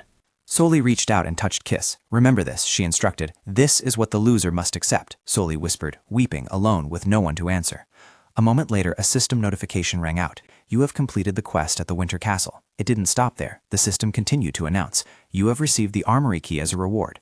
All your stamina has been restored. Your stats have increased as a reward for your efforts. You have completed the hidden quest of the Winter Castle, Knight's Glory. The rank of the weapon mastery skill has increased. Junho scrolled through the screen, his face showing clear satisfaction. The rewards are quite generous, he thought to himself. I guess I received these things for staying here for 3 months. And thanks to completing the Knight's Glory quest, my stats have increased a lot. Everything looks pretty good. Soli spoke up with a look full of fear. Contractor, your laughter is disturbing me. Let's go see what your reward is. Junho replied with extreme excitement. All right, let's go to the armory. He inserted the key into the treasure door's lock. When the large door opened, dust rushed out from inside. The interior was filled with sharp weapons.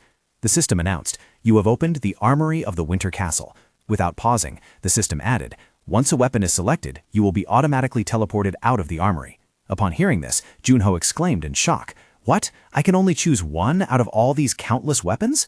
Soli covered her mouth and laughed, mocking him. What's the matter? It seems Administrator Gray is still watching you. He frowned and scratched his head. His obsession makes me uncomfortable. Junho looked around.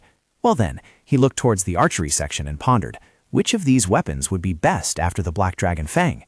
Junho reached out and selected a weapon. He swung it down vigorously. Is this a spear?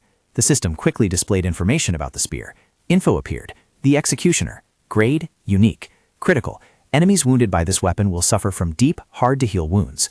Weight reduction. A charm embedded in the spear reduces the weapon's weight. Blood contract. This effect restores a portion of the user's vitality when the weapon is stained with the enemy's blood. Junho shouted in surprise.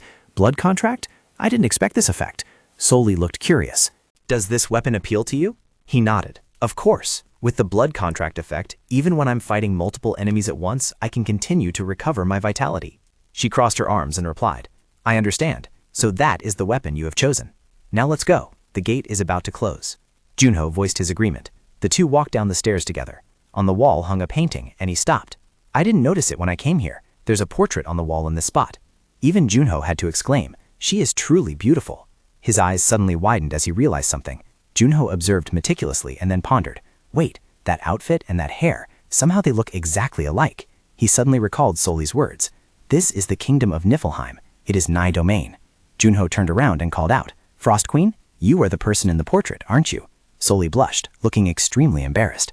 I suppose so, he said. Take that mask off. Her scream made the entire castle shake. No, stop spouting nonsense and let's go. They returned to the Player Association in Korea.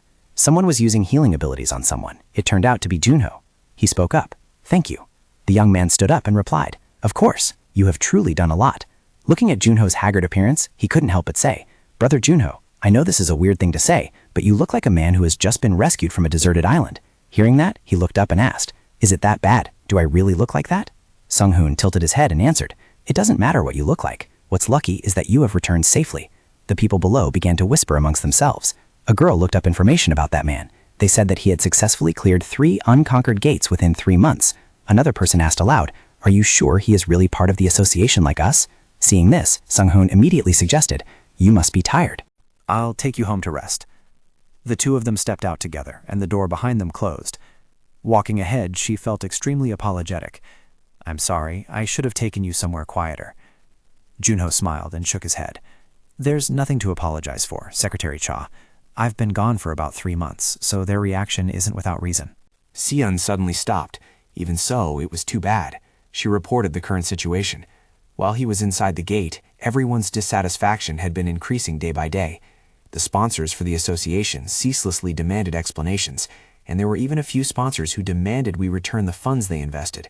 The government and the association had been having a hard time. Cian also expressed helplessness. But there's nothing we can do. You are the only one with the biggest influence on the association's reputation. She hugged her arm. Even if they don't trust us, we can't. Junho immediately cut her off. Secretary Cha, whether we have a good reputation or not is not the issue. Junho spoke up. We don't need to pay attention to anything they say or do. Cian suddenly turned to look at him. A trace of doubt appeared on her face. You don't care about it? They changed their attitude after just 3 months. Cian spoke with a sorrowful expression. If I were in your shoes, I would feel regretful and would start questioning why I am fighting for them.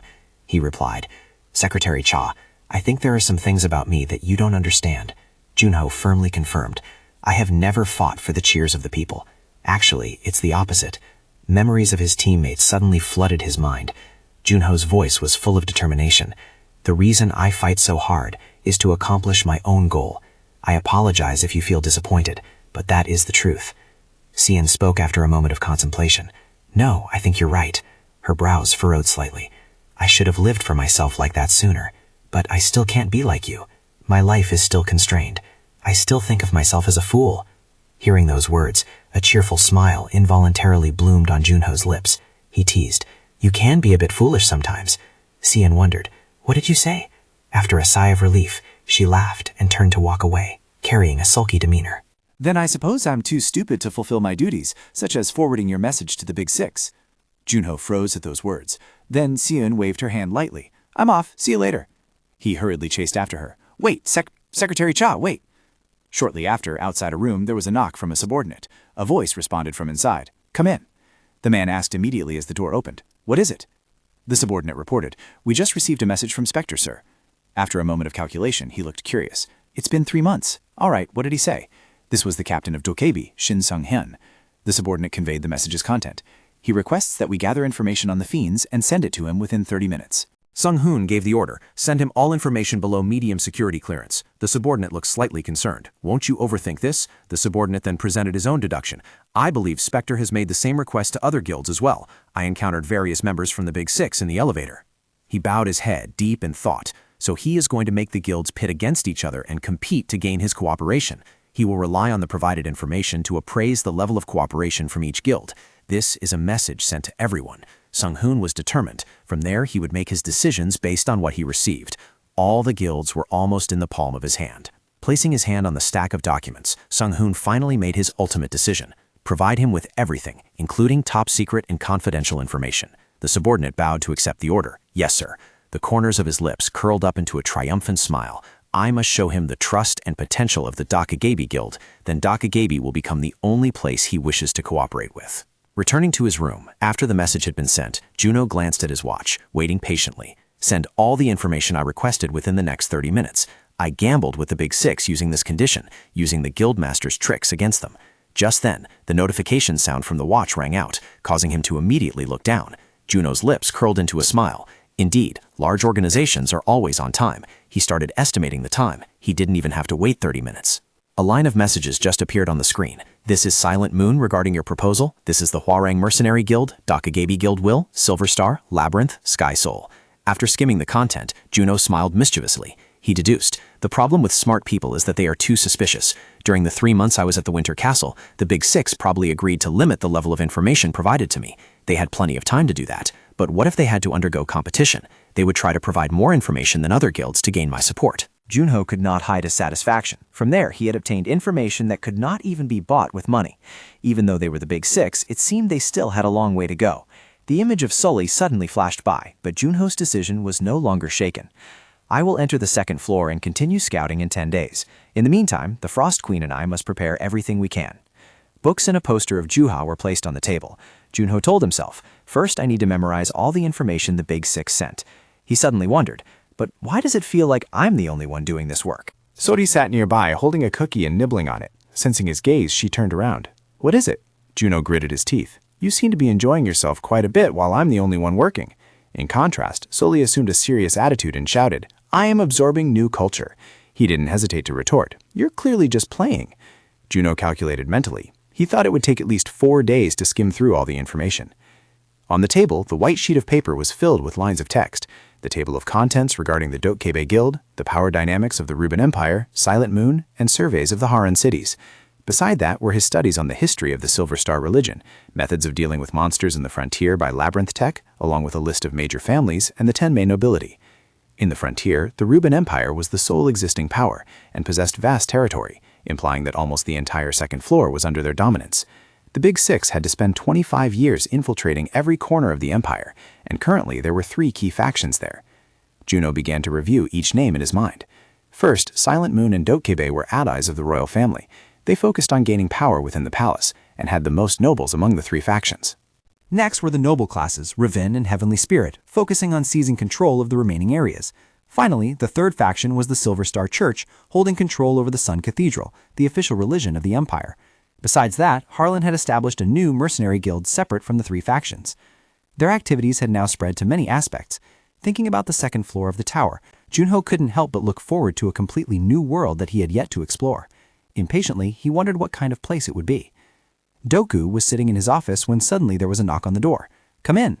The door swung open and a figure appeared right in front of him, forcing Doku to look up. Seeing her just standing there silently, Doku looked puzzled.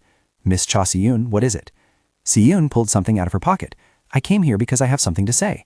She placed an envelope on the table and Doku's eyes followed the action. She announced beforehand, "This is my resignation letter." A spark of curiosity flashed in his eyes. This must have been a decision considered for a long time. "May I ask the reason?" Si-yoon's hands clasped tightly together.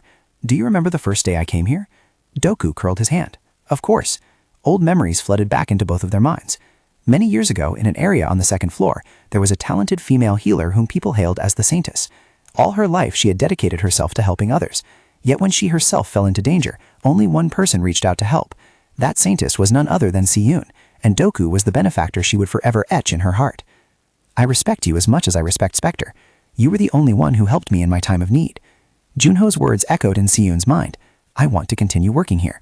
However, after the conversation with Junho, I started to remember. Placing her hand on her chest, she spoke. "The passion that drove me in the past." After hearing this, Doku could only utter 2 words. "Congratulations." Joy was also evident on his face. "You have finally found your own path." Si-yoon replied, "Thank you, sir. May I return this magic ring on the day I leave?" Doku nodded in agreement, and his way of addressing her was also different than before. "Of course." Doku continued, "Congratulations on the return of player Cha Si-yoon. Welcome back." She looked as if she had just been revived. A moment later, Doku's expression turned gloomy after hearing the shocking news. "What? You made the Big Six compete against each other?" Juno snapped his fingers. "That's right, and here is all the information I received from them." Astonishment was evident on his face. "Is there anything you wouldn't dare to do?" He displayed the information on the screen for Doku, who stared at it intently with a solemn expression. Finally, Doku let out a sigh, his voice filled with disappointment. "I thought we had almost caught up to them, but the association still has a long way to go." Juno, on the contrary, had a different thought. "Well, isn't that motivation?" Doku nodded. "That's right. One day we will catch up to them." He asked curiously, "By the way, what has the association been doing on the second floor?" He replied, "Recruiting players on the second floor and reorganizing our information network. We have been and are expanding our reputation in Avantier." However, Doku was still aware of a truth. "But it's hard to catch up with those who have been there for 25 years. They have occupied the most valuable areas, while we are just setting foot in the outskirts." Hearing that, Juno curiously asked, "So what if the guild contributes significantly to a war or something?" He raised his voice. "Do you think that's easy?" He stood up, replying at the same time, "Who knows?" Juno laid an announcement that made Doku's eyes widen in surprise. "Doku, I will go up to the second floor in a week." Eventually, he chose to compromise and bowed his head. "All right." His face showed clear dejection again. "I feel truly ashamed. If the guild had more reputation, we could have supported you on the second floor." Juno spoke soothingly. "You have helped me a lot already." He etched everything Doku had done into his heart. "Thanks to you, I have a new identity, and I was able to easily obtain my player license. At the same time, you provided me with equipment, a place to live, and countless other things." Juno said that he couldn't ask for anything more. Doku could not suppress his emotions, having to cover his eyes with his hand as tears streamed down. Before leaving, he left one final word: "Thank you." Early one morning at a zoo in India, the scene was bustling with people coming and going. A boy with sparkling eyes ran while cheering happily, "Look, a tiger!" The father, carrying the younger sibling behind him, smiled and advised, "Aizen, slow down, son, or you'll fall." Meanwhile, in a hidden corner, a little girl was silently watching everything. In front of the lion enclosure, the father and his children were playing happily. A trace of melancholy flickered in her eyes as Nisha clutched the necklace in her hand. Suddenly, someone approached, smiled, and spoke. "Nisha, why don't you go closer to watch?" Nisha replied softly, her gaze fixed on the photo taken with her father inside the locket. I'm fine, standing here is enough. Hearing this, the other person couldn't hide a tender look. She sighed quietly, then squatted down and spoke in a gentle voice. Nisha, Grandma understands you. After a moment of hesitation, the woman continued, and the little girl's eyes suddenly blurred with tears upon hearing that part. I know your father will always be watching over us, even though we can no longer see him.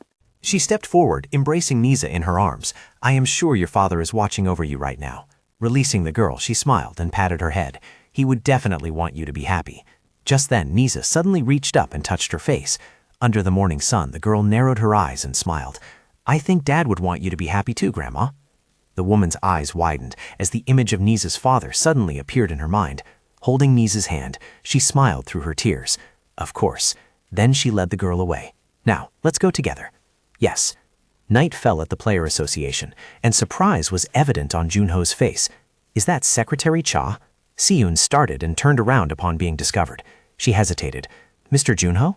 At that moment, Junho leisurely approached and asked, It's this late. What are you still doing hanging around here? Junho's question made her freeze, her voice becoming stammering. Well, I was just helping the president check and rearrange some documents. Hearing that, Junho looked clearly displeased. Why did he make you do that? I'll have to have a talk with him. In the long hallway, Siyun's embarrassed laugh echoed. Junho sighed again. Well, it's late. You should go home quickly. Siyun replied cheerfully. Yes, have a good evening, Mr. Junho. He just stood there, silently watching her receding back. Suddenly, the door behind him burst open, and Duckgu poked his head out. You haven't gone home yet? With a darkened face, Junho turned around. Hey, did you make my secretary work overtime until now? Caught off guard by the question. Duckgu suddenly recalled Sojun-ho's previous earnest plea, please keep my resignation a secret. Thinking of this, he decided to put the matter aside for now. Putting his hand into his pocket, he took out an object. Don't worry about that. By the way, I forgot to give you this earlier. Duckgu held out his hand, and Junho's eyes revealed a look of suspicion. A piece of paper? He reached out to take it. What is this? Duckgu replied. Arthur's home address. The image of Gilberto flashed through his mind, causing Junho to suddenly realize. Is that Gilberto's son? Duckgu nodded. You should go find him later and help him with a few things. Junho quietly agreed, then looked away. Do you think he remembers my face? A ding sound rang out as the elevator stopped at a floor. Duckgu hurriedly turned around as soon as he stepped out. Wait, I have a few questions I need you to answer. Are you planning to go to him as Spectre? The elevator doors slowly closed. Junho smiled faintly, glancing to the side. I'll think more about that later. I'm going now. Amidst the quiet night, the whole building was still brightly lit. Junho walked out with a mask on his face, his eyes darting around. I feel a bit hungry. I guess I'll stop by somewhere to eat something later. He leisurely left the building. Not far away, a pair of eyes was quietly watching the whole scene. In the darkness, the person's hair and coat fluttered gently in the wind. In the shadows, the person's eyes flashed a bright red light. Sinif gritted his teeth. You finally showed your face, Junho.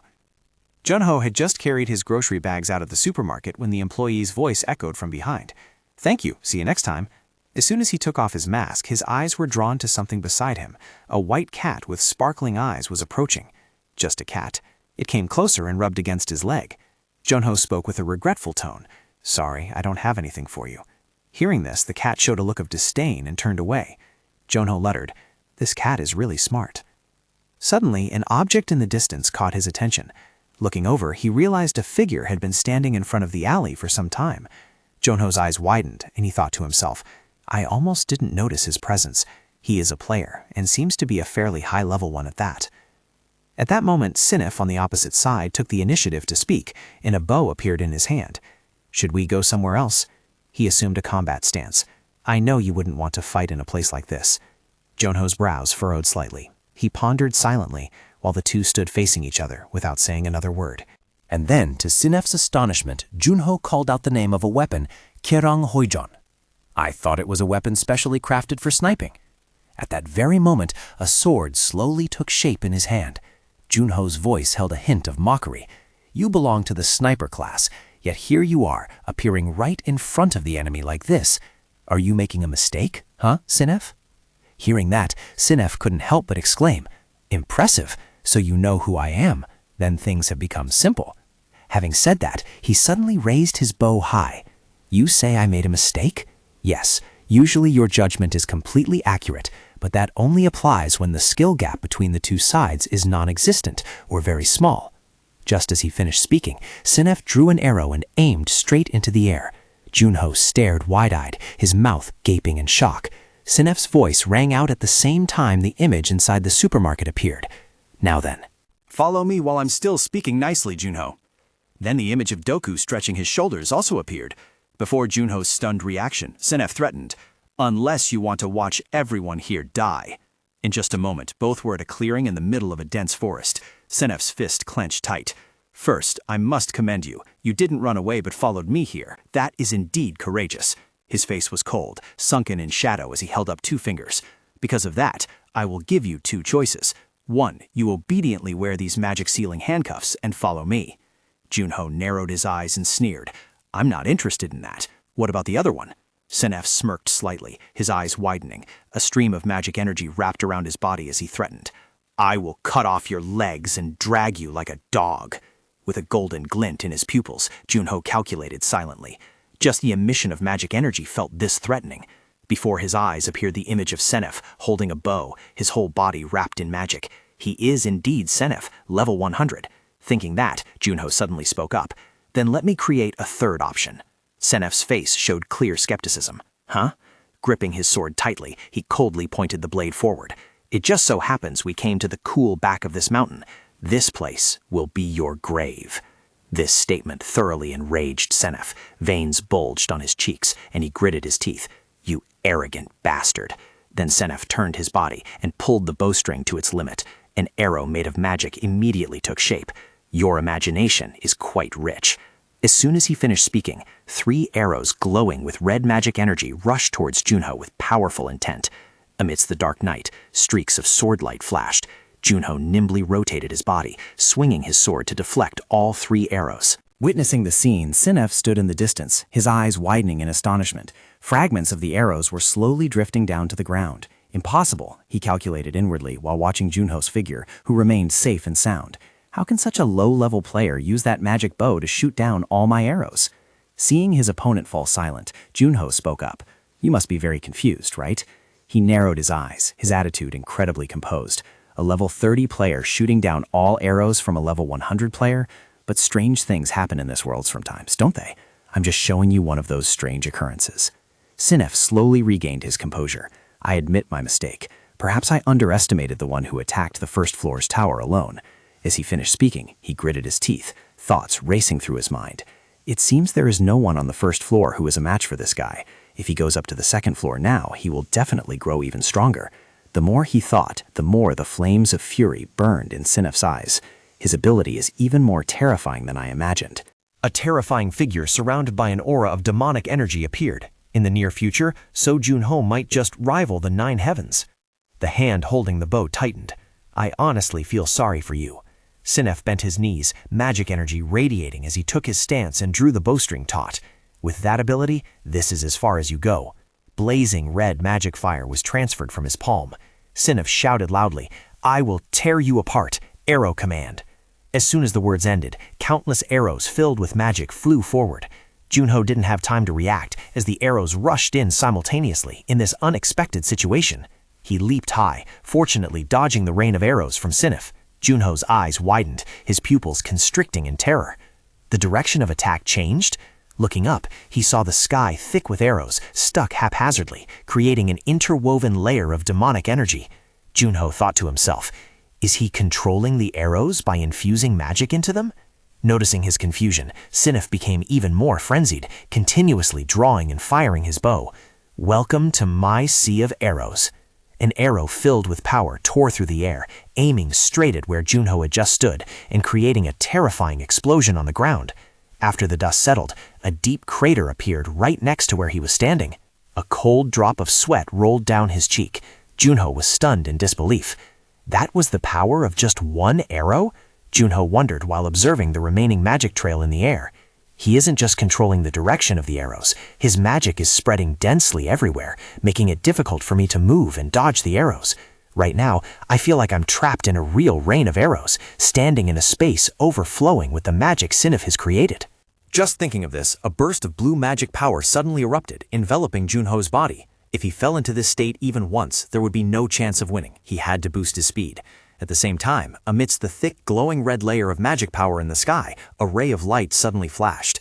Junho's brows furrowed slightly. a glint of frost passing through his pupils. Then he gritted his teeth, gathering his strength to swing his sword high, a brilliant sword streak cutting across the sky. Sinef's eyes widened, his pupils constricting as he witnessed the tip of the arrow about to touch Junho's sword path. A sense of unease rose in his heart. The rain of arrows contained his magic power.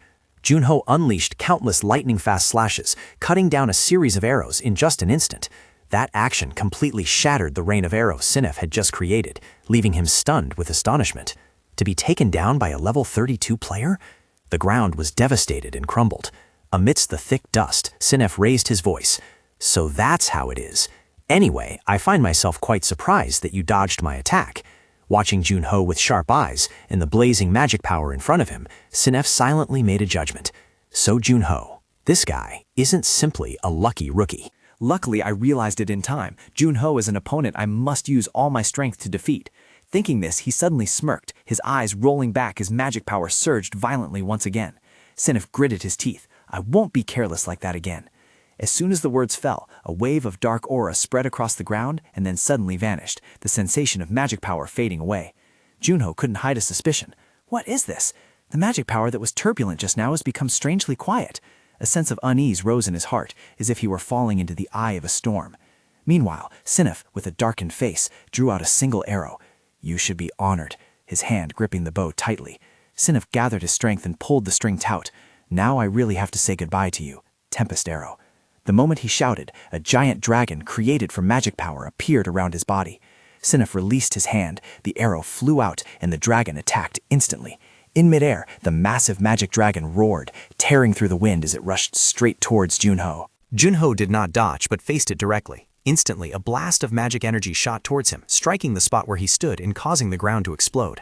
After the dust settled, Sinef's gleeful face was revealed, but immediately after, he started in disbelief. He saw that the crimson magic energy before his eyes had completely vanished. The space was now filled only with a bone-chilling cold air, mixed with delicate snowflakes fluttering about. Sinef's brows furrowed as he thought to himself, What? What is this circulation of ice-cold magic energy?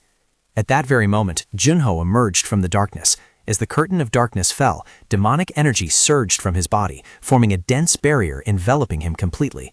Cold sweat broke out on Sinef's cheeks. He could only grit his teeth in frustration. Witnessing the fluctuating magic energy spreading around, fear finally welled up in his heart. A player with 2 attributes? Sinef thought, his eyes widening in horror. So this guy was hiding his skills. He was even more astonished seeing the small shards of ice in front of him, especially the darkness attribute. It couldn't be. This felt just like that guy's power. From amidst the dense layers of ice, a hoarse voice suddenly spoke up. If possible, I only wanted to show you the frost. Sinef's flow of magic energy had been blocked by the thick layer of ice. Standing opposite, Junho smirked scornfully. At this rate, I have no other choice.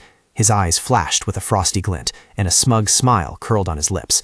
I guess I'll have to send you to the other world. Saying this, Junho furrowed his brows, telling himself, Today I will definitely destroy Sinef right here. A red hue flashed in Sinef's pupils, and he smirked. I didn't think you could remain so calm. If that's the case, I'll have to force you to open your mouth. As soon as he finished speaking, he spread his hand and opened his inventory. An arrow slowly appeared in the palm of his hand. Immediately after, a series of small swirls appeared in midair. From those swirls, countless arrows were ready to fire. Sinef spread his arms in excitement.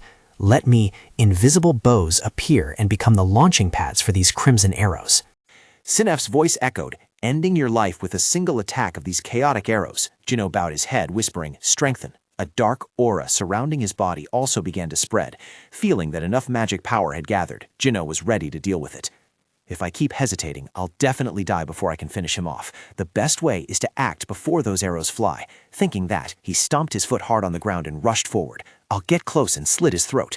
Instantly, Junho tore through the wind, soaring forward. Seeing this, Sinef waved his hand to signal. A barrage of arrows was fired simultaneously. You're jumping into your own death? Sky-filling fire rain. Witnessing the scene before his eyes, excitement was evident on Sinef's face. If you rush into this hellish sea of arrows, your body won't have a single scrap left. Before he could finish his words, his eyes suddenly widened in shock. In the center of the rain of arrows? Junho was rushing in with astonishing speed. What implies? Seeing the mysterious smile suddenly bloom on Junho's lips, Sinef was momentarily stunned. Why are you smiling? A thought flashed through Junho's mind. I've been waiting for this exact moment. As soon as the thought ended, his body instantly turned into black smoke and vanished into thin air.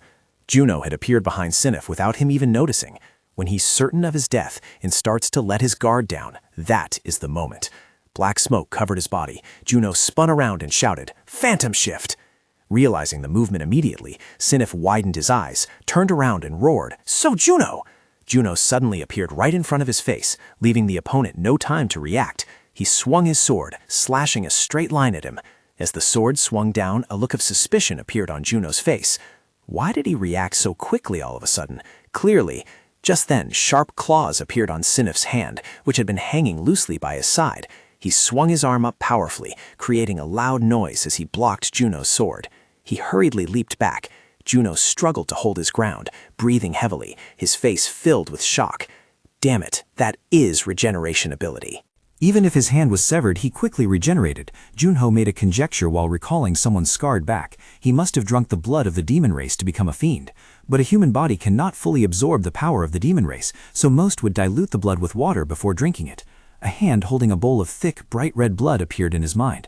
However, occasionally there are madmen who want to utilize the full power of the demon race, so they drink the concentrated blood directly. Sinef's frenzied figure connected with those images, but usually they would suffer from body explosion and die. Only a few survive, and those survivors are reborn as fiends capable of using the characteristics of the blood's owner. Sinef's footsteps slowly approached across the ground. That sudden disappearance technique, you didn't use it from the start, so it must have an operational limit, right? The old man stepped forward. Behind him were countless arrows wrapped in glowing red demonic energy. I promised you, didn't I? This time, I will send you to the other side. Junho propped himself up on the ground, struggling to stand while fresh blood continued to pour out. He thought to himself, he has grasped my weakness. Suddenly he asked, "The other side? We haven't known each other for that long. What a pity." The flow of magical energy erupted more intensely by the moment. Sinef lowered his eyes and said in a deep voice, "Of course, if you put on the magic sealing handcuffs now, I will spare your life." Junho's lips curled up as if calculating something. A second later, he let out a cold laugh, pointing at his own chest. "Shut your mouth, you bastard." That attitude of Junho made him so angry he laughed. Then he raised his hand to touch his neck. "If you want to kill me, aim exactly at this neck here, got it?" Junho struggled to stand up, stomping his foot on the ground to gain momentum to leap up. At that moment, countless arrows were fired. Amidst the rain of arrows, Sinif still stood straight, crossing his arms. "It seems you really don't cherish your life, do you?" A few arrows pierced his body, but Junho didn't care. He kept rushing forward, slashing and breaking the arrows one by one. "My head hurts so much." Suddenly, an arrow embedded itself straight into his calf, causing fresh blood to spread immediately.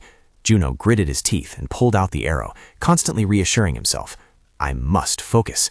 The number of arrows kept decreasing after each swing of Junho's sword. "You must focus, So Junho." Witnessing this scene, Sinef's face turned pale. He gritted his teeth and growled, "Did you destroy all of my arrows?" The fist at his side clenched tight, his heart filled with unwillingness. "I clearly realized he has a stamina limit. Can he still use that skill to close in on me?" Just looking up, he saw Junho bravely rushing through the rain of arrows. "Die!" His eyes turned frosty, a glint flashing through his pupils. In the next instant, countless sword flashes appeared in midair, cutting down all the approaching arrows. Gritting his teeth with determination, Junho pressed his sword blade against Sinef's neck. Only then did Sinef react. He had already rushed in. Sinef glared, swinging his arm wildly into the air. "You crazy bastard!" Saying that, his hand tightened, grabbing Junho's neck. Sinef squeezed hard, making Junho cough up a mouthful of black blood, his face unable to hide the excitement. Sinef raised his voice high. Finally, I've won!" As the words fell, Junho's body and his hand suddenly turned into a stream of black smoke. The smoke spread out, then gradually converged into Junho's cold face right behind Sinef. He whispered, "What you're holding is just my shadow, you idiot." Sinef's eyes widened, bloodshot veins appearing, as a ghostly black smoke hovered around his body. A second later, a sharp sword slash cut across his chest. Fresh blood immediately splattered everywhere. Sinef glared, spat out a mouthful of blood, and collapsed. The black smoke following Junho's form slowly descended from behind. Sinef's face was gloomy as he tried to struggle up. How's this possible? Turning his head back, he met Junho's ice-cold gaze. He commanded, calling out, "You guys, eat up and clean this place." Shadow spirits. The black aura radiated out, transforming into two shadow spirits with glowing eyes. Sinef's entire body trembled slightly, a flash of terror appearing. "Now I understand you. Amidst the dense layers of magic power, the images of Junho and Spectre seem to have merged. You are Spectre, the enemy of all fiends." Sinif widened his eyes, pointing straight ahead and screaming madly, "You bastard, deceiving everyone again! What is your purpose in hiding your identity?" Junho turned his head back and looked down with a cold, expressionless face. He spoke, "My purpose?" Saying that, his voice suddenly dropped. "A dying man like you doesn't need to know that." Immediately after, the dark aura around him erupted violently. They rushed forward like invisible blades, tearing Sinif's body apart in his extreme panic. Terrified screams echoed throughout the mountains and forests. Not long after, only a pool of coagulated blood remained on the ground. On the TV screen, a man and a woman were hugging and crying, sobbing. The person who found the lost little dog turned out to be the older brother who had been separated since childhood. Sully reached out and grabbed a handful of popcorn. She watched the movie while munching. "I miss you so much, darling." "Me too. I won't leave ever again." She silently chewed the popcorn crunchily. Then the hand reaching for her popcorn bag suddenly stopped. Sully coldly swiped the popcorn box away, looked up, and shouted, "Didn't that contractor say watching one movie would be enough? When are we leaving?" Junho stood silently, witnessing the hazy dark aura dissipate, revealing a white skull. He lowered his gaze, lost in thought. Sinif's soul. This guy. Recalling Sinef's arrogant expression, Jinho began to speculate. Did he plan to catch me all by himself? He must have been chased by the Sword Saint when he went down to the first floor. As his thoughts became increasingly tangled, Jinho frowned involuntarily, his face showing clear confusion. It couldn't be that while he was being chased, I got dragged into it too, right? After a moment of contemplation, Jinho scratched his head and muttered, "Anyway, I didn't find much information from his memories, so this is good enough."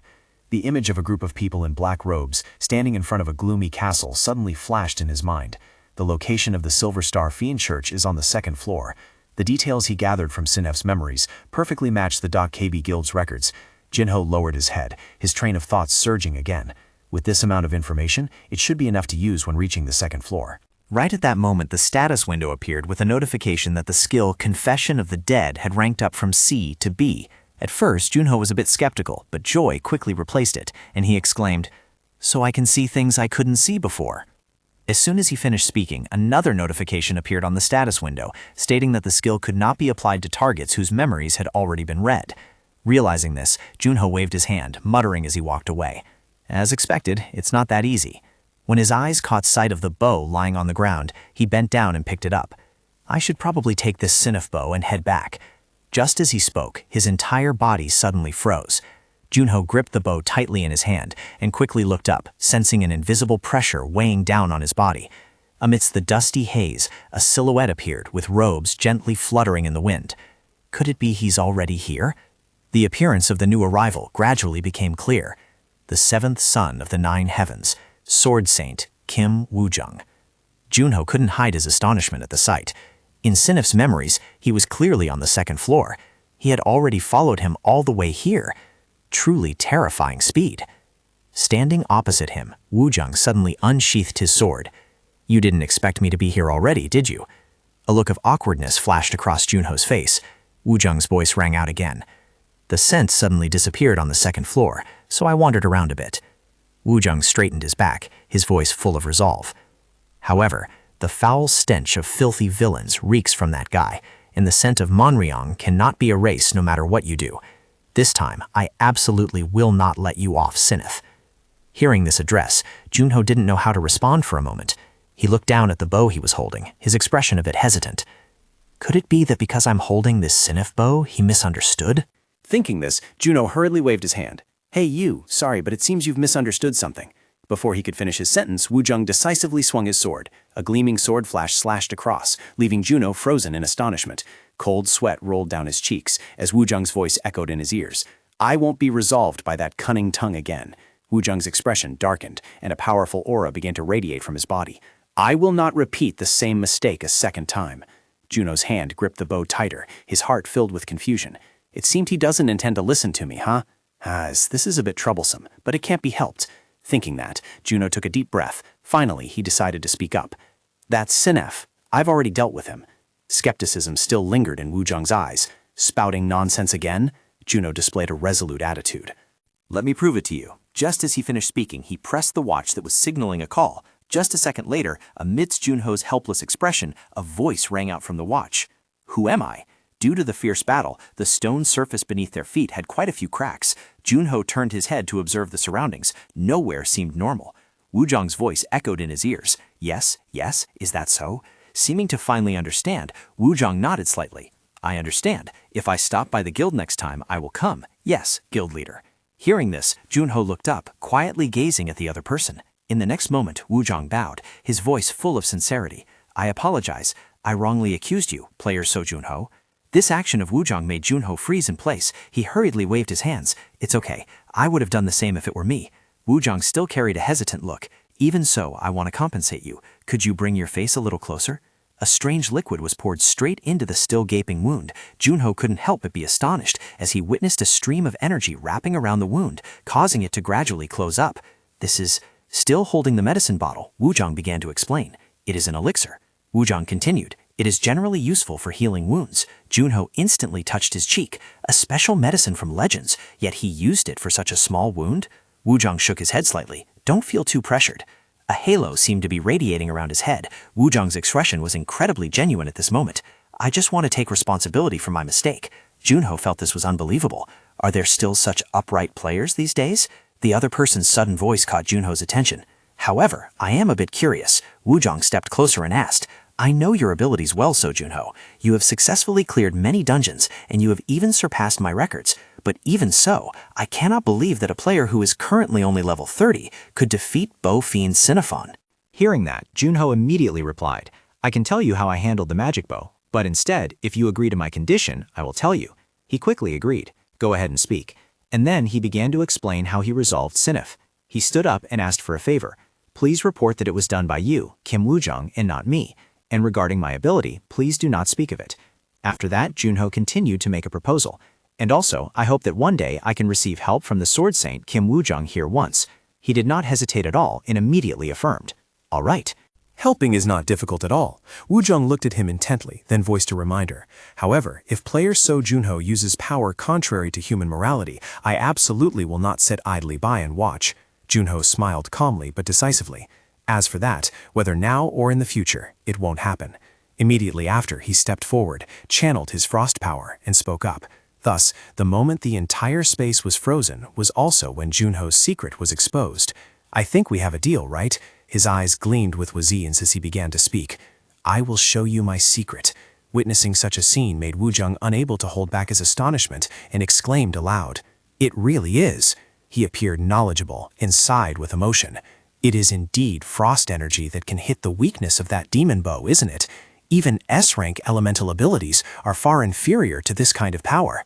At this moment, Junho spoke up. This is the key for the association to cover for me and help me advance to the 3rd floor. Then he expressed helplessness and lamented. Awry, I didn't expect you to understand that much right away. You must also know that this truth absolutely cannot let the fiends find out, right? Wuzhang listened with a moment of hesitation, then unsheathed his sword and declared resolutely. Of course. He swung 3 straight sword strikes towards Junho. This action left him stunned. Wuzhang repeated once more, Of course I know.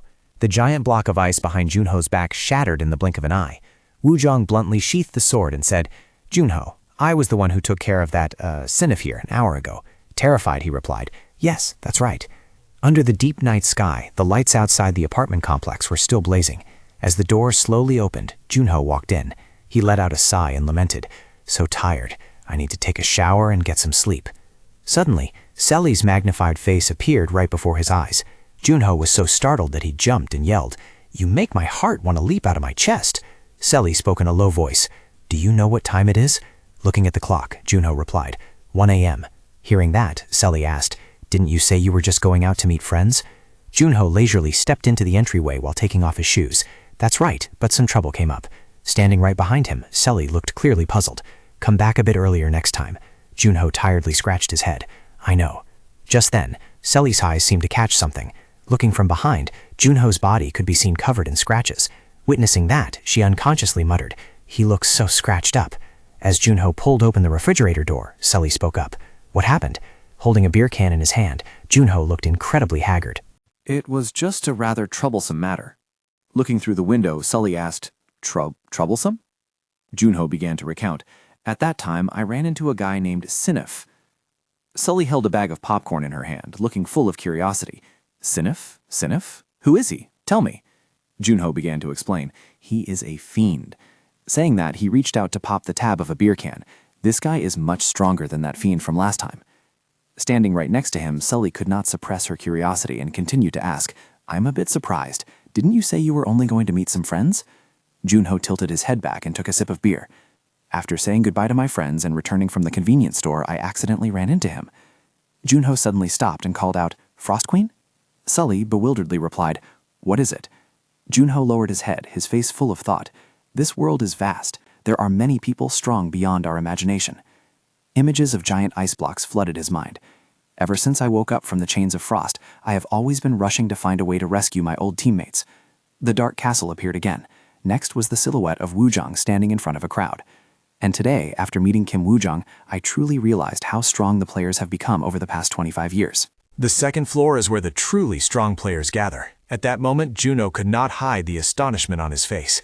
I can understand why the 9 heavens are compared to paradise. The image of Wu Zhang standing before the flashing sword strikes reappeared once again. After witnessing everything with his own eyes and recalling it, Juno spoke up with a bit of embarrassment. Can I have your phone number? Wu Zhang replied with a very relaxed attitude. Of course.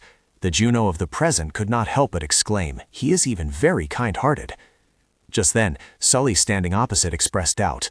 Why did you stop midway while speaking? You're making me quite curious. Juno bowed his head slightly. It's nothing.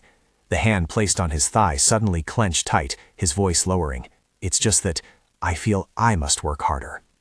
Countless rays of light converged into a circle. In this world there are 8 people possessing strength equal to Kim Wuzhang, and one of them is the enemy he must eliminate. The silhouette of a man carrying powerful magic power suddenly appeared. Corpse King Nalit Holopab. He is the master of demons, a skeleton mage, and also the fiend who sent Sinofi to capture me. The scene of a towering mountain amidst the ocean suddenly appeared. Because I had a lot of knowledge about the first floor before, I thought everything would be fine, but the second floor is still too big of a question mark for me. Right then, Sully suddenly reached out and touched his head. Listen, contractor, raise your head. Junho was slightly stunned. You will do just fine. Sully smiled, cheerfully offering words of encouragement. You've done very well in the past, haven't you? Junho blushed in embarrassment. What do you mean? Why are you suddenly comforting me? Surprising, isn't it? Sully sighed softly. It's because you look so gloomy. Hearing that, Junho acted completely nonchalant. Of course I'll do well. I am the living legend of this world after all. Sully muttered helplessly. Since when did you become so arrogant? Suddenly, Junho looked up as if he just remembered something. Come to think of it, I'll probably have to go out a bit early tomorrow. Sully showed clear curiosity. Really? What are you planning to do this time? The corners of Junho's mouth curved up slightly. There are a few people I need to say goodbye to before going to the second floor. At the same time, Wuzhang had returned to the base. A woman raised her voice, calling his name. Wuzhang! Seeing him remain silent, she repeated herself. Answer me, Wuzhang. Only then did he speak up. What? The girl turned around to look. Do you remember what your mission is? Wuzhang looked up. He heard the girl speak again. Or did you just forget it under the morning sun in just a few months? Kim Wuzhang firmly asserted. There is no way I would forget. The girl looked skeptical. Is that so?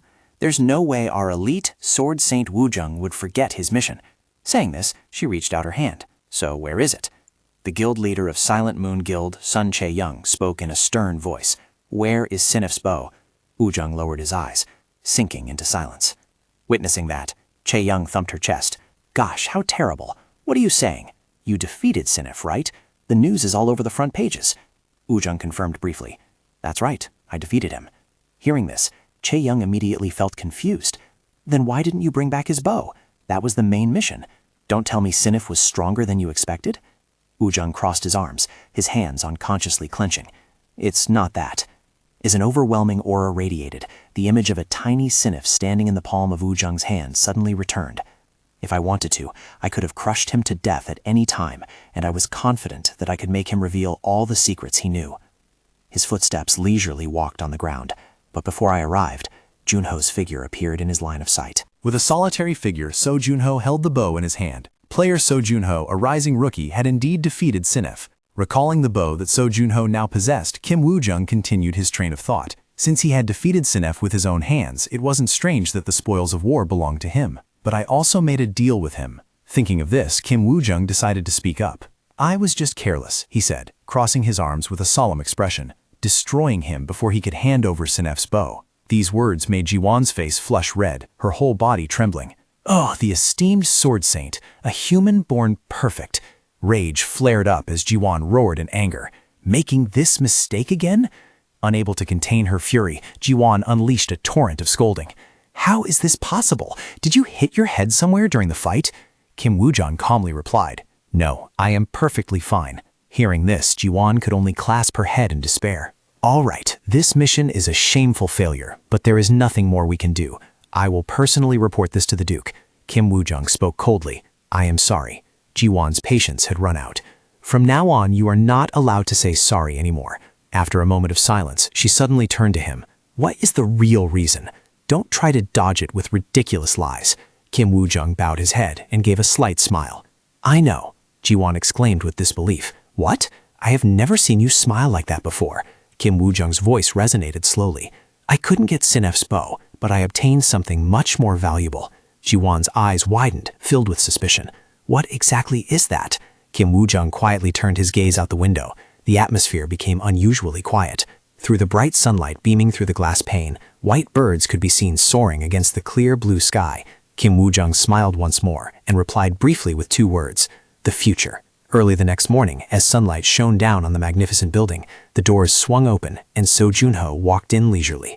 Looking at the scene unfolding before his eyes, he involuntarily let out a soft sigh. In front of him were his teammates, still in a frozen state. Junho spoke softly. Hey guys, it's been a while. Afterward, he silently watched the status board appear. Junho muttered to himself, You guys are still the same, huh? At the same time, the status window displayed a notification that the unsealing failed because the magic stat was insufficient. Junho put his hands in his pockets and stepped closer. There was no basis to say that nothing had changed, but it seemed there was a little progress, right? Then he suddenly turned towards Sully, startling her, right? Hearing that, Sully hesitated slightly. So that's it. Juno felt confused again. What is it? Why do you look so dispirited? Then he started to guess. Could it be? You feel guilty? Sully pressed her lips together tightly, cold sweat pouring down like rain. Seeing this, Juno let out a sigh. He turned back to look at his teammates. Just tell me if they are alive or not. That is enough. Sully looked up, momentarily unsure of how to speak. When her gaze fell upon the face of a certain girl, Sully hurriedly spoke up. Of course they are alive, but if you want to unseal them, you must become even stronger. Finally, Juno made a decision. All right. He silently observed for a moment longer, then decisively turned to leave. Let's go. Following behind, Sully couldn't suppress her curiosity. We are about to leave Earth. Shouldn't we stay here a little longer? Juno replied in a nonchalant tone. No need. The floor was still covered in a thin layer of frost when his voice rang out. Before leaving the second floor, seeing Dakgu and Noya like that is enough. Juno bowed his head, his expression pensive. Don't do that to them. Remembering the moments when the whole team gathered to eat and drink happily, Juno subconsciously whispered, Until I can stand before them proudly, staying longer would still be too late. Saying this, he gave a slight smile. It won't take much time. In the very next moment, the plane began to take off. Not long after, it had flown away from the city where the two lived. A while later, in an artificial island in the Pacific Ocean, Junho slowly stepped down, tilting his body to stretch and relax. He almost missed the flight. Recalling earlier, when playing Go with Noya, he had spoken up. I definitely have to get on the plane. But the old man kept saying, just 5 more minutes. Junho wearily sighed. Why force someone who came to say goodbye to sit and play Go for 7 hours? Honestly, your stamina isn't like a normal person's at all. Right then, as he placed a Go stone down, Noya spoke up again. I will stay here and live healthily, waiting for your return. He looked at him, then offered words of encouragement. If it's you, I believe you can do well anywhere. Just then, Soli rushed over excitedly. Was this place really built by human hands? Junho replied very calmly. That's right. This is an artificial island built by human technology. Soli couldn't help but exclaim, Earthling's technology is truly amazing. Both were now standing in front of a massive architectural structure. Junho observed it and gave a slight smile. It seems that is the dimensional elevator. Soli glanced behind her back and whispered, I can feel everyone's eyes focused on us. Junho showed no surprise. I predicted this already. A voice suddenly rang out from in front. Player So Junho? Right? A guard holding a paper stepped out. I received a notification from the association that you would be coming. I will guide you in detail. There are many things to pay attention to on the second floor. An image of a flag bearing a kingdom symbol appeared. First of all, if you come to the second floor's frontier, it means you have entered the Reuben Empire. The nobles in the empire possess immense power, so you must absolutely never oppose them. The scene shifts to a black hooded figure emitting magic power. A person with a sinister appearance is gazing at a pile of treasures. Furthermore, naturally, there are fiends in Avantir as well, so players must be careful. There are many who target loopholes in the association to commit crimes. Saying this, the guard lowered his voice. Therefore, I advise you to always be vigilant against strangers. Junho nodded slightly. Yes, I understand. Thank you. Hearing that, the guard moved toward the elevator. Then I wish player Junho a successful battle. Junho slowly followed behind. He stepped in and looked around the 12-seater elevator. It wasn't as big as he thought. After that, Junho pressed the button. He just needed to press the second floor. The elevator suddenly moved, startling both of them. Right now, the two were hovering inside a building in midair. So-Lee couldn't help but exclaim, "Didn't they say all four sides were transparent glass?" Juno looked up in a certain direction. "Look over there." So-Lee poked her head out. "What? What is it?" Before their eyes were countless dimensional elevators exactly like the one they were riding. So-Lee started in surprise. "There are this many dimensional elevators?" Juno smirked. That's why the fiends were able to avoid the association's eyes and reach the second floor. Just as he finished speaking, the elevator came to a stop. The number 2 was displayed on the screen above. When the elevator doors opened, Juno was completely stunned by the scene before him. A brilliant village scenery appeared before his eyes. The status window displayed information about arriving at the second floor, Avantir. The effect of the spring opener title was also activated, increasing all stats by 30%. So-Lee couldn't help but exclaim, "The title's effect triggered smoothly." He happily looked around. This is the second floor, the Reuben Empire. Juno thought to himself, the scenery is completely different from Earth. It's like playing a fantasy game. At this moment, Juno clenched his fist. In addition, he could clearly feel the magic energy flowing through his body. The magic energy in the air was so abundant that Earth couldn't compare. From a distance, a crowd witnessed this scene. Everyone was whispering and discussing. An orange-haired player raised an eyebrow in confusion. What's that? Up ahead, Juno was smiling at So-Lee. You try it too. He thought silently. It seems like a player coming to the second floor for the first time would act like that. No need to solicit him to join the guild. A voice rang out from behind. What are you muttering to yourself alone? Oh my God, it's so busy. The orange-haired player turned around. Senior, you're back? The black-haired player glanced over. You've arrived? But why is it so noisy here? It wasn't like this earlier. Hearing that, the orange-haired player replied indifferently. I don't know either. Just then, the black-haired player's eyes widened in astonishment.